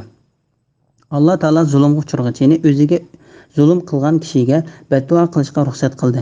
Agar u beddua qilmay sabr qilsa, bunday qilish uning uchun yaxshidir. Hasan Basri mundoq deydi: u kishi uningga beddua qilmay, "Ey Alloh, menga yordam bersang va uningdan mening haqqimni ilib bersang" deydi. U yana bir rivoyatda mundoq deydi: Alloh taolo haqiqatan zolimga tajovuz qilmasdan uningga beddua qilishni ruxsat qildi. Abdu Karim ibn Malik Jarazi mundoq deydi: bu oyatda ko'zda tutilgan kishi seni tillaydigan, ondan sen uni tillaydigan kishidir. Alloh taolo zulmga uchrag'uchi odam intiqomni olsa, uni ayblashga bo'lmaydi. Alloh taolaning zulmga uchrag'uchi odam intiqomni olsa, uni ayblashga bo'lmaydi. Sura Shura 41-oyat degan oyatiga asosan, agar u sana bo'xton choplasa, sen uningga bo'xton choplamagin. Abu Davud Abu Hurayra radhiyallohu anhudan payg'ambar alayhissalomning mundoq deganligini rivoyat qiladi. Tillashib qolgan ikki kishi o'zaro tillashganda degan yomon gapining gunohi zulm qilingan kishi zolimga tajovuz qilmaganli bo'lsa, u ikkisining ishidan tillashni beshida boshlagan kishiga bo'ladi. Sizlar oshkora yoki yoshirin bir yaxshilikni qilsanglar yoki biror yomonlikni kechirsanglar savob topsizlar. Chunki Alloh taolaning sifatlaridan biri azoblashga qodir turuqliq kechirib o'tadiganligidir. Shubhisizki Alloh afo qilguchidir, qudratlidir. Shunglashqa asarlarda arishni ko'tarib turadigan farishtalarning Alloh taologa tasbih aytadiganligi bayon qilindi. Ularning ba'zisi Alloh taologa mundoq deydi: sen bandalaringni bilib turib, ularni azoblashga oldirmaganliging uchun sana tasbih aytamiz. Ba'zisi mundoq deydi: sen yomon bandalaringni azoblashga kuching yetib turib, ularni kechirib o'tganliging uchun sana tasbih aytamiz. Imom Muslim rivoyat qilgan hadisda mundoq deb bayon qilingan: mol-mulk sadiq qilganlikdan kemayib ketmaydi. Alloh taolo bir bandini uning boshqalarni kechirganligi sababidan texim aziz qiladi. Kimki Alloh uchun kamtarlik qilsa, Alloh taolo uni texim ko'taradi. Bismillahirrohmanirrohim.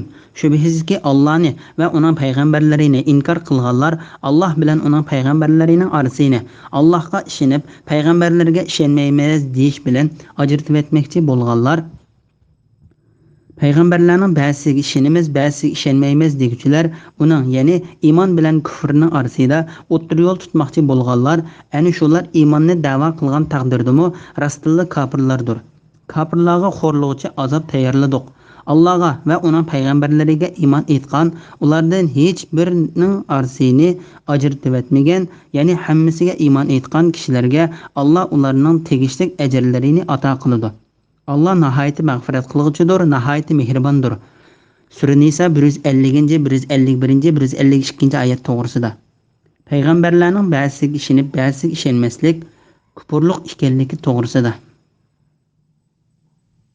Alloh taolo Yahudi va xristianlardan bo'lgan o'ziga va o'zining payg'ambarlariga ishonmagan kofirlarga tahdid soldi. Ular ishonishda Alloh bilan uning payg'ambarlarining orliqini farqlandirib, ba'zi payg'ambarlarga ishondi va ba'zisiga ishonmadi. Bularning unda qilishida o'zlarining xohishi va ota-bovularining yo'llariga ergashishdan boshqa hech qanday pokiti yo'q. Yahudilar Alloh taolaning la'natlari ularga bo'lsin. Isa va Muhammad alayhissalomdan boshqa payg'ambarlarga ishonadi. Xristianlar payg'ambarlarning oxirgisi va eng ulug'i bo'lgan Muhammad alayhissalomdan boshqa payg'ambarlarga ishonadi. Samiriylar bular Bani Isroildan bo'lib, ba'zi aqidalarda Yahudilar bilan o'xshib ketadi. Bular mo'zay yasab uning ibodat qilgan va odamlarini uning ibodat qilishga chaqirgan Samir degan kishining qabilasidandir. Musa alayhissalomning o'rinbosari bo'lgan Yusha'dan keyin kelgan birma payg'ambarga ishonmaydi. O'tparast kofirlar o'zlarining Zardashti deyiladigan payg'ambarga ishonadi. Keyin ular uning shariatiga ishonmay, u ularning orasidan ko'tarilib ketdi deb rivoyat qilindi. Haqiqatini Alloh biluvchidir. Bu yerdagi maqsad qaysi payg'ambar bo'lsin, payg'ambarlarning ichidan bir payg'ambarga ishonmagan kishi hamma payg'ambarga ishonmagan hisoblandi.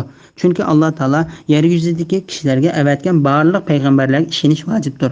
Kimki bir payg'ambarning payg'ambarligini uningga hasad qilib yoki u boshqa millatdan kelgan payg'ambar bo'lsa, millatchilik qilib yoki o'z xohishiga ergashib ishonmagan bo'lsa, uning boshqa payg'ambarlarga keltirgan iymonning haqiqiy Alloh taolaning roziligini iymon emasligi oshkorlandi. Haqiqatan u kishining aytgan iymoni maqsadlik, havo havasdan va ishongan payg'ambarning o'z millatidan bo'lganligi uchun aytilgan so'zdir, aytilgan iymondir. Shubhisizki Alloh taolani va uning payg'ambarlarini inkor qilganlar Alloh bilan uning payg'ambarlarining orasini Allohga ishonib, payg'ambarlarga ishonmaymiz deyish bilan ajratib etmoqchi bo'lganlar, payg'ambarlarning ba'zisiga ishonamiz, ba'zisiga ishonmaymiz deguchilar, uning ya'ni iymon bilan kufrning orasida o'rta yo'l tutmoqchi bo'lganlar, chunki ular boshqa g'araz uchun emas, payg'ambarning Alloh taolaning payg'ambari bo'lganligi uchun uningga ishonadigan bo'lsa edi, ular uning darajasidagi payg'ambarga va uningdan katta payg'ambarlarga albatta ishonadi. Yoki ularning payg'ambarligiga to'g'ri ko'z qarashda bo'ladi. Ana shular iymonni da'vo qilgan taqdirdami rostilla kofirlardir. Kofirlarga xo'r qiluvchi azob tayyorladik. Ya'ni kofirlar payg'ambarlarni Alloh tarafidan elib kelgan dinga qarab boqmaganligi, ularning uningdan yuz o'rganligi va qimmati yo'q dunyoni to'plashga yuzlanishi bilan yoki payg'ambar alayhissalomning zamonasida Yahudilarning nurg'unlagan olimlari Alloh taolaning payg'ambar alayhissalom bergan payg'ambarligiga hasad qilish, uningga qarshilik qilish, uni yolg'onchiga chiqarish, uningga dushmanlik qilish va uning bilan urush qilish yuzidan uning payg'ambarligini bilib turib, uningga ishonmagandek, bir payg'ambarning payg'ambarligini bilib turib, uningga ishonmasligi bilan o'zlari ishonmagan payg'ambarlarni xorlaganligi uchun ularning qiyomat kuni qattiq xor qiluvchi azob ichida bo'ladi. Yahudilarning olimlari payg'ambar alayhissalomning shunday qilganligi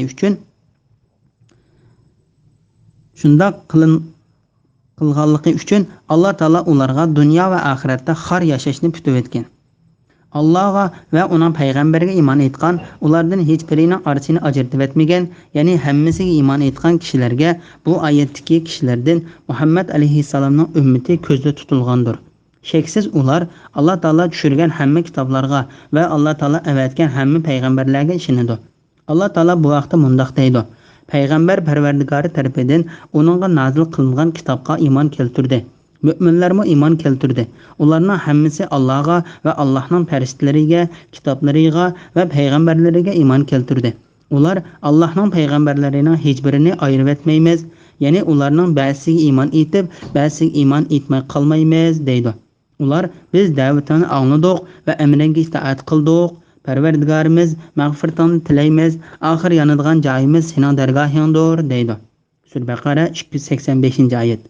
Ondan Allah Taala o'zining ularga katta mukofot va to'liq ajr tayyorlaganligidan xabar berib, mundaq deydi. Allah ularning tegishli ajrlarini ato qiladi. Ondan ularning ba'zisining gunohi bo'lsa, uni kechirib o'tadiganligi to'g'risida mundaq dedi. Allah nihoyatda mag'firat qilg'ichidir, nihoyatda mehribondir. Bismillahirrohmanirrohim. Ahli kitap, yani Yahudiler ve Nasaralar senden özleriga osmondan bir kitap tushirishni so'raydi. Ular Musadan buningdanmi cho'ngraqini so'rab, bizga Allohni ap-ashkari ko'rsatgan degan edi. Shuning bilan ularning zulmi sababli ularni chaqmoq so'qdi. Ya'ni osmondan bir o't kelib ularni halok qildi.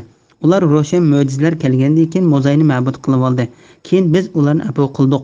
Biz Musaga uning rost payg'ambarligini isbotlaydigan mo'jizalardan ro'shan paket ato qildik. Tavrat shariatini qabul qilmaganliklari sababli ulardan ahd olmoq uchun ustiga 4 tig'ini tiklab qo'ydik. Ularga Baytul Muqaddas darvozasidan sajda qilgan holda kiringlar dedik.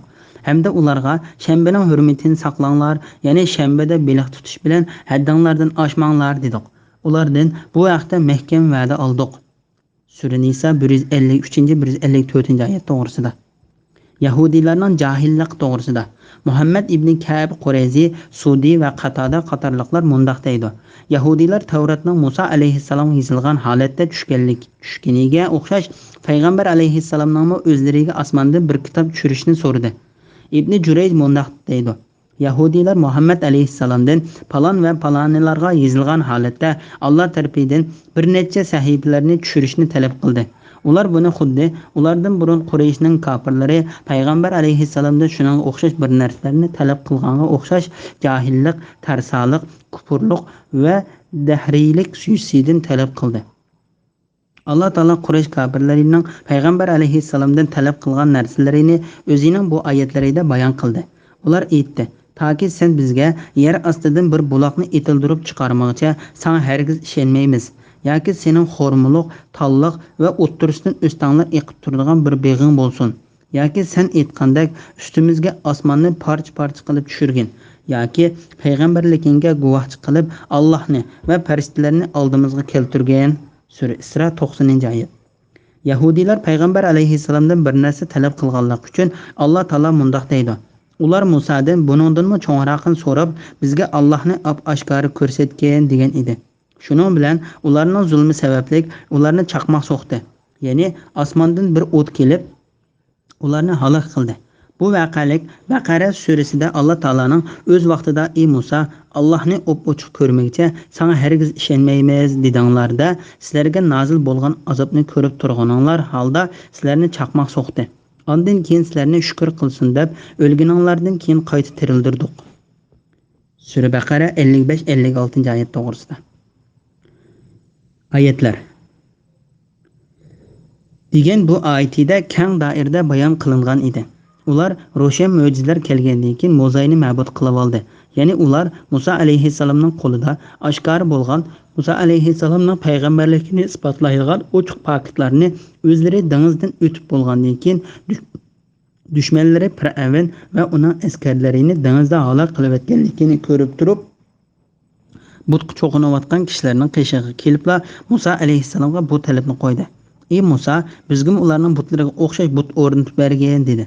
Musa alayhissalom Alloh taolo bilan so'zlashga ketgandan keyin ularning Musaga cho'qinganligi haqidagi qissallari A'rof va Taha suralarida tafsiliy bayon qilindi. Musa alayhissalom Alloh taolo bilan so'zlashib qaytganda bu ish allaqachon yuz berib bo'lgan edi. alloh taolo mo'zayga ibodat qilgan kishilarning tavbasini ularning ichidagi mo'zayga ibodat qilmagan kishilar ibodat qilgan kishilarni o'ltirish bilan qabul bo'ldigan qildi. Shuning bilan ularning ba'zisini o'ltirishga boshladi. Ondan alloh taolo ularni tirildirdi. Ya'ni ularning birisi yana birisini o'ltirganligi ularning tavba qilganligi hisoblandi. Keyin biz ularni afv qildik. Biz Musoga uning rost payg'ambarligini isbotlaydigan mo'jizalardan ro'shan pokit ato qildik. Tavrat shariatini qabul qilmaganliklari sababli ulardan ahda olmoq uchun ustiga 4 teg'ini tiklab qo'ydik. Ular tog'ning o'zlarining ustiga tushib ketishidan qo'rqib, boshlarini ko'tarib yuqoriga qarashga boshladi. Alloh taolo bu vaqtda mundoq deydi: O'z vaqtida tur tog'ni qo'mirib, ularning ustiga soyimandek tikildik. Ular tog'ni ustlariga tushib ketadi deb o'yladi. Ularga aytdikki, taqvodorlar qatorida bo'lishinglar uchun o'zinglarga berilgan kitobni, ya'ni Tavratni mahkam tutinglar, uningdagi ahkomlarga amal qilinglar. Sura A'rof 171-oyat. Ular deyishgan va qilishgan buyurilgan ishlarning hammasiga xiloflik qildi. Ular: "Ey Alloh, bizning 40 yil izishimizga sababchi bo'lgan jihodni tashlaganligimizdan iborat gunohimizni kechirgin" degan holatda Baytul Muqaddasning ishkidan sajda qilgan holatda kirishga buyurilsa, ular sag'risini yerga sukab, arpaning dini deginicha keyinchilab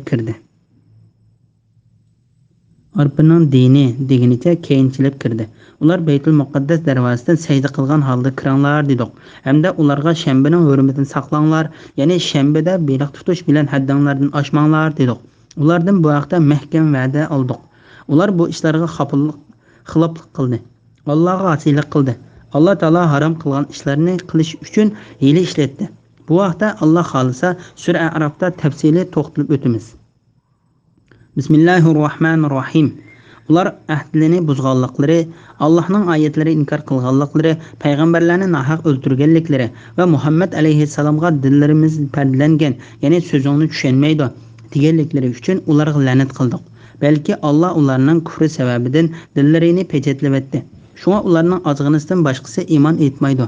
Ya'ni ularning kufri, ya'ni Isa alayhissalomni inkor qilganliklari uchun va Maryamga cho'ng bo'xton choplaganliklari uchun ularga la'nat qildik.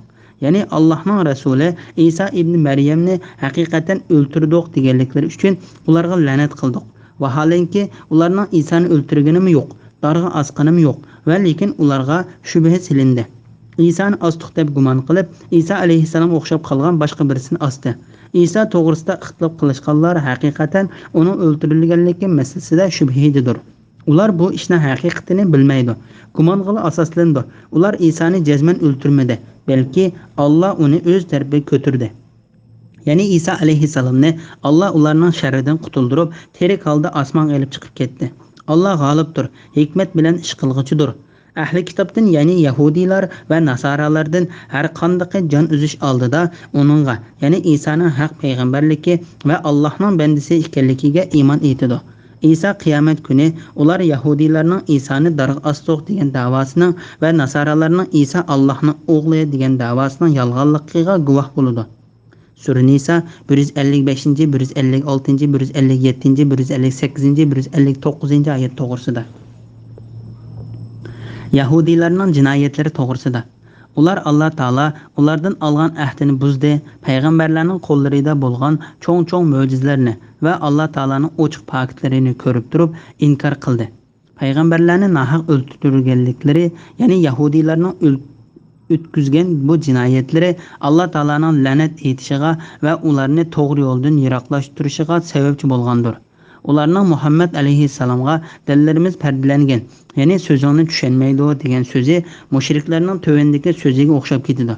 Ular payg'ambarga bizning dillarimiz sen bizni da'vat qilgan narsalardan pardalangan deydi. Sura Fussilat 5-oyatning bir qismi. Balki Alloh ularni kufri sababidan dillarini pechatlabatdi. Ular dillarimiz pardalanganligi uchun Muhammad alayhissalomning degan so'zlarini tushunolmaymiz deb Alloh taologa o'zra aytdi. Alloh taolo ularga mundoq dedi: Ularning dillari kafir bo'lganliklari sababi bilan pechatlatilgandir. Shunga ularning ozg'inisidan boshqasi iymon etmaydi. Buningga munosabatlik mazmunlarni Sura Baqarada bayon qilib o'tgan edik. Ularning Hazrati Maryam haqida degan so'zi, Isa alayhissalomni o'ltirib etdik deb qilgan da'vosi va uning haqiqati to'g'risida. ya'ni ularning kufri, ya'ni Isa alayhissalomni inkor qilganliklari uchun va Maryamga cho'ng bo'xton chaplaganliklari uchun ularga la'nat qildik. Bu oyatning ma'nosi haqida Ali ibn Abu Talha ibn Abbos radhiyallohu anhumaning mundoq deganligini rivoyat qiladi. Yahudiylar Hazrati Maryamni zina qildi deb bo'xton chopildi. Sudi, Juvaybar, Muhammad ibn Ishoq va boshqalarmi bu to'g'risida Ibn Abbos radhiyallohu anhumaga o'xshash dedi. Bu oyatning ochiq ma'nosidir. Ya'ni ular Maryamga va uning o'g'liga cho'ng ishlari bilan bo'xton chopildi. Ular Maryamni zina qilib qo'rsoq ko'tardi dedi. Ularning ba'zisi u hayzdor turib zina qildi dedi. Ularga ta qiyomat kunigacha Alloh taolaning la'natlari bo'lsin. Ya'ni Allohning rasuli Isa ibn Maryamni haqiqatan o'ltirayotdiq deganliklari uchun ularga la'nat qildik. Bu ularning so'zini mazoq qilish uchundir. Bu mushriklarning tövendiki so'ziga o'xshashdir. Ey Qur'on nazil qilgan odam, sen haqiqatan majnunsan. Sura Hijr 6-oyatning bir qismi. Alloh taolo Maryamning o'g'li Isoni oshkora pokit va hidoyat bilan avatganda, Alloh taolo uningga bergan payg'ambarlikni, tug'ma ko'rni va oq kasalni saqaytish, Allohning izni bilan o'likni tirildirish, loydan uchar qushlarning haykalini yasab, ondan uni pulab, Allohning izni bilan hamma kishilar aniq ko'radigan holatda fuchirishi va uningdan boshqa Alloh taolo uning qo'lida chiqargan mo'jizalarni berganligiga Yahudiylar hasad qildi. Ular mushundoq mo'jizalarni ko'rib turib, uningga ishonmay qarshilik qildi va butun kuchi bilan uningga arziyat berishga tirishdi. Hatta Alloh taolaning payg'ambari Isa alayhissalom ular bilan birga bir shaharda yashay olmay, balki onasi bilan birga u yerdan bu yerga yo'tkilib yurishga majbur bo'ldi. Yahudiylar shu ishlari bilan to'xtab qolmay, Damashqning shu zamondagi podshohining qishig'i uni chiqib berishdi. Podshoh Yunonlik bo'lib, yulduzlarga ibodat qiladigan mushrik edi. Ular podshohga Baytul Muqaddasda kishilarni ozdiradigan va kishilarni podshohga qarshi turishga qudratli qiladigan bir kishi bor deyishdi. Podshoh bu ishdan g'azablanib, o'zining Baytul Muqaddasga valisiga u kishidan ehtiyot qilish, uni peshiga tikan qo'yish va kishilarni uni ozdirishdan saqlash to'g'riliq xat yozdi. Xat valiga yetib borgan hamon vali buyruqni o'rinlash uchun bir turkum yahudiylar bilan Isa alayhissalom turayotgan uyga bordi. Isa alayhissalom o'zining 12 yoki 13 hamrohlaridan tarkib topgan bir turkum jamoat bilan birga edi. Ular 17 kishi edi degan qarashlarim bor. U juma kuni asrdan keyin, ya'ni shanba kuni kirgan kechasi edi. Ular Isa alayhissalomni shu yerda qo'rishib oldi. Isa alayhissalom muqarrar holda ularning cho'qim o'zlari turayotgan joyga besib kirdiganligi yoki o'zining ularning oldiga chiqadiganligiga jazm qildi. Va hamrohlariga, sizlarning qaysinglar mening surtimga o'zgarishni xohlaysizlar? Kimki mening surtim o'zgarsa, ular shuni o'ltirdi. U kishi jannatda mening hamrohim bo'ladi dedi. Bu so'zni anglab ularning ichidan yosh bir bola o'zining xohlaydiganligini bildirdi. Isa alayhissalom uni kichik ko'rgandek, ya'ni qaysinglar mening surtimga o'zgarishni xohlaysizlar degan so'zni 2-3 qatim takrorladi. U har qatam shundoq deganda faqat shu yoshli chiqdi. Anda Isa alayhissalom jannatga mening hamrohim sendirsan dedi. Alloh taolo u bolani Isa alayhissalomning suratiga kirgizdi. U bola xuddi Isa alayhissalomning o'zidekli bo'ldi. Uyning ugisi tarafidan bir to'shak ichildi. Isa alayhissalomni bir mugdek bastida, u osmon shu holati bilan ko'tarilib ketdi. Alloh taolo bu vaqt mundoq deydi. O'z vaqtida Alloh aytdi: "Ey Isa, men seni ajlang yetganda qabz ruh qilaman. Seni dargohimga ko'tiraman, ya'ni osmonga olib chiqaman." Sura Al-Imron 55-oyatning bir qismi. U osmonga ko'tarilib ketganda, uning bilan uyda birga o'ltirgan kishilar sirtga chiqdi. Sirtda qo'rshab turganlar haliq yosh bolani ko'rganda, uni Isa deb gumon qilib, kechida tutib olib chiqib osdi va uning beshiga tikanni qo'ydi. Yahudiylar uni biz osdiq deb u ishni uchun faxrlanib ketdi. Shuning bilan Yahudiylarga Isa alayhissalom bilan birga uyda bo'lgan va uning osmonga ko'tarilib ketganligini boshqa bir turkum xristianlar bilimsizlik va nodonligidan ishonib ketib, Yahudiylar gumon qilgandek isilgan kishi Maryamning o'g'li Isa deb gumon qilishdi. Hatta ular Maryamning isilgan shu kishining ostiga kelib yig'laganligini bayon qildi va isilgan kishi Maryamga so'zildi degan qarashim bor. Haqiqatini Alloh o'z bilguchidir. Buning hammasi Alloh taolaning bandalarini sinishidir. Bu ishda Alloh taolaning cho'ng bir hikmati bordir. Eng rostchil bo'lgan, butun olamlarning parvardigori va butun dillarning narsani va osmon zaminni, yoshurun ishlarni, bo'lgan va bo'ldigan va bo'lish qandoq bo'ldigan narsalarning hammasini bilguchi Alloh taolo bu ishning haqiqatini va mo'jizalar va ochiq faktlar bilan to'g'riligi isbotlangan ulug' payg'ambariga tushirgan buyuk Qur'on ochiq bayon qilib mundoq deydi: vaholanki ularning Isoni o'ltirganim yo'q, darg'a osqanim yo'q, va lekin ularga shubha silindi. Isoni ochiq deb gumon qilib, Iso alayhissalomga o'xshab qolgan boshqa birsini osdi. Ya'ni ular Iso alayhissalomning suratiga kirgan bir kishining isilganligini ko'rdi. Ular uni Isomikin deb gumon qilib qoldi.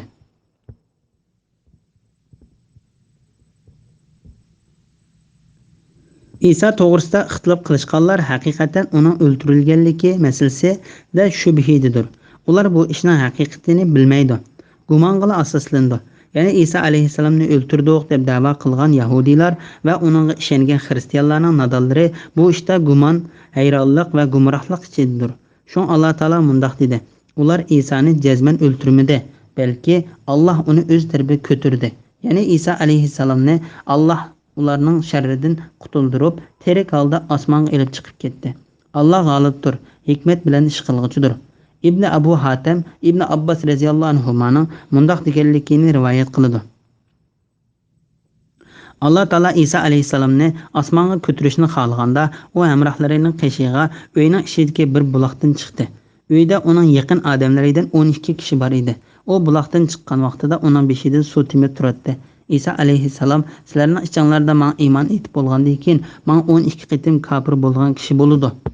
Qaysanglar mening suratimga kirsanglar, o mening o'rnimda o'ltiriladi va men bilan bir darajada bo'ladi dedi. Shuning bilan ularning ichida eng yosh bola o'rnida turdi. İsa alayhissalom uni o'ltirgan dedi va ularga so'zni takrorladi. Ondan yiliq yosh yana o'rnidan turdi. İsa alayhissalom uni o'ltirishga buyurib, ularga so'zini yana takrorladi. Yana yiliq yosh o'rnidan turdi. Shuning bilan Iso alayhissalom u kishi sendirsan dedi. Shuning bilan u yosh Iso alayhissalomning suratiga kirdi. Iso alayhissalom bo'lsa uyning to'nligidan osmonga ko'tarilib ketdi. Yahudiylarning ichidan Iso alayhissalomni izlab qillar kelib, Iso alayhissalomning suratiga kirgan kishini tutib darg'a osdi. Kiristga mixlidi. Shundan keyin ularning ba'zisi uningga iymon etib bo'lgandan keyin 12 qitim kofir bo'ldi. Ular 3 firqa bo'lindi. Bir firqasi Alloh taolo bizning ichimizda. Bu firqa Iso alayhissalom ilohdir deb e'tiqod qilgan firqadir. U o'zi xohlagan muddat turib, keyin osmonga ko'tarilib ketdi deydi. Bular Yaqubiya firqasidir. Yana bir firqa Iso alayhissalom Alloh taolaning o'g'li. U ichimizda o'zi xohlagan bir muddatgacha turdi, keyin Alloh taolo uni o'zining yana ko'tarib olib chiqib ketdi deydi. Bular Nasturi firqasidir. Yana bir firqa Iso alayhissalomni Alloh taolaning bandasi va uning payg'ambari. Bizning ichimizda Alloh xohlagan muddatgacha turdi, ondan Alloh taolo uni o'z dargohiga olib chiqib ketdi deydi. Bular ularning ichidagi musulmonlardir. Shuning bilan ikki kafir firqa musulmon firqasiga qarshi birlashib, musulmon firqasilarni o'ldirib o'tdi. Toki Alloh taolo bu Muhammad alayhissalomni payg'ambar qilib avatganga qadar islom dinini bu xil o'chgan holatda bo'ldi. Yana bir rivoyatda Iso alayhissalom ularga mundoq degan: sizlardan qaysanglar biranglar mening surtimga kirsa, u mening o'rnimda o'ltiriladi va mening jannatga hamrohim bo'ladi.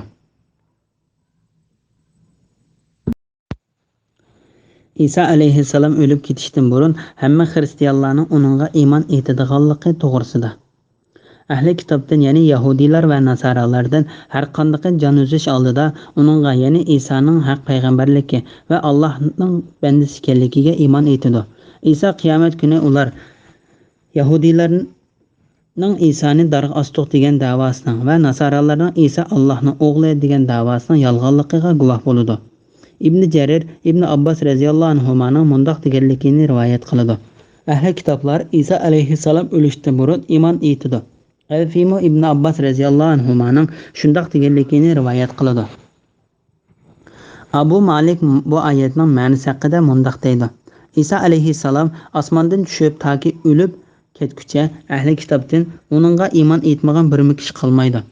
Hazreti Maryam o'g'li Iso alayhissalomning oxirgi zamon bo'lganda qiyomat bo'lishdan burun osmondan zaminga tushadiganligi va sherik yo'q bir Alloh taologa ibodat qilishga chaqirildiganligi to'g'risida hadislar nihoyat ko'pdir.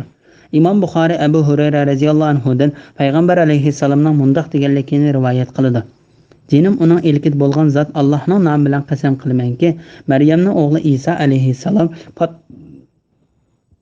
pat yaqinda sizlarning oranglarda adil hukm surguchi bo'lib tushdi. O xristianlarning kirist belgisini sundurdi, cho'shqini o'ltirdi, zimmiylar to'laydigan to'lamni bekor qildi. Ya'ni ulardan islomdan boshqasi qabul qilinmaydi. Mol-mulkka to'lib ketadi. Ya'ni Isa alayhissalom adil hukm surganlikdan barakat yig'ib ketadi. Hatto u mol-mulkni oldigan birmi kishi topilmay qoladi. Ular uchun bir qatim sajda qilish dunyo va uning ichidagi barliq narsalardan yaxshi bo'lib qoladi. Ondan Abu Hurayra radhiyallohu anhu mundaq deydi: Agar xohlasanglar, Alloh taolaning bu oyatini o'qib beqinglar. Ahli kitobdan, ya'ni yahudiylar va nasoralardan har qanday jon uzish oldida uningga, ya'ni Isoning haq payg'ambarligi va Allohning bandasi ekanligiga iymon etadi. İsa qiyomat kuni ular Yahudiylarning Isoni darg'a ostoq degan davosining va nasoralarning Isa Allohning o'g'li degan davosining yolg'onligiga guvoh bo'ladi. İmam Ahmad Abu Hurayra radhiyallohu anhudan payg'ambar alayhissalomning mundaq deganligini rivoyat qiladi. Maryamning o'g'li Isa alayhissalom tushdi. U cho'shqin o'ltirdi, kirist belgisini sundirdi. Uningga namoz jo'g'linib berildi. U kishilarga mol-mulk bersa, oldigan odam chiqmaydi. Zimmilardan oldigan to'lamni bekor qilibdi. Ya'ni ulardan islomdan boshqasini qabul qilmaydi. U Roha degan yerga tushdi. U yerdan haj qildi yoki umra qildi yoki o ikkisini bir qildi. Ondan Abu Hurayra radhiyallohu anhu bu oyatni o'qidi. Ahli kitobdan, ya'ni yahudiylar va nasoralardan har qanday jon uzish oldida uningga, ya'ni Isoning haq payg'ambarligi va Allohning bandasi ekanligiga iymon etadi. İmam Ahmad Abu Hurayra radhiyallohu anhudan payg'ambar alayhissalomning mundaq deganligini rivoyat qiladi. Payg'ambarlar bir kishining bolalaridan, ya'ni hammasining ilib kelgan dinini birdir. Ularning onalari boshqadir. İlib kelgan dinning asli bir, ammo shariatlari o'xshash emasdir. Ularning dini birdir. Shaksiz men Maryamning o'g'li Isoga eng yaqin kishidirman. Chunki ikkimizning oraliqida hech qanday payg'ambar yo'q. Uning osmondan tushishida shak yo'qdir. Sizlar uni ko'rgan vaqtinglarda tovandik alomatlarni toninglar. U o'rta bo'y, rangi oqish qizil kishidir. Ustida suz qizil rang bilan bo'yalgan ikki qur kiyim bor. Yo'l bo'lmasmi uning chechidan xuddi suv temib turgandek ko'rinadi. U kirist belgisini sundirdi, cho'shqini o'ltirdi. Zimmiylari qo'yilgan to'lamni bekor qildi. Kishilarni islomga chaqirdi. Alloh taolo uning zamonida islomdan boshqa hamma dinlarni yo'qotdi. Dajjalni yo'qotdi. Yer yuzida xotirjamlik barpo bo'ladi. Hatto yilpiz, yo'lbars va bo'rilar qo'y, to'gilar bilan birga o'tlaydi. Kichik bolalar yilonlarni o'ynaydi. Yilonlar kichik bolalarga chaqilmaydi. Isa alayhissalom zaminda 40 yil turgandan keyin vafot bo'lib ketdi. Uning namozini musulmonlar tushirdi. İmam Muslim Abu Hurayra radhiyallohu anhudan payg'ambar alayhissalomning mundaq deganligini rivoyat qiladi. Hatto rumliklar aqmoq yoki dobiq hozirgi Suriyaning Halaf shahri bilan Turkiyaning Antakiya shahri oraliqidagi Iroqqa yaqin bir joy degan yerga urush uchun kelmagichilik qiyomat qoyim bo'lmaydi. Ondan ularning oldiga Madinadan shu vaqtdagi yer yuzidagi kishilarning eng yaxshilaridan bo'lgan bir qo'shin chiqadi. Madinadan chiqqan qo'shin urush uchun saf tuzganda Rumliklar biz sizlar bilan urush qilmaymiz, balki burun bizni asirga olgan kishilar bilan urush qilamiz deydi. Musulmonlar yo'q, Allohning nomi bilan qasamki, biz sizlarni bizning qarindoshlarimiz bilan urush qilib qo'ymaymiz deb ular bilan urush qildi. Keyin musulmonlarning askarlaridan 3dan 1 qismi urushda yengildi. Alloh taolo ularning tavbasini mengu qabul qilmaydi. Ya'ni Alloh taolo ularning ko'ngliga tavba qilishni solmaydi. Ularning ya'ni 3dan 1 qismi o'ltirildi.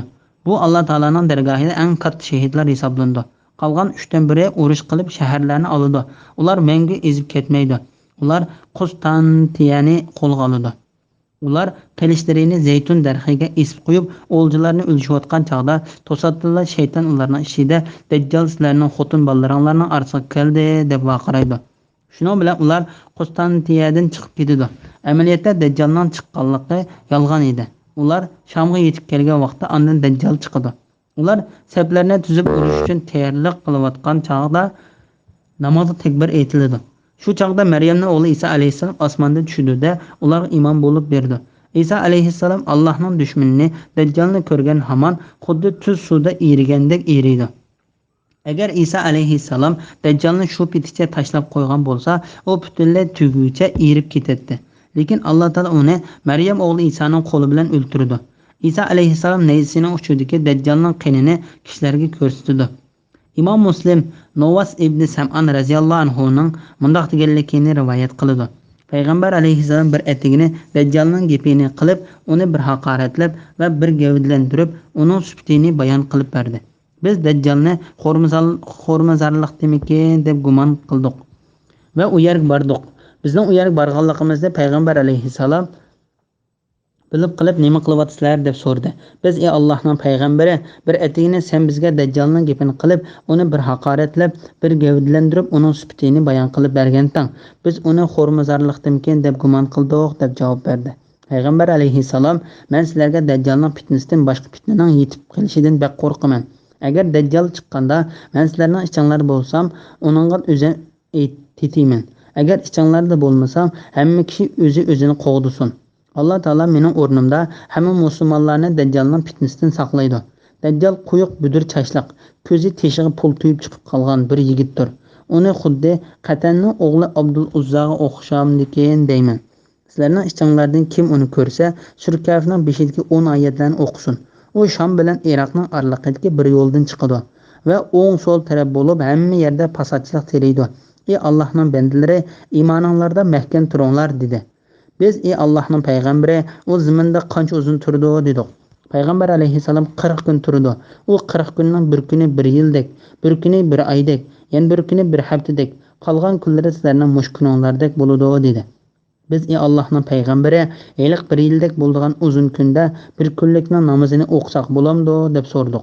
Payg'ambar alayhissalom, yo'q, sizlar u kunni o'lchab bir kunga to'g'rilab, bir kunlik namozinglarni o'qinglar dedi. Biz ey Allohning payg'ambari, uning ming surati qandoq bo'ladi deb so'radik. Payg'ambar alayhissalom, uning surati shamol ittargan kelkundek bo'ladi. U bir kishilarga qishig'a keladiki, ularni o'ziga ishonishga chaqirdi. Ular uning ishonib, uning bo'ysunidi. Ondan u osmonni yomg'ir yog'dirishga buyurdi. Osmondan yomg'ir yog'di, zaminni buyurdi, zamindan o'simliklar unidi.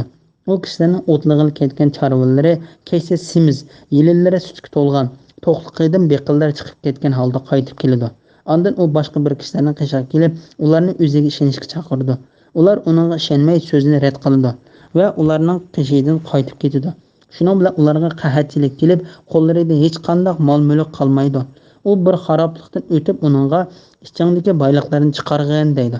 Uning ichidagi boyliqlar hasal harisi o'zidan chiqqandek orqa chiqishga boshlaydi. Ondan u toza yoshli qur'onga yetgan bir kishini chaqirib kelib, uni qilich bilan urib ikki parcha qilib o'tdi. U kishini qayta chaqirdi. U tirilib xushol kulgan qiyofatda uni oldiga keldi. Shu paytning o'zida Alloh taolo Maryamning o'g'li Isa alayhissalomni avatidi. Isa alayhissalom Damashqning sharq tarafidagi oq munorga bo'yalgan ikki kiyim kiygan, ikki qo'lini farishtaning qanotlariga qo'ygan holatda tushdi. U beshini past qilsa, beshidan suv tomchiydi. Beshini ko'tarsa, suzuklikka marvoyatdek suv tomchilari chachrab tushdi. Uning tiniqini purab qolgan kofirlarning hammasi o'ldi. Uning tiniqi ko'z yetgan yergacha boradi. Ondan Isa alayhissalom Dajjalni izlab uni Falastinga yaqin bir shaharda tepib o'ltirdi. Ondan Isa alayhissalomning qishig'iga Alloh taolo Dajjalning fitnasidan saqlab qolgan bir turkum kishilar keldi. Isa alayhissalom ularning yuz ko'zlarini silab, ularning jannatdagi darajalarini bayon qilib berdi. Shu chog'da to'satdan Alloh taolo Isa alayhissalomga haqiqatan men hech bir kishi so'qishga kuchi yetmaydigan bir turkum bandalarimni chiqardim. Men Dajjalning fitnasidan saqlab qolgan bandalarimni tur teg'iga olib chiqib ket deb vahiy qildi. Alloh taolo Yajuj Majujni avatidi. Ular zaminning har bir to'piliklarini oldirab chiqib keladi. Ularning oldida kelganlari Tabarsa ko'lining yenidan o'tib, uning suvlarining hammasini ichib bo'ladi. Ularning oxirqilari o'tganda bu ko'lda bir chog'larda suv bor edi deyshidi. Alloh taolaning payg'ambari Isa alayhissalom va uning hamrohlari tur tig'ida qo'rshovda qoladi. Hatto ularning birisi uchun kalaning bir tal beshi sizlarning bugungi kuninglardagi 100 tillardan a'lo bo'lib qoldi. Isa alayhissalom va ularning hamrohlari Alloh taologa duo qiladi. Alloh taolo Yajuj Majujlarning gadiniga qurtlarni avatish bilan ular xuddi bir kishi o'lgandek tang o'ldi. Ondan Isa alayhissalom va uning hamrohlari tur tig'idan zaminga tushdi. Ular zaminning bir g'irich yerimi qolmay Yajuj Majujlarning sesiq puroq jasadlari bilan to'shib ketganligini ko'rdi. Isa alayhissalom va uning hamrohlari Alloh taologa duo qildi. Alloh taolo tugularning bo'yniga o'xshash qushlarni avatidi.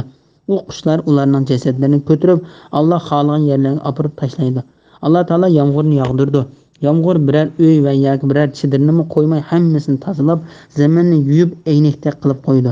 Shuningdek keyin zaminga mevalaringni o'stir, burunqi barakatlaringni qaytar deyiladi. Shu kunlarda kishilar anorini yeb uning sho'puklari bilan foydalandi.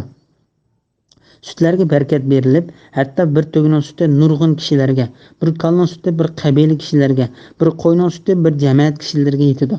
Ular shundoq yashayotgan chog'da Alloh taolo tuyuqsizda mayin bir shamolni avatidi. Shamol ularning qo'ltiqlarining ostida o'tib, mu'min va musulmonlarning birini qo'ymay, hammasining jinini oladi.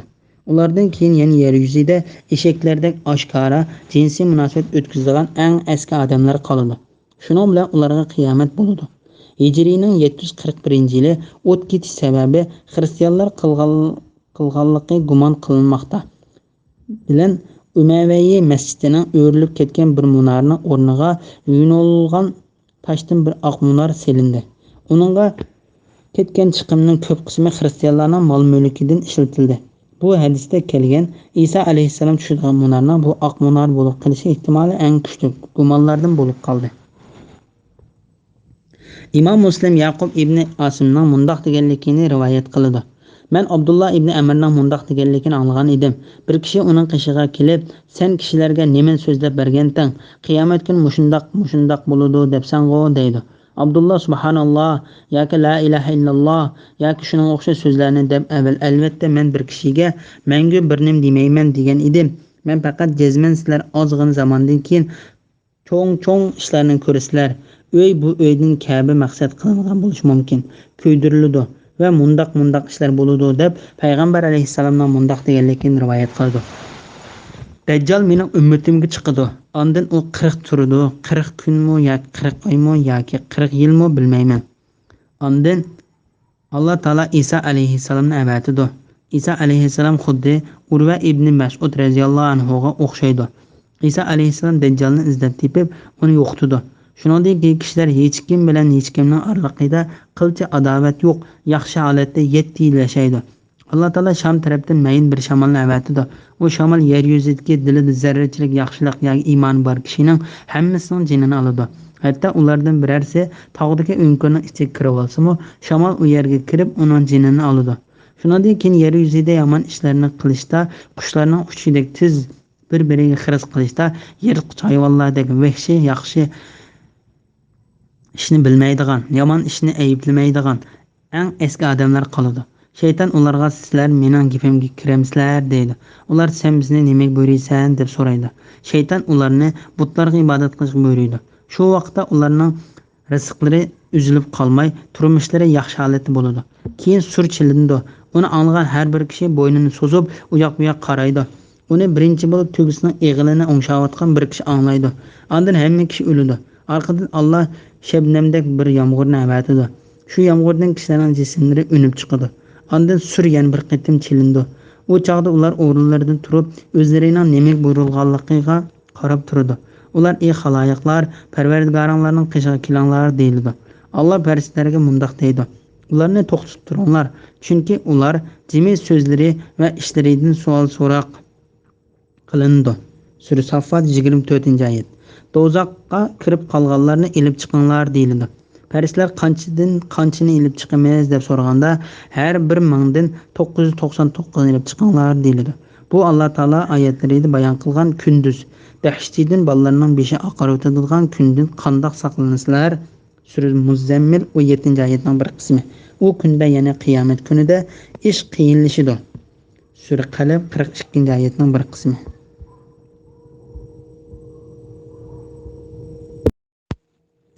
İsa alayhissalomning sifati to'g'risida. Yuqorida Abdurrahmon ibn Adamning Abu Hurayra radhiyallohu anhu dan rivoyat qilgan hadisda payg'ambar alayhissalomning mundoq degan: "Agar sizlar Isa alayhissalomni ko'rsanglar, tövendagi sifatlardan tonib olasizlar. U o'rta bo'y, rangi oqish qizil kishidir. Ustida suz qizil rang bilan bo'yalgan ikki qo'r kiyimi bor.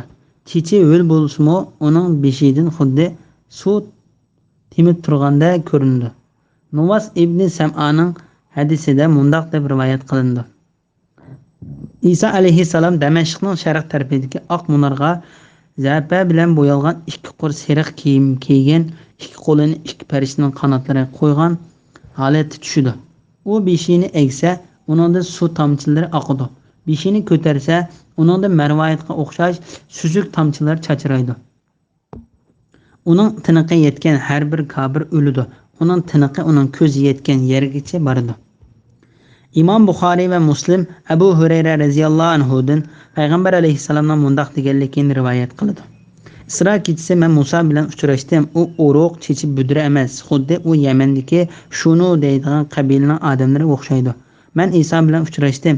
U o'tirib bo'y, xuddi munchidan hozir chiqqandek o'ngi oq qizil edi. Men Ibrohimni ko'rdim, uning bolalarining ichida men uning bek o'xshaydi ekanman. İmam Buxoriy İbn Ömer'den Peygamber aleyhisselamdan mundaq deganligini rivoyat qiladi. Musa, İsa ve İbrahim aleyhisselamlarni ko'rdim. İsa oqish qizil, badani qovul, ko'ksi keng ekan. Ammo Musa bug'doy o'ng, bo'yi egiz, chechi budra emas, xuddi u zuttiliklar Hindistonliklardan ko'zi tutiladi deguvchilarmi va Sudanliklarning ko'zi tutiladi deguvchilarmi bor. Rang ruhida emas, bo'yining egizligida o'xshaydi. İmam Buxoriy ve Muslim Nafi'den İbn Ömer'nin mundaq deganligini rivoyat qiladi. Bir kuni Payg'ambar alayhissalom kishilarga Dajjal to'g'risida so'zlar berib o'tib mundaq dedi. Sheksiz Alloh taolo olg'ay emas, bilib qo'yinglarki, Dajjalning o'ng ko'zi olg'aydir. Uning ko'zi xuddi sapqidan poltib chiqib qolgan uzumga o'xshaydi. Sahih Muslimda mundaq deb rivoyat qilindi. Men Ka'baning qishida uxlayotganda Alloh taolo tushimda men ko'rgan kishilarning ichida eng chiroylisi bug'doy o'ng, budra emas, chechi mo'risiga tushgan, beshidan suv temib turadigan, ya'ni pokizlikdan beshidan suv temib turadigan ko'rinadigan, ikki qo'lini ikki kishining to'liq qo'ygan holatda Ka'bani tavob qilayotgan bug'doy o'nglik. Yuqorqi hadisda Isa alayhissalomning rangi suz qizil deb keldi. Bu hadisda bug'doy o'nglik deb keldi. Olimlar bu ikki hadisni mundaq birlashtirdi. İsa alayhissalomning asli rangi bug'doy o'ng bo'lib, ruhiy kayfiyatida o'zgarish bo'lsa, uning o'ngi suz qizilga o'zgarib qoladi. Bir kishini ko'rsatdi. Men u kim deb so'radim. Menga u Maryamning o'g'li Isa deb javob berildi. Ondan keyin uning keynida chechi ushshoq budra, o'ng ko'zi olg'ay, xuddi Ibn Qatan degan kishiga o'xshab ketadigan ikki qo'lini bir kishining ikki do'lig'iga qo'ygan holatda Ka'bani tavob qilayotgan bir kishini ko'rdim. Men u kim deb so'radim. Menga u Dajjal deb javob berildi. İsa qiyomat kuni ular Yahudiylarning İsa'ni darga ostiq degan davosining va Nasaralarning İsa Allohning o'g'li degan davosining yolg'onligiga guvoh bo'ldi.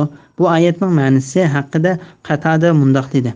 İsa alayhissalom o'zining ularga Alloh tarafidan uningga topshirilgan ulug' vazifani yetkazganligiga va o'zining Allohning bandasi ekanligini iqror qilganligiga guvohchi bo'ldi. Bu oyatning ma'nosi Alloh taolaning bunu oyatining ma'nosiga o'xshab ketadi. O'z vaqtida Alloh aytdi: "Ey Maryam o'g'li Isa, sen kishilarga Allohni qo'yib men bilan onamni ikki iloh qilinglar dedingmi?" Isa aytdi: "Rabbim, sha'ningga loyiq emas narsalarni seni poklab e'tiqod qilamanki, menga aytishga tegishli bo'lmagan so'zlarni men aytmayman. Menga ma'lumlik, sen mening zotimlikni bilasan. Men sening zotinglikni bilmayman. G'ayiblarni nihoyatda obdan bilasan. Men ularga faqat sen bilan aytishga buyurgan so'zni, ya'ni mening Parvardigorim va sizlarning Parvardigoringlar bo'lgan Allohga ibodat qilinglar dedim. Men ularning orasida bo'lgan muddatda ularning amallarini kuzatib turgan edim. Meni qabz ruh qilganingdan keyin ularning amallarini sen kuzatib turgan eding. Sen hamma narsadan xabardorsan. Agar ularga azob qilsang, ular sening bandalaringdir. Ularni xohlaganingcha tasarruf qilsin. Sana hech ahdi ta'arruz qilolmaydi. Agar ularga, ya'ni ularning ishidagi tavba qilganlarga mag'firat qilsang, sen ishingda g'olib, hikmat bilan ish qilg'uchidirsan." Sura Maida 116, 117, 118-oyatlar.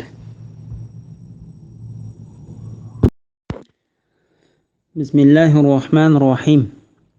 Yahudiylarning qilgan haqsizliklari, ya'ni zulmi va qilgan gunohlari nurg'un kishilarni Allohning yo'lidan, ya'ni Allohning diniga kirishdan to'sqanliklari, cheklangan jazonini olganliklari va kishilarning pul mollarini nahaq yeganliklari uchun ularga ilgari halol qilingan pokiz narsalarni harom qildik. Ularning ichidan kofir bo'lganlarga qattiq azob hozirladik. Ularning ichidagi bilimi cho'nqur bo'lganlarga sana nazil qilingan kitobga, ya'ni Qur'onga, sendan ilgari o'tgan payg'ambarlarga, nazil qilingan kitoblarga, iymon etadigan mu'minlarga, namozni o'tuvchilarga, zakot beruvchilarga, Alloh va oxirat kuni iymon etuvchilarga jannatda mangu qilishdan iborat katta ajr ato qilamiz. Sura Nisa 160, 161, 162 oyat to'g'risida. Yahudiylarning qilgan gunohlarining sababi bilan ularga ilgari halol qilingan pokiz narsalarning harom qilinganligi to'g'risida.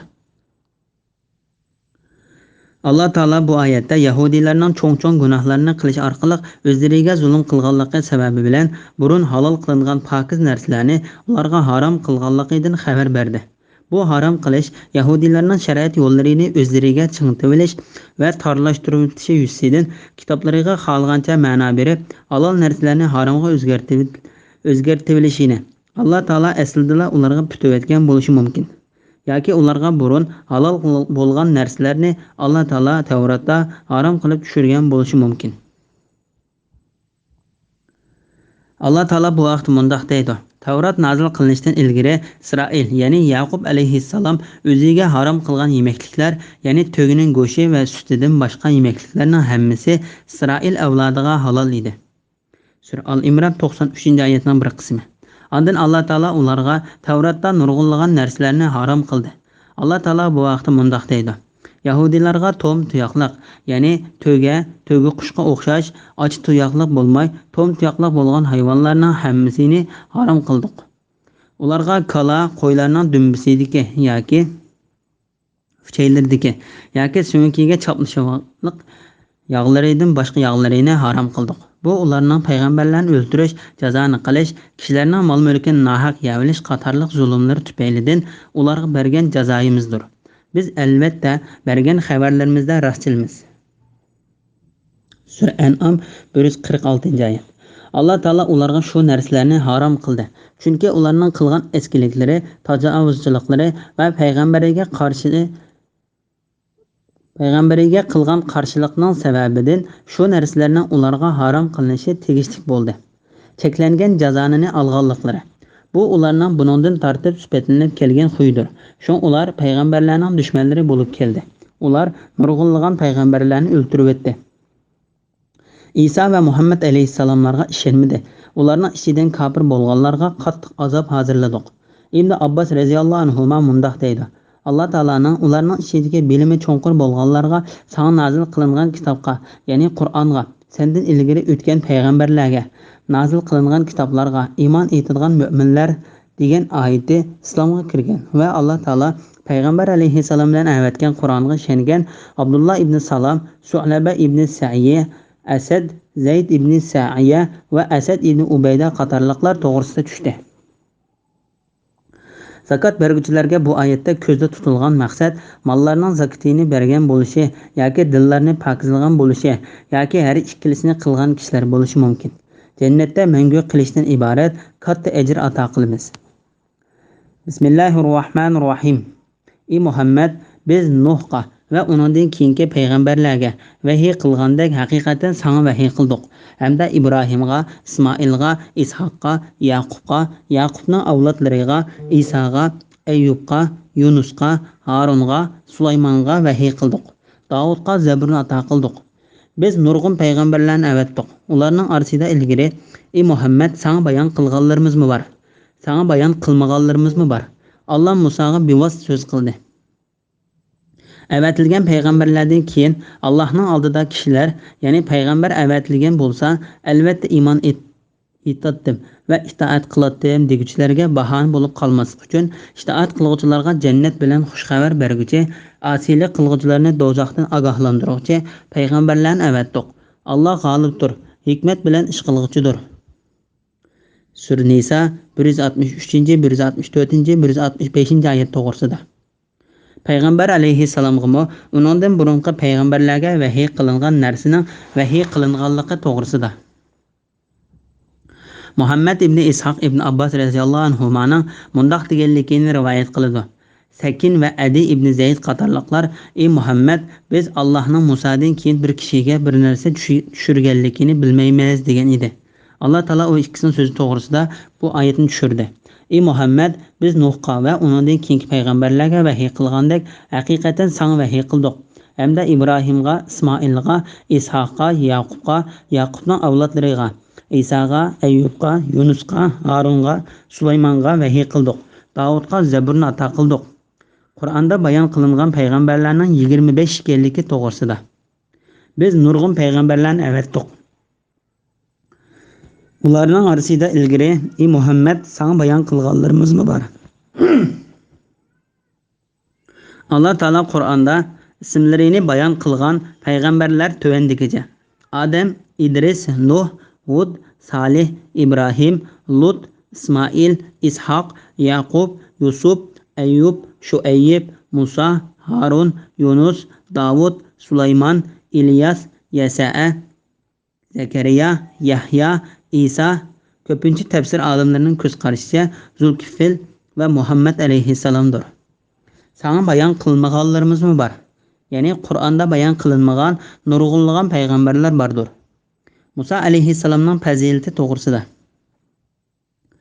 Allah Musaga bevosita so'z qildi. Bu sifat Musa alayhissalom uchun bir sharafdir. Shunga o so'zlashguchi deb atiladi. Ya'ni Allah Taala so'zlaguchi, Musa alayhissalom anglag'uchi bo'ladi. Hafiz Abu Bakr ibn Mardavi Abdujabbar ibn Abdullahning mundaq deganligini rivoyat qiladi. Bir kishi Abu Bakr ibn Iyashning qishig'iga kelib, men bir kishining bu oyatni Musa Allah Taala bevosita so'z qildi deb o'qiyotganligini angladim dedi. Ondan Abu Bakr bu oyatni kofirdan boshqasi bundaq o'qimaydi dedi. Ba'zi mu'tazilar bir shayxga bu oyatni Musa Allah Taolaga bevosita so'z qildi deb o'qib berdi. Eliq shayx uningga: "Ey paskanining bolasi, uni undaq o'qsang Allah Taolaning bu oyatini qanday o'qiysan? Musa biz va'da qilgan vaqtda kelganda va Parvardigori uningga bevosita so'z qilgan chaqda, Parvardigorim menga o'zingni ko'rsatgin, seni bir ko'rib olay" dedi. Sura Arab 143-oyatning bir qismi. Ya'ni bu oyatni yuqoriqini o'zgartgandek o'zgartgili bo'lmaydi. Payg'ambarlarning Alloh tarafidan insonlarga pok turg'izish uchun avatilganligi to'g'risida. Avatilgan payg'ambarlardan keyin Allohning oldida kishilar, ya'ni payg'ambar avatilgan bo'lsa, albatta iymon etdim va itoat qildim deguchilarga bahona bo'lib qolmaslik uchun itoat qilguvchilarning jannat bilan xushxabar berguchi, osiylik qilguvchilarni do'zaxdan ogohlantiruvchi payg'ambarlarni avatdik. Alloh g'olibdir, hikmat bilan ish qilguvchidir. Allah Taala ularni payg'ambar avatishdan burun azoblaydigan bo'lsa, albatta ularning bahoni ko'rsatadiganligi to'g'risida mundaq dedi. Agar biz ularni uningdan, ya'ni Muhammad alayhissalomni avatishdan ilgari halok qilgan bo'lsak, ular cho'qim nemishqa bizga biror payg'ambar avatmadan, biz xor va rasvo bo'lishdan ilgari sening oyatlaringga ergashatdik deydi. Sura Taha 134-oyat. Ularning qilgan ishlari, ya'ni kufri va gunohlari tufaylidan ularga biror azob kelsa, Parvardigorimiz bizga biror payg'ambar avatgan bo'lsang eding, sening oyatlaringga ergashatdik va mu'minlardan bo'latdik demasliklar uchun seni ularga payg'ambar qilib avatdik. Sura Qasas 47-oyat. Imom Buxoriy va Muslim Ibn Mas'uddan payg'ambar alayhissalomning mundaq deganligini rivoyat qiladi. Yomon ishlarga Alloh taolodan bakrak qarshi turgan bir zot yo'q. Shunga Allah Taala oshkora va yo'shirin yomon ishlarning hammasini harom qildi. Madinalashni Allah Taoladan bakrak yaxshi ko'radigan boshqa bir zot yo'q. Shunga Allah Taala o'zi madinalida. Boshqalarga pokit keltirishni Allah Taoladan bakrak yaxshi ko'radigan boshqa bir zot yo'q. Shuning uchun payg'ambarlarni xushbishoratchi va ogohlantiruvchi qilib avatdi. Yana bir rivoyatda mundaq deb bayon qilindi. Shuning uchun payg'ambarlarni avatdi va kitoblarni nozil qildi. Bismillahirrohmanirrohim. Yahudilar va nasoralar sening payg'ambarligingga guvohlik bermasa, gunohi o'ziga. Lekin Alloh sana nozil qilgan Qur'on orqali payg'ambarligingga guvohlik berdi. Alloh Qur'onni boshqalar bilmaydigan o'ziga xos ilmi bilan nozil qildi. Farishtalarmi Alloh sana nozil qilgan Qur'onga va payg'ambarligingga guvohlik berdi. Boshqalar guvohlik bermagandimi, Allohning guvohligi yetarlidir. Şübhəsizki, kafir bolğanlar və kişilərini Allah'ın yoludan tosqanlar həqiqətən qattiq azdı. Şübhəsizki, kafir bolğanlar və zulm qılğanlarını Allah məğfirət qılmaydı. Toğru yolğumu, yəni cənnətin yoluğumu başlamaydı. Ularını faqat cəhənnəmnin yoluğu başlaydı. Ular cəhənnəmdə məngü qalıdı. Bu, yəni ularını cəhənnəmdə məngü qaldırış Allah'a asan. Ey insanlar, peyğəmbər, yəni Muhammed aleyhissalam sizlərə Pərverdigarınlardan haq din ilib keldi. İman eytinglar ki, bu sizlər üçün faydalıq. Əgər inkar qılsanlar, yəni küfrni davamlaştırsanlar, Allah sizlərdən bihacət. Çünki osmonlardakı və zimindəki şeylərinin həmmisi Allah'nındır. Yəni Allah'ın məxluqatıdır, mülküdür. Allah bəndələrinin əhvalını bilgücüdür, hikmət bilən iş qılğıcıdır. Surə Nisa 166, 167, 168, 169, 170 ayet doğrusunda. Ey Muhammed, biz Nuhqa və onundan keyinki peyğəmbərlərə vəhiy qılğandək həqiqətən sana vəhiy qıldıq degan ayətdə peyğəmbər aleyhissalamның peyğəmbərlikini isbatlaşını və müşriklər və əhli kitablardan onun peyğəmbərligiga işenməgən kişilərə rəddiyə berishni öz içiga alğan bo'lib, Allah Taala mundaq deydi: Yahudilar və Nasaralar senin peyğəmbərligingə guvohlik bermasa, gunohi o'ziga. Lekin Allah sana nazil qilgan Qur'on orqali peyğəmbərligingə guvohlik berdi. Yani sana işenmegen ve sana karşılık kılgan kişiler gerçi sana işenmisimo Allah Taala senin kitap, Kur'an berilgen peygamber işkelliginge guvahlık berdi. Allah Taala onunğa berilgen Kur'an'ı süpetlep mundaq deydi: Onunğa aldidinmo, arqısdinmo, yani hiç qaysi tarafidin batıl yüzlenmeydi. O hikmet bilen iş qılğıcı mədiyyə layık Allah tarafidin nazil qılınğandır. Sure Fussilet 42. ayet. Allah Qur'onni başqalar bilmaydigan o'ziga xos ilmi bilan nazil qildi. Ya'ni bu bilim Allah Taala bildirishni xohlagan kishilardan boshqa payg'ambar va eng yaqin farishtalarmi bilmaydigan dalil isbot va hidoyat Allah Taala yaxshi ko'radigan va rozi bo'ladigan, yomon ko'radigan va rozi bo'lmaydigan ishlar g'aybni bilish va Allah Taolaning ulug' sifatlaridan iborat bilimlardir. Allah Taala bu vaqtda mundaq deydi: Ular Allah'ның ma'lumotidan Allah ularga bildirishni xohlagan narsalardan, ya'ni payg'ambarlarning tili orqali bildirgan narsalardan boshqa hech narsani bilmaydi. Sura Baqara 255-oyatning bir qismi. Allah ularning oldidagini va keyindagini biladi. Ular bo'lsa uni bilmaydi. Sura Taha 110-oyat. Farishtalarmi Allah sana nazil qilgan Qur'onga va payg'ambarligingga guvohlik beradi. Başqalar guvohlik bermagandimi Allah'ның guvohligi yeterlikdir. Şübhəsizki, kafir bolğanlar və kişilərini Allah'ın yoludan tosqanlar həqiqətən qattiq azdı. Yəni ular kafir boldu, haqqa əgəşmədi və başqalarını haqqa əgəşishdən tosdu. Şunun bilan o haq yoldan ezib ketdi. Ondan Allah Taala ayetlərinə, kitablarına və peyğəmbərlərə işenməy, başqalarını işenishdən tosub, günah və haram işlərini qılıb, özlərinə zulm qılğan kafirlərin günahını keçirməydiganlığını və onların aldında cəhənnəmdən başqa yol yox ikənligini bayan qılıb mundaq deydi: Ularını faqat cəhənnəmdən yolu başlaydı. Ular cəhənnəmdə məngü qalıdı. Bu, yəni ularını cəhənnəmdə məngü qaldırış Allah'a asan. Yani Allah Taala kafirlardan bihacetdir. Ular küfürlük qilish bilan Allah Taalaga hech qanday ziyon yetkazolmaydi deganlikdir. Allah Taala bu vaqtda mundaq deydi: Musa o'z qavmiga: Agar sizlar va butun yer yuzidagi kafirlar kishilar kafir bo'lib ketsanglarmi, Allohga qilchi ziyon yetkazolmaysizlar. Chunki Allah albatta hammadan bihajatdir, madiyalashga loyiqdir dedi. Sura İbrahim 8-oyat.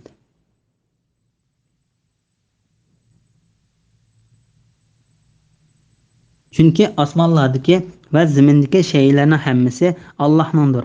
Ya'ni Allohning maxluqotidir, mulkidir. Allah bendalarining ahvolini bilguchidir. Ya'ni u sizlarning ichinglardan hidoyatga loyiq bo'ladigan kishini bilguchi va uni hidoyatga boshlag'uchidir. Shundaqla sizlarning ichinglardan ozg'unlikqa loyiq bo'ladigan kishini bilguchidir. Ondan uni ozg'unlikqa boshlag'uchidir. Allah Taala hikmet bilen iş qılğıcıdır. Bismillahirrahmanirrahim. Ey ahli kitob, ya'ni nasoralar jamasi, dininglarda haddidan oshmanglar. Allohning sha'niga haq so'zdan boshqani aytmanglar. Ya'ni Allohga sherik va bolasi bo'lishdan pok deb e'tiqod qilinglar. Masih Isa Maryamning o'g'li faqat Allohning rasulidir. Sizlar gumon qilgandek Allohning o'g'li emasdir. Maryamga Allohning ilqi qilgan kalimasidir. Ya'ni otaning vasitasiz Allohning vujudga kel degan so'zidan yoritilgandir. Allah tarafidan kelgan bir ruhdir. Allohga va uning payg'ambarlariga iymon etinglar. Allah İsa Maryamdan iborat 3dir demanglar. Xudo 3 deydigan e'tiqoddan qaytinglar. Bu sizlarga foydalidir. Allah faqat bir ilohdir. Bolis bo'lishdan Allah pokdir. Osmonlardagi va zimindagi shaylarning hammasi Allohningdir. Ya'ni Allohning mulkidir, maxluqotidir. Allah yetarlik hamidir. Sura Nisa 171-oyat to'g'risida. Ahli kitoblarning dinida haddidan eshishni va Maryamning o'g'li Isoni oshirib maqtashni to'sish to'g'risida. Allah Taala bu oyatda ahli kitoblarni dinda haddidan eshib ketishdan va Isa alayhissalomni haddidan ortiq maqtab o'tishdan to'sidi. Bundaq ishlar xristianlarda nihoyat ko'p uchraydi. Chunki ular Isa alayhissalom to'g'risida haddidan eshib ketdi. Hatta ular uni Allah Taolaning unga bergan martabasidan ortiq ko'rdi. Ya'ni payg'ambarlik darajasidan ortiq ko'tarib Allah Taolaga ibodat qilgandek ibodat qildigan Allah Taoladan boshqa bir iloh qilib oldi. Balki ular o'zlarini uning dinida deb gumon qilgandek agash kuchlari haqida haddidan eshib ketdi. Ular Isa alayhissalomning agash kuchlarini xatolikdan xoli deb da'vo qildi. Ular Isa alayhissalomning agash kuchlarining degan so'zlari mayli haq bo'lsin yoki nohaq bo'lsin, xato bo'lsin yoki to'g'ri bo'lsin, ularga agashdi. Alloh taolo bu vaqtda mundaq deydi. Ular o'zlarining hebrlarini, rahiblarini, yahudiylar bilan nasoralarning diniy boshliqlarini, ulamolarini va Maryam o'g'li Masihni ma'bud qilib oldi. Holbuki ular payg'ambarlar orqali faqat bir ilohga ibodat qilishga burilgan edi. Uningdan boshqa ya'ni olamlarning parvardigori Allohdan boshqa hech ma'bud barhaq yo'qdir. Alloh ularning sherik keltirganlaridan pokdir. Sura Tavba 31-oyat. Imom Ahmad Umar radhiyallohu anhudan payg'ambar alayhissalomning mundaq deganligini rivoyat qiladi. Sizlar meni xristianlar Maryamning o'g'li Isoni haddidan ortiq maqtagandek maqtamanglar. Men faqat Allohning bir bandasidirman. Sizlar meni Allohning bandasi va uning payg'ambari deb atanglar. Imom Ahmad Anas ibn Malikning mundaq deganligini rivoyat qiladi. Bir kishi payg'ambar alayhissalomga: "Ey Muhammad, ey g'ojimizning o'g'li, bizning ichimizga eng yaxshi kishi va eng yaxshi kishining bolasi" deb chaqirdi. Shuning payg'ambar alayhissalom mundaq dedi: "Ey insonlar, sizlar degan so'zlaringizga diqqat qilinglar. Shayton sizlarni ozdirib ketmasin. Men Abdullohning o'g'li Muhammaddirman. Men Allohning bandasi va uning payg'ambaridirman. Allohning nomi bilan qasamki, men sizlarning meni Alloh taolo menga bergan martabadan ortiq ko'tarib o'tishinglarni yaxshi ko'rmayman. Allohning sha'niga haq so'zdan boshqasini aytmanglar. Ya'ni Allohga sheriki va bolis bo'lishdan pok deb e'tiqod qilinglar. Allohdan boshqa iloh yo'q va uningdan boshqa parvardigor yo'q. Masih Isa Maryamning o'g'li, faqat Allohning rasulidir. Sizlar gumon qilgandek Allohning o'g'li emasdir. Maryamga Allohning ilqi qilgan kalimasidir. Ya'ni otaning vasitasiz Allohning vujudga kel degan so'zidan yoritilgandir. Alloh tarafidan kelgan bir ruhdir. Ya'ni Isa alayhissalom Allohning bandalaridan bir bandidir va uning maxluqotlaridan bir maxluqidir. Payg'ambarlarining birsidir. U Alloh taolaning Maryamga tashlagan vujudga kel degan so'zidir. Ya'ni Alloh taolo uni Jibril alayhissalom orqali Maryam alayhissalomga avatgan vujudga kel degan so'z bilan yaratgandir.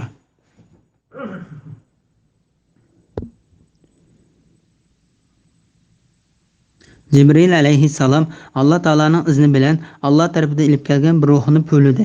Jibril alayhissalom uningga po'ligan heliqi ruh Hazrat Maryamning ko'ynikining ishida edi. U oti bilan onaning urug'i uchrashgandek kiyimdan uning balyotqisiga tushdi. Butkul insonlar Alloh taolaning maxluqotidir. Shuning uchun Isa alayhissalom Alloh taolaning so'zi va Alloh tarafidan kelgan bir ruh deb ataladi. Chunki u otasiz tug'ilgan, Faqat u Alloh taolaning uningga vujudga kel degan so'zi va Jibril alayhissalom bilan birga avatgan ruh orqali yoritilgandir. Alloh taolo bu ishlar to'g'risida mundoq deydi: Maryam o'g'li Isa faqat o'tgan payg'ambarlarga o'xshash payg'ambardir. Uningdan ilgari nurg'un payg'ambarlar o'tgan. Uning onasi nihoyat rasul xotindir. U ikkisi tamoq yeydi. Ya'ni ularmi boshqa maxluqlarga o'xshash go'sht, so'ngak, tomir va paylardan tarkib topgan edi. Tomir va paylardan tarkib topgan edi. Sura Maida 75-oyatning bir qismi. Shubhisizki Allohning nazarida Isoning misoli u otasiz yoritilganlikdan Odamning, ya'ni Odam alayhissalomning misoliga o'xshaydi. Odamni Alloh taolo ota-onasiz tuproqdan yaratdi. Ondan uning vujudga kel dedi. U vujudga keldi. Isoning ishi Odamning ishidan ajablanarli emas. Sura Al-Imron 59-oyat. Nomusini saqlagan ayolning, ya'ni Maryamning qissasini bayon qilgan. Onunğa, ya'ni kiyimining ichiga bizning tarafimizdan bo'lgan ruhni pullidik. Pullagan ruh uning ichiga kirib, u Isoga homildor bo'ldi va uni va o'g'lini, ya'ni Iso bilan Maryamni ahli jahon uchun bizning qudratimizni ko'rsatilgan dalil qildik. Sura Anbiya 91-oyat. Hamda Imronning qizi Maryamni misol qilib ko'rsatdi. U nomusini saqladi. Onunğa bizning tarafimizdan bo'lgan ruhni pullidik. Dem uning ichiga kirib Isoga homildor bo'ldi. O Parvardigorning so'zlarini va nazil qilgan kitoblarini tasdiq qildi va Alloh taologa itoat qiluvchilardan bo'ldi. Sura Tahrim 12-oyat. Alloh taolo Iso alayhissalom haqida xabar berib mundoq deydi: U, ya'ni Iso, nasoralar gumon qilgandek iloh yoki ilohning o'g'li emas, faqat payg'ambarlik ne'matimizga erishgan bir bandadir.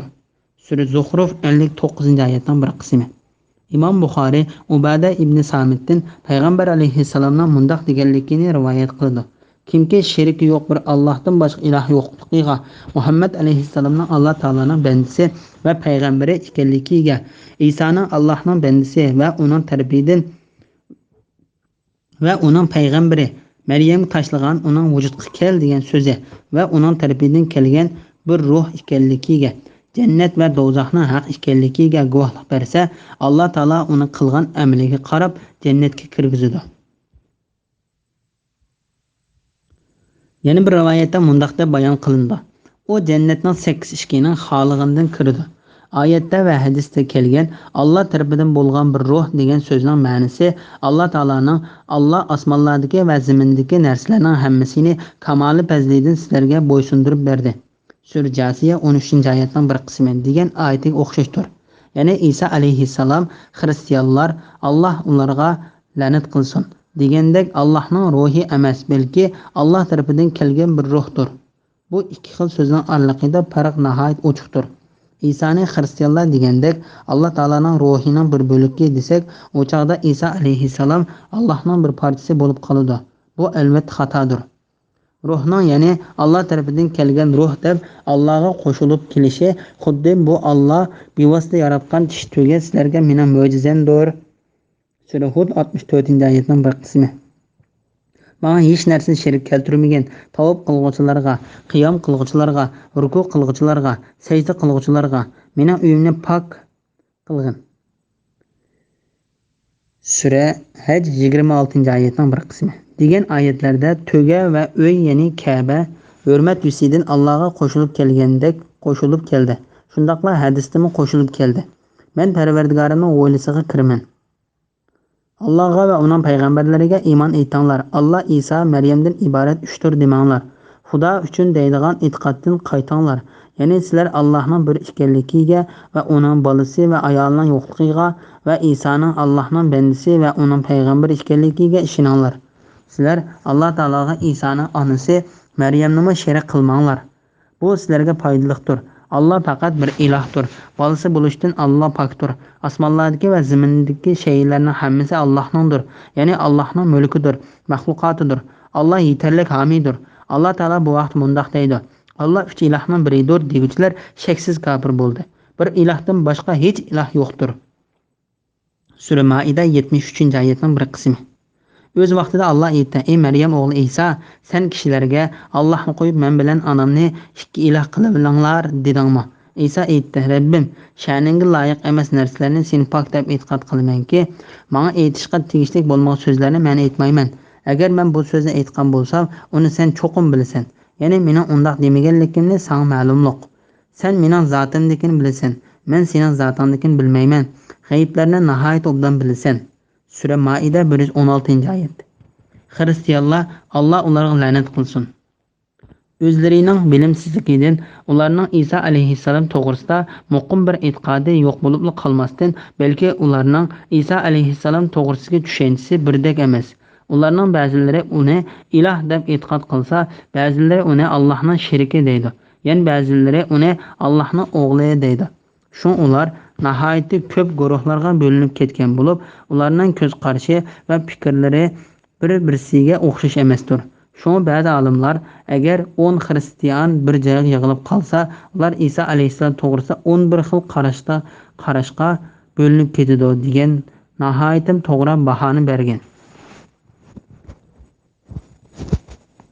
Xristianlarning guruhlari to'g'risida Hijrining 400-yillari Iskandariyaning popi va xristianlarning mashhur olimi Said ibn Bitriq mundaq deb bayon qilgan: Shaksiz xristianlar o'zlari uchun nihoyat cho'ng amonat deb hisoblangan bir amonatni qaro qiladigan cho'ng bir yig'ilish qildi.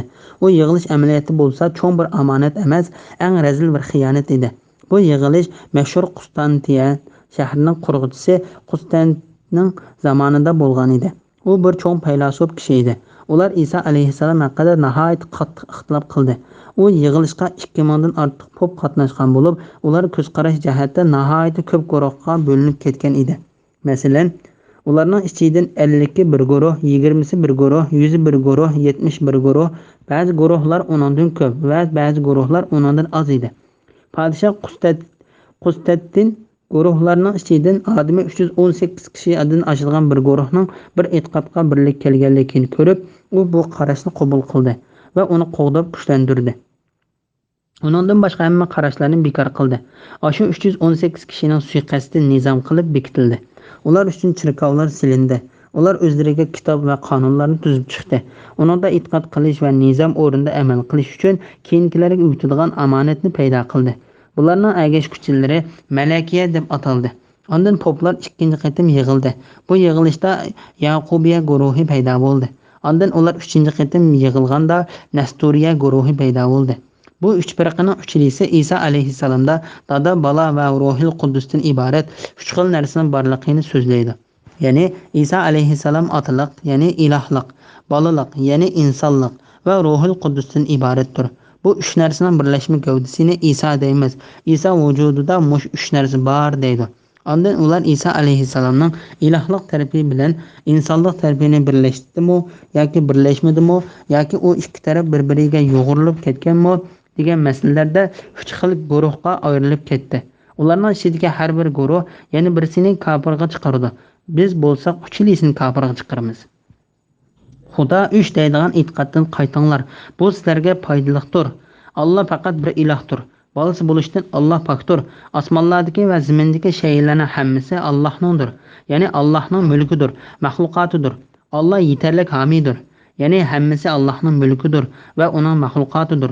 Osmon zaminning maxluqotlarining hammasi uning boshqarishi va buyrug'i ostidadir. U hamma narsaga o'zi egidir. Shundoq bo'lgan ekan, qandoq ulardan ayoli va balasi bo'lsin. Alloh taolo bu vaqtda mundaq deydi: Osmonlardagi va yerni o'rnaksiz yaratquchidir. Allohning xotini yo'qtirsa, qandoq balasi bo'lsin? Hamma narsani Alloh yaratgan. Hamma narsani Alloh obdan bilguchidir. Sura An'am 101-oyat. Ular Allohning balasi bor deyishdi. Sizlar shak shubisiz qabih bir so'zni qildinglar. Bu so'zlarning yomonligidan osmonlar parchalanib ketgili, yer yerilib ketgili, tog'lar gumroh bo'lib ketgili tas qoldi. Bu shuning uchunki ular Allohning balasi bor deb da'vo qildi. Osmonlarda va zaminda Allohga banda bo'lib bo'ysunmaydigan hech maxluq yo'qdir. Shak shubisiz Alloh ularni to'liq egalladi va sonini mukammal bildi. Qiyomat kuni ularning hammasi Allohning dargohiga tanho keladi. Sura Maryam 88-oyatdan 95-oyatlargacha. Bismillahirrohmanirrohim. Masihmu Allohga yaqin farishtalarmi Allohga banda bo'lishdan hargiz bosh tortmaydi. Kimlarki Allohga bandichilik qilishdan bosh tortadigan va ko'ranglab ketadigan, bilsinki Alloh ularning hammasini qiyomat kuni hisob elish va jazolash uchun o'z dargohiga to'playdi. Iymon etgan va yaxshi amallarni qilganlarga kelsak, Alloh ularning amallarining ajrini to'liq beradi. Ne'matini ularga oshirib beradi. Allohga qulchilik qilishdan bosh tortgan va ko'ranglab ketganlarga kelsak, Alloh ularga qattiq azob qiladi. Ular o'zlari uchun Allohdan boshqa Allohning azobidan qutuldiradigan hech qanday do'st va hech qanday madadkor topa olmaydi. Sura Nisa 172-173 oyat to'g'risida. Payg'ambarlar va farishtalarning Alloh taologa bandichilik qilishdan bosh tortmaydiganligi to'g'risida. Masihmu Allohga yaqin farishtalarmu Allohga banda bo'lishdan hargiz bosh tortmaydi. Bu oyatning ma'nosi haqida Ibn Abu Hatim Ibn Abbas radhiyallohu anhumaning mundaq deganligini rivoyat qiladi. Ya'ni hargizmo cho'nglik qilmaydi. Qatada mundaq dedi: ikkilanmaydi.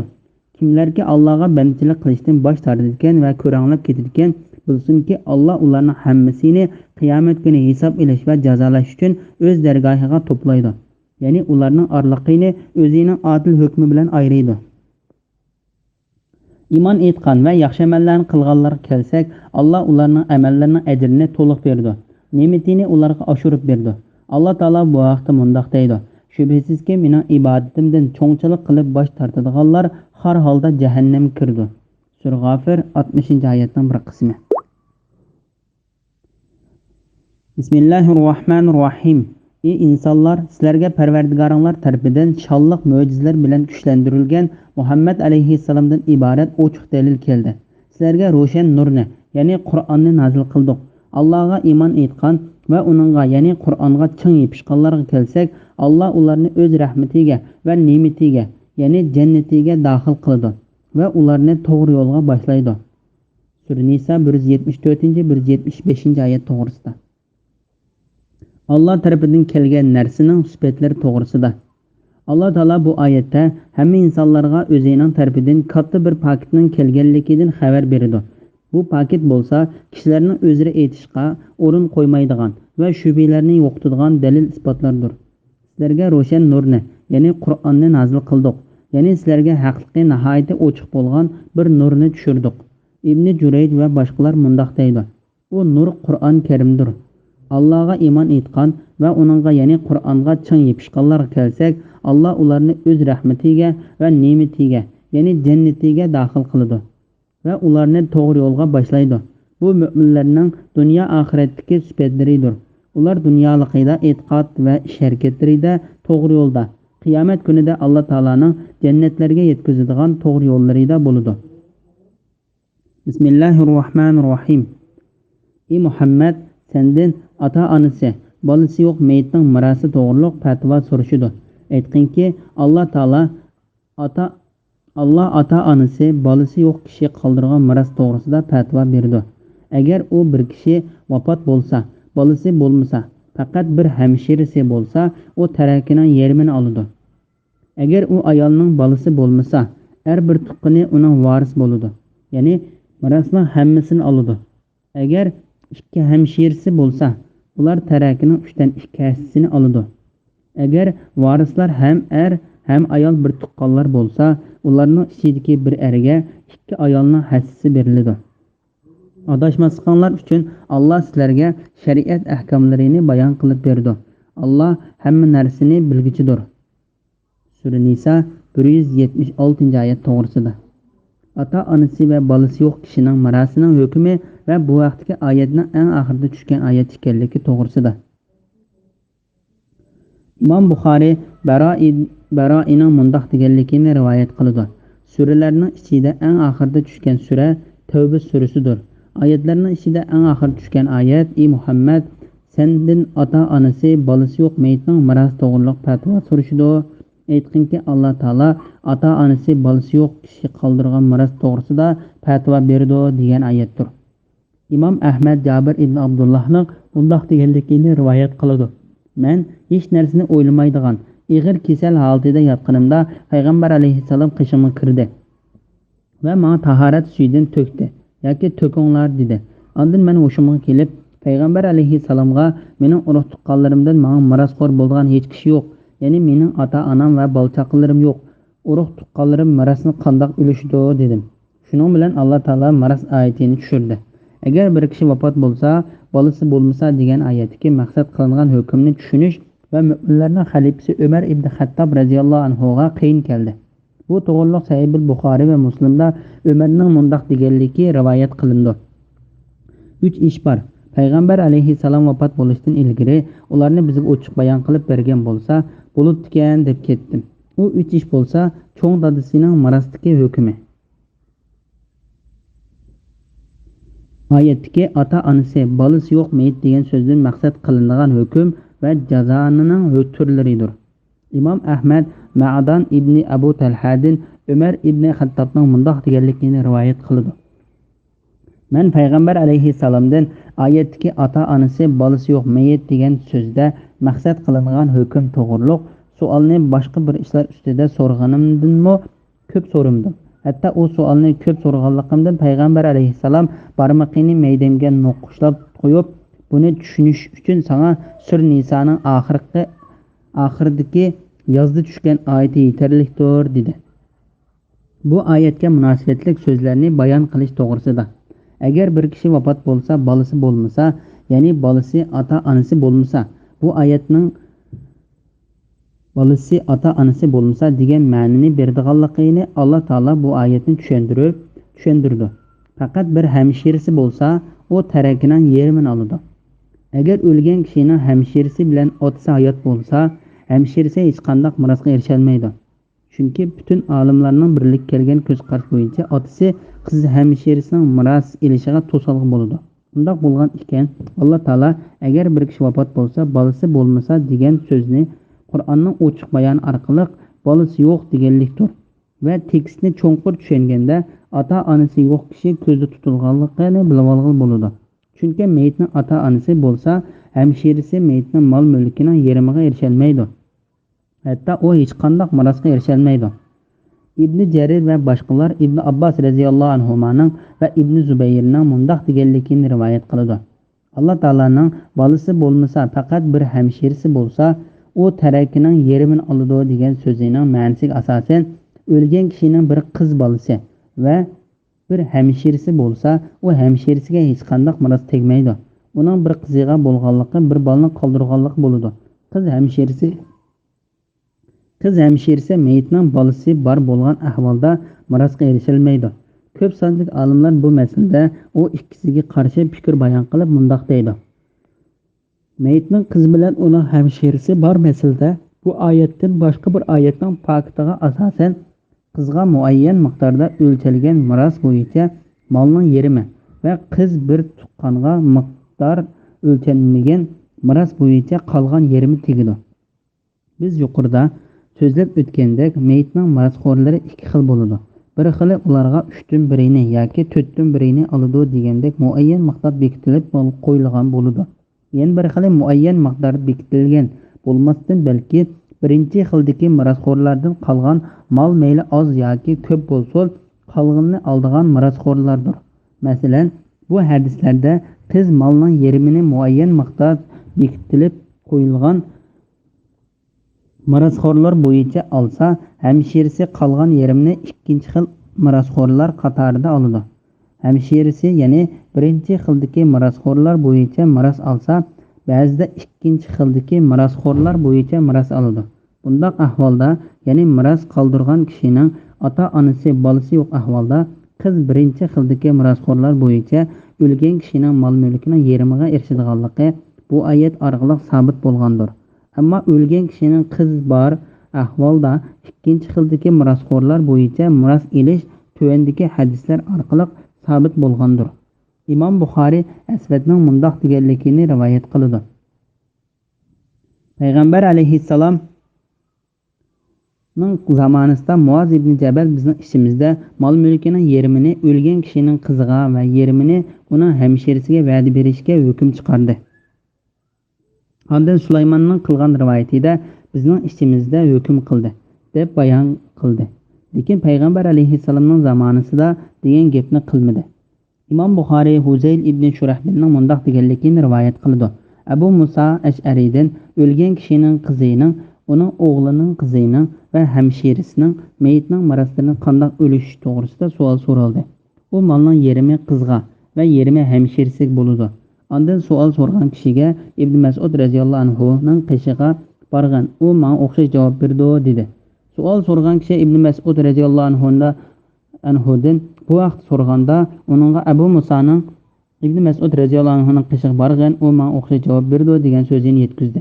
Ibn Mas'ud radhiyallohu anhu agar men bu masalada Abu Musaga o'xshash javob beradigan bo'lsam, albatta ezib ketgan bo'laman. To'g'ri yo'l topquchilarning qatorida bo'la olmayman. Men bu masalada payg'ambar alayhisalom chiqargan hukmni chiqaraman. Malning yerimi qizga, uning oltidan biri o'g'ilning qizga. Qolg'ini ikkinchi xildagi mirosxo'r bo'yicha hamshirisiga tegadi dedi. Savol so'rovchilar mundoq deydi. Biz Abu Musaning qishig'iga kelib, uning Ibn Mas'ud radhiyallohu anhu bergan javobni deb berdik. Abu Musa mundoq dedi. Bu ishda Ibn Mas'ud radhiyallohu anhu olim. Sizlarning ichinglarda Ibn Mas'ud radhiyallohu anhu bo'lsa, mendan bir narsa so'ramanglar. Agar u ayolning bolasi bo'lmasa, har bir tuqqani uning varisi bo'ladi. Ya'ni mirosning hammasini oladi. Ya'ni agar u ayolining mayitning bolasi, ota-onasi bo'lmasa, uning har bir tuqqan qarindoshi uning mirosining hammasini oladi.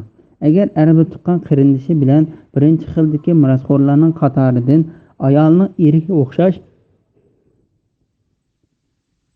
yoki uning ona bir oti boshqa har bir tuqqan qarindoshiga o'xshash kishilar bo'lsa, ularga miros tegishlik miqdordagi miroslarni berib bo'lib, ondan qolganini ikkinchi xildagi mirosxo'rlar bo'yicha bir tuqqan qarindoshiga beriladi.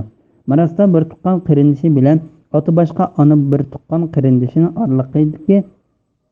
oralig'ida farq yo'q. Farq bor. Ota-onasi bir bo'lgan bir tuqqan qarindosh muayyan miqdori yo'q.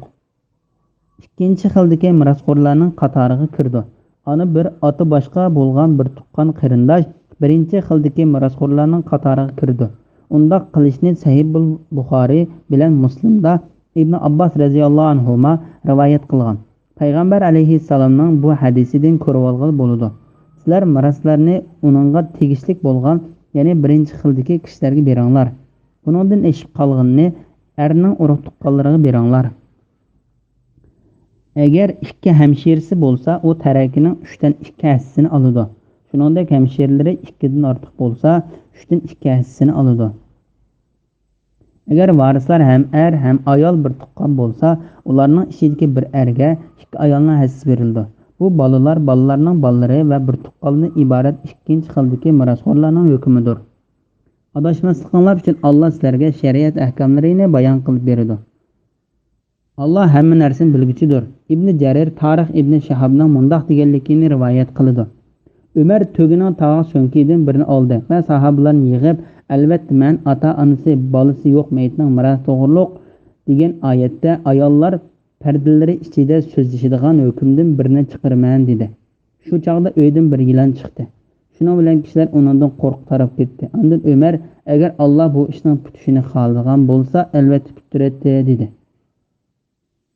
Hakim Abu Abdullah Nisabur Umar ibn Xattobning mundoq deganligini rivoyat qildi. Agar men payg'ambar alayhissalomdan uning vafotidan keyin kimning xalifa bo'lganligini, mollarimizning zakatini berishga qarshi emasmiz. Lekin buni sang bermaymiz degan kishilarni o'ltirsa bo'ladigan yoki bo'lmaydiganligi va ota-onasi, bolasi yo'q mayitning miros to'g'riliq degan oyatning ma'nosidan iborat 3 ishni so'rab olgan bo'lsam, bu ish men uchun qizil tugudanmi yaxshiroq edi dedi. Ibn Jarir Umar radhiyallohu anhuning mundoq deganligini rivoyat qildi. Abu Bakr ota-onasi, bolasi yo'q mayitning miros to'g'riliq degan oyatning ma'nosida bolasi va ota-onasidan boshqa urug' tuqqanlar ko'zda tutilgandir deydi. Ya'ni ota-onasi va bolasi yo'q va undan boshqa urug' tuqqanlari bor demakchidir. Albatta men Abu Bakrning tushunchasiga qarshilik qilishga hayo qildim. Umar bu oyatning ma'nosini boshqacha tushungan bo'lishi mumkin. Shunga u o'zi tushungan ma'noni desa Abu Bakrga qarshilik qilgan bo'lib qilishdan hayo qilgan. Sahobalar, tobiinlarning ko'p sondikilari, shundoqla burunqi va hozirgi zamonning cho'ng olimlari bu oyat to'g'risida Abu Bakrning degan so'zini qabul qildi. Qur'on Karim shu so'zning to'g'riligini kuchlantirdi. Adashmasliklaringiz uchun Alloh sizlarga shariat ahkomlarini bayon qilib berdi. Alloh hamma narsani bilguchidir. ya'ni haqiqatan adashmasliklarinlar uchun Alloh taolo sizlarga miros hukmlarini va belgilamalarini bayon qilib berdi. Alloh taolo ishlarning yaxshi va yomon oqibatini va qaysi ishda bandalariga yaxshilik bo'lganligini, kimning qanchalik mirosga loyiq ekanligini bilguchidir. Alloh subhanahu va taoloning fazli marhamati bilan Sur Nisoning tafsiri tugdi. Bismillahirrohmanirrohim. Sur Maida. Madinada nazil bo'lgan 120 oyat. Sur Maidaning fazilatlari va uning nazil bo'lgan vaqti. İmam Tirmizi Abdullah ibn Amr radhiyallohu anhuning mundaq deganligini rivoyat qiladi. Eng oxirida nazil bo'lgan sura Maida va sura Fatihdir. Abdullah ibn Abbas radhiyallohu anhuning mundaq deganligi rivoyat qilindi. Eng oxirida nazil qilingan sura Nasrdir. Ya'ni Hakimmu kitobida Imom Tirmizining rivoyatidek rivoyat qilgan. Hakim Jubayr ibn Nufayrning mundaq deganligini rivoyat qiladi. Hajga borganimda Aisha radhiyallohu anha yeniga kirdim. U mendan Jubayr Sur Maidani o'qimasan deb so'radi. Men deb javob berdim. Aisha u sura eng oxirida nazil bo'lgan bo'lg'achqa uningda halol qilinganni halol, harom qilinganni harom deb bilinglar dedi. Sur Maidaning oyatlarining hukmlari boshqa oyatlar orqali amaldan qoldirilmagan demakchi. İmam Ahmad bu hadisni Muaviya ibn Salihdan mushundaq rivoyat qilib, Muaviya ibn Salih hadisning oxirida men Aisha radhiyallohu anhadan payg'ambar alayhissalomning axloqi haqida so'rganimda Aisha payg'ambar alayhissalomning axloqi Qur'on edi deb javob berdi deganni qo'shib qo'ygan. Bu hadisni Imom Nasa'iy rivoyat qilgan. Bismillahirrohmanirrohim. Ey mu'minlar, ahdilarga, ya'ni Alloh bilan sizlarning aranglardagi va sizlarning o'z aranglardagi ahdilarga vafo qilinglar. Sizlarga bu surda tövəndə o'qib berilgandan boshqa hayvonlar, ya'ni to'ga, kala, qo'ylarning hammasi zabhi qilingandan keyin yeyish halol qilindi. Lekin sizlar ihrom yoki haramda bo'lganinglarda shikarni halol sanamanglar. Shubhasizki Alloh halol harom to'g'riliq xohlagan narsani hukm qiladi. Ey mu'minlar, Allohning dinining alomatlarini, ya'ni hayda taatning belgisi hisoblangan ishlarni tark etish bilan shahri haram da urush qilishni, hadiyni, ya'ni Kabaga atalgan qurbonlikqa daxl taruz qilishni, qalada, ya'ni hayda qurbonlik qilinadigan mol ekanligini bildirish uchun hayvonga isib qo'yilgan narsalarga cheqilishni, Parvardigoringning fazlini va roziligini tilab Baytullohga haj uchun yoki umr uchun kelguchilarga cheqilishni halol sanamanglar. Ihramdan chiqqan chig'inglarda shikar qilsanglar bo'ladi. Biror qavm, ya'ni mushriklarning sizlarni Masjid Haromni ziyoratidan to'sqanligidan iborat dushmanligi hargizmi sizlarning ularga cheqilishinglarga sababchi bo'lmasin. Yaxshi ishqa va taqvodorlikqa yordamlashinglar. Gunohga va zulmga yordamlashmanglar. Allohning azobidan qo'rqinglar. Allohning azobi haqiqatan qattiq.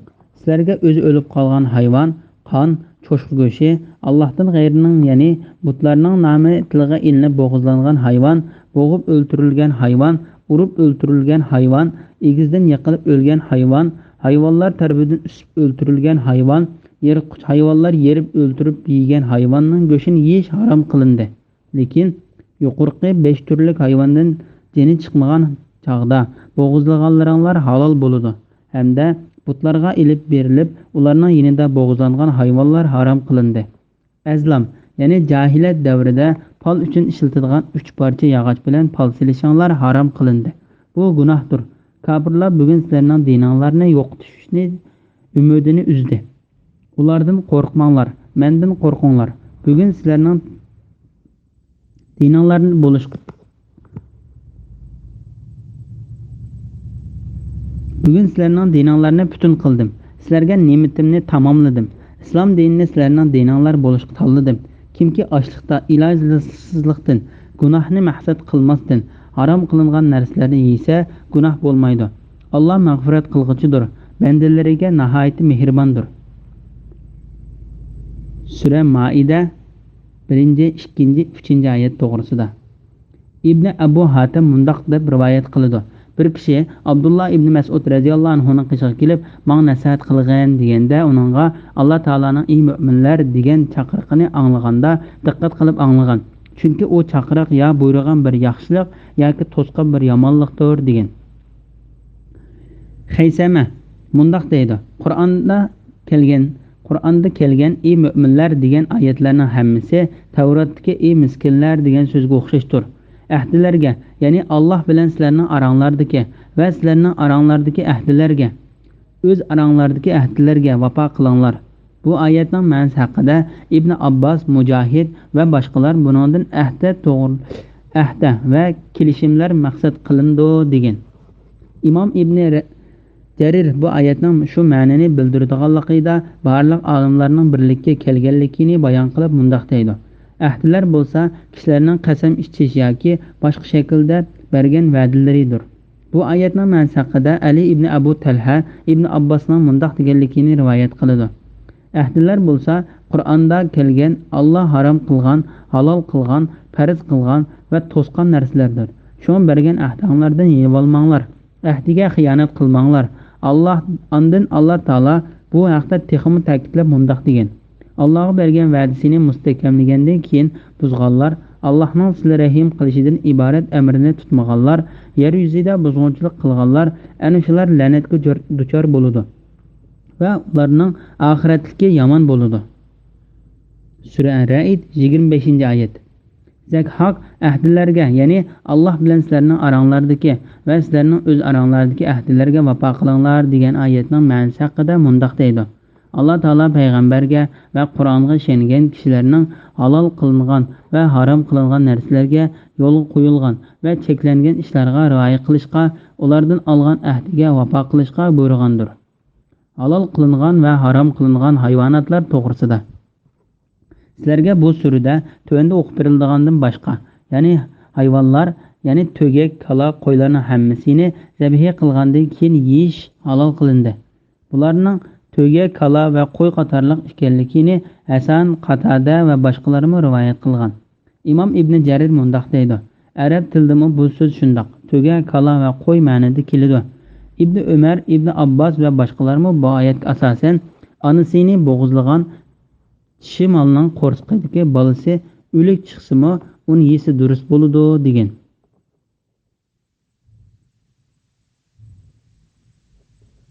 Bu haqda Imom Abu Davud, Tirmizi va Ibn Majah qatorliqlar Abu Said radhiyallohu anhu ning mundaq deganligini rivoyat qiladi: Biz to'ga, kala va qo'yni bo'g'izlaganimizda ba'zida qo'rsiqidan bolasi chiqib qoladi.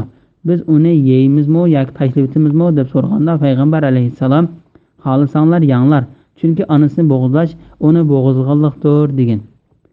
Imom Abu Davud Jabir ibn Abdullah radhiyallohu anhudan payg'ambar alayhissalomning mundaq deganligini rivoyat qiladi: Qo'rsoqdagi qo'za onasining bo'g'izlashi bilan bo'g'izlangan bo'ladi. Bu surada tövende o'qib berilgandan boshqa bu oyatning ma'nosi haqida Ali ibn Abu Talha ibn Abbos radhiyallohu anhuning mundaq deganligini rivoyat qiladi: Bu yerda o'lik, qon va cho'shq go'shini demakchi. Bu oyatning ma'nosi haqida Qatada mundaq deydi: Oyatdagi harom qilingan narsalar o'zi o'lib qolgan hayvonlar bilan Alloh taolaning nomini atamay bo'g'izlagan hayvonlardir. Bu oyatning bu yerdagi ma'nosi bu oyatdan keyingi sizlarga o'zi o'lib qolgan hayvon, qon, cho'shq go'shi, Allohdan g'ayrining, ya'ni butlarning nomi tilga ilinib bo'g'izlangan hayvon, bo'g'ib o'ldirilgan hayvon, urib o'ldirilgan hayvon, egizdan yiqilib o'lgan hayvon, hayvonlar tarafidan usib o'ldirilgan hayvon, yirtqich hayvonlar yerib o'ldirib yegan hayvonning go'shini yeyish harom qilindi degan oyat ko'zda tutilgani oshkoridir. Chunki bular bo'g'izlab yeyiladigan hayvonlardan bo'lsa-mu, lekin yuqoridagi ahvolda harom bo'lib qoldi. Lekin yuqoridagi 5 turli hayvondan jin chiqmagan holda bo'g'izlaganlaringlar halol bo'ladi. Hamda butlarga ilib berilib, uning yenida bo'g'izlangan hayvonlar harom qilindi. Alloh taolo bu surada tövende o'qib berilganlardan boshqa degan oyatida aslida halol, lekin ba'zi ahvollarda harom qilindi. Yuqorida o'z o'lib qilish, butqa atab bo'g'izlashdek ahvollar ko'rilmasa, aslida harom qilindi deb bayon qilingan hayvonlardan boshqasi sizlarga halol qilindi. Lekin sizlar ihrom yoki haramda bo'lganinglarda shikarni halol sanamanglar. Bu oyatning ma'nosi haqida ba'zi olimlar mundaq deydi: Bu oyat chorva mollarini insonga ko'ngan to'ga, kala va qo'y qatorliq yoki kiyik, qo'toz, qulandek yovvoyi hayvonlar bo'lsin, hammasini o'z ichiga oladi. Yuqorqi oyatda insonga ko'ngan chorvalarning harom qilinganlari bayon qilindi. Yovvoyi hayvonlardan ihrom holatida ovlanganlarimi harom qilindi. Bu oyatning tafsirida mundoq ko'z qarashmi bor. Chorva mollarini yuqorida deyilgandek egizdan yiqilib o'lgan, o'zi o'lib qolgan, butlarga atab bo'g'izlangan ahvoldan boshqa barliq ahvollarda ihrom holatida ovlashning haromligiga rioya qilganlar uchun halol qildik. Chunki Alloh taolo mundoq deydi: kimki ixtiyoriy bo'yicha emas, ilojsizlikdan yuqorqi harom qilingan narsalardan hayotini saqlab qolgudek miqdorda yesa, Alloh uni mag'firat qilguchidir, uningga ko'yinguchidir. Sura Nahl 115-oyatning bir qismi. Ya'ni majburiy bo'lib qolgan kishiga yuqorida yeyish cheklangan hayvonlarni chekidan oshmaslik sharti bilan yeyishga ruxsat qildik. Shuningdek, chorva mollarni odatda halol qilganimizdek, ovlashnimi ihrom holatida harom deb bilinglar. Chunki Alloh taolo buningga shundoq hukm qildi. Alloh taolo buyurgan va to'sgan barliq ko'rsatmalarda hikmat bilan ish qilguchidir. Shubhisizki Alloh halol harom to'g'riliq xohlagan narsani hukm qiladi. Haram va urush cheklangan oylarning hurmatini qilish to'g'risida. Ey mu'minlar, Allohning dinining alomatlarini, ya'ni hajda toatning belgisi hisoblangan ishlarni tark etish bilan shahri haromda urush qilishni halol sanamanglar. Ibn Abbos bu oyatda haj faoliyatlari ko'zda tutildi dedi. Mujohid, Safa, Marva va qurbonlik qilish hajdagi Alloh belgilagan faoliyatlardir. Alloh belgilagan faoliyatlar Alloh cheklagan, harom qilgan narsalardir. Ya'ni Alloh harom qilib cheklagan narsalarni va bu oyda urush qilishni halol deb qaramanglar va uning ulug'ligini e'tirof qilinglar. Hamda shu oy ichida urush qo'zg'ashdak Alloh taolaning cheklagan ishlarini qilmanglar. Bu haqda Alloh taolo mundoq deydi: "Ey Muhammad, ular sendan harom qilingan oyda urush qilishga bo'lamdi?" deb so'raydi. Aytqinki, bu oyda urush qilish cho'ng gunohdir. Sura Baqara 217-oyatning bir qismi. Shubhisizki osmon va zamin yaratilgandan tortib qamariy oylarning soni Allohning dargohida, ya'ni Lavhul Mahfuzda 12 dir. Sura Tavba 36-oyatning bir qismi. Imom Buxoriy Abu Bakr radhiyallohu anhudan payg'ambar alayhissalomning vidolashishida mundoq deganligini rivoyat qiladi. Osmon zamin Alloh taolo yaratgan kungi holatida davomlashib kelmoqda. 1 yil 12 oy. Uning ichida 4 oy urush harom qilingan oylar bo'lib, Zulqa'da, Zulhajja va Muharram oylari orqa-orqadan o'linib keladi. Va Rajab oyi bo'lsa, Jumada bilan Sha'ban oyining oralig'ida keladi. Mana bu hadis bu oylarda urush qilishning toki qiyomatgacha harom qilinganligini bildirdi. Hajdagi Alloh taolaning baytiga atab qilingan qurbonlik to'g'risida. Hadiyani, ya'ni Ka'baga atalgan qurbonlikqa daxl taruz qilishni, qalada, ya'ni hajda qurbonlik qilingan mol ekanligini bildirish uchun hayvonga esib qo'yilgan narsalarga cheqilishni, Parvardigorning fazilini va roziligini tilab Baytullohga haj uchun yoki umr uchun kelguchilarga cheqilishni halol sanamanglar. Alloh taolaning baytiga sovg'a qilishni tashlab qo'ymanglar. Chunki sovg'a qilish Alloh taolaning belgilagan faoliyatlarini ulug'laganlik bo'ladi. Boshqalarning uningga azor berib qo'ymasligi hamda uni ko'rganlarmi shuning o'xshash sovg'alarni qilishga qiziqishi uchun qilinadigan sovg'aning Alloh taolaning baytiga atalgan sovg'a ekanligini bildiradigan hamda boshqa mollardan farqlanib turadigan bir belgini bo'yniga esib qo'yinglar. Kimki biror odamning yaxshi ish qilishiga sababchi bo'ladi ekan, agashkuchilarga agashganligi uchun beriladigan savobdan ozroqmi kamaytirilmasdan u kishiga beriladi. Shunga payg'ambar alayhissalom haj qilganda Zulhulayfa degan joyda qo'ngan edi. U yer Aqiq vodisi deb ataladi. Tong otganda u 9 ayoliga orqa-orqadan kirib chiqib yuyinib, atir chechib 2 rakat namoz o'qidi. Keyin hadiya uchun elib kelgan chorvalarga belgi silib, bo'yniga esib qo'ydi. Da haj umriga ihrom bog'ildi. Payg'ambar alayhissalomning sovg'atlari har xil rangdan tanlangan 60 dan ortiq eng esil tugidan iborat edi. Alloh taolo bu vaqtda mundoq deydi: "Ish mana shundoq. Kimki diniy ishlardan, jumladan hajning amallarini, qurbonliqlarni ulug'laydi ekan, bu dillarning taqvoliqidandir." Sura Haj 32-oyat. Muqatil ibn Hayyan Allah Taalaning qalada, ya'ni hayzi qurbonlik qilinadigan mol ekanligini bildirish uchun hayvonga esib qo'yilgan narsa degan oyatining ma'nosi haqida mundoq dedi. Bo'yniga esilgan belgilarga chaqilmanglar. İslam kelishdan burun Arablar o'z yurtlaridan urush harom qilingan oylardan boshqa chog'larda chiqqan vaqtida aman bo'lish uchun o'zlariga yung va tuklar bilan belgi taqishib oladi. Haram mushriklari haramdagi daraxtlarning qo'ziqini belgi qilib esib oladi. Buni Ibn Abu Hatim rivoyat qilgan. Ya'ni u Ibn Abbosning mundoq deganligini rivoyat qiladi. Suraning ichida ikki oyatning hukmi amaldan qoldirildi. Bu ikki oyat bo'yniga osadigan belgi va Alloh taolaning "Ey Muhammad, agar ular seni oldinga davolashib kelsa, ularning orasida hukm qilib qo'ysang yoki uni rad qilsang bo'ladi" degan oyatlardir. Sura Maida 42-oyatning bir qismi. Alloh taolaning baytiga manganlarga chiqilishning harom qilinganligi to'g'risida. Parvardigorning fazilini va roziligini tilab Baytullohga haj uchun yoki umr uchun kelguvchilarga chiqilishni halol sanamanglar. Ya'ni kirgan kishi aman bo'ldigan Alloh taolaning baytini ko'zlab manganlarga chiqilib, ular bilan urushishni halol deb qaramanglar. Shuningdek, Alloh taolaning baytiga Alloh taolaning fazilini talab qilib va roziligini xolab manganlarni to'smanglar va ularga chiqilmanglar. Mujohid, Ata, Abu Aliya, Mutrif ibn Abdullah, Abdullah ibn Ubayd ibn Umayr, Rabi ibn Anas, Muqatil ibn Hayyan, Qatada va boshqalar Alloh taolaning Parvardigorning fazilini va roziligini tilab degan oyatining ma'nosi haqida mundoq deydi. Ya'ni tijoratni demakchi. Alloh taolo bu vaqtda mundoq deydi. Parvardigoringlardan haj mavsumida tijorat va boshqa ovqat orqali rizq talab qilsanglar, sizlarga hech gunoh bo'lmaydi. Sura Baqara 198-oyatning bir qismi. Roziligini bu oyatning ma'nosi haqida Ibn Abbos mundoq deydi. Ular hajlari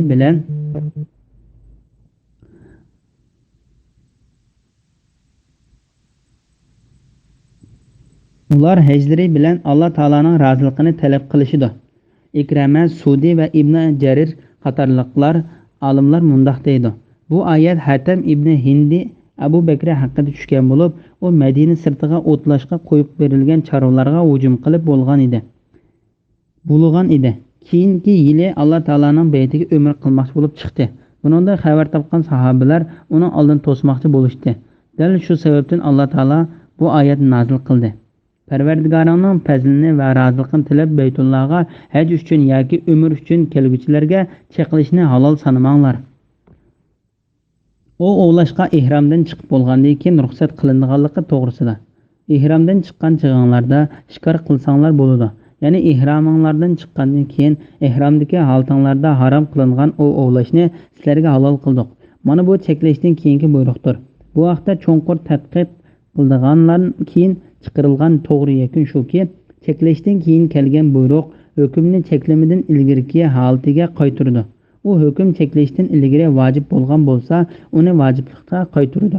Mustahab bo'lgan bo'lsa, mustahablikka, mubah bo'lgan bo'lsa, mubahlikka qaytardi.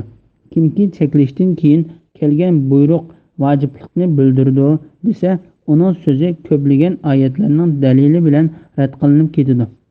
Kimki mubahlikni bildirdi desimi, o'xshashli boshqa oyatlar bilan rad qilinib ketadi.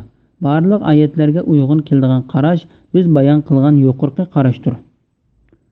Adil bo'lishning har qanday ahvol ostida vojib ekanligi to'g'risida.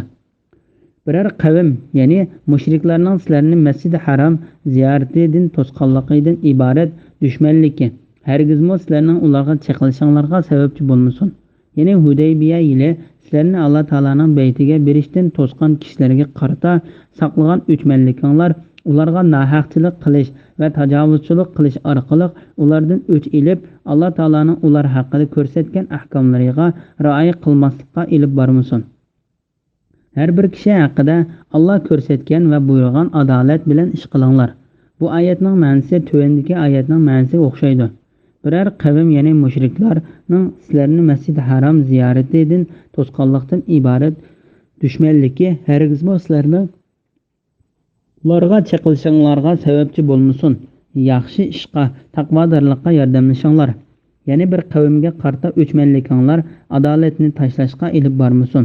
Chunki har qanday vaqtda har bir kishining har qanday bir shaxsga adil bo'lishi vojibdir. ibn Abu Hatim Zayd ibn Aslamning mundoq deganligini rivoyat qiladi. Mushriklar payg'ambar alayhissalom va uning sahobalarini Baytullohga kirishdan to'sib olgan edi. Musulmonlar Hudaybiya degan joydagi yo'l ustida edi. Bu ish ularga qattiq og'ir keldi. Shu chaqda ularning yenidan sharqdan kelgan bir guruh mushriklar umra qilish uchun o'tdi. Sahobalar bizni ularning do'stlariga to'sib olgandek, biz ularni to'sib olaylik dedi. Shuning bilan Alloh taolo bu oyat nozil qildi. Yaxshi ishqa va taqvodorlikqa yordamlashinglar, gunohga va zulmga yordamlashmanglar. Ya'ni Alloh taolo bandalarini yaxshi ishlarni qilishga, yomon ishlarni tashlashga, o'zaro hamkorlashishga buyurdi. Mana bu taqvodorlikdir. Hamda ularni nohaqlikka yordamlashishdan, gunoh va harom qilingan ishlarda hamkorlashishdan to'saydi.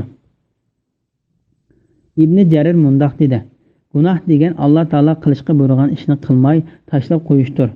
Dushmanlik qilish degan dininglarda Alloh taolo belgilagan chek-chegirdan eshib ketish hamda Alloh sizlarga va boshqalarga farz qilgan belgilamalaridan halqib ketishdir. Imom Ahmad Anas ibn Malik radhiyallohu anhudan payg'ambar alayhissalomning zulm qilg'uchi bo'lsin yoki zulm qilinguchi bo'lsin, har ikki qarindishingga yordam qil deganda, ba'zilar ey Allohning payg'ambari, zulm qilganga yordam qilarmiz, zulm qilinganga yordam qilarmiz, zulm qilganga qandoq yordam qilamiz deganda payg'ambar alayhissalom uni zulm qilishdan to'sib olasan. Bu uningga yordam qilganligingdir deganligini rivoyat qiladi. Bu hadisni Imom Buxoriy rivoyat qilgan. Imom Ahmad sahobalarning biridan rivoyat qilishicha payg'ambar alayhissalom mundoq degan: Kishilarga aralashib, ularning arziyatlariga sabr qiladigan mu'min kishilarga aralashmay, ularning arziyatlariga chidamaydigan odamdan ko'p ajrga erishadi. Ya'ni Imom Muslimning rivoyat qilgan hadisida mundoq deyilgan: To'g'ri yo'lga chaqirib tashviq qilgan kishiga ta qiyomat kuniga qadar uningga agashkuchining qilgan yaxshiligining savobi yoziladi. Agashkuchining bu savobidan bir narsani kamaytib etmaydi. Ozg'unlikqa chaqirib tashviq qilgan kishiga ta qiyomatga qadar agashkuchining qilgan gunohidan bir kishilik gunoh tashviq qilinganligi uchun yoziladi. Agashkuchining gunohimo kamaytibitish. Go'sht harom qilingan chorva mollar to'g'risida.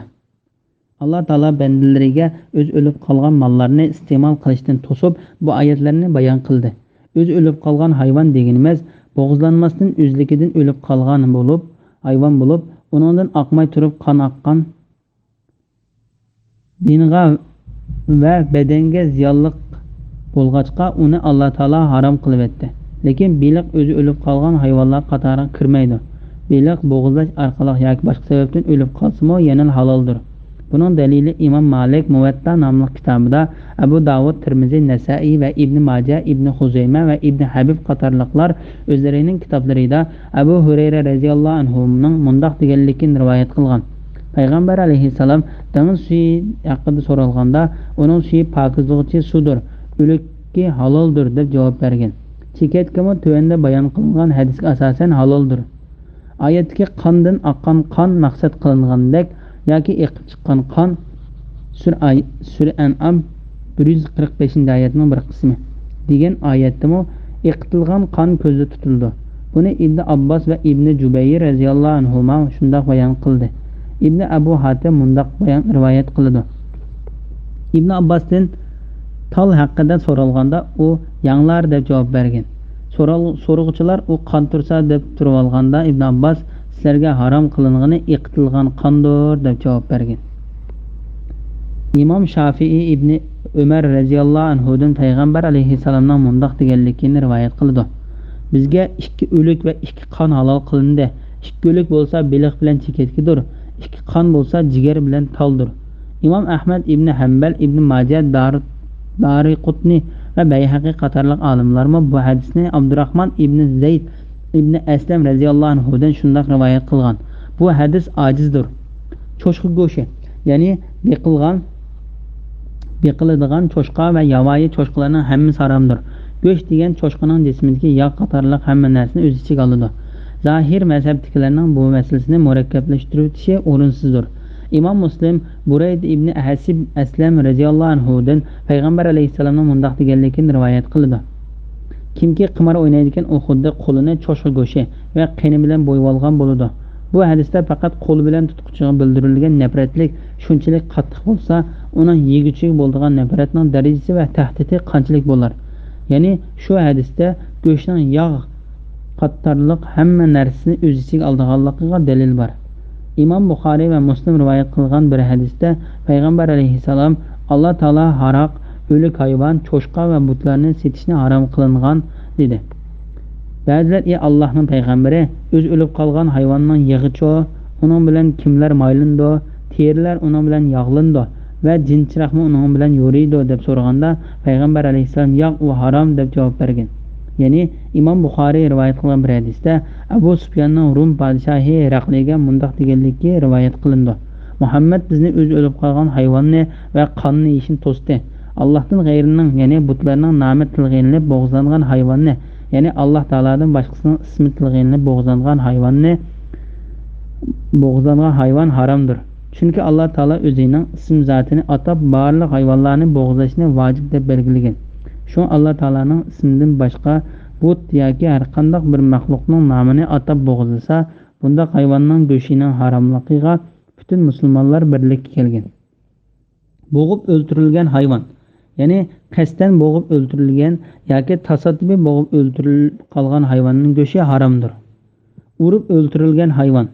Buning ma'nosi Ibn Abbos va boshqalarning degandek to'qmoq yoki kaltak bilan urib o'ldirilgan, ya'ni besim yuqori og'ir narsalar bilan o'ligicha urilgan hayvonlarning go'shi haromdir.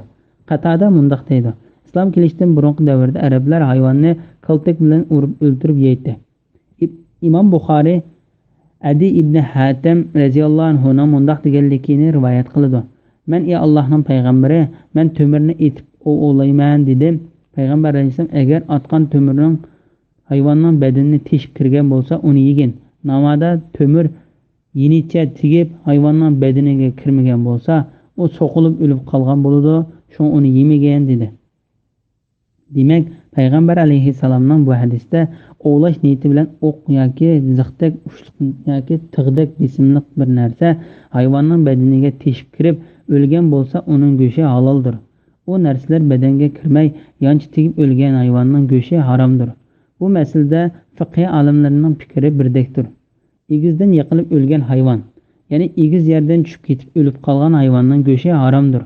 Ali ibn Abu Talha bu oyatning ma'nosi haqida Ibn Abbosning mundaq deganligini rivoyat qiladi.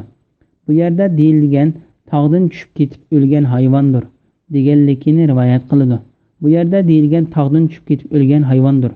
Bu vaqtda Qatada mundaq deydi: bu bo'lsa quduqqa tushib ketib o'lgan hayvondir. Hayvonlar tarafidan usib o'ldirilgan hayvonni, ya'ni usgan hayvonning mo'ngizi bo'g'izlaydigan o'rinni yoriq qilib, unida qon chiqqan taqdirdami, ya'ni hayvonlar tarafidan usib o'ldirilgan hayvonning go'shi haromdir. Yirtqich hayvonlar yerib o'ldirib yegan hayvonning go'shini yeyish harom qilindi. Ya'ni shir, yo'lbars, yilpiz, bo'ra yoki itga o'xshash yirtqich hayvonlar hujum qilib ba'zi a'zolarni yegandan keyin shu sababdan o'lib qolgan hayvon garchi bo'g'izlangan joydan tishlanib, qini oqqan bo'lsa-mu, barliq fiqh olimlarining birlikka kelgan ko'z qarash bo'yicha uning go'shi haromdir. Islom kelishdan burungi arablar yirtqich hayvonning qo'y yoki kalaga o'xshash hayvonlarni yeb qoldirgan qoldiqini yeydi. Alloh taolo buni mu'minlarga harom qildi. Lekin yuqorqi 5 turli hayvondan jini chiqmagan chaqda bo'g'izlaganlaringlar halol bo'ladi. Ya'ni bu oyatning ma'nosi bo'g'ilib, so'qilib, egizdan tushib ketib yoki yirtqich hayvonlar tishlaganlikdan o'lish oldida turgan hayvonni jin chiqib bo'lishdan ilgari bo'g'izlab ulgursa, uning go'shi harom emas deganlikdir. Ali ibn Abu Talha bu oyatning ma'nosi haqida Ibn Abbosning mundaq deganligini rivoyat qiladi: sizlar faqat osh hayvonlardan jini bor chaqda bo'g'izlaganlarni yanglar, chunki u bo'g'izlangan bo'ladi. Said ibn Jubayr, Hasan Basri va Sudi qatorliqlarmi bu masalani Ibn Abbosga o'xshash rivoyat qilgan. Ibn Jarir Ali radhiyallohu anhu ning mundaq deganligini rivoyat qiladi: so'qilgan, usulgan va egizdan tushib ketgan hayvonni qo'li yoki puti mirdilayotgan chaqda bo'g'izlab olsang, yesang bo'ladi. Tavus, Hasan, Qatada, Ubay ibn Umayr, Zakhak va boshqa olimlardan mundaq rivoyat qilindi: bo'g'izlaganda u hayvonning jinining borligini bildiradigan biror harakat qilganligini ko'rsa, undan uning go'shini yeyishga bo'ladi. imom Buxoriy va Muslim Rafi ibn Hadij radhiyallohu anhuning mundoq deganligini rivoyat qiladi. Men payg'ambar alayhissalomga: "Ey Allohning payg'ambari, biz dushman bilan urushga chiqqan vaqtimizda bizda pichoq bo'lmay qolsa, charumonlarni qumush bilan bo'g'izlasak bo'lamdi?" deb so'radim. Payg'ambar alayhissalom: "Qon oqqizib Alloh taolaning nomini atab o'ldirilgan molni yanglar. Qon oqqizgan narsa hayvonlarning tishlari yoki tirnoqlari bo'lib qolsa bo'lmaydi. Buning sababini sizlarga deb beray. Tish bo'lsa sumakdir, tirnoq bo'lsa habashlarning pichqidir" deb javob berdi. Hamda butlarga ilib berilib, uning yonida bo'g'izlangan hayvonlar harom qilindi. Bu oyatning ma'nosi haqida Mujahid va Ibn Jurayj mundoq deydi: Butlar Ka'baning atrofida tiklaglik toshlardan edi. Ibn Jurayj mundoq deydi: Ka'baning atrofida 360 fut bo'lib, islom kelishidan burun arablar shu butlarning oldiga kelib chorvalarni bo'g'izlashatdi. Butlarning Ka'baga qarab turganlariga atab bo'g'izlagan hayvonlarning qonlarini chachatdi. Go'shini uzun yapaloq tilib butlarning ustiga yayatdi. Bularning mushundoq qildiganligini boshqa olimlar ham rivoyat qilgan. Shu Alloh taolo mu'minlarni bundoq ishlarni qilishdan to'sib, ularni bu butlarning oldida bo'g'izlangan hayvonlarni, hatto butlarning oldida bo'g'izlanganda Alloh taolaning nomini atab bo'g'izlagan bo'lsa-mu, u hayvonning go'shini yeyishni harom qildi. Bu Alloh va uning payg'ambari harom qilgan shirkka ilib boradigan ishlardandir. Ya'ni agar butlar yoki mozor g'ojamlarga atab Alloh taolaning nomini atamay mol bo'g'izlasa, iymoniga daxli yetadi. Chunki Alloh taoladan boshqasining nomini atab bo'g'izlagan narsaning harom bo'lganligi yuqorida bayon qilinib o'tildi. Pal o'qlari bilan pal etish to'g'risida. Azlam ya'ni jahiliyat davrida pal uchun ishlatiladigan 3 parcha yog'och bilan pal silishinglar harom qilindi. Ya'ni ey mu'minlar, pal o'qlari bilan pal etish sizlarga harom qilindi. Arablar islom kelishidan burun bunday ishlarni qiladi. Bu o'q 3 xil bo'lib, birinchisiga qil, ikkinchisiga qilma deb yozilgan, uchinchisi bo'lsa hech narsa yozilmagan edi. Ya'ni ba'zilarning deyishicha, birinchisiga Parvardigorim buyurdi, ikkinchisiga Parvardigorim to'sdi deb yozilgan, uchinchisiga bo'lsa hech narsa yozilmagan bo'lib, navoda buyruq o'q chiqsa, uni darhol qiladi. Qilmaslik buyruq chiqsa qilmaydi. Navoda quruq o'q chiqib qolsa, yana bir qitim tanlaydi. Ibn Abbos mundoq deydi: Bu ishlarni taqsim qilish uchun pal ochadigan o'qlar edi. Muhammad ibn Ishoq va boshqalar mundoq deydi: Qurayshning Hubal deb ataladigan eng chong bir buti bo'lib, bu Ka'baning ichidagi bir suyuq quduqning ustiga tiklangan edi. Bu quduqqa so'g' salomlar va Ka'baning mol-mulki qo'yiladi. Bu butning qishida 7 dona o'q bo'lib, uningda bir taraf qilolmay qolgan ishlarni tanlaydigan so'zlar yozilgan edi. Ularga qaysi o'q chiqsa, ular shu bo'yicha ish qiladi. Uningga hargizmi xiloflik qilmaydi. Sahih hadisda kelishicha, payg'ambar alayhissalom Ka'baning ichiga kirganda Ibrohim va Ismoil alayhissalomlarning qo'llarida pal o'qini tutgan holda tasvirlangan suratni ko'rib mundoq dedi: Ular o ikkisining bu o'qlar bilan hech qanday pal etib boqmaganligini biladi. Alloh ularning jazosini bergay. Azlam ya'ni jahiliyat davrida pal uchun ishlatiladigan 3 parcha yog'och bilan pal silishinglar harom qilindi. Mujahid bu oyatning ma'nosi haqida mundoq deydi: U bo'lsa arablarning o'qlari, Faris va Rumliklarning o'shiqlaridir. Ular shuning bilan qimar o'ynaydi. Mujahidning bu ko'z qarashi to'g'risida izlanib beqishiga to'g'ri keldi. Agar Mujahid bu so'zdan ular uni ba'zida qimar o'ynash uchun qo'llanadi deganligini ko'zda tutgan bo'lsa, bu to'g'ri bo'lgan bo'lishi mumkin. Chunki Alloh taolo qimar bilan pal o'qlarini ayrim-ayrim bayon qilib mundoq deydi: Ey mu'minlar, aroq ichish, qimar o'ynash, butlar ya'ni cho'qinish uchun tiklangan toshlarga cho'qinish, pal o'qlari bilan pal silish shaytonning ishi paskina qiliqlardir. Baxtga erishishinglar uchun shaytonning ishidan yiroq bo'linglar. Shayton aroq, qimar orqali oranglarda dushmanlik, adovat turg'izmoqchi. Sizlarni namozdan va Allohni yod etishdan to'smoqchi bo'ladi.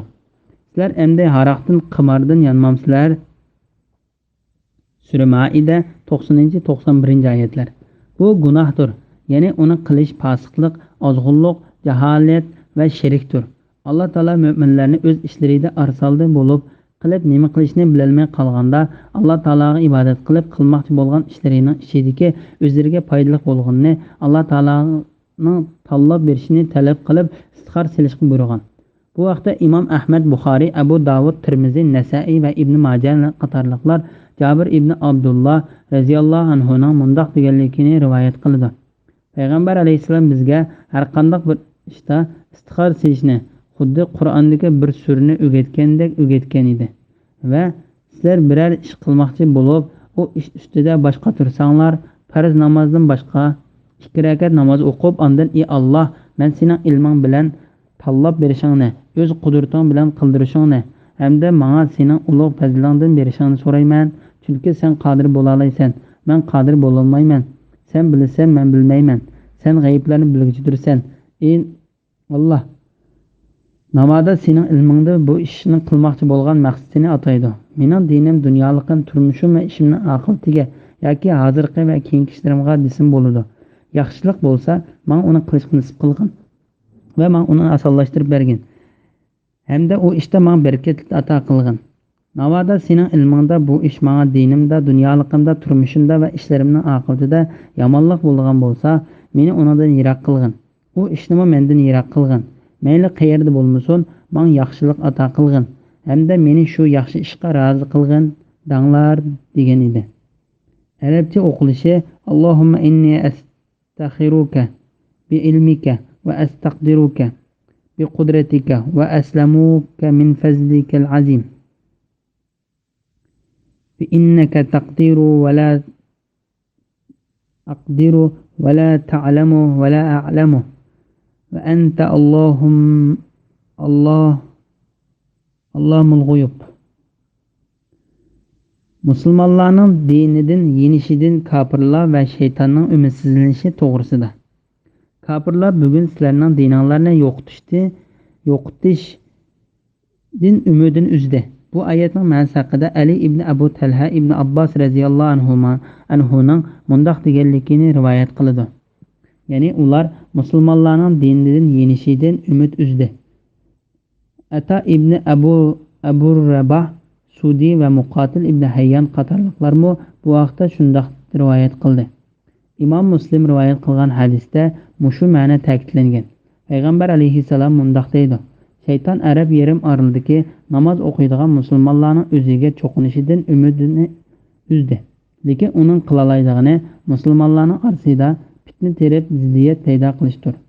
Bu oyatda musulmonlarning sifatlari mushrik kofirlardan farqli bo'lg'achqa, kofirlar bu musulmonlarga o'xshayalishidan umidini uzdi degan ma'no maqsad qilingan bo'lishi mumkin.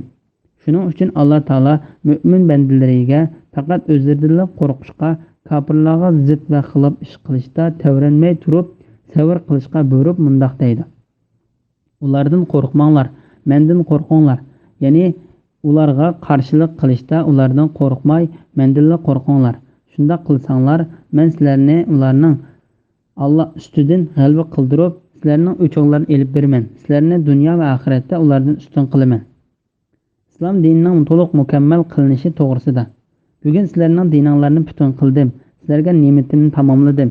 Islom dinini sizlarning dininglar bo'lishga tanladim. Bu oyatdagi ne'mat Alloh taolaning ularga dinni mukammal qilib berganligi. Bu ummatga bergan ne'matning eng kattasidir. Shun bu ummat boshqa bir dinga yoki boshqa bir payg'ambarga muhtoj bo'lmaydi. Shu sababdan Alloh taolo payg'ambarimiz Muhammad alayhissalomni payg'ambarlarning oxirgisi qilib bütün insonlarga va jinlarga avatgan. Shu Alloh taolo halol qilingandan boshqa halol yo'q va harom qilgandan boshqa harom yo'q. Yo'lga qo'yilgan shariatdan boshqa shariat yo'q. U xabar bergan barliq narsalar rost va haqdir. Uningda yolg'onchilik yoki bo'lmay qolmaydigan ish yo'qdir. Alloh taolo bu vaqtda mundaq deydi: Parvardigoringning so'zi nihoyat rostdir, nihoyat to'g'ridir. Sur An'am 115-oyatning bir qismi. Ya'ni bergan xabarlarda rostchil, buyruq cheklamalarida adildir. Alloh taolo bandalariga dinni mukammal qilib berish orqali ularga bergan ne'matini to'liqlab berdi. Bugun sizlarning dininglarni butun qildim. Sizlarga ne'matimni tamomladim. Islom dinini sizlarning dininglar bo'lishga tanladim. Ya'ni sizlarmi u dinni qabul qilib, u dinning o'zinglarning dini bo'lishga rozi bo'ldinglar. Chunki u din Alloh o'zi yaxshi ko'rgan va rozi bo'lgan, uning bilan payg'ambarlarning eng kattasi bo'lgan payg'ambari Muhammad alayhissalomni avatgan ham u din orqali kitoblarning eng kattasi bo'lgan Qur'on Karimni nozil qilgandir. Imom Ibn Jarir Harun ibn Qataraning dadasining mundaq deganligini rivoyat qiladi. Hajji akbar, ya'ni vidolashish hajji kuni Alloh taolaning bugun sizlarning dininglarni butun qildim, sizlarga ne'matimni tamomladim, islom dinini sizlarning dininglar bo'lishga tanladim degan oyati nozil bo'lganda Umar radhiyallohu anhu yig'lab ketdi. Payg'ambar alayhissalom sen nima uchun yig'ilding dedi. Umar har qanday narsa to'liqlangandan keyin kemishga qarab mangdi. Bizning dinimizmi endi to'liqlandi, shuning uchun yig'ildim dedi. Payg'ambar alayhissalom rost aytding dedi. Bu mazmunni Payg'ambar alayhissalomning islom g'ariblik bilan boshlangan, g'ariblik bilan oxirlashidi. Shu g'ariblarga jannat bilan xush muborak bo'lsin degan hadisi kuchlantirdi. İmam Ahmed Tarix ibn Shihabning mundaq deganligini rivoyat qiladi. Yahudiylardan bir kishi Umar radhiyallohu anhuning yoniga kelib, "Ey mu'minlarning boshlig'i, sizlarning kitobingizda shunday bir oyat borki, namoda shu oyat biz yahudiylarga tushgan bo'lsa, shu oyat tushgan kunni biz bayram kuni qilib olatdik" dedi. Umar u qaysi oyat deb so'radi.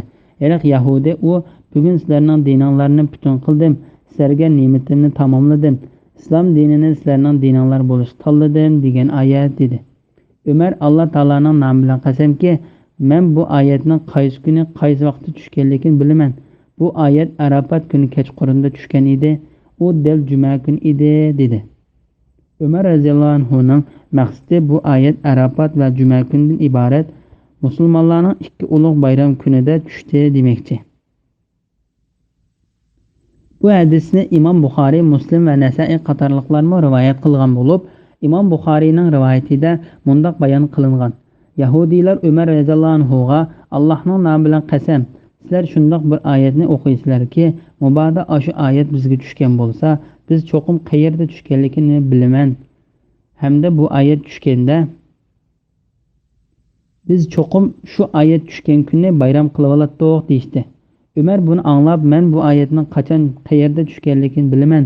Hamda bu oyat tushganda payg'ambar alayhissalomning qayerda tushganligini obdan bilaman. Bu oyat Arafat kuni tushgan edi.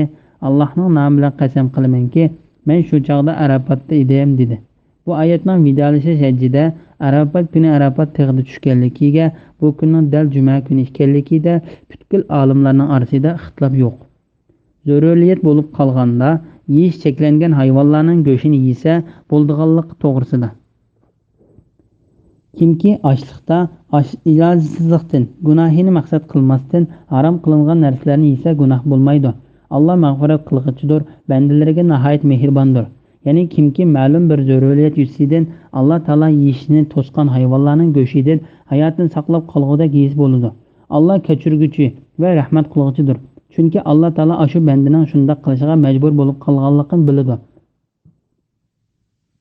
Shunga u bandaning cheklangan narsani yeganligini kechirib o'tadi. İmam Ahmad va Ibn Hayyan Ibn Umardan payg'ambar alayhissalomning mundaq deganligini rivoyat qiladi.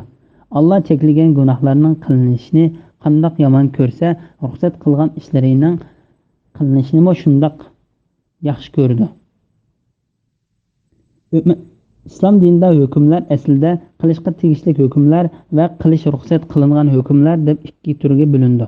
Asli qilishga tegishli hukmlar bo'lsa, namozni to'liq o'qish, aslida yeyish cheklangan narsalarni yemaslikka o'xshash narsalardir. Ruxsat qilingan hukmlar bo'lsa, safardagi odamlar uchun namozni qasr qilib o'qish, zarur bo'lganda yeyish cheklangan narsalarni hayotini saqlab qolgudek miqdorda yeyishga o'xshash hukmlardir. Yeyish cheklangan hayvonlarning go'shtini yeyishda ko'plagan kishilarning o'ylagandek yegudek tomoq tepilmay qolgandan tortib 3 kun o'tishini saqlash shart emas, balki qachon yeyish zarur bo'lganda yeyish bo'ladi. İmam Ahmad Abu Vaqid Laysning mundaq deganligini rivoyat qildi. Ba'zi kishilar payg'ambar alayhissalomdan: "Ey Allohning payg'ambari, biz qahatchilik yuz bergan joyda yashaymiz. Biz qanday ahvol ostida o'lib qolgan hayvonning go'shtini yesak bo'ladi?" deb so'ragan edi. Payg'ambar alayhissalom: "Adigan va oqshomlarda tamoqsiz qolsanglar va yegidek o't-cho'p topolmay qolsanglar, o'lib qolgan hayvonning go'shtini yesanglar bo'ladi" dedi. Gunohni maqsad qilmasdan harom qilingan narsalarni yesa gunoh bo'lmaydi. Ya'ni gunoh o'tkazmagan holatda deganlikdir. Demak, Alloh gunoh ish qilmagan holatda och qolg'uchiga yeyish cheklangan hayvonlarning go'shtini yeyishga ruxsat qilgan, lekin gunoh ish qilg'uchiga ruxsat qilindi demagan. Bu vaqtda Alloh taolo mundaq deydi: Kimki o'z ixtiyoricha emas, ilojsizlikdan, yuqorgi harom qilingan narsalardan hayotini saqlab qolgudek yesa, uningga hech gunoh bo'lmaydi. Haqiqatan Alloh nihoyat mag'firat qilg'uchidir, nihoyat mehribondir. Sura Baqara 173-oyatning bir qismi. Bu oyat gunoh ish uchun safarga chiquvchilarga bu ruxsat berilmaydi deguvchilar o'zlarining ko'z qarishiga dalil qilib keltirgan Alloh taolaning ruxsat qilishdan iborat rahmati gunoh ish qiluvchilarga qartilmaydi. Mushu xil qarashdagilarning fikricha Alloh taolaning yeyish cheklangan narsalarni yeyishga zaruriyat asida ruxsat qilishi Alloh taolaning bandalariga qilgan rahmati.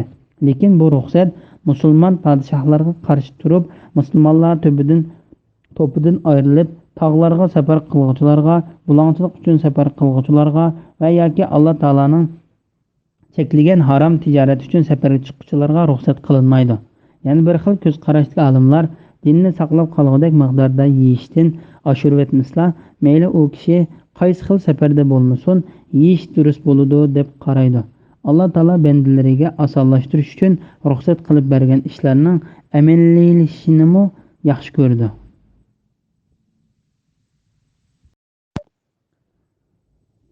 Bismillahirrohmanirrohim.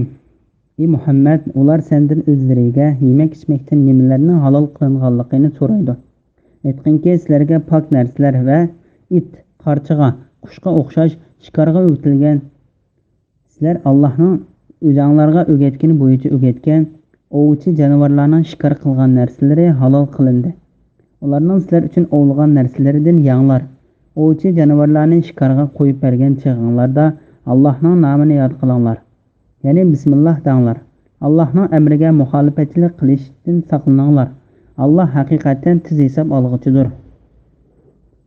Sura Maida 4-oyat to'g'risida. Halol narsalarning bayoni to'g'risida. Allah yuqorqi oyatlarda yeguvchilarning diniga va salomatligiga ziyonli bo'lgan harom narsalarni bayon qilgandan keyin zarur bo'lib qolganda u narsalardan hayotini saqlab qolgudek miqdorda yeyishga ruxsat qilganligini bayon qilgan edi. Alloh taolo bu vaqtda mundoq deydi: Zaruriyat bo'lmoqcha yeyish harom qilingan narsalarni Alloh sizlarga ochiq bayon qilgan tursa, Allohning ismini aytilib bo'g'izlangan hayvonlarni nemish qiymaysizlar? Nurg'un kishilar nafs xohishiga ergishib, bilmasdan boshqalarni haqiqatan ozdirdi. Sura An'am 119-oyatning bir qismi. Ey Muhammad, ular sendan o'zlariga yemak ichmakdan nimalarning halol qilinganligini so'raydi. Aytqinki, sizlarga pok narsalar halol qilindi. A'rof surasida ummatiga pok narsalarni halol qilib berish va nopok narsalarni harom qilish payg'ambar alayhissalomning sifatlaridan ekanligi bayon qilingan. Muqotil pok narsalar degan iste'mol qilish halol qilingan halol rizqlardir deydi. Imom Zuhriydan suydikni davo uchun ichishning durust bo'lganligi to'g'risida so'raganda u suydik pok narsalardan emas deb javob bergan. Yutilgan hayvonlarning ovlagan ovlarining hukmi to'g'risida. It va qarchig'a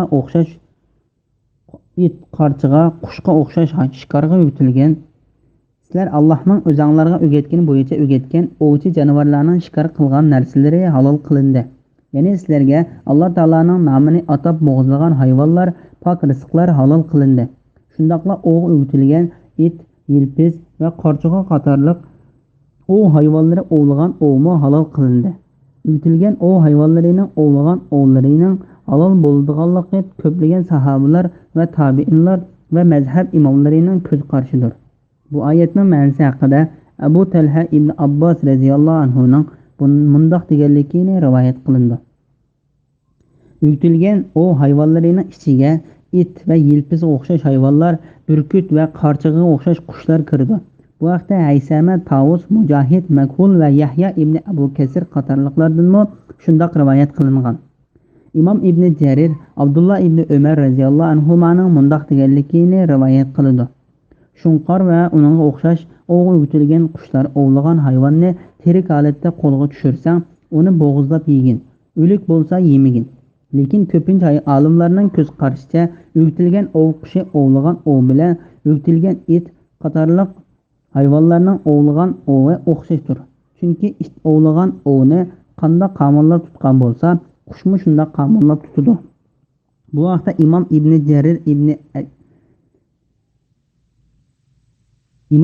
Jarir Adi ibn Hatamning mundoq deganligini rivoyat qildi. Men payg'ambar alayhissalomdan o o'tilgan shunqarning ovulgan ovi to'g'risida so'rasam, payg'ambar alayhissalom sana tutib bergan bo'lsa yegin dedi.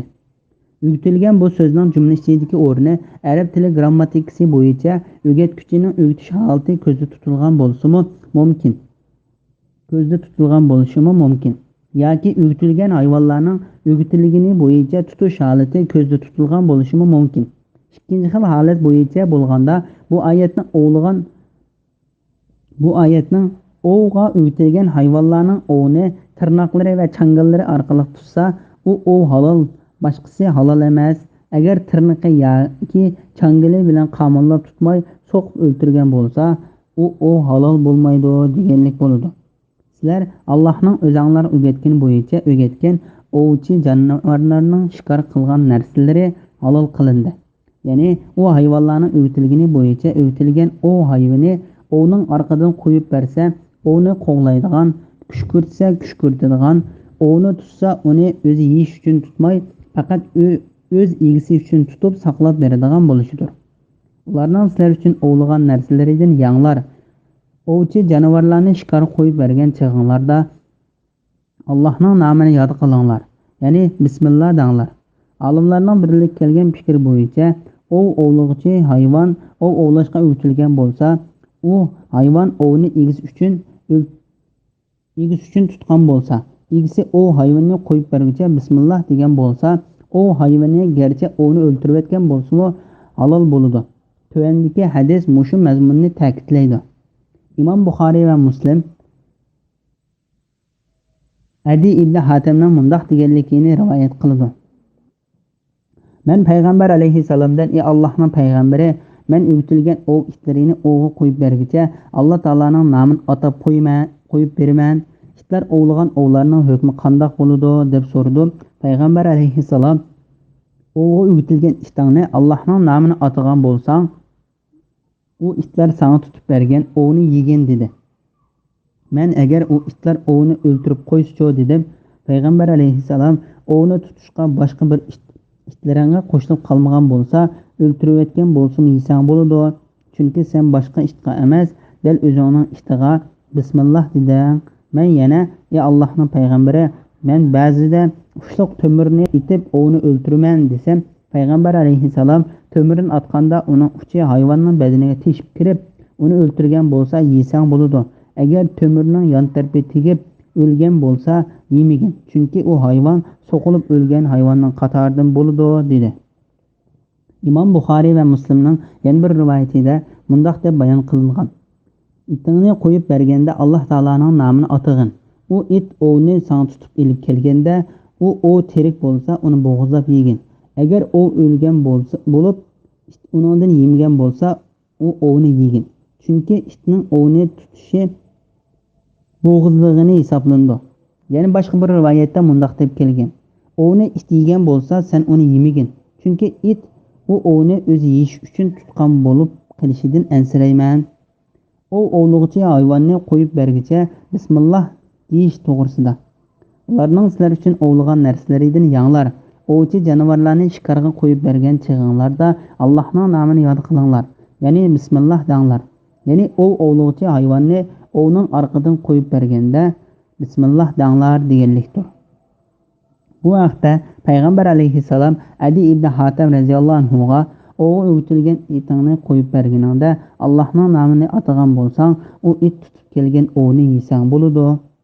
Imom Buxoriy va Muslimning Abu Su'laba radhiyallohu anhudan rivoyat qilgan hadisida bunday bayon qilingan: "Itingni qo'yib berganingda Allohning nomini atag'in. O'qni atganda Allohning nomini atag'in. Ovchi jonivorlarni shikar qo'yib bergan chog'inglarda Allohning nomini yod qilinglar. Ya'ni bismillah denglar." Bu oyatning ma'nosi haqida Ibn Abbos radhiyallohu anhu mundoq deydi: "Itingni ovlashga qo'yib berganingda bismillah degin. Mubodo unutib qolsang hech vaqasi yo'q. Bu oyatdan yeganda bismillah desangmi bo'ladi deganlik maqsad qilingan" degan ko'z qarashmi bor. İmam Buxoriy va Muslim yeganda bismillah deyish to'g'risida payg'ambar alayhissalomning o'z tarbiyasida bo'lgan Umar ibn Abu Salamaga mundoq deganligini rivoyat qiladi. Tamoq demaydiganligini bilmaymiz. Bu go'shtlarni yesak bo'lamdi deb so'ragan edi. Payg'ambar alayhissalom sizlar bismillah deb yanglar dedi. Bismillahirrohmanirrohim. Bugun sizlarga pok narsalar halol qilindi. Kitob berilganlar, ya'ni Yahudiylar va Nasaralarning tamoqi sizlarga haloldir va sizlarning tamoqinglar ularga haloldir. Mu'minlardan bo'lgan afifa ayollarning sizlardan ilgari kitob berilganlar, ya'ni Yahudiylar va Nasaralardan bo'lgan afifa ayollarning mahrini bersanglar, iffetlik bo'lguninglar va oshkora yo'shirun fohishni ko'zlamaganinglar holda ularni alsanglar, ular sizlarga haloldir. Kimki iymondan yenib oldikan yoki shariat ahkomlarini inkor qiladigan, uning amalining savobi yo'qqa chiqariladi. Oxiratda o'z ziyon tortquchilardan bo'ladi. Sura Maida 5-oyat to'g'risida. Yahudiylar va xristianlarning bo'g'izlagan go'shtlarining halol ekanligi to'g'risida. Alloh taolo mu'min bandalarga harom qilgan narsalar bilan halol qilingan narsalarni bayon qilib mundoq deydi. Bugun sizlarga pok narsalarni halol qilindi.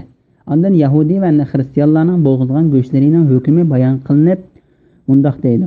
Kitob berilganlar, ya'ni Yahudiylar va Nasaralarning tamoqi sizlarga haloldir. Bu oyatning ma'nosi haqida Ibn Abbos, Abu Umama, Mujahid, Said ibn Jubayr, Ikrama, Ata, Hasan, Makhul, Ibrahim, Naxai, Sudi va Muqatil qatorliq olimlar ularning bo'g'izlagan hayvonlarining go'shini demoqchi deb tafsir qilishgan.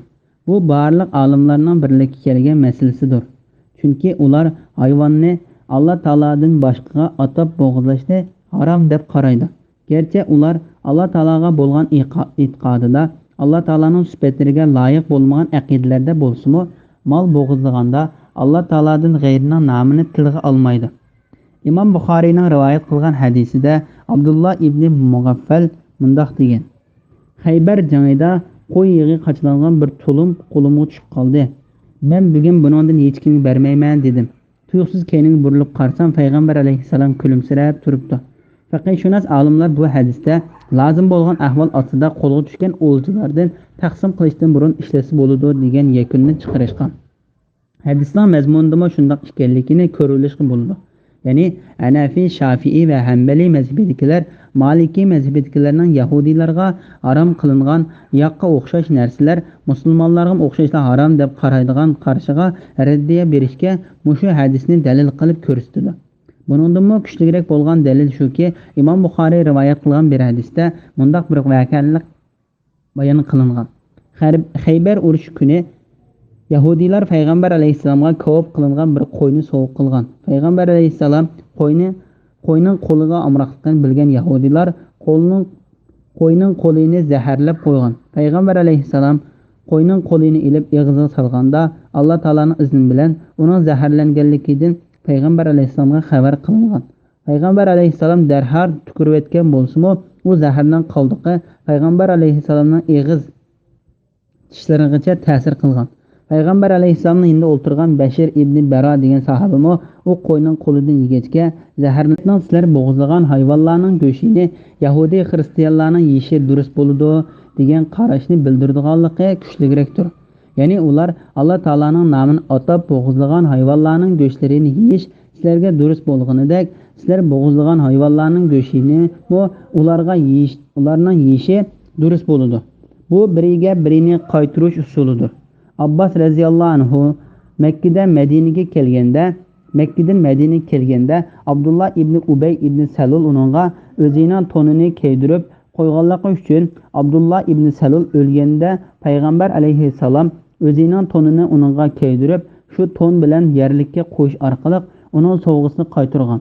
Ammo payg'ambar alayhissalomning faqat mu'min bilan hamsuhbat bo'l, tamoqingni taqvodorlardan boshqa yegizma degan hadisi kelsak, shundoq qilish mustahab va texim yaxshi deganlikni ko'rsatadi. Yahudi nasaralardan bo'lgan iffetlik ayollarga o'yinishning halolligi to'g'risida. Mu'minlardan bo'lgan afifa ayollarning, ya'ni iffetlik mu'min ayollarga o'yinish sizlarga halol qilindi deganlikdir.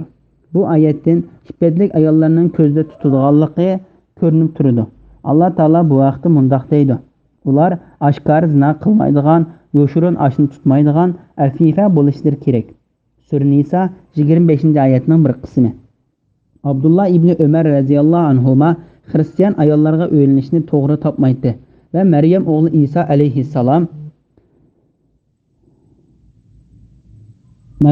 Isa alayhissalomni iloh qilib olgandimi, eg'ir mushriklik bo'lamdi. Chunki Alloh taolo: "Ey musulmonlar, mushrik ayollar iymon etmoqcha, ularni nikohinglarga olmanglar" degan tursa deydi. Sura Baqara 221-oyatning bir qismi. Abdullah ibn Abu Hatim ibn Abbas radhiyallohu anhuning mundoq deganligini rivoyat qiladi: "Ey musulmonlar, mushrik ayollar iymon etmoqcha, ularni nikohinglarga olmanglar." Sura Baqara 221-oyatning bir qismi degan oyat nozil bo'lganda musulmonlar boshqa dinlik ayollar bilan o'ylanishni to'xtatdi. Ondan sizlardan ilgari kitob berilganlar, ya'ni yahudiylar va nasoralardan bo'lgan afifa ayollarning mahrini bersanglar degan oyat nozil bo'lganda musulmonlar ahli kitoblarning ayollariga o'ylanishga boshladi va bir turkum sahobalar xristian ayollarga o'ylandi. Hamda ular bu oyatga asosan bunday qilishda gunoh yo'q deb qaraydi. Chunki Alloh taolaning: "Ey musulmonlar, mushrik ayollar iymon etmoqcha, ularning nikohinglarga olmanglar" Sura Baqara 221-oyatning bir qismi degan oyatidagi mushrik ayollar ahli kitobning ayollarini o'z ichiga oladi deb faraz qilsak, Alloh taolaning sizlardan ilgari kitob berilganlar, ya'ni yahudiylar va nasoralardan bo'lgan afifa ayollarning mahrini bersanglar degan oyati yuqorqi oyat zikr qilgan o'ylanishga bo'lmaydigan mushrik ayollarning ichidan ahli kitobdan bo'lgan ayollarni ayirib oladi. Navoda Alloh taolaning: "Ey musulmonlar, mushrik ayollar iymon etmoqcha, ularni nikohinglarga olmanglar" Sura Baqara 221-oyatning bir qismi degan oyati ahli kitobdan bo'lgan ayollarni o'z ichiga olmaydi deb faraz qilganimizda, mushrik ayollarga o'ylanish to'g'risida qo'yilgan cheklama ahli kitobdan bo'lgan ayollarga o'ylanishga qo'yilmaydi. Chunki Qur'onning nurg'un yerlarida ahli kitobni mushriklardan farqlantirib zikr qilingan. Buning misoli tuvandikicha: ahli kitobdan, ya'ni yahudiylar va nasoralardan kofir bo'lganlar va mushriklar o'zlariga ro'shan dalil kelganga qadar kufrdan ayrilg'icha bo'lmadi. Sura Bayina 1-oyat. Kitob berilganlarga, ya'ni yahudiylar va nasoralarga va ummalarga, ya'ni arab mushriklariga musulmon bo'ldinglarmi degan. Sura Al-Imron 20-oyatning bir qismi. Afifa ayollarning mahrini bersanglar, ya'ni ularmi hur, iffetlik ayollar bo'lganligi uchun ahli kitobdan bo'lgan ayollarning mehrini rozimanlik bilan to'liq beranglar. Jabir ibn Abdullah, Amir Sha'bi, Ibrohim Naxai va Hasan Basri qatorliqlar agar bir kishi bir ayolni nikohiga ilib, uning bilan bir yerda bo'lishdan burun u ayol boshqa biri bilan fohish qilgan bo'lsa, u ikkisining oralig'idagi nikoh bekor qilinib, ayolga berilgan mehri to'liq qaytarib olindi deb fatvo bergan. Iffetlik bo'lganlar va oshkora yoshirin fohishni ko'zlamaganlar holda ularni olsanglar, ular sizlarga haloldir. Ya'ni ayollarning iffetlik bo'lishi shart qilingandek, erlarning ham iffetlik bo'lishi shart qilingan. Oshkora yoshirin fohishni ko'zlamaganlar, ya'ni buningdan gunoh o'tkazishdan yanmaydigan, uchirganlar odam bilan fohish qilaveradigan kishilar ko'zda tutilgandir. Iffetlik bo'lganlar, bu oyatda ko'zda tutilgani bo'lsa, faqat oshnalar bilanla fohish qildiganlardir. Bu vaqtda Sura Niso'da bayon qilingan edi. Bismillahirrohmanirrohim. Ey mu'minlar, sizlar tahoratsiz bo'lib namoz o'qimoqchi bo'lib turganlarda yuzinglarni yuvinglar, qo'linglarni jaynikanlar bilan qo'shib yuvinglar, beshinglarga masih qilinglar, putinglarni o'shqonlar bilan qo'shib yuvinglar. Agar junub bo'lsanglar poklaninglar, ya'ni g'usl qilinglar. Agar kasal bo'lsanglar, suv ziyon qilgan bo'lsa yoki safar ustida bo'lib suv topolmasanglar yoki sizlarning birasinglar hojatxonadan kelgan, ya'ni tahorat sundirgan bo'lsanglar yoki ayollaringlar bilan yaqinchilik qilgan bo'lsanglar, qilgandan keyin g'usl tahorat uchun suv topolmasanglar, pok tuproqda tayammum qilinglar. Uning bilan yuzinglarga, qo'linglarga masih qilinglar. Alloh sizlarga mushaqqatni xohlamaydi, lekin Alloh shukr qilishinglar uchun sizlarni pok qilishni, islom shariatini bayon qilish bilan ne'matini sizlarga tamomlashni xohlaydi. Sura Maida 6-oyat to'g'risida. Tahorat ilishga buyurish to'g'risida. namoz o'qimoqchi bo'lib turganlarda, ya'ni namoz o'qimoqchi bo'lganda tahorat ilishga buyurdi. Tahorat ilish tahoratsiz kishiga farz, tahorat bor kishiga mustahabdir. Har bir namozga bir tahorat ilish islomning dastlabki mezgillarida farz bo'lib, keyin amaldan qoldirilgan degan ko'z qarashlarmi bor. İmam Ahmad Süleyman ibn Buraydning dadisining mundaq deganligini rivoyat qildi. Payg'ambar alayhissalom har namozga bir tahorat oladi. Makka fath qilingan kunida oyog'iga masih qildi. Hamda shu kunki 5 vaqt namozni shu bir tahorat bilan o'qidi. Buni ko'rgan Umar roziyallohu anhu, "Ey Allohning payg'ambari, sen burun qilib boqmagan ishni qilding-ku" deb so'raganda, Payg'ambar alayhissalom, "Ey Umar, bu ishning durustligini bildirib qo'yish uchun qasddan shunday qildim" deb javob berdi. Bu hadisni İmam Muslim, Tirmizi, Abu Davud, Nasa'i va Ibn Majah qatorliqlarmi rivoyat qilgan. İmam İbn Jarir Fazl ibn Mubashshirning mundaq deganligini rivoyat qildi. Men Jabir ibn Abdullohning bir tahorat bilan 5 vaqt namozini o'qiganligini ko'rdim. U tahorat sunganda qayta tahorat elib oyog'iga masih qilgan edi. Men uningga "Sen bu ishni o'zingchilik qilyapsansan" deb so'radim. U "Yo'q, men payg'ambar alayhissalom shunda qilganligini ko'rgach shunda qildim" deb javob berdi. İmam Ahmad Abdullah ibn Ömer radhiyallohu anhuning o'g'li Ubaydullohning mundaq deganligini rivoyat qildi. Men dadam Abdullahdan mayli tahorat bo'lsin, bo'lmasin, nimaga asosan har bir namozga qaytadan tahorat olsan deb so'rsam, u Zayd ibn Xattobning qizi Asma Abdullah ibn Hanzalaning mundaq deganligini so'zlab bergan edi.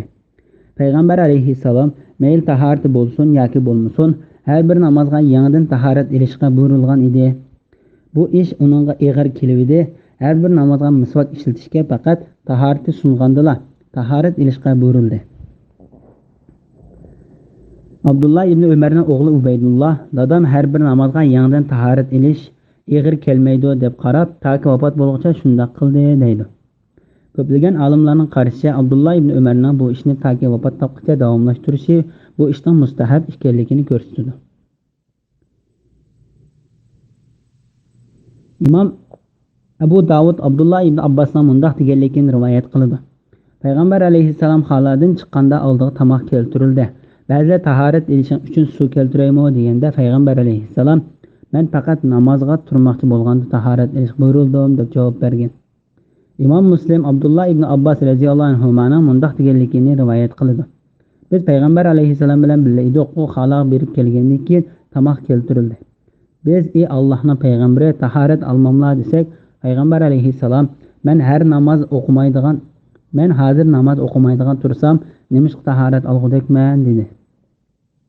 Tahorat olganda niyat qilish va bismillah deyish to'g'risida.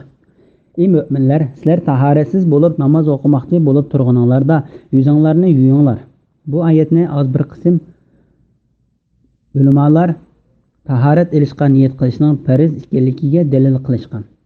Hanafi mazhabida tahorat ilishga niyat qilish sunnatdir. Bularning dalili Qur'on yoki hadisda niyatning farz ekanligi ochiq bildirgan fakat yo'qdir. Xuddi avratni yepish, qiblaga yuz keltirishga o'xshagan namozning boshqa shartlariga niyat qilish farz bo'lmagandek, namozning shartlarida bo'lgan tahorat ilishga niyat qilish farz emasligi, balki sunnatdir deydi. Bularning boshqa dalillarimi bordir. Chunki oyatda yuzinglarni yuvinglar deyilgan. Asli bu oyatning ma'nosi namoz uchun yuvinglar deganlik bo'ladi. İmam Buxoriy va Muslim Payg'ambar alayhissalomning mundaq deganligini rivoyat qildi.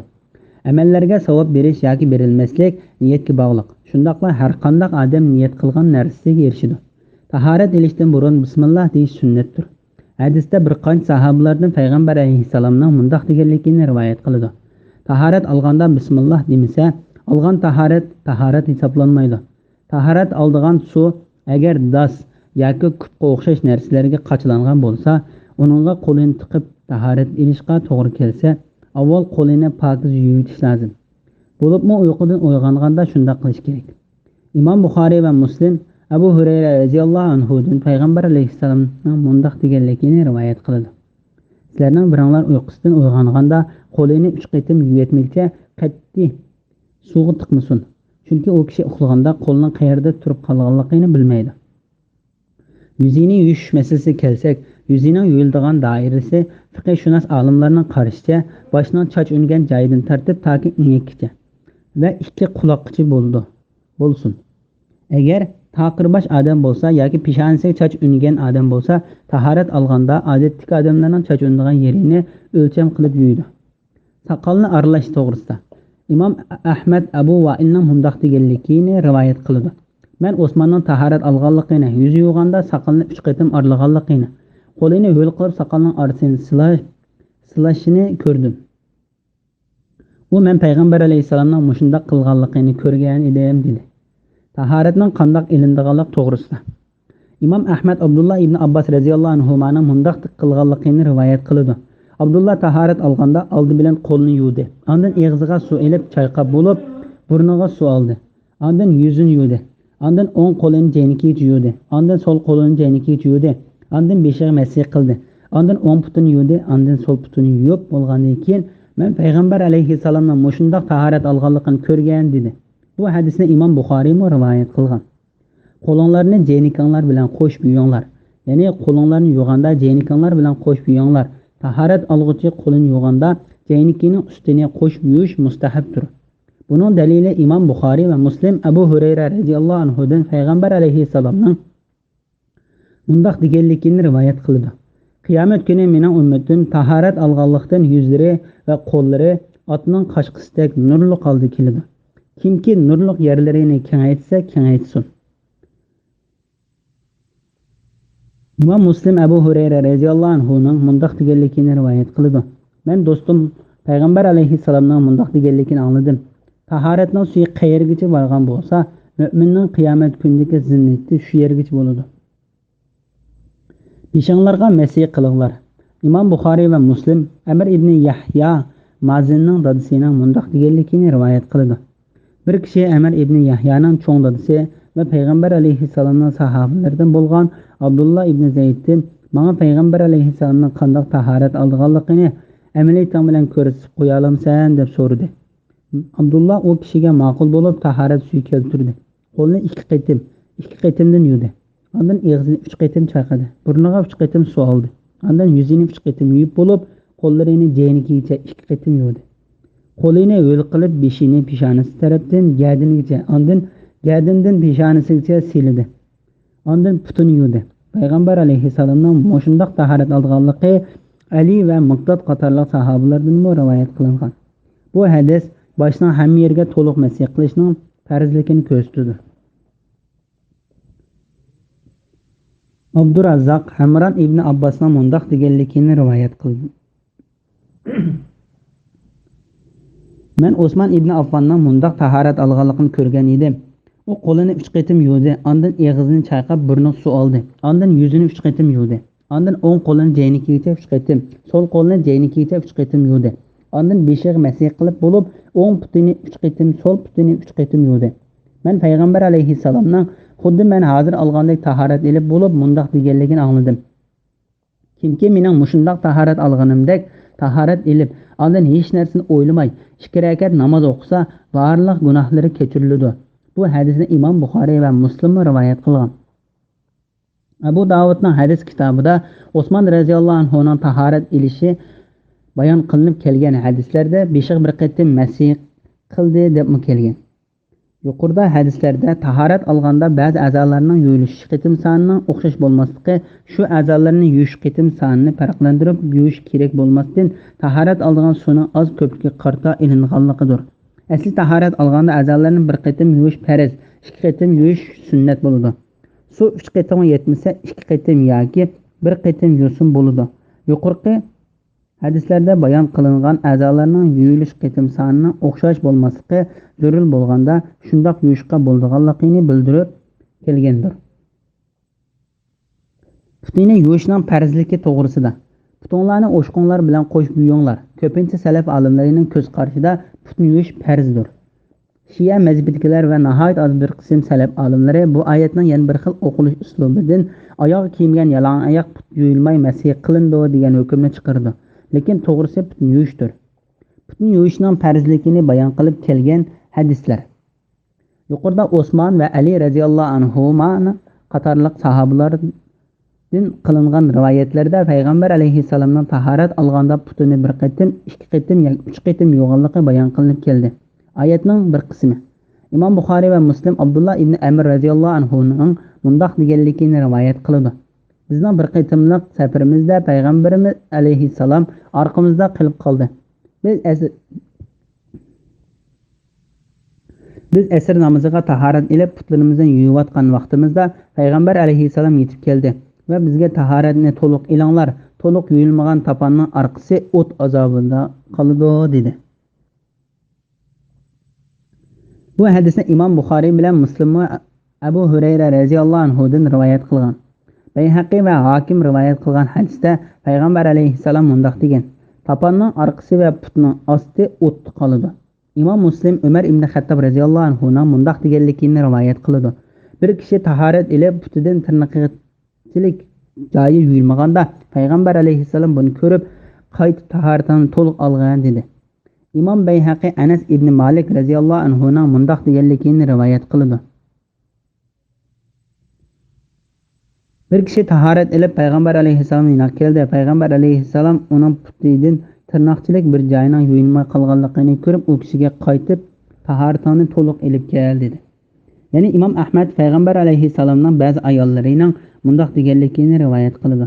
Payg'ambar alayhissalom namoz o'qiyotgan bir odamning putidan tengichilik bir joyining yuyilmay qolganligini ko'rib uni tahoratni qayta ilishga buyurdi. Imom Abu Davud rivoyat qilgan hadisda tahorat ilishga va namozni qaytadan o'qishga buyurdi deb bayon qilingan. Barmoqlarining orasini yuvishga buyurganligi to'g'risida. Hamronning Osmon radhiyallohu anhudan payg'ambar alayhissalomning tahoratni qanday olganligini bayon qilgan hadisida payg'ambar alayhissalom barmoqlarining orasini aralab sildi deyilgan. Tirmizi, Abu Davud, Nasa'iy va Ibn Majah qatorliqlar Luqayd ibn Subiriyning mundoq deganligini rivoyat qildi. Men payg'ambar alayhissalomga: "Ey Allohning payg'ambari, menga tahorat ilish haqida so'zlab bergan" dedim. Payg'ambar alayhissalom menga tahoratni to'liq ol, barmoqlaringni aralab sila, ro'z tutmagan chaqda suvni burningga to'liq ilib qattiq mishqirgan dedi. Ikki o'tikka masih qilish to'g'risida Imom Ahmad Aviz ibn Abu Avisning mundoq deganligini rivoyat qildi. Men payg'ambar alayhissalomdan tahorat olganda ikki oyog'iga masih qilib, undan namozga turganligini ko'rdim. Abu Davud ma Aviz ibn Abu Avis radhiyallohu anhuning mundoq deganligini rivoyat qildi. Men payg'ambar alayhissalomning xala joyga kelib kichik tahorat qilgandan keyin tahorat olganda ikki putiga masih qilganligini ko'rdim. Imom Ahmad Jarir ibn Abdullah Bajali radhiyallohu anhuning mundoq deganligini rivoyat qildi. Men Maida surasi nozil bo'lgandan keyin musulmon bo'ldim. Musulmon bo'lgandan keyin payg'ambar alayhissalomning oyog'iga masih qilganligini ko'rdim. Imom Buxoriy, Imom Muslim Hammomning mundoq deganligini rivoyat qildi. Jarir kichik tahorat qilib bo'lib tahorat olganda ikki o'tkiga masih qildi. Uningga mushunda qilamsan deyilganda u: "Ha, men payg'ambar alayhissalomning kichik tahorat qilib bo'lib tahorat olganda ikki oyog'iga masih qilganligini ko'rgan edim" dedi.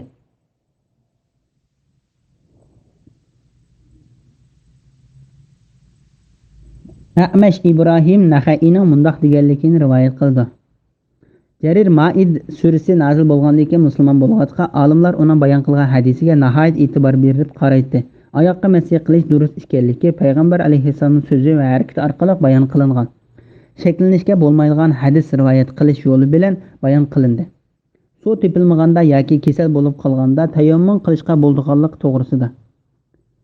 Agar kasal bo'lsanglar, suv ziyon qiladigan bo'lsa yoki safar ustida bo'lib suv topolmasanglar yoki sizlarning birsinglar hojatxonadan kelgan, ya'ni tahorat sundirgan bo'lsanglar yoki ayollaringlar bilan yaqinchilik qilgandan keyin g'usl tahorat uchun suv topolmasanglar, pok tuproqda tayammum qilinglar. Uning bilan yuzinglarni qo'linglarga masih qilinglar. Bu vaqtda biz Nisa surasidagi oyat tafsirida to'liq to'xtab o'tgan edik. Ham biz u joyda tayammum oyatining tush sababini bayon qilgan edik. Shunga so'zning uzrab ketmaslik uchun bu yerda qayta to'xtalmaymiz. Bu joyda Imom Buxoriyning Aysha radhiyallohu anhadan payg'ambar alayhi rivoyat qilgan mushu oyatga xos bir hadisni keltiramiz. Aysha radhiyallohu anha mundoq deydi: "Biz Madinaga ketayotganda Bayda degan joyda mening bir bulabkam tushib qoldi. Shon payg'ambar alayhisalom to'gisini cho'ktirib tushib, yo'tamga beshini qo'yib yotdi. Bu chaqda dadam Abu Bakr kelib maydamga qattiq birini o'qidi. Bir bulabkan deb hamma kishini to'xtatding" dedi. Payg'ambar alayhisalom yo'tam yotganligi uchun men izzadan o'lay dedim. Dadamning meni o'qigan yeri qattiq og'rib ketgan edi. Keyin payg'ambar alayhissalom uyg'ondi. Tongmi otdi. Payg'ambar alayhissalom tahorat ilish uchun suv izlagan edi, suv tepilmadi. Shuning bilan Alloh taolaning agar sizlar kasal bo'lsanglar, suv ziyon qilgan bo'lsa yoki safar ustida bo'lib suv topolmasanglar yoki sizlarning birasinglar hojatxonadan kelgan ya'ni tahorat sundirgan bo'lsanglar yoki ayollaringlar bilan yaqinchilik qilgandan keyin o'sha tahorat uchun suv topolmasanglar pok tuproqda tayammum qilinglar, uning bilan yuzinglarga, qo'linglarga masih qilinglar degan oyati nozil bo'ldi. Ibn Huzayr Abu Bakr jamoati Alloh sizlar orqali kishilarga barakat va qulaylik ato qildi. Sizlar xaloyiqqa barakat ekansizlar dedi. Alloh sizlarga mushaqqatni xohlamaydi. Ya'ni sizlarga qiyinlashtirmay, balki qulaylashtirib berdi. Kasal yoki suv topolmaydigan ahvolda kangchilik qilib tayammum qilishga ruxsat qildi. Bu Alloh taolaning sizlarga rahim dillik qilganligidir. Alloh taolo tayammum qilish kerak bo'lgan kishiga nisbatan ba'zi tarafdan suvning o'rnida qilib berdi. Biz uni yuqorida bayon qilib o'tdik. Lekin Alloh shukr qilishinglar uchun sizlarni pok qilishni, islom shariatini bayon qilish bilan ne'matini sizlarga tamomlashni xohlaydi. Ya'ni Alloh taolaning sizlarga qilib bergan kangchilik, qulaylik va rahmdillikka ne'matlariga shukr qilishinglar uchun shunday qilindi. Tahorat ilib bo'lgandan keyin duo qilish to'g'risida. Tahorat ilib bo'lgandan keyin duo qilishga targ'ib qilgan hadislar bor. Chunki duo qiluvchilar yuqoridagi oyatga amal qilgan poklanuvchilarning qatoridan bo'ladi. Imom Ahmad, Muslim, Abu Davud, Tirmiziy, Nasa'iy va Ibn Majah qatorliqlar Uqba ibn Amirning mundaq deganligini rivoyat qiladi. Bizning to'gi beqish vazifamiz bor edi. Menga beqish navbat kelganda to'gilarni kechki qo'tallarga qaytarib keldim. Dal shu chog payg'ambar alayhisalom o'rtirib kishilarga so'zlayotgan ekan va uni har qanday bir musulmon tahorat olganda tahoratni komil ilib, butun vujudi bilan Alloh taologa yuzlanib, 2 rakat namoz o'qiydi ekan, uningga jannat berilmay qolmaydi deganligini anglab, men nima degan yaxshi so'z deyishimga menimdiki birisi menga uningdan ilgari qilgan so'z teg'am yaxshi edi dedi. Men so'zliguchiga qarasam u Umar ekan. Umar yana mundaq dedi: "Men sening kechikib kelganingni ko'rdim. Payg'ambar alayhissalom sizlarning qaysanglar tahorat olganda tahoratni komil ilib, ashhadu an la ilaha illalloh va ashhadu anna Muhammadan abduhu va rasuluh. Allohdan boshqa hech ma'budning yo'q ekanligiga, Muhammad alayhissalomning Alloh taolaning bandasi va payg'ambar ekanligiga guvohlik beraman" deydi ekan. Uningga jannatning 8 darvoza ochilib ketadi. U xohlagan darvozadan kiradi dedi. Bu hadis Imom Muslimning hadisida mushundaq bayon qilingan. Tahorat ilishning fazilati to'g'risida. Imom Malik Abu Hurayra radhiyallohu anhudan payg'ambar alayhissalomning mundaq deganligini rivoyat qildi. Musulmon yoki mu'min banda tahorat olganda yuzini yuvsa, ko'z bilan qarab qilib qo'ygan barliq gunohini yuzini yuvgan suv bilan yoki shu suvning oxirgi tomchisi bilan chiqib ketadi. Ikki qo'lini yuvsa, qo'li bilan tutib qilib qolgan barliq gunohlarini qo'lini yuvgan suv bilan yoki shu suvning oxirgi tomchisi bilan chiqib ketadi. Putini yuvsa, puti bilan minib qolgan gunohlari putini yuvgan suv bilan yoki shu suvning oxirgi tomchisi bilan chiqib ketadi. Tahorat ilib bo'lganda u odam gunohdan poklandi. Bu hadisni Imom Muslim rivoyat qilgan. Imom Muslim Abu Malik Ash'ariydan payg'ambar alayhissalomning mundaq deganligini rivoyat qildi. Pokizlik iymonning yerimi. Alhamdulillah degan so'z tarozini to'ldirdi. Subhanalloh va Allohu akbar degan so'z osmon zaminning oraliqini to'ldirdi. Roza panohgoh va savr nuridir. Sadiqa isbotdir. Qur'on bo'lsa sening foydangga yoki ziyningga hujjatdir. Hamma kishi atiganda bir ishni boshlaydigan bo'lib, ya o'zini setib olib ozod qilib o'tadi yoki halokatga tashlaydi. Ya'ni Imom Muslim Ibn Umar radhiyallohu anhumaning payg'ambar alayhissalomdan mundaq deganligini rivoyat qildi. Alloh taolo ilingan o'ljidan, o'g'irlangan moldan qilingan sadiqani qabul qilmaydi. Shundaqla namozni tahoratsiz qabul qilmaydi. Bismillahirrohmanirrohim. Ey mu'minlar, Allohning sizlarga bergan ulug' ne'matini va sizlar bilan qilgan muohadasini eslanglar. Ayni zamonda sizlar angladik va itoat qildik degan edinglar. Allohdan qo'rqinglar. Ya'ni Alloh bergan ahdini buzishdan saqlaninglar. Alloh haqiqatan bandalarining dillaridagi sirlarini bilguchidir. Ey mu'minlar, Allohning haqlarini ado qilishda tirishinglar. Adillik bilan guvohlik beringlar. Birər qavmga bo'lgan o'chmanlikinglar ularga adil bo'lmasliklaringlarga sabab bo'lmasin. Düşmanlarga adil bo'linglar. Bu ya'ni ularga o'chman turib adil bo'lishing. Ularga adil bo'lmasliklaringlarga sabab bo'lmasin. Düşmanlarga adil bo'linglar. Bu ya'ni ularga o'chman turib adil bo'lishinglar taqvodorlikqa eng yaqindir. Allohdan qo'rqinglar. Alloh haqiqatan qilmishinglardan xabardordir. Alloh iymon etgan va yaxshi amallarni qilganlarga mag'firat va katta savob va'da qildi. Kafir bo'lgan va bizning oyatlarimizni yolg'on chiqargan kishilar ahli do'zaxdir. Ey mu'minlar, Allohning sizlarga bergan, ya'ni sizlarni dushmanlardan saqlaganlik ne'matini eslanglar. Ayni zamonda bir jamoa sizlarga qo'llarini uzatmoqchi, ya'ni sizlarni o'ltirmoqchi bo'lgan edi. Alloh ularning qo'llarini sizlardan to'sdi, ya'ni sizlarni ularning ziyonkashlik qilishidan saqladi. Allohdan Allohning amrini o'rinlash, man'iy qilgan ishlaridan cheklanish bilan qo'rqinglar. Müminler Allah'a tevekkül kılsın. Sura Maide 7, 8, 9, 10, 11 ayet doğrusida. İnsanlarga peygamberine ve İslam dinini evetkellikinden ibaret Allah Teala'nın nimetini esiltiş doğrusida. Allah Teala mümin bendeleriga İslam dinini bergenliki ve ulu peygamberine evetkellikinden ibaret nimetini esiltiş bilen birge Muhammed Aleyhisselam'a erişişke, onu qo'llashga, onun yardım berishga va dinni onundan o'rganib, onun izini besib tashviq qilishga, ulardan olgan ahdini esiltib, mundaq deydi: Ey mu'minlar, Allohning sizlarga bergan ulug' ne'matini va sizlar bilan qilgan muahidasini eslanglar. Ayni zamonda sizlar angladik va itoat qildik degan edinglar. Bu ahda musulmonlar islomga kirganda biz mayli yaxshi va yomon kunlarda bo'lsin, Peygamber aleyhisselamның sözünü anlaymiz ve buyruğuna boysunamiz. Peygamber aleyhisselamni özümüzden a'lo ko'ramiz ve hukuk egillerinden hukuk talashmaymiz deb bergan beytidir. Allah Teala bu vaqt mundaq deydi: Ey kuffarlar, sizler nemishqa Allohga iymon keltirmaysizlar? Halbuki Peygamber sizlarni Parvardigoringlarga iymon keltirishga chaqirdi. Allah sizlardan chin ahd oldi. Agar iymon keltirishni iroda qilsanglar, iymonga oldiranglar. Sura Hadid 8 ayet. Yani bu Yahudilarga Muhammed Aleyhisselam'a erişiş ve onun şeriatiga boysunuş hakkında ulardan ilingan ahde va'dalarini esiltishdir degan ko'z qarashmi bor. Buni Abu Talha ibn Abbas rivayet qilgan. Allohdan qo'rqinglar. Yani bu har qanday ahvol ostida taqvodor bo'lishga targ'ib qilish va ta'kidlashdir. Ondan keyin bandalariga ularning ko'ngillariga kelayotgan o'y xiyollarini bilib turadiganligini bildirib mundaq dedi: Allah haqiqatan qilmishinglardan xabardordir. Adil bo'lishga buyurish to'g'risida. Ey mu'minlar, Allohning haqlarini ado qilishga tirishinglar. Adillik bilan guvohlik beringlar.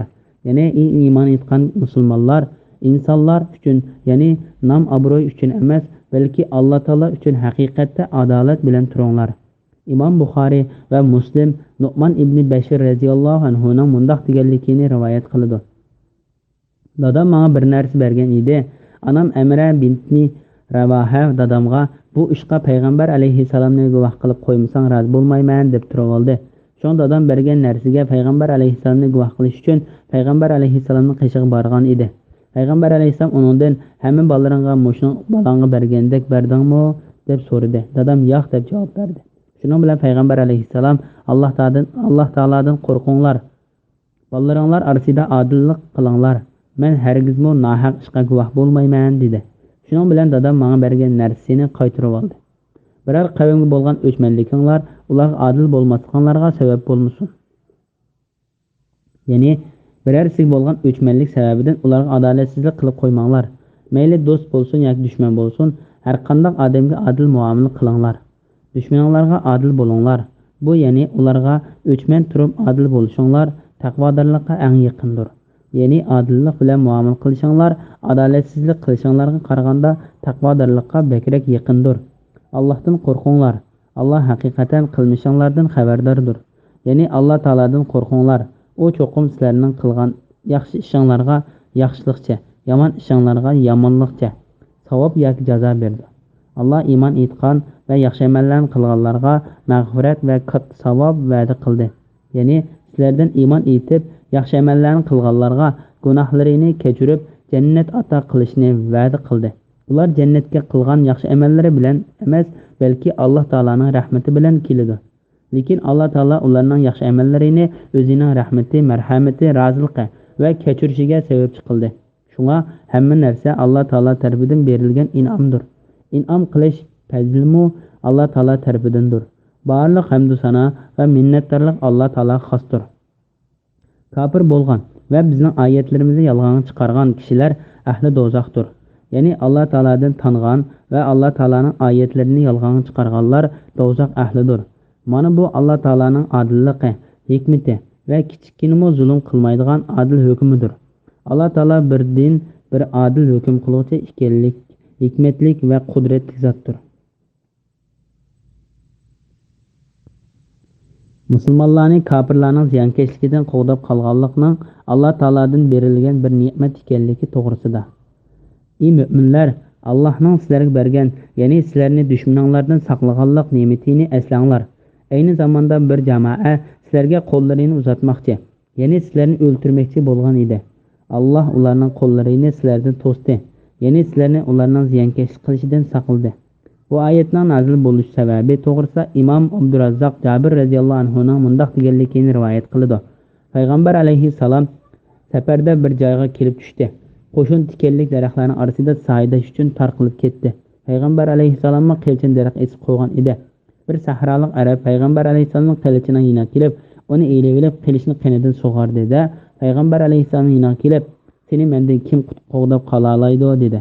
Payg'ambar alayhissalom ulug' va katta Alloh deb javob berdi. Sahrolik arab 2 qatim yoki 3 qatim "Seni mendan kim qo'g'dab qola oladi?" deb so'ravergan edi. Payg'ambar alayhissalom har qatim Alloh deb javob beraverdi. Shuning bilan iliq sahrolik arab qilichni g'ilib soldi. Payg'ambar alayhissalom sahobalarni chaqirdi va ularga bu sahrolik arabning ishini so'zlab berdi. U voqeani so'zlab berayotganda iliq sahrolik arab payg'ambar alayhissalomning yonida o'ltirdi. Uni jazolashga buyurdi. Bu voqelikni Qatadami mushundaqroq bayon qilgan. Uning bayon qilishicha bir guruh arablar payg'ambar alayhissalomni yo'qotmoqchi bo'lib, iliq sahrolik arabni avatganda Qatada Alloh taolaning "Ey mu'minlar, Allohning sizlarga bergan, ya'ni sizlarni dushmanlardan saqlaganlik ne'matini eslanglar. Ayni zamonda bir jamoa sizlarga qo'llarini uzatmoqchi, ya'ni sizlarni o'ltirmoqchi bo'lgan edi. Alloh ularning qo'llarini sizlardan to'sdi, ya'ni sizlarni ularning ziyonkashlik qilishidan saqladi" degan oyatini ashundoq tushuntirgan. U sahrolik arabning ismi G'avras ibn al-Haris bo'lib, buning voqealigi Imom Buxoriyning kitobida bayon qilingandir. Muhammad ibn Ishoq, Mujahid, Ikrama va boshqalar mundaq bayon qildi. Bu oyat Bani Nazir jamoat haqida tushgan bo'lib, ularning yurtida Bani Amir qabilasidan bo'lgan 2 kishi o'ltirilganda payg'ambar alayhissalom ularning diyetiga hassiz qatqizish uchun yahudiylarning qishiga borganda, yahudiylar payg'ambar alayhissalomning beshiga tugman teshini tashlashni planlagan. Ular bu vazifani Amr ibn Jahhosh ibn Ka'b degan yahudiga topshirgan bo'lib, u payg'ambar alayhissalom tomning tuvida o'ltirsa, boshqalar uning qishiga kelib yig'ilib o'ltirganda ustida osh tugman teshini tashlashga buyurgan. Alloh taolo ularning planini payg'ambarga bildirgachga payg'ambar alayhissalom Madinaga qaytib ketdi. Sahobalarmi payg'ambar alayhissalomning orqasidan qaytib ketdi. Shuning bilan Alloh taolo bu voqealik haqida musha oyatni nazil qilgan. Allohdan Allohning amrini o'rinlash, man'i qilgan ishlaridan cheklanish bilan qo'rqinglar. Mu'minlar Allohga tavakkul qilsin. Ya'ni kimki Alloh taologa tavakkul qilsa, uning g'am qilgan narsasiga Alloh taolo o'zi yetarlikdir. Uni kishilarning ziyonkashligidan omon eson saqlaydi. Alloh taolo payg'ambar alayhissalomni o'ziga qasd qilmoqchi bo'lgan ashu yahudiylarni adablashga buyurdi. Payg'ambar alayhissalom darhol qo'shin tartib berib, ularni qurshab, oxirida ularni o'z hukmiga bo'ysundirib, Madinadan quvlab chiqardi. Bismillahirrohmanirrohim. Shubhasizki, Alloh Isroil avlodidan mahkam ahd oldi. Ularning orasidan, ya'ni 12 aymoqning har birisidan 12 boshliqni kepillik uchun jabbarlarga, ya'ni amaliqlarga avatdiq. Hamda Alloh, "Men sizlarga yordam beraman, ey Isroil avlodi.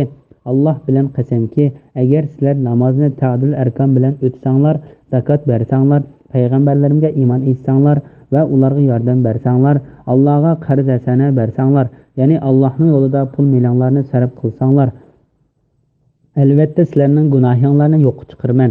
Sizlarni albatta ostidan o'tsanglar, turadigan jannatlarga kirgizaman.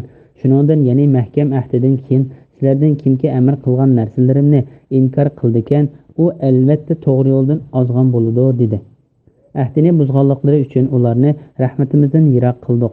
Ularning dillarini iymonni qabul qilishga yumshmaydigan darajada qattiq qildik.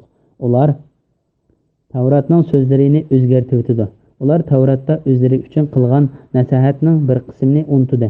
Ey Muhammad, ularning ozg'inisidan boshqasining xiyonat qilganligini bayqab tursan. Agar tavba qilsa, ularni afo qilgin. Agar iymon etsa, ularni kechirgin. Alloh haqiqatan yaxshilik qiluvchilarni do'st tutadi. Biz nasaramiz deganlarni Allohni bir deb tunishqa va Muhammad alayhissalomga iymon etishga mahkam ahd oldik. Ular Injilda o'zlariga qilgan nasihatning bir qismini unutdi. Buning jazosi uchun ularning orasiga qiyomatgacha adovat va dushmanlik soldik. Shu chaqda Alloh ularga qilmishlarini aytib berdi. Ya'ni ular o'zlarining qabih amallarining jazosini tortadi. Sura Maida 12, 13, 14 oyat to'g'risida. Ahli kitoblarning ahd berganligi va bergan ahdisida turmaganligi uchun la'nat qilinganligi to'g'risida. Yuqorida Alloh taolo mo'min bandalarini Alloh taolaning bandisi va payg'ambar bo'lgan Muhammad alayhissalomga bergan ahdisida turishga, haqni turg'izib, adolat bilan guvohlik berishga hamda ularga ko'rsatib bergan haq yo'l va hidoyatdagi oshkora va yoshirin ne'matlarni eslashga buyurgan edi. Bu yerda ilgirki ikki kitob ahllari bo'lgan Yahudi va Xristianlardan qanday ahd olganligi, ular bergan ahdlarida turmay vafosizlik qilgandan keyin Alloh taolo ularga la'nat qilib, ularni o'z rahmatidan qo'g'laganligini, ularning dillariga hidoyat va haq dinga yetishga to'solg'i bo'ladigan parda qilayotganligini, shunga ularning foydali ilm va yaxshi amallarni qilishdan quruq qolganligini bayon qilib mundoq deydi. Shubhasizki, Alloh Isroil avlodidan mahkam ahd oldi. Ularning orasidan, ya'ni 12 aymoqning har birisidan 12 boshliqni kepillik uchun jabbarlarga, ya'ni amaliqlarga avatdiq. Ya'ni Bani Isroildan 12 boshliqni Alloh taolaning payg'ambariga va kitobiga bo'ysunishga bay'at qildirib, o'z aymoqlariga avatdiq. Muhammad ibn Ishoq, ibn Abbos va boshqalar mundoq deydi. Bu vaqa Musa alayhissalom kuchli polvonlar bilan jang qilishga qarab yurish qilganda yuz bergan bo'lib, Musa alayhissalom ularni har bir aymoqdan birdan boshliq yoki vakil chiqarishga buyurgan. Aqaba kechisidagi ansariylarning vakillari to'g'risida. Aqaba kechisi payg'ambar alayhissalom ansariylar bilan bay'atlashganda ularmi 12 bo'lib, Avis qabilasidan Usayd ibn Huzayr, Said ibn Haysama, Rifa'a ibn Abdul Munzir va uning o'rnida Abu Haysam ibn Tayha deganlarmi bor. Radiyallohu anhumlardan iborat 3 kishi edi. Hazrat qabilasidan Abu Umama, Asad ibn Zurara, Said ibn Rabi', Abdullah ibn Ravaha, Rafi ibn Malik ibn Ajlan, Bara ibn Ma'rur, Ubada ibn Samit, Said ibn Ubada, Abdullah ibn Amr ibn Haram va Munzir ibn Amir ibn Unays radiyallohu anhumdan iborat 9 kishi edi. Ularni Ka'b ibn Malik bir she'rda bayon qilgan bo'lib, buni marhum ibn Ishoq rivoyat qilgan. Bu yerda maqsad qilingani shuki, shu 12 nafar vakil payg'ambar alayhissalomning ko'rsatmasi bilan shu kechada o'z qabilalariga vakil edi. Ular shu kechasi payg'ambar alayhissalomga bo'ysunish, bay'at qilish va qo'l berishga o'z qabilalariga vakillik qilgan edi. Mahkam ahd berish va uningda turmaganlik to'g'risida. Shuningdek, ya'ni mahkam ahdidan keyin sizlardan kimki amr qilgan narsalarimni inkor qildikan, u albatta to'g'ri yo'ldan ozgan bo'ladi dedi. Ya'ni kimki mahkam va'da berib bo'lib, uningda turmasa va xuddi va'da bermagandek uningdan tansa, to'g'riliq aniq bo'lgan yo'ldan chiqib ketgan va hidoyatdan gumrohlikqa mang'an bo'ladi. Alloh taolo ularning Alloh taologa bergan mustahkam ahdisida turmay va'dasiga xiloflik qilganligi uchun ularning qanday jazoga duchor bo'lganligidan xabar berib mundoq deydi. Ahdini buzganliklari uchun ularni rahmatimizdan yiroq qildik. Ya'ni ular o'zlaridan ilingan mahkam ahdida turmaganligi uchun ularni haqdan uzoqlashtirdik. To'g'ri yo'ldan yiroqlashtirdik. Ularning dillarini iymonni qabul qilishga yumshmaydigan darajada qattiq qildik. Shuning bilan ular dillarini qattiqlikka va qo'polligidan hech qanday nasihat qabul qilmaydi. Ular Tavratning so'zlarini o'zgartirib o'tdi. Ular Alloh taolaning oyatlarining mazmunlarini burmilab, Alloh taolaning kitobini asli tushirgan ma'nisidan boshqa maqsadga yetkazib o'tdi. Alloh demaganni Alloh dedi deb turib oldi. Bundoq ishdan bizni Alloh saqlasin. Ular Tavratda o'zlari uchun qilingan nasihatning bir qismini unutdi. Ey Muhammad, ularning ozg'inasidan boshqasına xiyonat qilganligini bayqab tursan. Ya'ni ularning sana va sahobalaringga qarshi hiyla mikr va nomardlik qilganligini bayqab tursan. Bu oyatning ma'nosi haqida Mujahid va boshqalar mundoq deydi. Buningda ularning payg'ambar alayhissalomga suiqat qilib, payg'ambar alayhissalomni yo'qotib o'tishga to'planganligi ko'zda tutiladi. Agar tavba qilsa, ularni afv qilgin. Agar iymon etsa, ularni kechirgin. Ya'ni ularni kechirib va afv qilib. Mana bu qalbining dil o'zidir. Xuddi ba'zi salaf olimlarining aytganidek, Alloh taologa asiylik qilib turib, sana ziyonkashlik qilganlarga Alloh taolo seni buyrug'indek muomalada bo'lishingdan yaxshi bir ish yo'qdir. Mana shunday qilganingda ularni haqiqat ustiga to'plag'il bo'ladi. Ular mushu sabab bilan Alloh taoloning hidoyat qilishiga loyiq bo'lib qolishi mumkin. Alloh haqiqatan yaxshilik qiluvchilarni do'st tutadi. Ya'ni yomonlik qilgan odamni kechirib o'tganlar Alloh taoloni do'st tutadi. Kechirib o'tganlarni Alloh taolo do'st tutadi. Qatada mundoq deydi. Alloh taolaning agar tavba qilsa, ularni afv qilgin, agar iymon etsa, ularni kechirgin degan oyatining hukmi.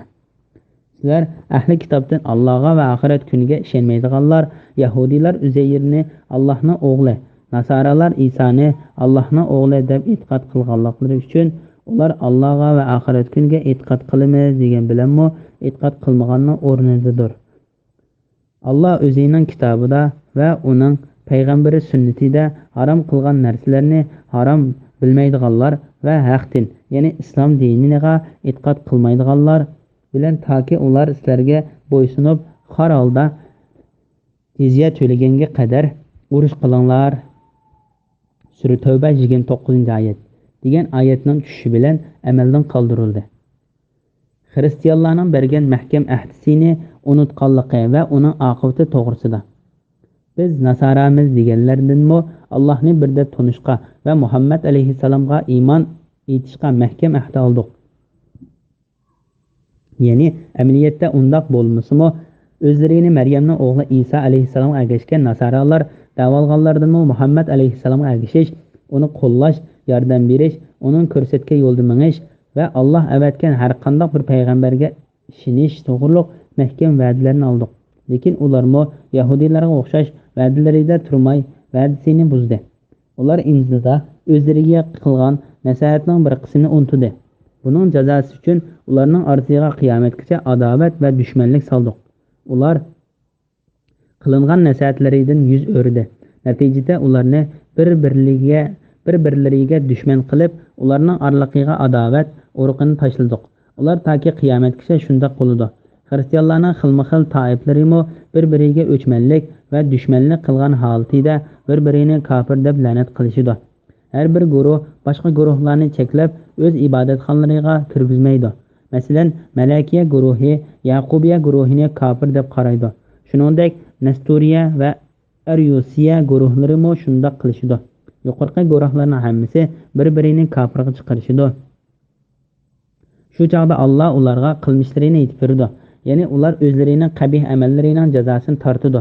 Ya'ni bu xristianlarning Alloh va uning payg'ambariga yolg'onni choplab, ulug', pok va muqaddas Parvardigoriga bola va xotinni mansub qilganliklari, sodir qilgan jinoyatlariga qarata qilgan tahdiddir. Ulug' yagona yolg'iz bo'lgan, bola topmagan, tug'ilmagan va hech tangdishi bo'lmagan zot ularning bu tuhmatlaridan pokdir va ustundir. Bismillahirrohmanirrohim. Ey ahli kitob, ya'ni Yahudilar va Nasaralar, sizlar kitobda, Injilda va Tavratda yoshirgan nurg'un narsalarni bayon qilib beradigan va yoshirgan narsalardan nurg'unini kechiradigan, oshkorlab sizlarni fosh qilmaydigan rasulimiz keldi. Sizlarga Alloh tarafidan nur, ya'ni Muhammad alayhissalom va ro'shan kitob, ya'ni Qur'on keldi. Alloh shu kitob, ya'ni Qur'on orqali rozilikni tilaganlarni salomatlik yo'llari, Allohning shariati va uning ahkomlariga yetaklaydi. Irodasi bo'yicha ularni kufri qorong'uligidan iymonning nuriga chiqardi va ularni to'g'ri yo'lga hidoyat qiladi.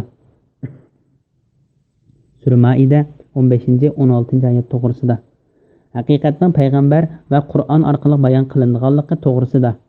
Alloh taolo payg'ambari Muhammad alayhissalomni arab va arabdan boshqa butkul millatlarga haq din bilan va haq bilan nohaqni ayiradigan oyatlar bilan avatganligini bayon qilib mundoq deydi.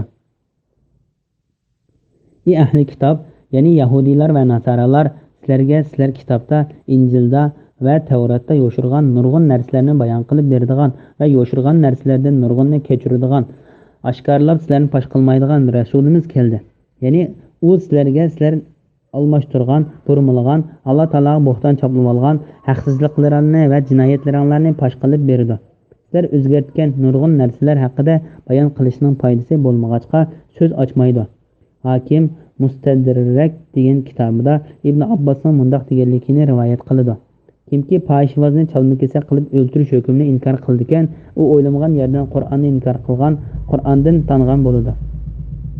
Ey ahli kitob, ya'ni yahudiylar va nasoralar, sizlar kitobda, Injilda va Tavratda yo'shirgan nurg'un narsalarni bayon qilib beradigan va yo'shirgan narsalarni nurg'unni kechiradigan, oshkorlab sizlarni fosh qilmaydigan rasulimiz keldi. Bu oyatdagi yo'shirgan ishlar qatorida chalma-kesar qilish hukmi bordir. Hakim mundoq deydi. Bu asar Imom Buxoriy va Muslimning hadis qabul qilish shartlariga to'shidi. Alloh taolo o'zining payg'ambariga tushirgan Qur'on Karim to'g'riliq to'xtalib mundoq deydi. Sizlarga Alloh tarafidan nur, ya'ni Muhammad alayhissalom va ro'shan kitob, ya'ni Qur'on keldi. Ya'ni u Qur'on nijotlik yo'llariga boshlaydi. Halokat yo'llaridan qutqizib, taqdam yo'llarini ko'rsatib berib, endişe ve korkunçluktan xalos qiladi. Endişe ve korkunçaklıktan xalos qiladi. Ularni o'zlari yoqtirmaydigan ishlardan yiroq qiladi. Ko'ngillari so'yinadigan narsalarni tayyorlab beradi. Ularda ozg'unlikning asarlarini qoldirmaydi. Bismillahirrohmanirrohim. Maryam o'g'li Masih, ya'ni Isa Allohdir degan kishilar, ya'ni nasoralarning bir firqasi haqiqatan kafir bo'ldi. Ey Muhammad, aytqinki, agar Alloh Maryam o'g'li Masihni onasini, ya'ni Maryamni va yer yuzidagi barliq kishilarni halok qilishni iroda qilsa, Allohning irodasidan biror narsani to'sishga kim qodir bo'la oladi? Osmonlarning, zaminning va ularning orasidagi narsalarning podshohligi Allohga xosdir. Alloh xoliqini xalq etadi. Alloh har narsaga qodirdir. Yahudiylar va nasoralar biz Allohning o'g'illaridirmiz, ya'ni ota boladek yaqinmiz ve biz Allah'ın dinida bo'lg'achqa do'stlardirmiz dedi. Aytqinki, undoq bo'lsa, Alloh nima uchun sizlarga gunohinglar tufaylidan azob qiladi? Balki sizlar boshqa kishilarga o'xshash Alloh yaratgan insonsizlar. Alloh xohlagan odamga mag'firat qiladi, xohlagan odamga azob qiladi. Osmonlarning, yer yuzining va ularning orasidagi narsalarning podshohligi Allohga xosdir. Eng oxir boradigan joy Allohning dargohidir. Sura Maida 17-18 oyat to'g'risida. Xristianlarning shirik keltirishi va kufrlik qilishi to'g'risida. Alloh taolaning bandasi bo'lgan Maryam o'g'li Isa alayhissalomni iloh da'vo qilganligi uchun ularga kufrlik hukmini berdi. Alloh taolo ularning bu bo'xtonlardan pokdir. Alloh taolo yana o'zining har qanday narsaga qodir ekanligini, shundaqla hamma narsaning o'z ilkida ekanligini bayon qilib mundoq deydi. Ey Muhammad, aytqinki, agar Alloh Maryam o'g'li Masihning onasini, ya'ni Maryamni va yer yuzidagi barliq kishilarni halok qilishni iroda qilsa, Allohning irodasidan biror narsani to'sishga kim qodir bo'la oladi? Ya'ni navoda Alloh taolo Isa bilan onasi Maryamni va zamindagi barliq insonlarni halok qilishni xohlasa, Alloh taoloni to'saydigan zoti kim bor? Yoki uni undoq qildirmaydigan birisi bormi? Barliq mavjudotlar uning mulki va maxluqotidir. U xohlagan narsani qila oladi. O'z qudrati, huquqi, adolati va ulug'ligi bilan qilgan ishidan so'ralmaydi. Mana bu xristianlarga berilgan radiyadir. Ularga ta qiyomatgacha Alloh taolaning la'natlari bo'lsin. Yahudi va xristianlarning biz Alloh taolaning o'g'illaridirmiz degan so'ziga berilgan radiya to'g'risida. Yahudi va xristianlar yolg'on yovdoq so'zlab va bo'xton to'qib mundoq da'vo qiladi. Yahudilar va nasoralar biz Allohning o'g'illaridirmiz, ya'ni ota boladek yaqinmiz va biz Allohning dini bo'lg'achqa do'stlardirmiz dedi. Biz ya'ni Alloh taolaning payg'ambarlariga mansub payg'ambarlar bo'lsa, Alloh taolaning o'g'illaridir. Alloh o'g'illariga ko'ngil bo'ladi, bizni yaxshi ko'rdi. Yahudi Hristiyanlar özlerining kitoblaridan naql qilishicha, Alloh bandasi Isroilga "Sen mening o'g'lim" degan. Yahudiylar bu so'zni boshqa ma'noga burmilab o'zgartirib etgan.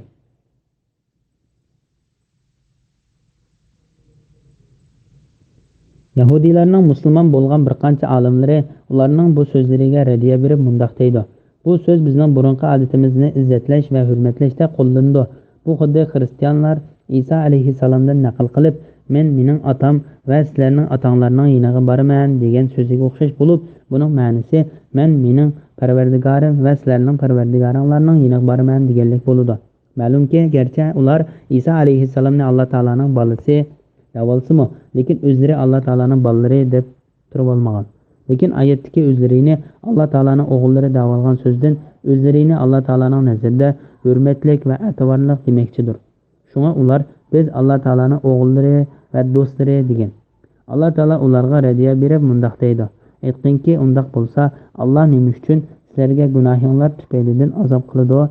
Ya'ni sizlar da'vo qilib olganinglardek Alloh taolaning o'g'illari va do'stlari bo'lgan bo'lsa, nima uchun kufrlik qilganliginglar, yolg'onchiliginglar va bo'hton choplaganliginglar uchun sizlarga jahannamning o'tini tayyorlab qo'ydi.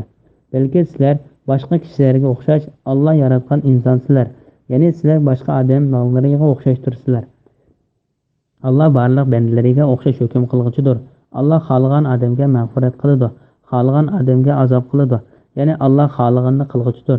Xohlagan kishini kechirib o'tadi, xohlagan kishini azoblaydi. Hukmiga hech kishi qarshi tura olmaydi. Alloh tez hisob olguchidir. Osmonlarning, yer yuzining va ularning orasidagi narsalarning podshohligi Allohga xosdir. Eng oxir boradigan joy Allohning dargohidir. Ya'ni barliq narsalar uning mulki va uning ilkidir. Oxir qaytadigan joy uning dargohidir. Alloh taolo bandalariga o'zi xohlagancha hukm qiladigan va zulm qilmaydigan adil zotdir. Bismillahirrohmanirrohim. Ey ahli kitob, ya'ni Yahudilar va Nasaralar, bizga savob bilan xushxabar berguchi, azobdan ogohlantirguchi kelmadi demasliklarinlar uchun payg'ambarlar uzilib qolgan bir zamonda sizlarga shariatni va uning ahkomlarini bayon qilib beradigan rasulimiz keldi. Haqiqatan sizlarga xushxabar berguchi va ogohlantirguchi, ya'ni Muhammad alayhissalom keldi. Endi sizlarga uzr qolmadi. Alloh har narsaga qodirdir. Sura Maida 19-oyat to'g'risida. Bu oyatda Alloh taolo Yahudi va xristianlarga uningdan keyin hech bir payg'ambar kelmaydigan, oxirgi payg'ambar Muhammad alayhissalomni avatganligini bayon qilib, shunga Maryam o'g'li Isa alayhissalom bilan Muhammad alayhissalomning oraliqida payg'ambar uzilib qolgan bir zamonda bo'ldi. Bu zamonning muddati haqida o'xshamagan qarashlar maydonga keldi. Abu Osman Nahdi va Qatada bir rivoyatida u zaman 600-yili dedi. Bu so'zni Imom Buxoriy Salman Farisiydan rivoyat qilgan. Qatadaning yana bir rivoyatida 560-yil degan. Ma'mar o'zining ba'zi ustozlaridan rivoyat qilishicha 540-yil degan. Ba'zilar yana 620 yilmi deyishgan. Lekin 600 yil degan so'z bilan 620 yil degan so'zning o'ttirisida zidlik yo'q. Chunki birinchi so'zni deganlar 600-milodiya yilini hisob qilgan. Ikkinchisi hijriya yilini hisob qilgan. Har 100 yil milodiya yili bilan qamariya yilning o'ttirida 3 yil atrofida farq bor.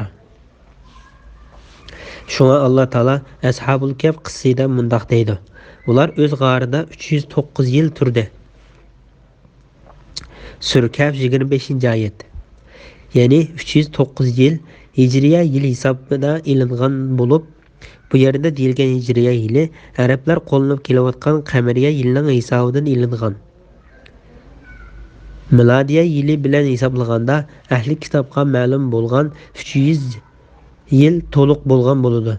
Oyatdagi bu zaman Maryam o'g'li Isa alayhissalom bilan oxirgi payg'ambar Muhammad alayhissalom o'ttirisidagi muddat edi. Bu muddatda hech qanday bir payg'ambar kelib boqmagan. Bu vaqtda Imom Buxoriy Abu Hurayradan payg'ambar alayhissalomning mundoq deganligini rivoyat qiladi. Maryam o'g'liga eng yaqin bo'lgan kishi albatta mendurman. Men bilan uning o'ttirida hech qanday bir payg'ambar bo'lmagan. Mana bu İsa alayhissalomdan keyin Xolid ibn Sinan otliq bir payg'ambar avatilgan degan qarashlarni o'ttirib chiqargan. Quzai va boshqalarga berilgan radiyadir.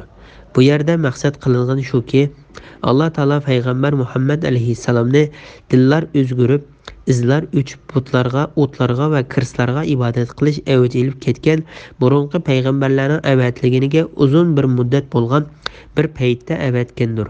Şoň Allah Taala payg'ambar alayhissalomni avatish orqali insonlarga bergan ne'matini eng katta ne'mat bo'ldi va uningga bo'lgan ehtiyoj umumyuzlik bo'ldi.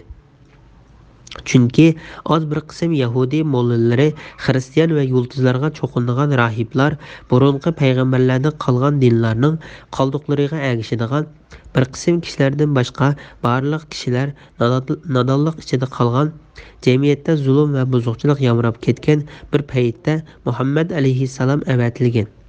Imom Ahmad Ayoz ibn Himar Mujashining mundoq deganligini rivoyat qiladi.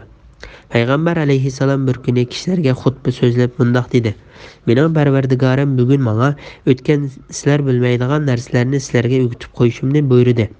Parvardigorim mundoq dedi: "Bandalarimga men ato qilgan har qanday mol haloldir. Men bandalarimning hammasini musulmon qilib yaratdim. Shayton kelib ularni dinlaridan ozdirdi.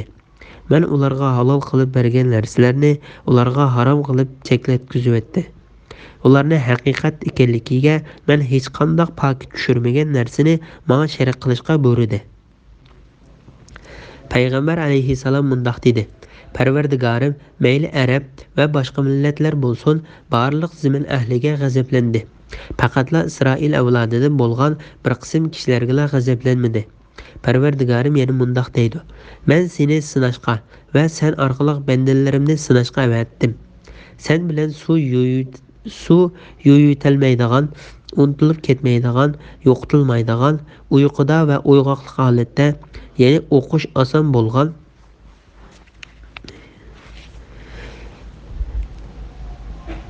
kitobni nozil qildim." Payg'ambar alayhissalom xutbasini davom qilib mundoq deydi: "Parvardigorim meni Qurayshni ko'ydirishga buyurdi. Men Parvardigorim, undaqda ular beshimni non parchasida qilib parchalab tashlaydi dedim. Parvardigorim menga seni yurtingdan chiqarib o'tgandek, ularni yurtidan chiqarib et. Ular bilan urush qil. Urushda biz sana yordam beramiz. Ularga qarshi turish uchun mol sarf qil. Biz sana sarf qilamiz. Sen bir qo'shin avatsang, biz sana 5 qo'shin qo'shib avatamiz.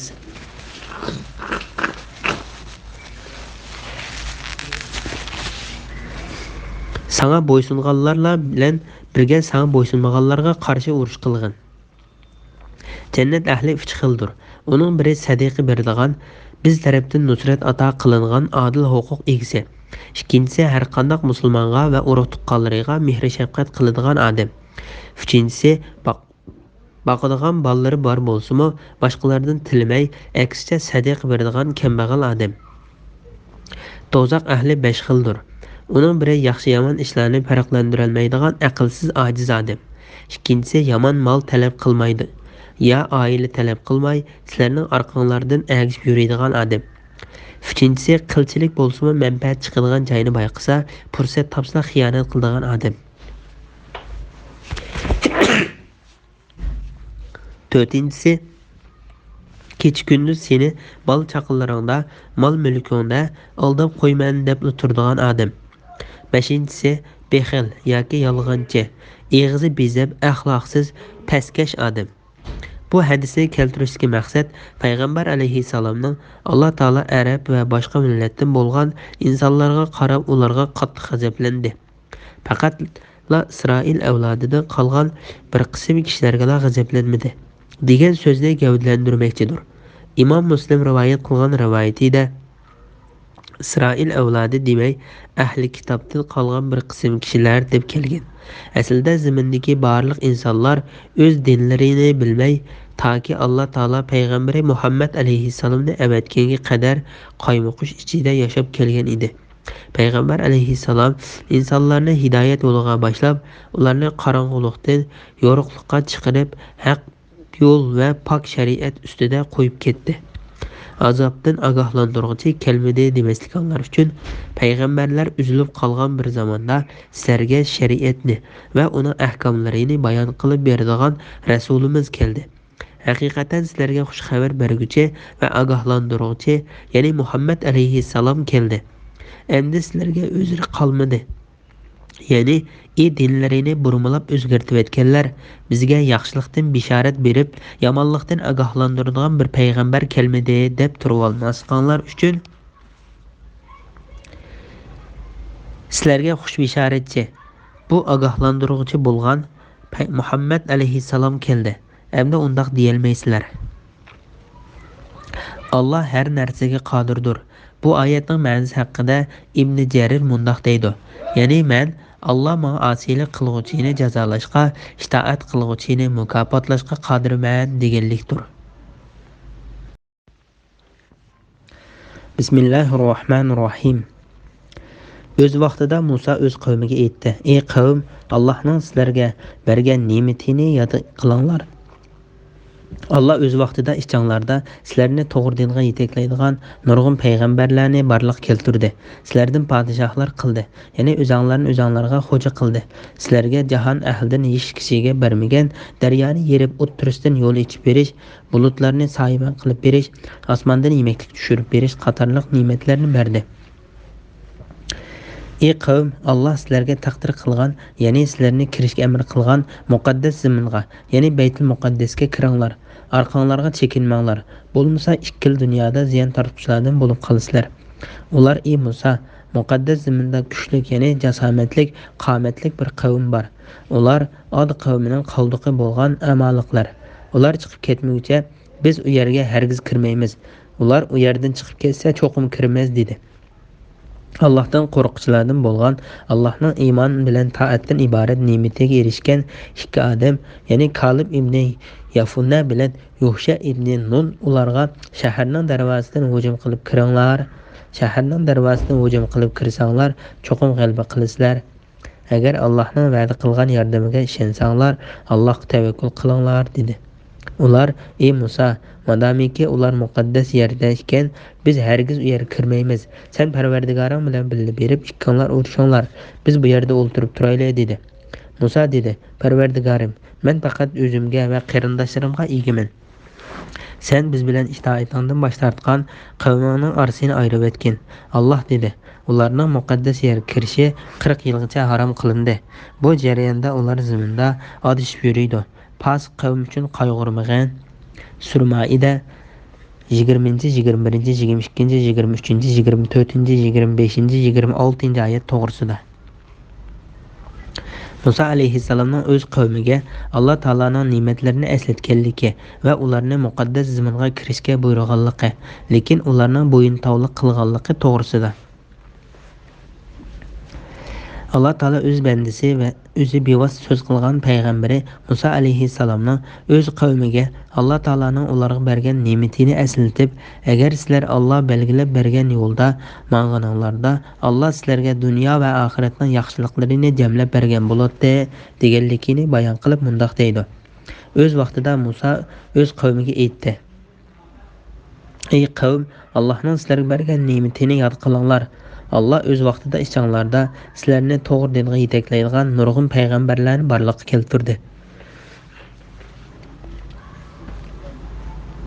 Ya'ni sizlarning buvanglar Ibrohim alayhissalomdan tortib, uningdan keyingi payg'ambarlargacha bo'lgan orliqda bir payg'ambar olamda o'tsa, sizlarga yana bir payg'ambar avatildi. U payg'ambarlar sizlarni Alloh taolaning yo'liga chaqirib, azobidan ogohlantirib keldi. Bu toki Maryam o'g'li Isa alayhissalom bilan oxirlashgan qadar davomlashdi. Ondan keyin Alloh taolo barliq payg'ambarlarning oxirgisi nasab jihatda Ibrohim alayhissalomning o'g'li Ismoil alayhissalomga tutishadigan Muhammad alayhissalomni avatdi. Muhammad alayhissalom ilgirki barliq payg'ambarlardan bakrak sharafli va katta zotdir. Sizlardan podshohlar qildi, ya'ni o'zinglarga xo'ja qildi. Bu oyatning ma'nosi haqida Abdurrazzaq ibn Abbas radhiyallohu anhuning bundoq deganligini rivoyat qiladi. Ya'ni sizlar xizmatchilarga, ayolga va uyiga ega qildi deganlik bo'ladi. Hakim Mustadrak degan kitobida Ibn Abbosning yana bundoq deganligini rivoyat qildi. Ayol va xizmatchiga ega qildi deganlikni Alloh taolaning sizlarga jahon ahlidan hech kishiga bermagan daryoni yerib o'ttirisidan yo'l ichib berish, bulutlarni soyabon qilib berish, osmondan yemaklik tushirib berish qatorliq ne'matlarni berdi degan oyati haqida shu chog'da atrofdagi millatlardan hech qaysiga bermaganini sizlarga berdi deganlikdir. Qatoda mundoq deydi: Yahudiylar birinchi bo'lib xizmatchi ishlatganlar edi. Hadisda kelishicha, qaysonlar teni sog'lom, o'zi xotirjam, yenida shu kuni oziqbar bo'lgan holatda tong otqizsa, u xuddi butun dunyoga erishgandek bo'ladi. Sizlar jahon ahlidan hech kishiga bermagan daryoni yerib o'ttirisidan yo'l ichib berish, bulutlarni soyabon qilib berish, osmondan yemaklik tushirib berish qatorliq ne'matlarni berdi. Ya'ni shu zamondagi bor kishilarning ishidan hech kimga bermaganini berdi. Chunki ular o'z zamonida Rumliklar, Misrliklar va boshqa millatlardan sharafli edi.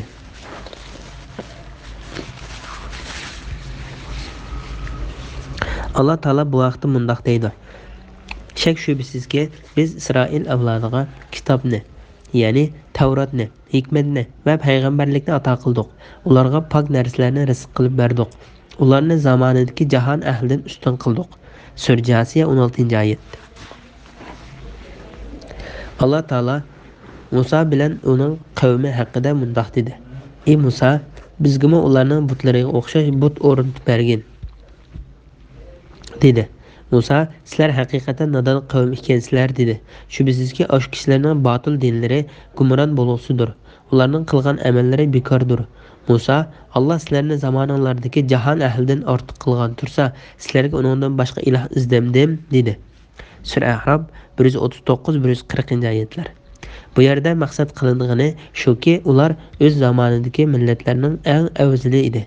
Amaliyotda hamma zamon, hamma davrdagilarning afzali to'g'risida so'z olsak, bizning ummatimiz eng sharafli, Alloh taolaning nazarida eng afzal, shariati eng mukammal, yo'li eng to'g'ri, payg'ambari eng ulug', mamlakatlari eng katta, rizqi eng mo'l, mol-mulki va nufusi eng ko'p va davr surgan zamoni eng uzun bo'lgan ummatdir. Alloh taolo bu vaqtda mundoq deydi: Shuningdek, ya'ni sizlarni islomga hidoyat qilgandek kishilarga, ya'ni o'tgangi ummatlarga shohid bo'lishinglar uchun va payg'ambarlar sizlarga shohid bo'lishi uchun biz sizlarni yaxshi ummat qildik. Sura Baqara 143-oyatning bir qismi. Biz yuqorida Muhammad alayhissalomning ummatining fazilati, sharifi va Alloh taolaning dargohidagi hurmati haqida kelgan nurg'un kishilardan rivoyat qilgan hadislarni Alloh taolaning ey Muhammad ummati, sizlar insonlar manfaati uchun o'tirg'i chiqarilgan yaxshilikqa buyurib, yomonlikdan to'sadigan, Allohga iymon etadigan eng yaxshi ummatsizlar. Sura Al-Imron 110-oyatning bir qismi degan oyatini tafsir qilganda bayon qilib o'tdik. Ondan Alloh taolo Musa alayhissalomning Isroil avlodini jihad qilishga va ularning buvasini Yaqub alayhissalomning zamonida o'z qo'llarida Baytul Muqaddasga kirishga rag'batlantirganligini bayon qildi.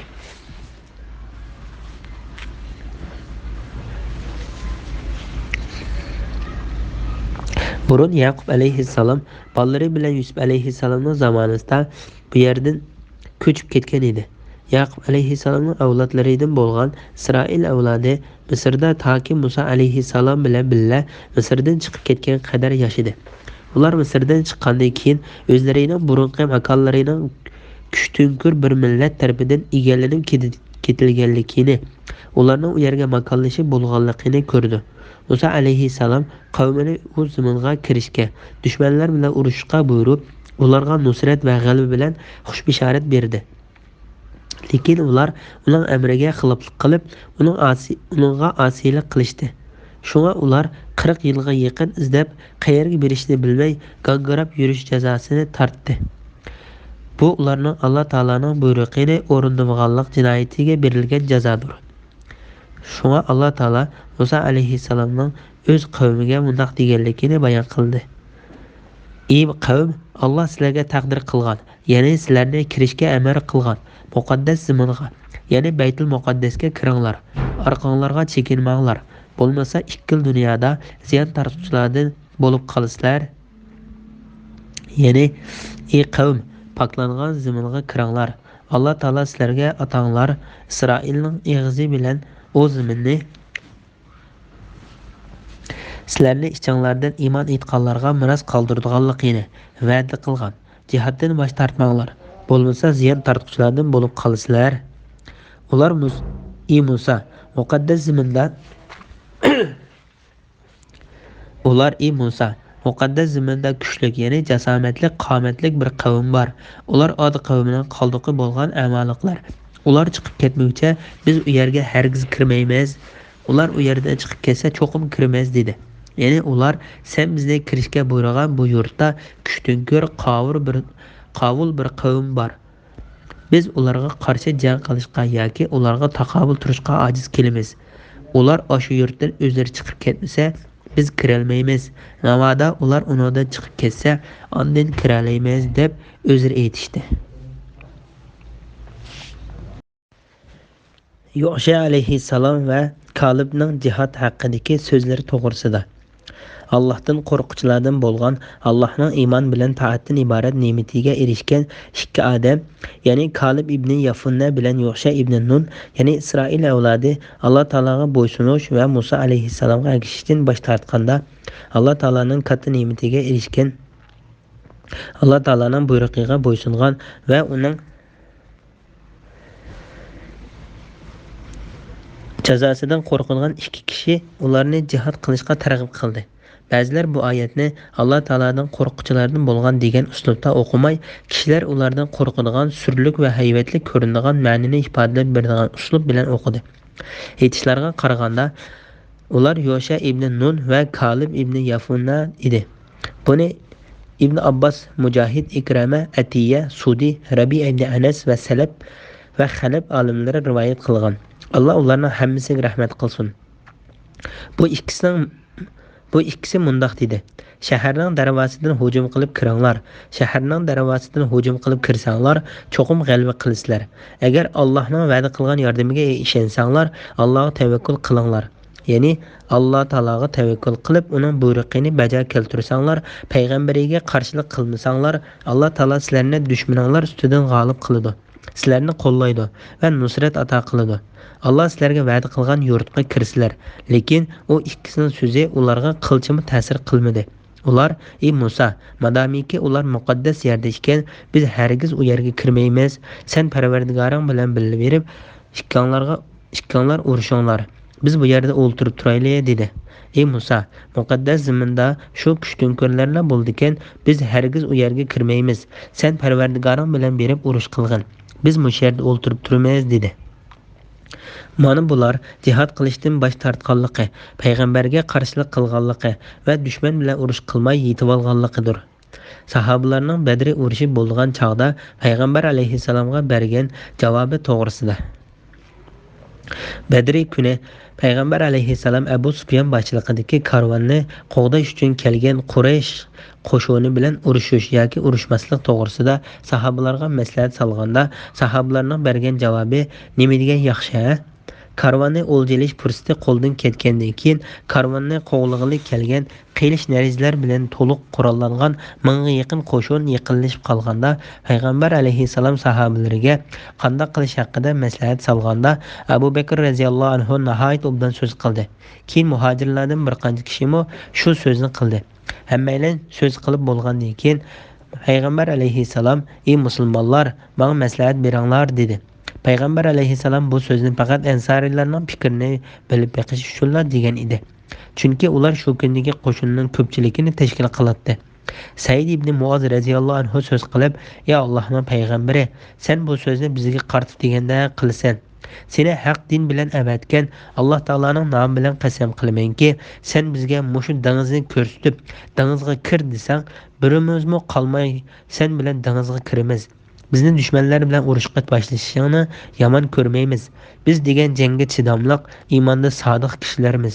Balki Alloh taolo bizda seni so'yindiradigan samimiylikni sana ko'rsatishi mumkin. Bizni bu ishga boshlab ma'g'an" dedi. Saidning bu so'zini anglab payg'ambar alayhissalom xursand bo'ldi. Bu so'z payg'ambar alayhissalomni jonlantirayotgan edi. Abu Bakr Mardavi Anas radhiyallohu anhu mundoq deganligini rivoyat qiladi.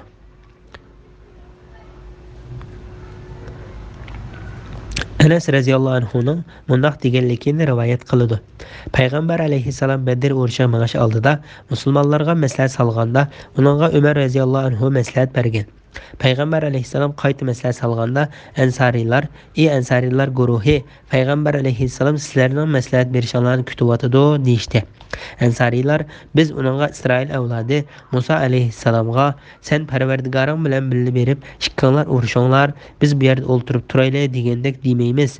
Seni haqqin bilan avatgan Allohning nomi bilan qasam qilamizki, bizni birga bir kilgamat Makkadan Yamanga boradigan 5 kunlik yo'ldagi bir joy. Boshlab mangsangmi, sang agishmamiz dedi. Buni Imom Ahmad, Nasai va Ibn Habbon rivoyat qilgan.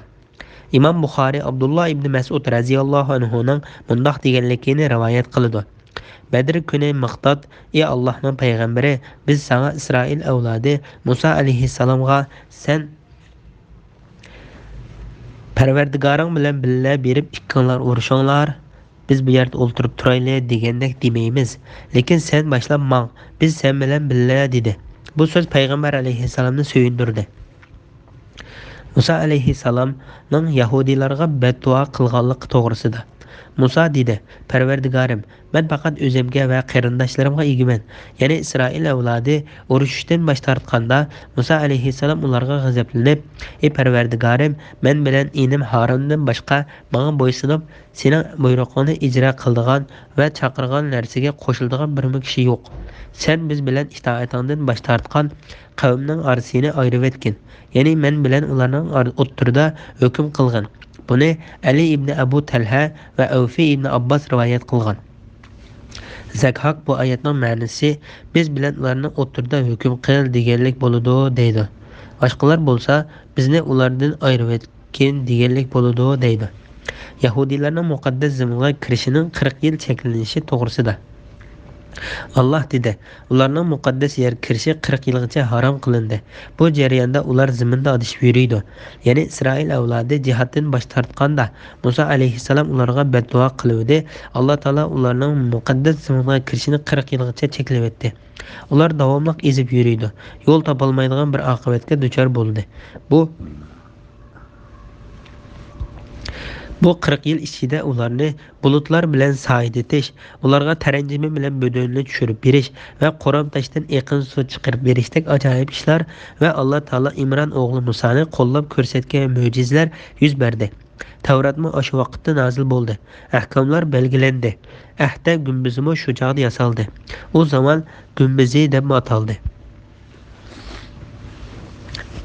Bu gumbaz Alloh taolaning Musa alayhissalomga buyurishi bilan oltin, kumush, tira, yung va shimshor yog'ochlari bilan yasalgan bo'lib, Isroil avlodi u gumbazni o'zlariga ibodatlarida qibla qilgan va shu gumbazdan yasalgan vaqtini o'zlariga yil nomlarining boshlanishi qilib bekitgan. Hamda ular uni Baytul Muqaddasga ilib kelib o'rnatqucha o'zlari bilan birga ko'tarib yurishgan. Bu gumbaz toki Muhammad alayhissalom payg'ambar bo'lib kelguncha qibla bo'lgan. Bidoya va nihoyaning birinchi qismidan ilingan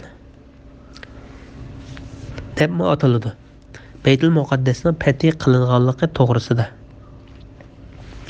U muddat o'tib ketgandan keyin ular yoki ulardan qolgan ikkinchi avlod Isroil avlodini Yosha ibn Nun alayhissalom boshlab chiqib, Baytul Muqaddasga qarab yurish qilib, uni muhosiraga oldi. Ondan fath qilish juma kuni asrdan keyin edi. Kun patqili oz qolganda shanba kundan kirib qilishidan asirgan. Chunki yahudiylar dinda shanba kuni dam olish kuni bo'lib, u kun ibodat qilishdan boshqa hech qanday ish qilgan bo'lmaydi. Yo'qsa, kun senmi buyruq bo'yicha ma'nasan, menmi buyruq bo'yicha ma'naman. Ey Alloh, kunni menga to'xtatib bergin deb duo qildi. Alloh taolo kunni toki shaharni fath qilib bo'lguncha to'xtatib turdi. Alloh taolo Yosha ibn Nunga Isroil avlodi Baytul Muqaddas kirganda darvozadan sajda qilgan holda gunohlarimizni mag'firat qilgin deb kirishni buyurishni topildi. Lekin ular buyurilganni almashtirib, sag'risini surkab, arpining dini deguncha orqachilab kirdi. Bularning hammasi Baqara surasida bayon qilinib bo'ldi. İbn Abu Hatim İbn Abbas radhiyallohu anhuning yuqorqi oyat haqida bundoq deganligi rivoyat qiladi.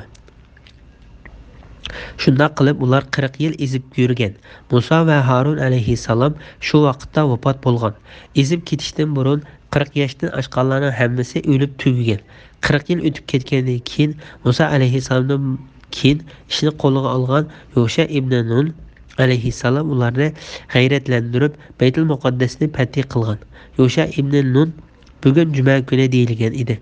Baytul Muqaddasni fath qilgan kun o'ltirishga oz qolgan bo'lib, Yosha alayhissalom shanba kechasi kirib qolsa, shanba kunining cheklamasiga uchrab qolishdan ansirab, kunga qarab sen buyruq bo'yicha mangsan, men bu buyruq bo'yicha mangaman degan.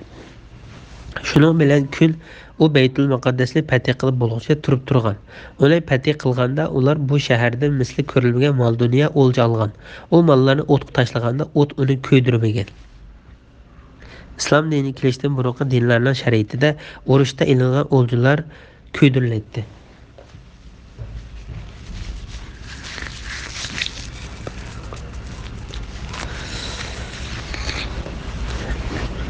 Yosha ibn Nun bu ahvolni ko'rib, sizlarning ichinglarda o'lja xiyonat qilganlar bor ekan deb 12 aymoqning 12 oqsoqolini chaqirtib, ular bilan bay'atlashdi. Ularning biri bay'at qilganda qo'li Yoshaning qo'liga choplashib qolgan.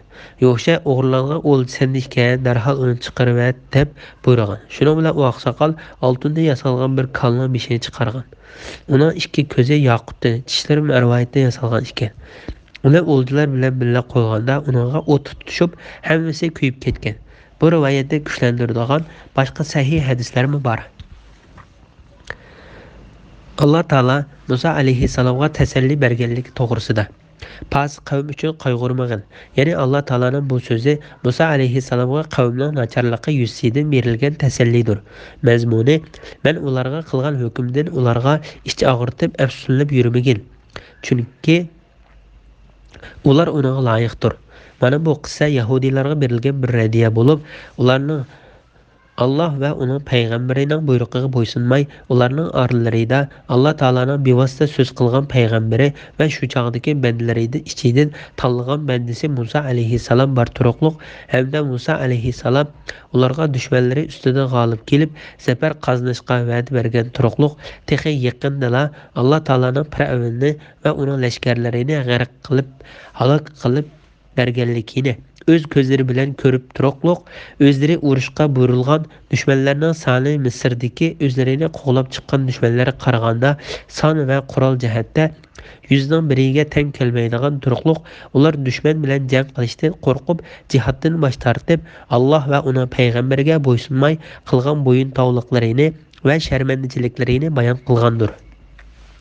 Bunun bilan ularning pastkash qilmishlarini yoshirg'ili bo'lmaydigan darajada butun xalqqa oshkor bo'lgan. Ular Alloh taolaning o'ch ko'radigan dushmanlaridir. Ular ozg'unlik va nodonlikqa ketgandir. Shundoq turuqliq ular o'zlarini biz Alloh taolaning o'g'illari va do'stlari deb olgandir. Shu Alloh taolo ularning yuzlarini maymun va cho'chqalarning yuziga aylantirib o'tib, toki ular o'ti lovuldab turgan dozaqqa kirib, unida mangu qolgan qadar ajrayolmaydigan la'natni ularga umrlik choplab etdi. Ulug' Alloh taologa barliq hamd sanolar bo'lsin. Bismillahirrohmanirrohim. Ey Muhammad, ularga ya'ni ahli kitobga va qavminga Adamning ikki o'g'li, ya'ni Habil bilan Qobilning hikoyasini rostlik bilan o'qib bergin. O'z vaqtida ular ya'ni Habil bilan Qobil ikkalan qurbonlik qilgan edi. Birisi ya'ni Habilning qabul bo'ldi, yana birisi ya'ni Qobilning qabul bo'lmadi. Qobil Habilga men seni cho'qim o'ltirman dedi. Habil nemishqa dedi. Qobil Alloh sening qurbonligingni qabul qilib, meninkini qabul qilmadi dedi. Habil aytdi: Allah faqat taqvodorlarning qurbonligini qabul qiladi. Agar sen meni o'ltirishga qo'lingni so'zadigan bo'lsang, men seni o'ltirishga qo'limni so'zmayman. Men haqiqatan olamlarning parvardigori Allohdan qo'rqaman. Men haqiqatan sen bilan bo'lgan gunohni, ya'ni meni o'ltirganlik gunohingni va sening ilgirki gunohingni, ya'ni otangning Odamning amriga asiylik qilgan gunohingni ustingga ilib ahli dozoqlardan bo'lishingni tilayman.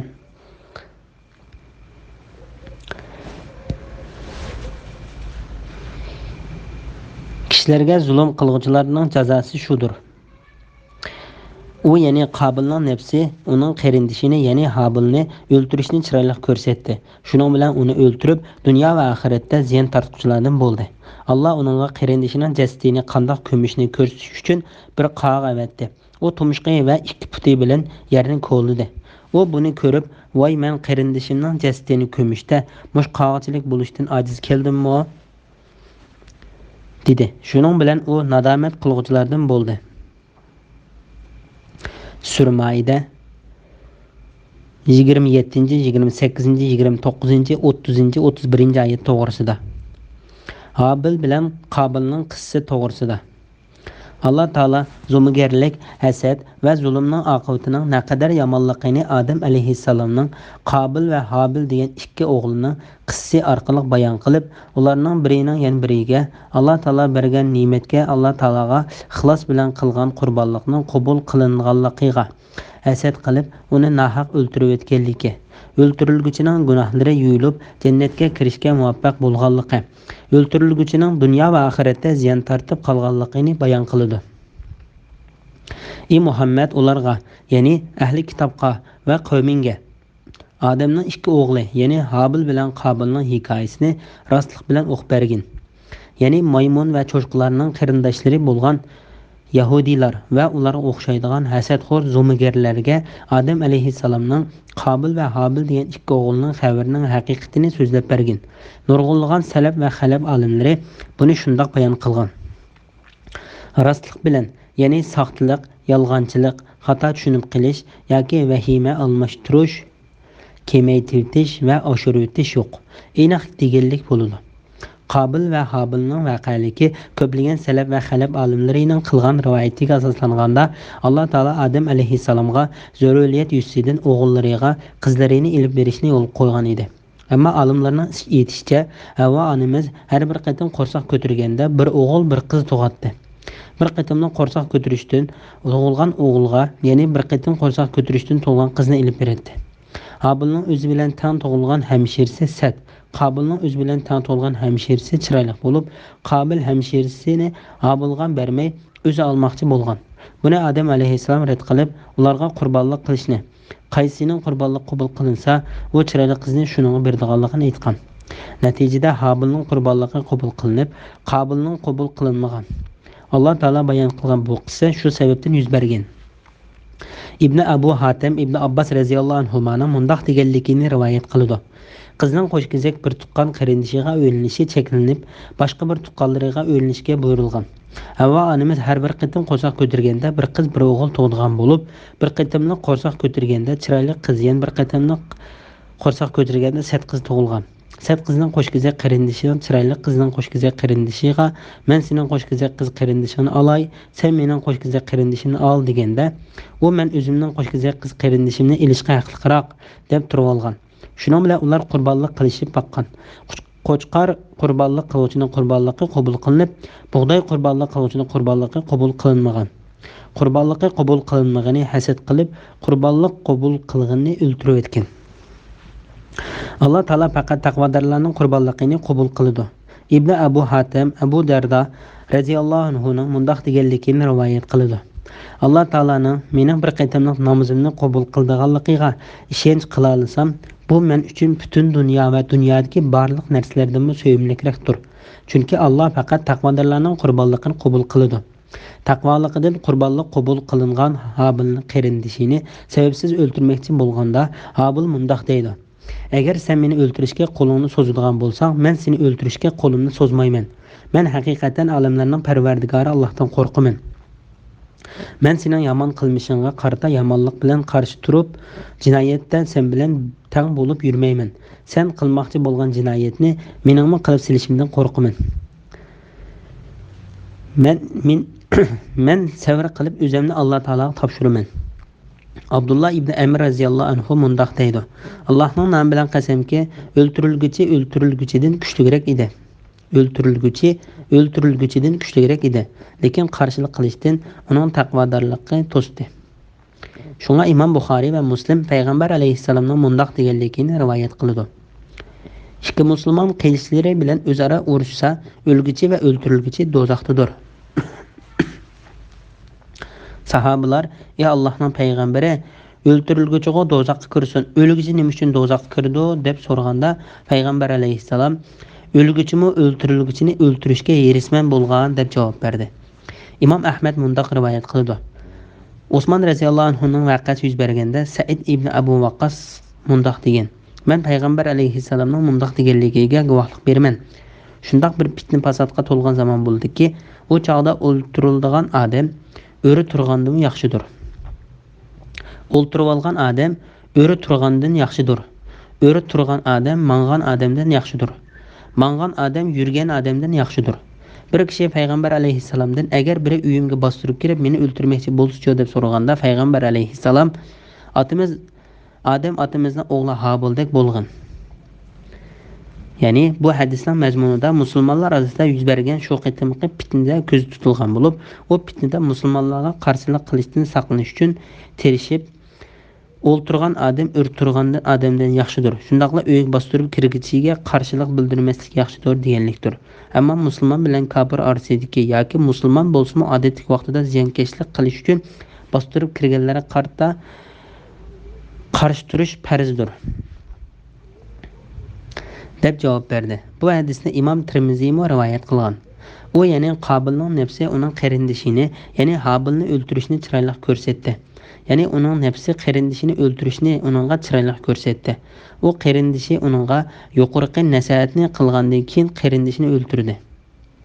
Ibn Jarir mundaq deydi: "Uni o'ltirmoqchi bo'lganda qandoq o'ltirishni bilmay, uning bo'ynini qayrig'ili turdi. Dal shu paytda iblis bir hayvonni elib kelib, u hayvonning beshini bir toshning ustiga qo'yib, yana bir tosh bilan uning beshini yanchib o'ltirdi. Qobil bundan qarab turgan edi. Ondan u qarindishini shu usulda o'ltirdi." Buni Ibn Hatim rivoyat qilgan. Abdullah ibn Vahib Abdurrahman ibn Zayd ibn Aslamning dadasining mundaq deganligini rivoyat qiladi. U beshini tutib o'ltirmoqchi bo'ldi. Qarindishi uningga yetib berdi. U qarindishining beshini va suyaklarini siqishga boshlab, qandoq o'ltirishni bilolmay qoldi-da. Dal shu paytda uning yoniga iblis kelib, uni o'ltirishni xohlamsan dedi. U ha dedi. Iblis undaq bo'lsa, mush toshni ilib, uning beshiga tashlagan dedi. U darhol toshni ilib qarindishining beshiga tashladi. Qarindishining beshi yerilib ketdi. Ondan iblis Havvo onamizning qishig'iga oldirib kelib, "Ey Havvo, Qobil Habilni o'ltirib etdi" dedi. Havvo onamiz "Yo'qol, o'lim degan nima u" dedi. Iblis "O'lim degan yemaydi, ichmaydi va midirlay olmaydi" dedi. Havvo "Bu degan o'limmi" dedi. Iblis "O'lim degan shu" dedi. Shu bilan Havvo onamiz tovlab o'ltirdi. U tovlayotganda Odam alayhissalom kirib "Sanim bo'ldi" deb so'radi. U javob bermadi, yana gap qilmadi. Shunda Odam alayhissalom "Sana va qizlarimizga vaqirash butilgay. Men va o'g'illarimiz mundaq qilg'aymiz" dedi. Buni Ibn Abu Hatim rivoyat qilgan. Shuning bilan uni o'ltirib dunyo va oxiratda ziyon tortuvchilardan bo'ldi. Ya'ni bu ish bilan u dunyo va oxiratda ziyon tortuvchilardan bo'lib ketdi. Buningdanmi og'ir ziyon bormi? Imom Ahmad Abdullah ibn Mas'ud radhiyallohu anhudan payg'ambar alayhissalomning mundaq deganligini rivoyat qiladi.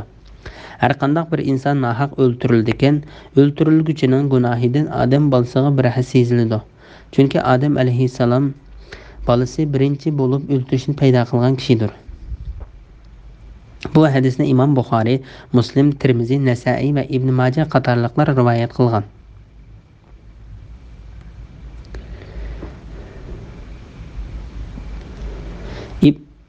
Ibn Jarir Abdullah ibn Amr radhiyallohu anhuning mundaq deganligini rivoyat qiladi.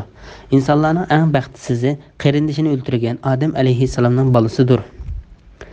U qarindishini o'ltirgandan tortib toki qiyomatgacha zaminda to'kilgan har qanday qon uningga bir gunoh yezilib turdi. Chunki u birinchi bo'lib o'ltirishni boshlagan odamdir. Alloh uningga qarindishining jasadini qanday ko'mishni ko'rsatish uchun bir qog'a berdi. U tumshug'i va ikki puti bilan yerni ko'ludi. U buni ko'rib, "Voy, men qarindishining jasadini ko'mishda mush qog'chilik bo'lishdan ojiz keldim-mi?" dedi. Shuning bilan u nadomat qiluvchilardan bo'ldi. Bu oyatning ma'nosi haqida Sudi sahobalarning mundaq deganligini rivoyat qiladi. Odam alayhissalomning bolasi qarindishini o'ltirib bo'lgandan keyin uni qanday ko'mishni bilolmay shu piti tashlab qo'ydi. Alloh taolo u yerga ikki qarindosh qog'in avatdi. Bu ikki qog'in bir-biri bilan urushib, biri birini o'ltirib etdi. O'ltirib etgich qog'in o'ri ko'lab, o'lgan qog'in tashlab ustiga to'p tindirdi. Odam alayhissalomning o'g'li buni ko'rib, "Voy, men qarindishimning jasadini ko'mishda mush qog'chilik bo'lishdan ojiz keldim-mi?" dedi. Ali ibn Abu Talha ibn Abbas radhiyallohu anhuning mundoq deganligini rivoyat qiladi. Bir qog'a yana bir o'lik qog'aning yoniga kelib, uni to'liq ko'mganga qadar uningga to'p chashdi. Adam alayhissalomning qarindishini o'ltirgan bolasi buni ko'rib, "Voy, men qarindishimning jasadini ko'mishda mush qog'achilik bo'lishdan ojiz keldim-mi?" dedi. Shuning bilan u nadomat qiluvchilardan bo'ldi. Bu oyatning ma'nosi haqida Hasan Basriy mundoq deydi: "U ziyon tortgandan keyin Alloh taolo uni qattiq pushaymonga soldi. Zulm qilg'uchi va sil-rahimni uzguchiga beriladigan jazoning kechiktirilmaydiganligi to'g'risida." Payg'ambar alayhissalom mundoq deydi: "Alloh taolo bu dunyoda eng tez jazo beradigan, oxiratda eng qattiq azob bilan azoblaydigan gunoh zulm qilish va sil-rahimni uzib qo'yish gunohidir." Qabulda bu ig'ir jinoyatning har ikkisi ko'rildi. Bu naqadar ig'ir gunoh, ha? Bismillahirrohmanirrohim. Shu ya'ni Qabilning Habilni nahaq o'ltirganligi sababdan Tavratda Isroil avlodiga hukm qildiki, kimki nahaq odam o'ltirmagan yoki yer yuzida buzg'unchilik qilmagan bir odamni o'ltirsa, u butun insonlarni o'ltirgandek bo'ladi. Kimki bir odamni tirildirsa, ya'ni qutqazsa yoki hayot qilishiga sababchi bo'lsa, u butun insonlarni tirildirgandek bo'ladi. Payg'ambarlarimiz Bani Isroilga rostla shonliq mo'jizalarni ilib keldi. Shuningdek keyin ularning Bani Isroil avlodining to'lisi kufrida, odam o'ltirishda, ziminda haddidan oshquchilardan bo'ldi. Alloh va uning rasuli bilan urush qilganlarning, yer yuzida buzg'unchilik qilganlarning jazosi shuki, ular o'ltirilishi yoki darg'a isilishi yoki o'ng qo'llari va so'l putlari kesilishi yoki surgun qilinishi kerak. Bu ya'ni jazo ular uchun bu dunyoda rasvolik ilib kelguchidir. Oxiratda ular cho'ng azobga duchor bo'ladi. Sizlar tutilishdan ilgari tavba qilganlar buningdan mustasno. Bilinglarki, Alloh mag'firat qilg'uchidir, nihoyatda mehribondir. Sura Maida 32, 33, 34-oyat to'g'risida. İnsanның insonni hurmatlashining vojibligi to'g'risida. Alloh taolo mundoq deydi: "Odam bolasi qarindishini nahaq o'ltirganligi uchun Bani Isroilga kimki bir insonni nahaq o'ltirsa, sababsizlar gunohsiz o'ltirishni to'g'ri deb qarasa, u xuddi barliq insonlarning hammasini o'ltirgandek bo'ladi. Chunki uning nazarida bir inson bilan yana bir insonning o'ttirisida farq bo'lmagan bo'ladi. Kimki nahaq odam o'ltirmay, unda qilishni harom deb qarasa, bu sababdan barliq kishilar uning yomonligidan saqlanib qoladi-da, barliq insonlarga hayotlik ato qilgandek bo'ladi" deb bildirdik va qonun qilib belgiladik. Imom A'mash va boshqalar Abu Hurayra radhiyallohu anhuning mundoq deganligini rivoyat qiladi: "Men Usmonning uyi qo'rshivalinganda uning qishig'iga berib, ey mo'minlarning xalifasi, men senga yordam bergil keldim" dedim. Usmon: "Ey Abu Hurayra, barliq kishilarning men bilan birga o'ltirilishini yoqtiramsan" degan edi. Men yo'q dedim. Usmon: "Chunki sen bir insonni o'ltirsang, barliq insonlarni o'ltirgandek bo'lasan. Shunga gunoh olmay savob elib qaytib ket, senga ruxsat qilindi" dedi. Shunda qilib men urushmay qaytib ketdim. Ali ibn Abu Talha ibn Abbas radhiyallohu anhuning mundoq deganligini rivoyat qiladi: "Bu ish Alloh taolo kimki nahaq odam o'ltirmagan yoki yer yuzida buzg'unchilik qilmagan bir odamni o'ltirsa, u butun insonlarni o'ltirgandek bo'ladi. Kimki bir odamni o'ltirsa, ya'ni qutqazsa yoki hayot qilishiga sababchi bo'lsa, u butun insonlarni o'ltirgandek bo'ladi" degandek, kishilar ni tirildirish bo'lsa, Alloh taolo o'ltirishni harom qilgan bir insonni o'ltirmaslikdir. Shunda qilgan kishi barliq insonlarni yashatgan bo'ladi. Ya'ni nahaq odam o'ltirmaslik yoki odamni faqat haqiqat uchun o'ltirish orqali barliq insonlar hayot qoladi. Mujohidmi bir insonni nahaq o'ltirmasa, barliq insonlarni yashatgan bo'ladi degan. Bu oyatning ma'nosi haqida Avfi ibn Abbas radhiyallohu anhuning mundoq deganligini rivoyat qiladi: "Kimki Alloh taolo harom qilgan bir jonni o'ltirsa, u barliq insonlarni o'ltirgan bo'ladi." Bu oyatning ma'nosi haqida Said ibn Jubayr radhiyallohu anhu mundoq deydi: "Kimki bir musulmonning qinini to'kishni halol sanasa, u barliq insonlarning qinini to'kishni halol sanagan bo'ladi. Kimki bir musulmonning qinini to'kish harom deb qarasa, u barliq insonlarning qinini to'kishni harom deb qaragan bo'ladi." Bu oyatning ma'nosi haqida Ibn Jurayj Mujohidning mundoq deganligini rivoyat qiladi: "Kimki mo'min bir jonni qasddan o'ltirsa, Alloh taolo uning jazosini jahannam qiladi uningga g'azablanib la'nat qiladi va uni qattiq azoblaydi. U azob shundoq ig'irki, barliq insonlarni o'ltirgan bo'lsa-mu, shu azobdan ortiq azobga duchor bo'lmaydi. Kimki hech qanday bir odamni o'ltirmasa, barliq insonlar uningdan hayotini saqlab qolgan bo'ladi. Isrofxo'rlikqa berilgan tahdid to'g'risida payg'ambarlarimiz Bani Isroilga rostilla shonliq mo'jizalarni olib keldi. Ya'ni bizning payg'ambarlarimiz Isroil avlodiga hujjat, isbot va aniq dalil bilan keldi. Shundan keyin ularning Bani Isroil avlodining to'lisi kufrda, odam o'ltirishda, zaminda haddidan oshquchilardan bo'ldi. Bu Madina atrofidagi Banu Nazir, Banu Qurayz va Banu Qaynuqa qatorliq yahudiylarning jahiliyat davrida Aviz bilan Xazraj orasida urush bo'lib qolsa, ular bilan birga urushib, urushdan keyin qo'lga tushgan asirlarga to'lam ilib qo'yib berilib, o'lgan kishilarga to'lam to'lab berganidek, bu yahudiylarning harom ishlarini bilib turib qilganligini ayblashdir. Alloh taolo bularning qilmishlarini ayblab mundoq deydi: o'z vaqtida biringlarning qinini to'kmaslikka, bir-biringlarning yurtlaringlardan haydab chiqarmaslikqa sizlardan chin ahd olgan edik. Keyin bu ya'ni ahdini itrof qilgan edinglar. Buningga o'zinglar guvohsizlar. Keyin sizlar ahdini buzib bir-biringlarni o'ltirdinglar. Ichinglardan bir turkum kishilarni yurtidan haydab chiqardinglar. Gunoh va dushmanlik qilish bilan ularning qarshi tarafidagilarga yordam berdinglar.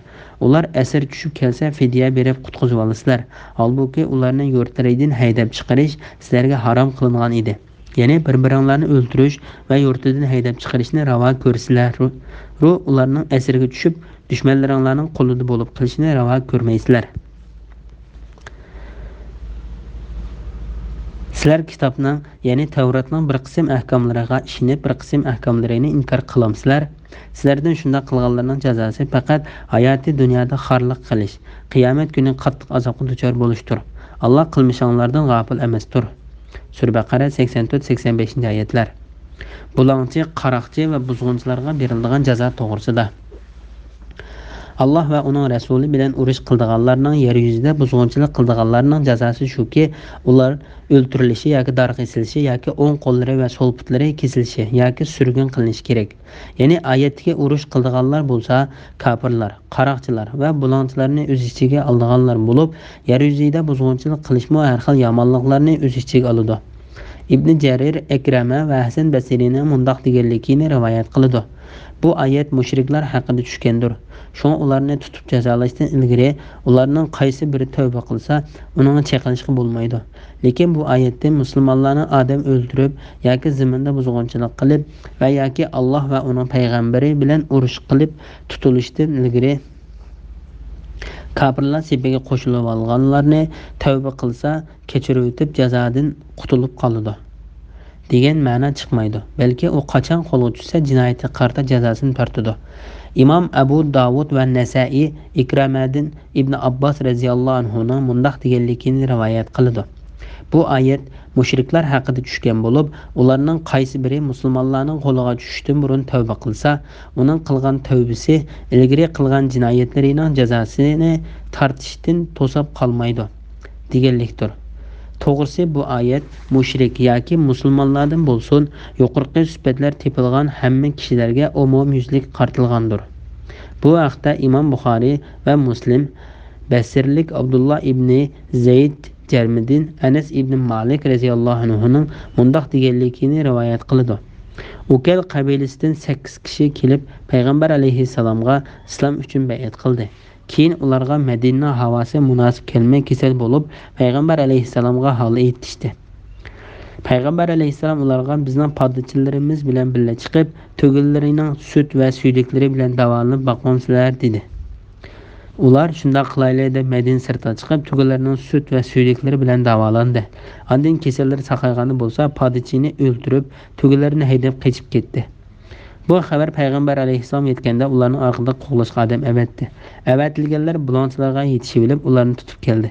Shuning bilan payg'ambar alayhissalom ularning put qo'llarini kesib, ko'zlarini o'yib, toki o'lguncha tashlab qo'yishga buyurdi. Bu hadisni imom Muslim shu usulda rivoyat qilgan. Lekin imom Buxoriy bilan Muslimning o'xshash usulda qilgan rivoyatida u kishilar Ukel yoki Ureyna qabilasida edi deyilgan.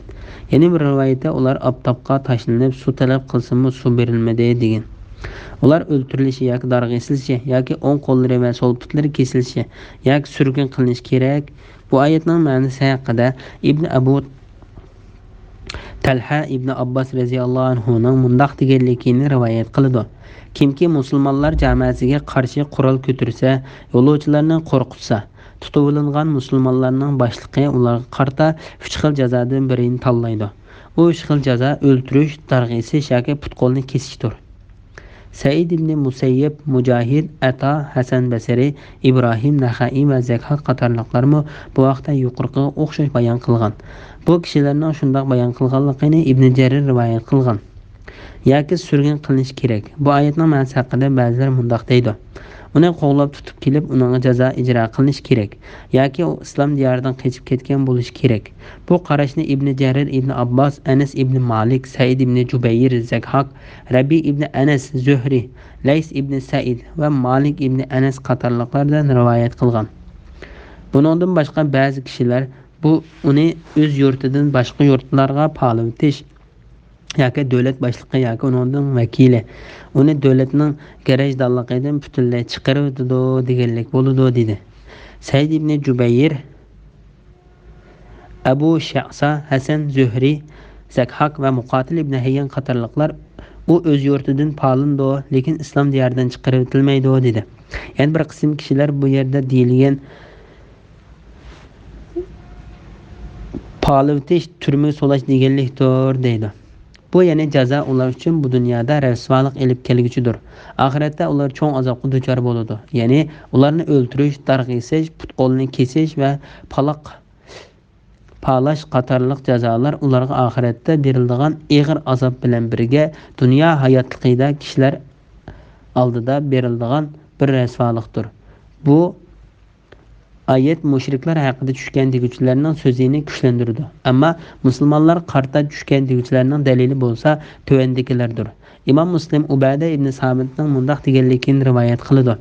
Payg'ambar alayhissalom ayollardan ahd olgandek, bizdanmi Alloh taologa sherik keltirmaslikka, o'g'irlik qilmaslikka, zina qilmaslikka, bolalarimizni o'ldirmaslikka va bir-birlarimizga ziyon solmaslikka ahd elib mundaq dedi.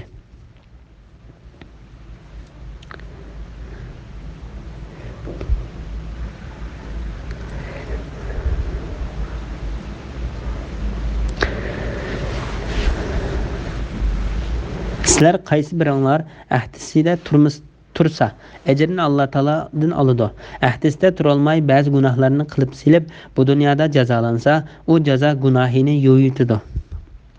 Gunohi oshkorlanmay Alloh taolo yo'shirib qo'ygan bo'lsa, u uni o'zi bir taraf qiladi, xolis jazolaydi, xolis kechirib o'tadi. Ali radhiyallohu anhu payg'ambar alayhissalomning mundaq deganligini rivoyat qiladi.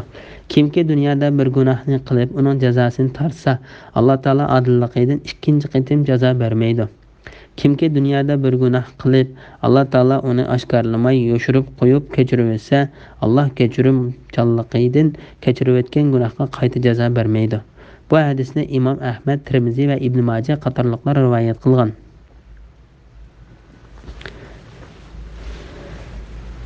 Bu ya'ni jazo ular uchun bu dunyoda rasvolik elib kelguchidir. Oxiratda ular cho'ng azobga duchor bo'ladi. Bu oyat haqida Ibn Jarir mundaq deydi. Bu oxiratga jazolanishdan burun dunyoda ularga berilgan xorliq, rasvolik va jazodir. Ular jinoyatlariga tavba qilmay o'lib ketsa, ularga dunyoda bergan jazodan boshqa oxiratda do'zax azobi bordir. Qaroqchi buzg'unchilar tutilishdan ilgari tavba qilsa jazolanmaydiganligi to'g'risida. Sizlar tutilishdan ilgari tavba qilganlar buningdan mustasno. Bilinglarki, Alloh mag'firat qilg'uchidir, nihoyat mehribondir. Ya'ni oyat mushriklar haqida tushgan deb qarg'uvchilarning ko'z qarashi bo'yicha bo'lsa, ma'nosi tushunishlikdir. Ammo buzg'unchilik va qaroqchilik qilib qolgan musulmonlar haqida tushgan degan qarash bo'yicha aytganda, agar ular tutilishdan burun tavba qilsa, ularga o'lim jazosi, darg'a esish, put-qo'lni kesish qatorliq jazolar yurgizilmaydi. Oyatning ma'nosidan hamma jazoning bekor qilinganligi chiqadi. Sahobalarmi bu hukm bo'yicha amal qilgan. İbn Abu Hatem Şa'bina mundaq deganligini rivoyat qildi. Harisa ibn Badri Tamimi Yasrib Basriylik bo'lib, o'z zaminda buzg'unchilik bo'lgan edi. U Quraysh Hasan ibn Ali ibn Abbos va Abdullah ibn Ja'far qatorliq bir qancha kishini Ali roziyallohu anhuga o'zini kechirib o'tishni so'rab elchi qilib avatgan bo'lsa-mu, Ali roziyallohu anhu uning amonlik berishiga unumadi. Ondan Harisa ibn Tamimi Said ibn Qays al-Hamadanining qishig'i bordi. Said uni uyida qoldirib qo'yib, o'zi Ali roziyallohu anhuning yiniga kelib, "Ey mu'minlarning boshlig'i, Alloh va uning payg'ambariga qarshi chiqqan, zaminda buzg'unchilik va qaroqchilik qilgan odamga qanday qaraysan?" deb, "Ondan sizlar tutulishdan ilgari tavba qilganlar bundan mustasno. Bilinglarki, Alloh mag'firat qilg'ichidir, nihoyat mehribondir" degan oyatni o'qidi. Ali roziyallohu anhu uningga amonlik yezib berdi. Said ibn Qays, "Sen amonlik yezib bergan odam Harisa ibn Badrdir" dedi. İbn Jarir Amir Şabi'nin mundaq deganligini rivoyat qiladi. Abu Musa Osman roziyallohu anhu tarafidan Kufa shahriga boshliq bo'lib tayinlangan edi. U farz namozini o'qib bo'lgandan keyin Murod qabilasidan bir kishi uningga kelib, "Ey Abu Musa, men sendan panohlik tilab keldim. Men Murod qabilasiga palonning o'g'li pokoni bo'laman. Men bundan burun Alloh va uning payg'ambariga qarshi chiqib zaminni buzg'unchilik qilib yurgan edim. Mana endi sizlar meni tutib olguncha tavba qildim" dedi. Buningga Abu Musa darhol o'rnidan turib, "Bu palonning o'g'li pokoni, u Alloh va uning payg'ambariga qarshi urush qilib zaminda buzg'unchilik qilgan edi. Biz uni tutulishdan burun u tavba qildi. Kimki uning uchrab qolsa, uning ziyon yetkazmasin. Agar u tavbasida rostchil bo'lsa, rostchillarning yo'lini tutadi. Yolg'onchi bo'lsa, hamon gunohining jazosini tortadi" dedi. U kishi shu holatda bir mezgil yashadi. Ondan u yana to'g'ri yo'ldan chiqib ketgan edi. Alloh taolo uning jinini gunohlari bilan birlashib ketdi. Ibn Jarir Musa ibn Ishaq Madanning mundaq deganligini rivoyat qildi.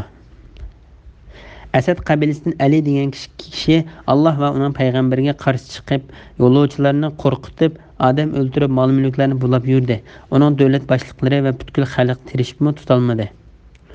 Keyin u o'zi tavba qilib qaytib keldi. Uning tavba qilib qaytib kelishining sababi u bir kishining, "Ey Muhammad, mening tilimdan aytqinki, gunohlarni qilaverib o'zlariga jinoyat qilgan bandalarim, Allohning rahmatidan umidlanmanglar. Alloh haqiqatan xohlagan odamning jami gunohlarini mag'firat qiladi. Shubhisizki Alloh nihoyat mag'firat qilg'ichidir, nihoyat mehribondir" degan oyatni o'qiganligini anglagan edi. U oyat o'qigan kishiga, "Ey Allohning bandisi, uni qayta o'qigan" dedi. U kishi qayta o'qidi. Shuning bilan u qilichini g'ilpiga silib, tavba qilib Madinaga sahar vaqtida yetib kelib, yuyinib payg'ambar alayhisalom masjidiga kirib, bomdod namozini o'qidi. Ondan Abu Hurayraning so'rinda o'ltirganlarga qitilib o'ltirdi. Tong yorgandan keyin kishilar uni to'nib qilib tutmoqchi bo'ldi. U "Meni tutolmaysizlar. Men sizlar meni tutishdan burun tavba qilib keldim" dedi. Buni anglab Abu Hurayra roziyallohu anhu "U rost aytdi" dedi. Da uning qo'lidan tutib Madina shahrining boshlig'i Muaviya tarafidan Madinaga amir bo'lgan Marvan ibn Hakamning qishig'i berib, "Bu Ali tavba qilib keldi.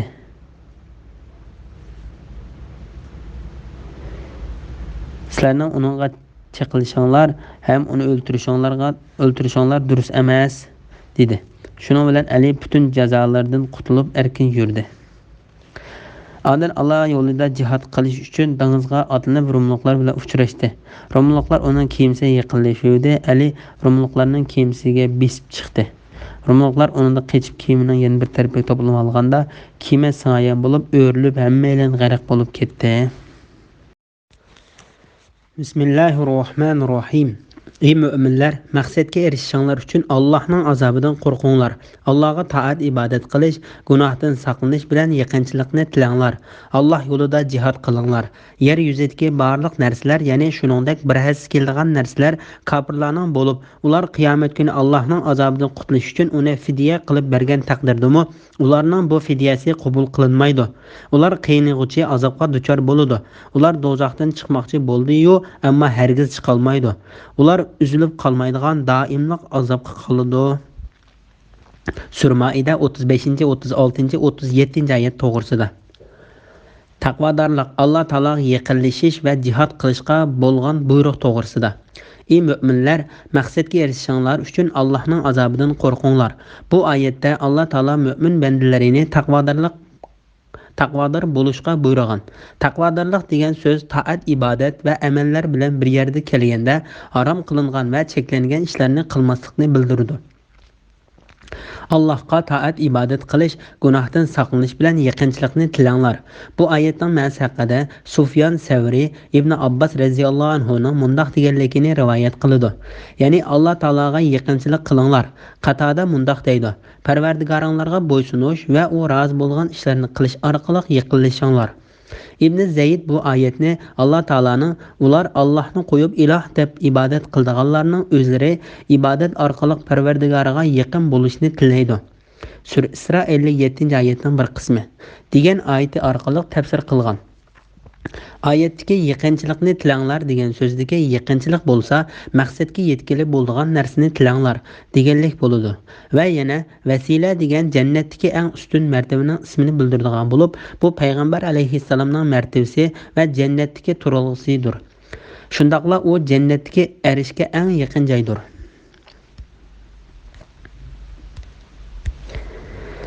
Oyat İmam Buxoriy Jabir ibn Abdullah radhiyallohu anhudan payg'ambar alayhissalomning mundaq deganligini rivoyat qiladi. Kimki azonni anglaganda, "Ey mushuk mukammal chaqiriqni o'qilayotgan namozning Parvardigori, Muhammadga vasila, jannatdagi oliy martabani va hammadan ortiq darajani bergin.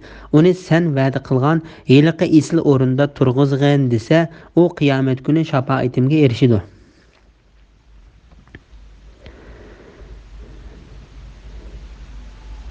İmam Muslim Abdullah ibn Amir radhiyallohu anhudan payg'ambar alayhissalomning mundaq deganligini rivoyat qiladi. Namozning azanini anglaganinglarda muazzinning deganini danglar, ondan menga durut o'qinglar. Kimki menga bir qitim durut o'qisa, Alloh taolo uning 10 gunohini kechirib o'tadi. Ondan menga jannatga vasilini, oliy martabani tilanglar.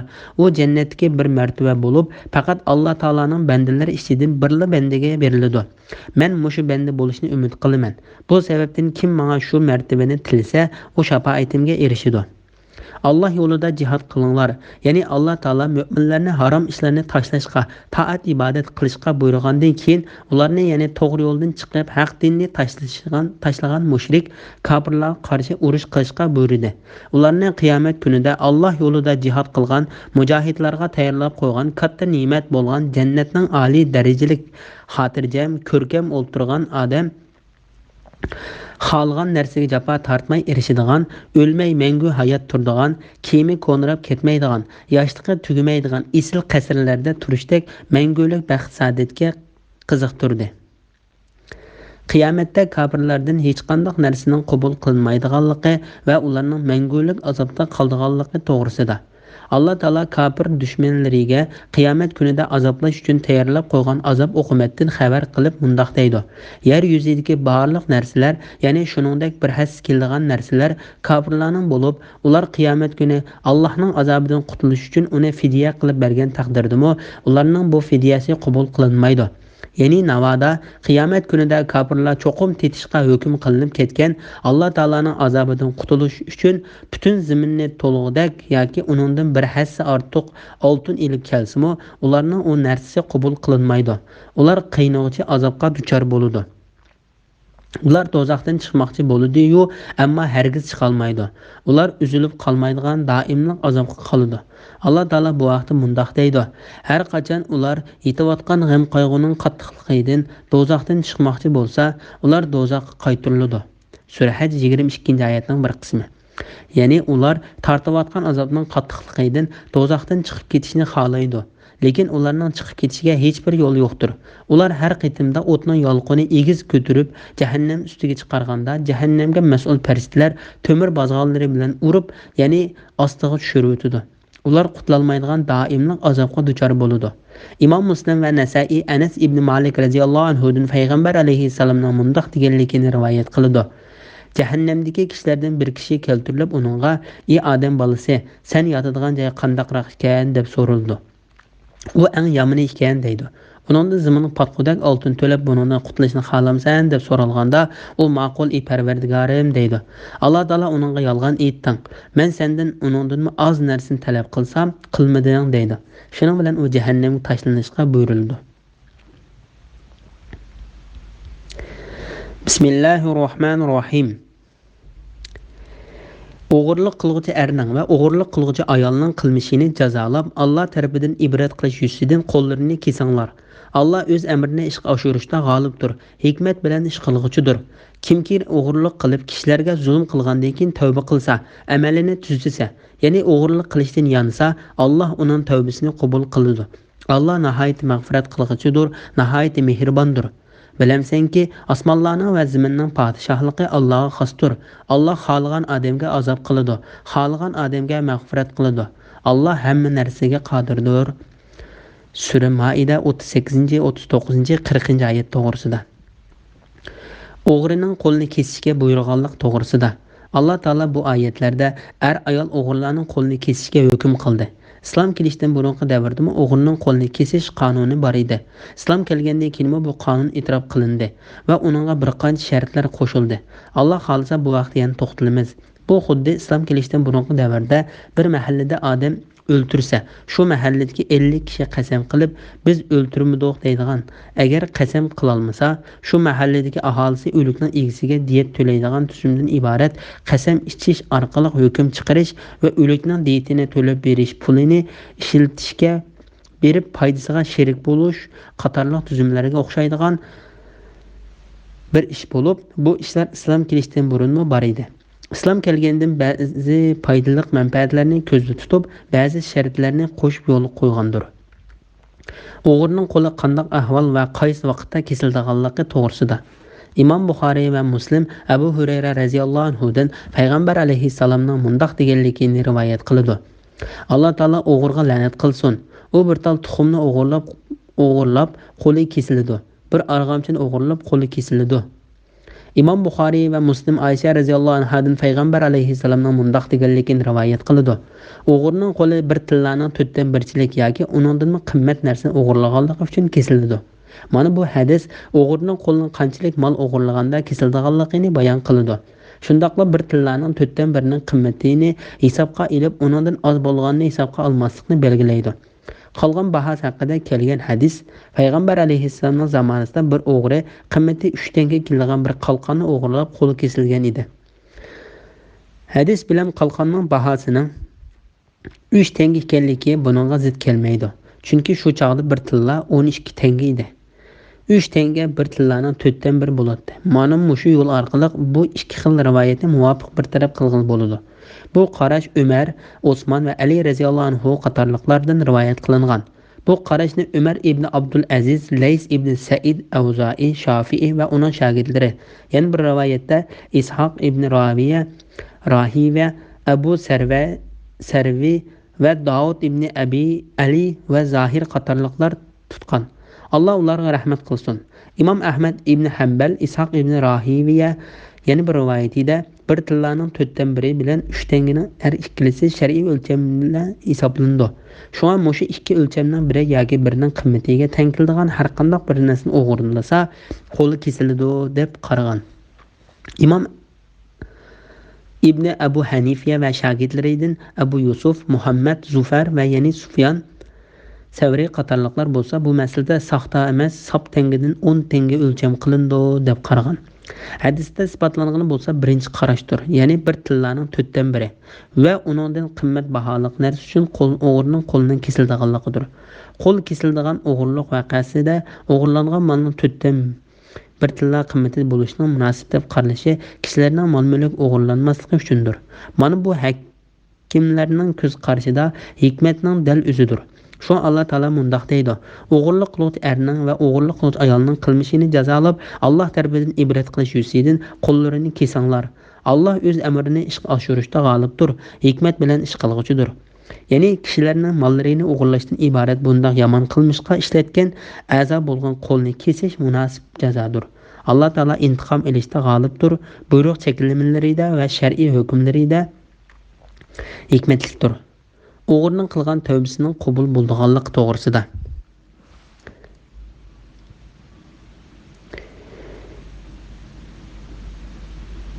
Kimki o'g'irlik qilib kishilarga zulm qilgandan keyin tavba qilsa, amalini tuzilsa, ya'ni o'g'irlik qilishdan yansa, Alloh uning tavbasini qabul qiladi. Alloh nihoyat mag'firat qilguvchidir, nihoyat mehribondir. Ya'ni kimki o'g'irlagandan keyin tavba qilib Alloh taologa qaytsa, Alloh taolo uning tavbasini qabul qilib kechirib o'tadi. Imom Ahmad Abdullah ibn Amr radhiyallohu anhu mundaq deganligini rivoyat qiladi. Payg'ambar alayhissalomning zamonasida o'g'irlik qilgan bir ayolni mol egalari tutib kelib, "Ey Allohning payg'ambari, bu ayol bizning melimizni o'g'irladi" dedi. Ayolning tuqqanlari bo'lsa, "Biz bu ayolning qo'lini kesilmaslik uchun to'lam to'laylik" dedi. Payg'ambar alayhissalom ayolning qo'lini kesinglar deb buyurdi. U ayolning tuqqanlari uningga 500 tilla to'laylik dedi. Payg'ambar alayhissalom yana ayolning qo'lini kesinglar deb buyurdi. Shunda qilib u ayolning o'ng qo'li kesildi. Undan u ayol, "Ey Allohning payg'ambari, menga tavba qilish yo'li bormi?" deb so'radi. Payg'ambar alayhissalom, "Ha, bugun sen qilgan gunohingda xuddi onangdan tug'ilgan chog'dagidek pok bo'lding" dedi. Shuning bilan Alloh taolo bu oyatni nozil qildi. Bu ayol heliqi Bani Maqsum qabilasiga o'g'irlik qilgan ayol bo'lib, u ayol haqida Imom Buxoriy va Muslim Aisha radhiyallohu anhaning mundoq deganligini rivoyat qiladi. Makkani fath qilish g'azotida o'g'irlik qilgan bu ayolning naslisi haqida Quraysh qabilasi boshqa turib, kim bu haqda payg'ambar alayhissalom gap qiladi deyishdi. Ondan ular bu ishga Zeydning o'g'li Usamalar jur'at qila oladi, chunki payg'ambar alayhissalom uning amroq deyishdi. U ayol payg'ambar alayhissalomning oldiga keltirilganda Zeydning o'g'li Usama u ayol haqida payg'ambar alayhissalom gap qildi. Payg'ambar alayhissalomning chiroyi totirib, "Alloh taolo belgilagan bir jazoga shafaat qilmoqchimisan" dedi. Buni anglagan Usama darhol, "Ey Allohning payg'ambari, gunohimning kechirilishini tilagan" dedi. Kechirib etilishini tilagan dedi. Kech bo'lganda payg'ambar alayhissalom so'z qilib, "Alloh taologa loyiq hamd sano aytgandan keyin sizlardan ilgarikilar ularning esil zotlari o'g'irlik qilsa jazolamay tashlab qo'yib, ojiz bechoralar o'g'irlik qilsa jazolanganlik uchun halok bo'lib ketgan. Jinim uning ilki bo'lgan zot Allohning nomi bilan qasam qilamanki, agar Muhammadning qizi Fatima o'g'irlik qilgan bo'lsa-mu, men cho'qim uning qo'lini kesgan bo'lardim" dedi. Hiliq o'g'irlik qilgan ayolning qo'lini kesishga buyurdi. U ayolning qo'li kesildi. Aisha radhiyallohu anha mundoq deydi. Ondan u ayol yaxshi tavba qilib eriga tegdi. Keyingi kunlarda u ayol bizning uyga kelib turadi. Men uning hojatlarini payg'ambar alayhisalomga yetkazib turadim. Bu Imom Muslim rivoyat qilgan uslubidir. Imom Muslimning yana bir rivoyat kelishicha Aisha radhiyallohu anha mundoq degan: "U Bani Maqsum qabilasidan bo'lgan bir ayol bo'lib, bir narsalarni oriyatga ilib, keyin uningdan tinib oladi. Shon payg'ambar alayhissalom uning qo'lini kesishga buyurgan edi. Bilamsanki, osmonlarning va zaminning podshohligi Allohga xosdir. Ya'ni osmonlarning va zaminning egisi hokim Alloh ekanligini bilmamsan, uning hukmiga hech kim qarshi tura olmaydi. U xohlaganini qilg'uchidir. Alloh xohlagan odamga azob qiladi, xohlagan odamga mag'firat qiladi. Alloh hamma narsaga qodirdir." Bismillahirrohmanirrohim. Ey payg'ambar, dillarida ishonmay, og'izlarida iymon etdik deb qo'ydiganlar, ya'ni munofiqlardan va yahudiylardan kufrga fursat topsalar, kufrni izhor qilishga aldiraydigan kishilar seni g'amkin qilmasin. Ular ahborlari to'qigan, yolg'onga quloq soladi. Sana kelmagan, ya'ni o'chlik qilib sening suhbatingga hozir bo'lmagan boshqa bir qavmga, ya'ni Xaybar yahudilarining so'ziga quloq soladi. Ular Tavratning so'zlarini joylaridan o'zgartirib o'tadi. Ya'ni Allohning ahkomlarini boshqalarga almashtirib o'tadi. Ular agar sizlarga bu hukm berilsa, uni qabul qilinglar, agar u berilmasa qabul qilmanglar deydi. Alloh bir kimning gumrohligini iroda qildigan, uning uchun Allohga qarshi qo'lingdan hech ish kelmaydi. Ya'ni hech odam uningdan gumrohlikni dabiy qilishga qodir bo'la olmaydi. Dillarini qilmishi qabih bo'lganlikdan, kufrdan pok qilishni Alloh xohlamagan kishilar ana shulardir. Ular dunyoda rasvolikqa, oxiratda cho'ng azobga qoladi. Ular yolg'onga quloq soluvchilardir. Para va jazoniga o'xshash haromni yeguvchilardir. Ey Muhammad, agar ular seni oldinga davolashib kelsa, ularning orasida hukm qilib qo'ysang yoki uni rad qilsang bo'ladi. Ya'ni ularning orasida hukm chiqarish yoki ulardan yuz o'rish sening ixtiyoring. Agar ularni rad qilsang, ular senga qilch ziyon yetkazolmaydi. Chunki Alloh seni kishilarning sharridan saqlaydi. Agar ularning orasida hukm qilsang, adillik bilan hukm qilgin. Alloh haqiqatan adillarni do'st tutadi. Ularning yonida Allohning hukmini o'z ichiga olgan Tavrat tursa, ya'ni Tavratdagi hukmlarni ko'rib turib amal qilmayotsa, ey Muhammad, qandoqcha seni hukm chiqarishga taklif qiladi? Andan keyin yana haqiqat oshkor bo'lgandan keyin sening hukmingdan yuz o'riydi. Ana shular Tavratqami, samo ishonmaguvchilardir. Biz haqiqatan Musoga Tavratni nazil qildik. Tavratda to'g'ri yo'lga yetaklaydigan hidoyat va nur bor. Allohning hukmiga bo'ysungan payg'ambarlar Yahudiylar orasida Tavrat bilan hukm qiladi. Yahudiylarning zohidlari va ulamolari o'zgartishdan saqlashga burilgan Kitobulloh, ya'ni Tavrat bo'yicha hukm qiladi. Ular Tavratni o'zgartishdan saqlashga nazoratchi edi. Ey Yahudiylarning ulamolari, kishilardan qo'rqmanglar, mendan qo'rqinglar. Mening oyatlarimni oz pulga tegishmanglar. Ya'ni pul, mol, mansab va para uchun oyatlarimning hukmini o'zgartib etmanglar. Kimlarki Alloh nazil qilgan oyatlar bo'yicha hukm qilmaydi ekan, ular kofirlardir. Sura Maida 41, 42, 43, 44 oyat to'g'risida. Yahudi va xristianlarning qilmishlariga ko'ngilni yerim qilmaslikka buyurganlik to'g'risida. Ey payg'ambar, dillarida ishonmay, og'izlarida iymon etdik deb qo'yganlar, ya'ni munofiqlardan va yahudiylardan kufrga fursat topsalar kufrni izhor qilishga aldiraydigan kishilar seni g'amkin qilmasin. Ya'ni ey payg'ambar, Alloh va uning payg'ambarining buyrug'idan chiqib, o'zlarining havoyi havaslarini Allohning hukmlaridan afzal ko'rib, tili bilan iymon izhor qilgani bilan qalblarida u iymondan asarmi bo'lmagan kufrlikqa aldiraydigan munofiq va yahudiylardek islom va musulmonlarning dushmanlari haqida ko'nglingni yerim qilma. Ularning hammasi yolg'on so'zlarga quloq solg'uvchilar va yolg'on so'zlardan ta'sirlanuvchilardir.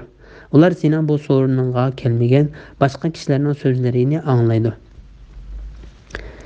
Ba'zilar bu oyatning ma'nosi ular so'zingni anglab, sening so'riningga kelmagan dushmanlaringga so'zlaringni yetkazadi deganlik bo'ladi deydi. Yahudiylarning hukmlarini burmilab etganligi va yomon ish qilgan ikki Yahudiy orasidagi vaqalikda ularning chalma-kesak qilmaslikka uringanligi to'g'risida. Ular Tavratning so'zlarini joylaridan o'zgartirib o'tadi. Ya'ni Allohning ahkomlarini boshqalarga almashtirib o'tadi. Ya'ni o'zlari bilib turib, Alloh taolaning hukmlarini almashtirib o'tadi va u hukmlarni boshqa ma'nolarga burmilaydi. Ular agar sizlarga bu hukm berilsa, uni qabul qilinglar. Agar u berilmasa, qabul qilmanglar deydi. Bu oyat bo'lsa, bir kishini o'ldirib o'tib, kelinglar, Muhammadni hukm qildirayli, namoda u diyet beradigan qilib hukm chiqarib qolsa, uni qabul qilayli. Qisas olgan qilib hukm qilib qolsa, uning gapini anglamayli degan Yahudiylar haqida tushgan degan ko'z qarashlarmi bor. To'g'risi bu oyat fahish qilgan ikki Yahudiy haqida tushgan. Yahudiylar qo'llaridagi Alloh taolaning kitobida ko'rsatilgan to'y qilib bo'lganlar fahish qilsa, chalma-kesak qilish hukmini o'zlaricha o'zgartib, 100 dara urib, yuziga qar sukab, eshak ta'tir mindirishga putishib olgan edi. Payg'ambar alayhissalom hijrat qilib kelgandan keyin o'sha voqea yuz berganda Yahudiylar o'zaro mundoq deyishgan: "Kelinglar, biz Muhammad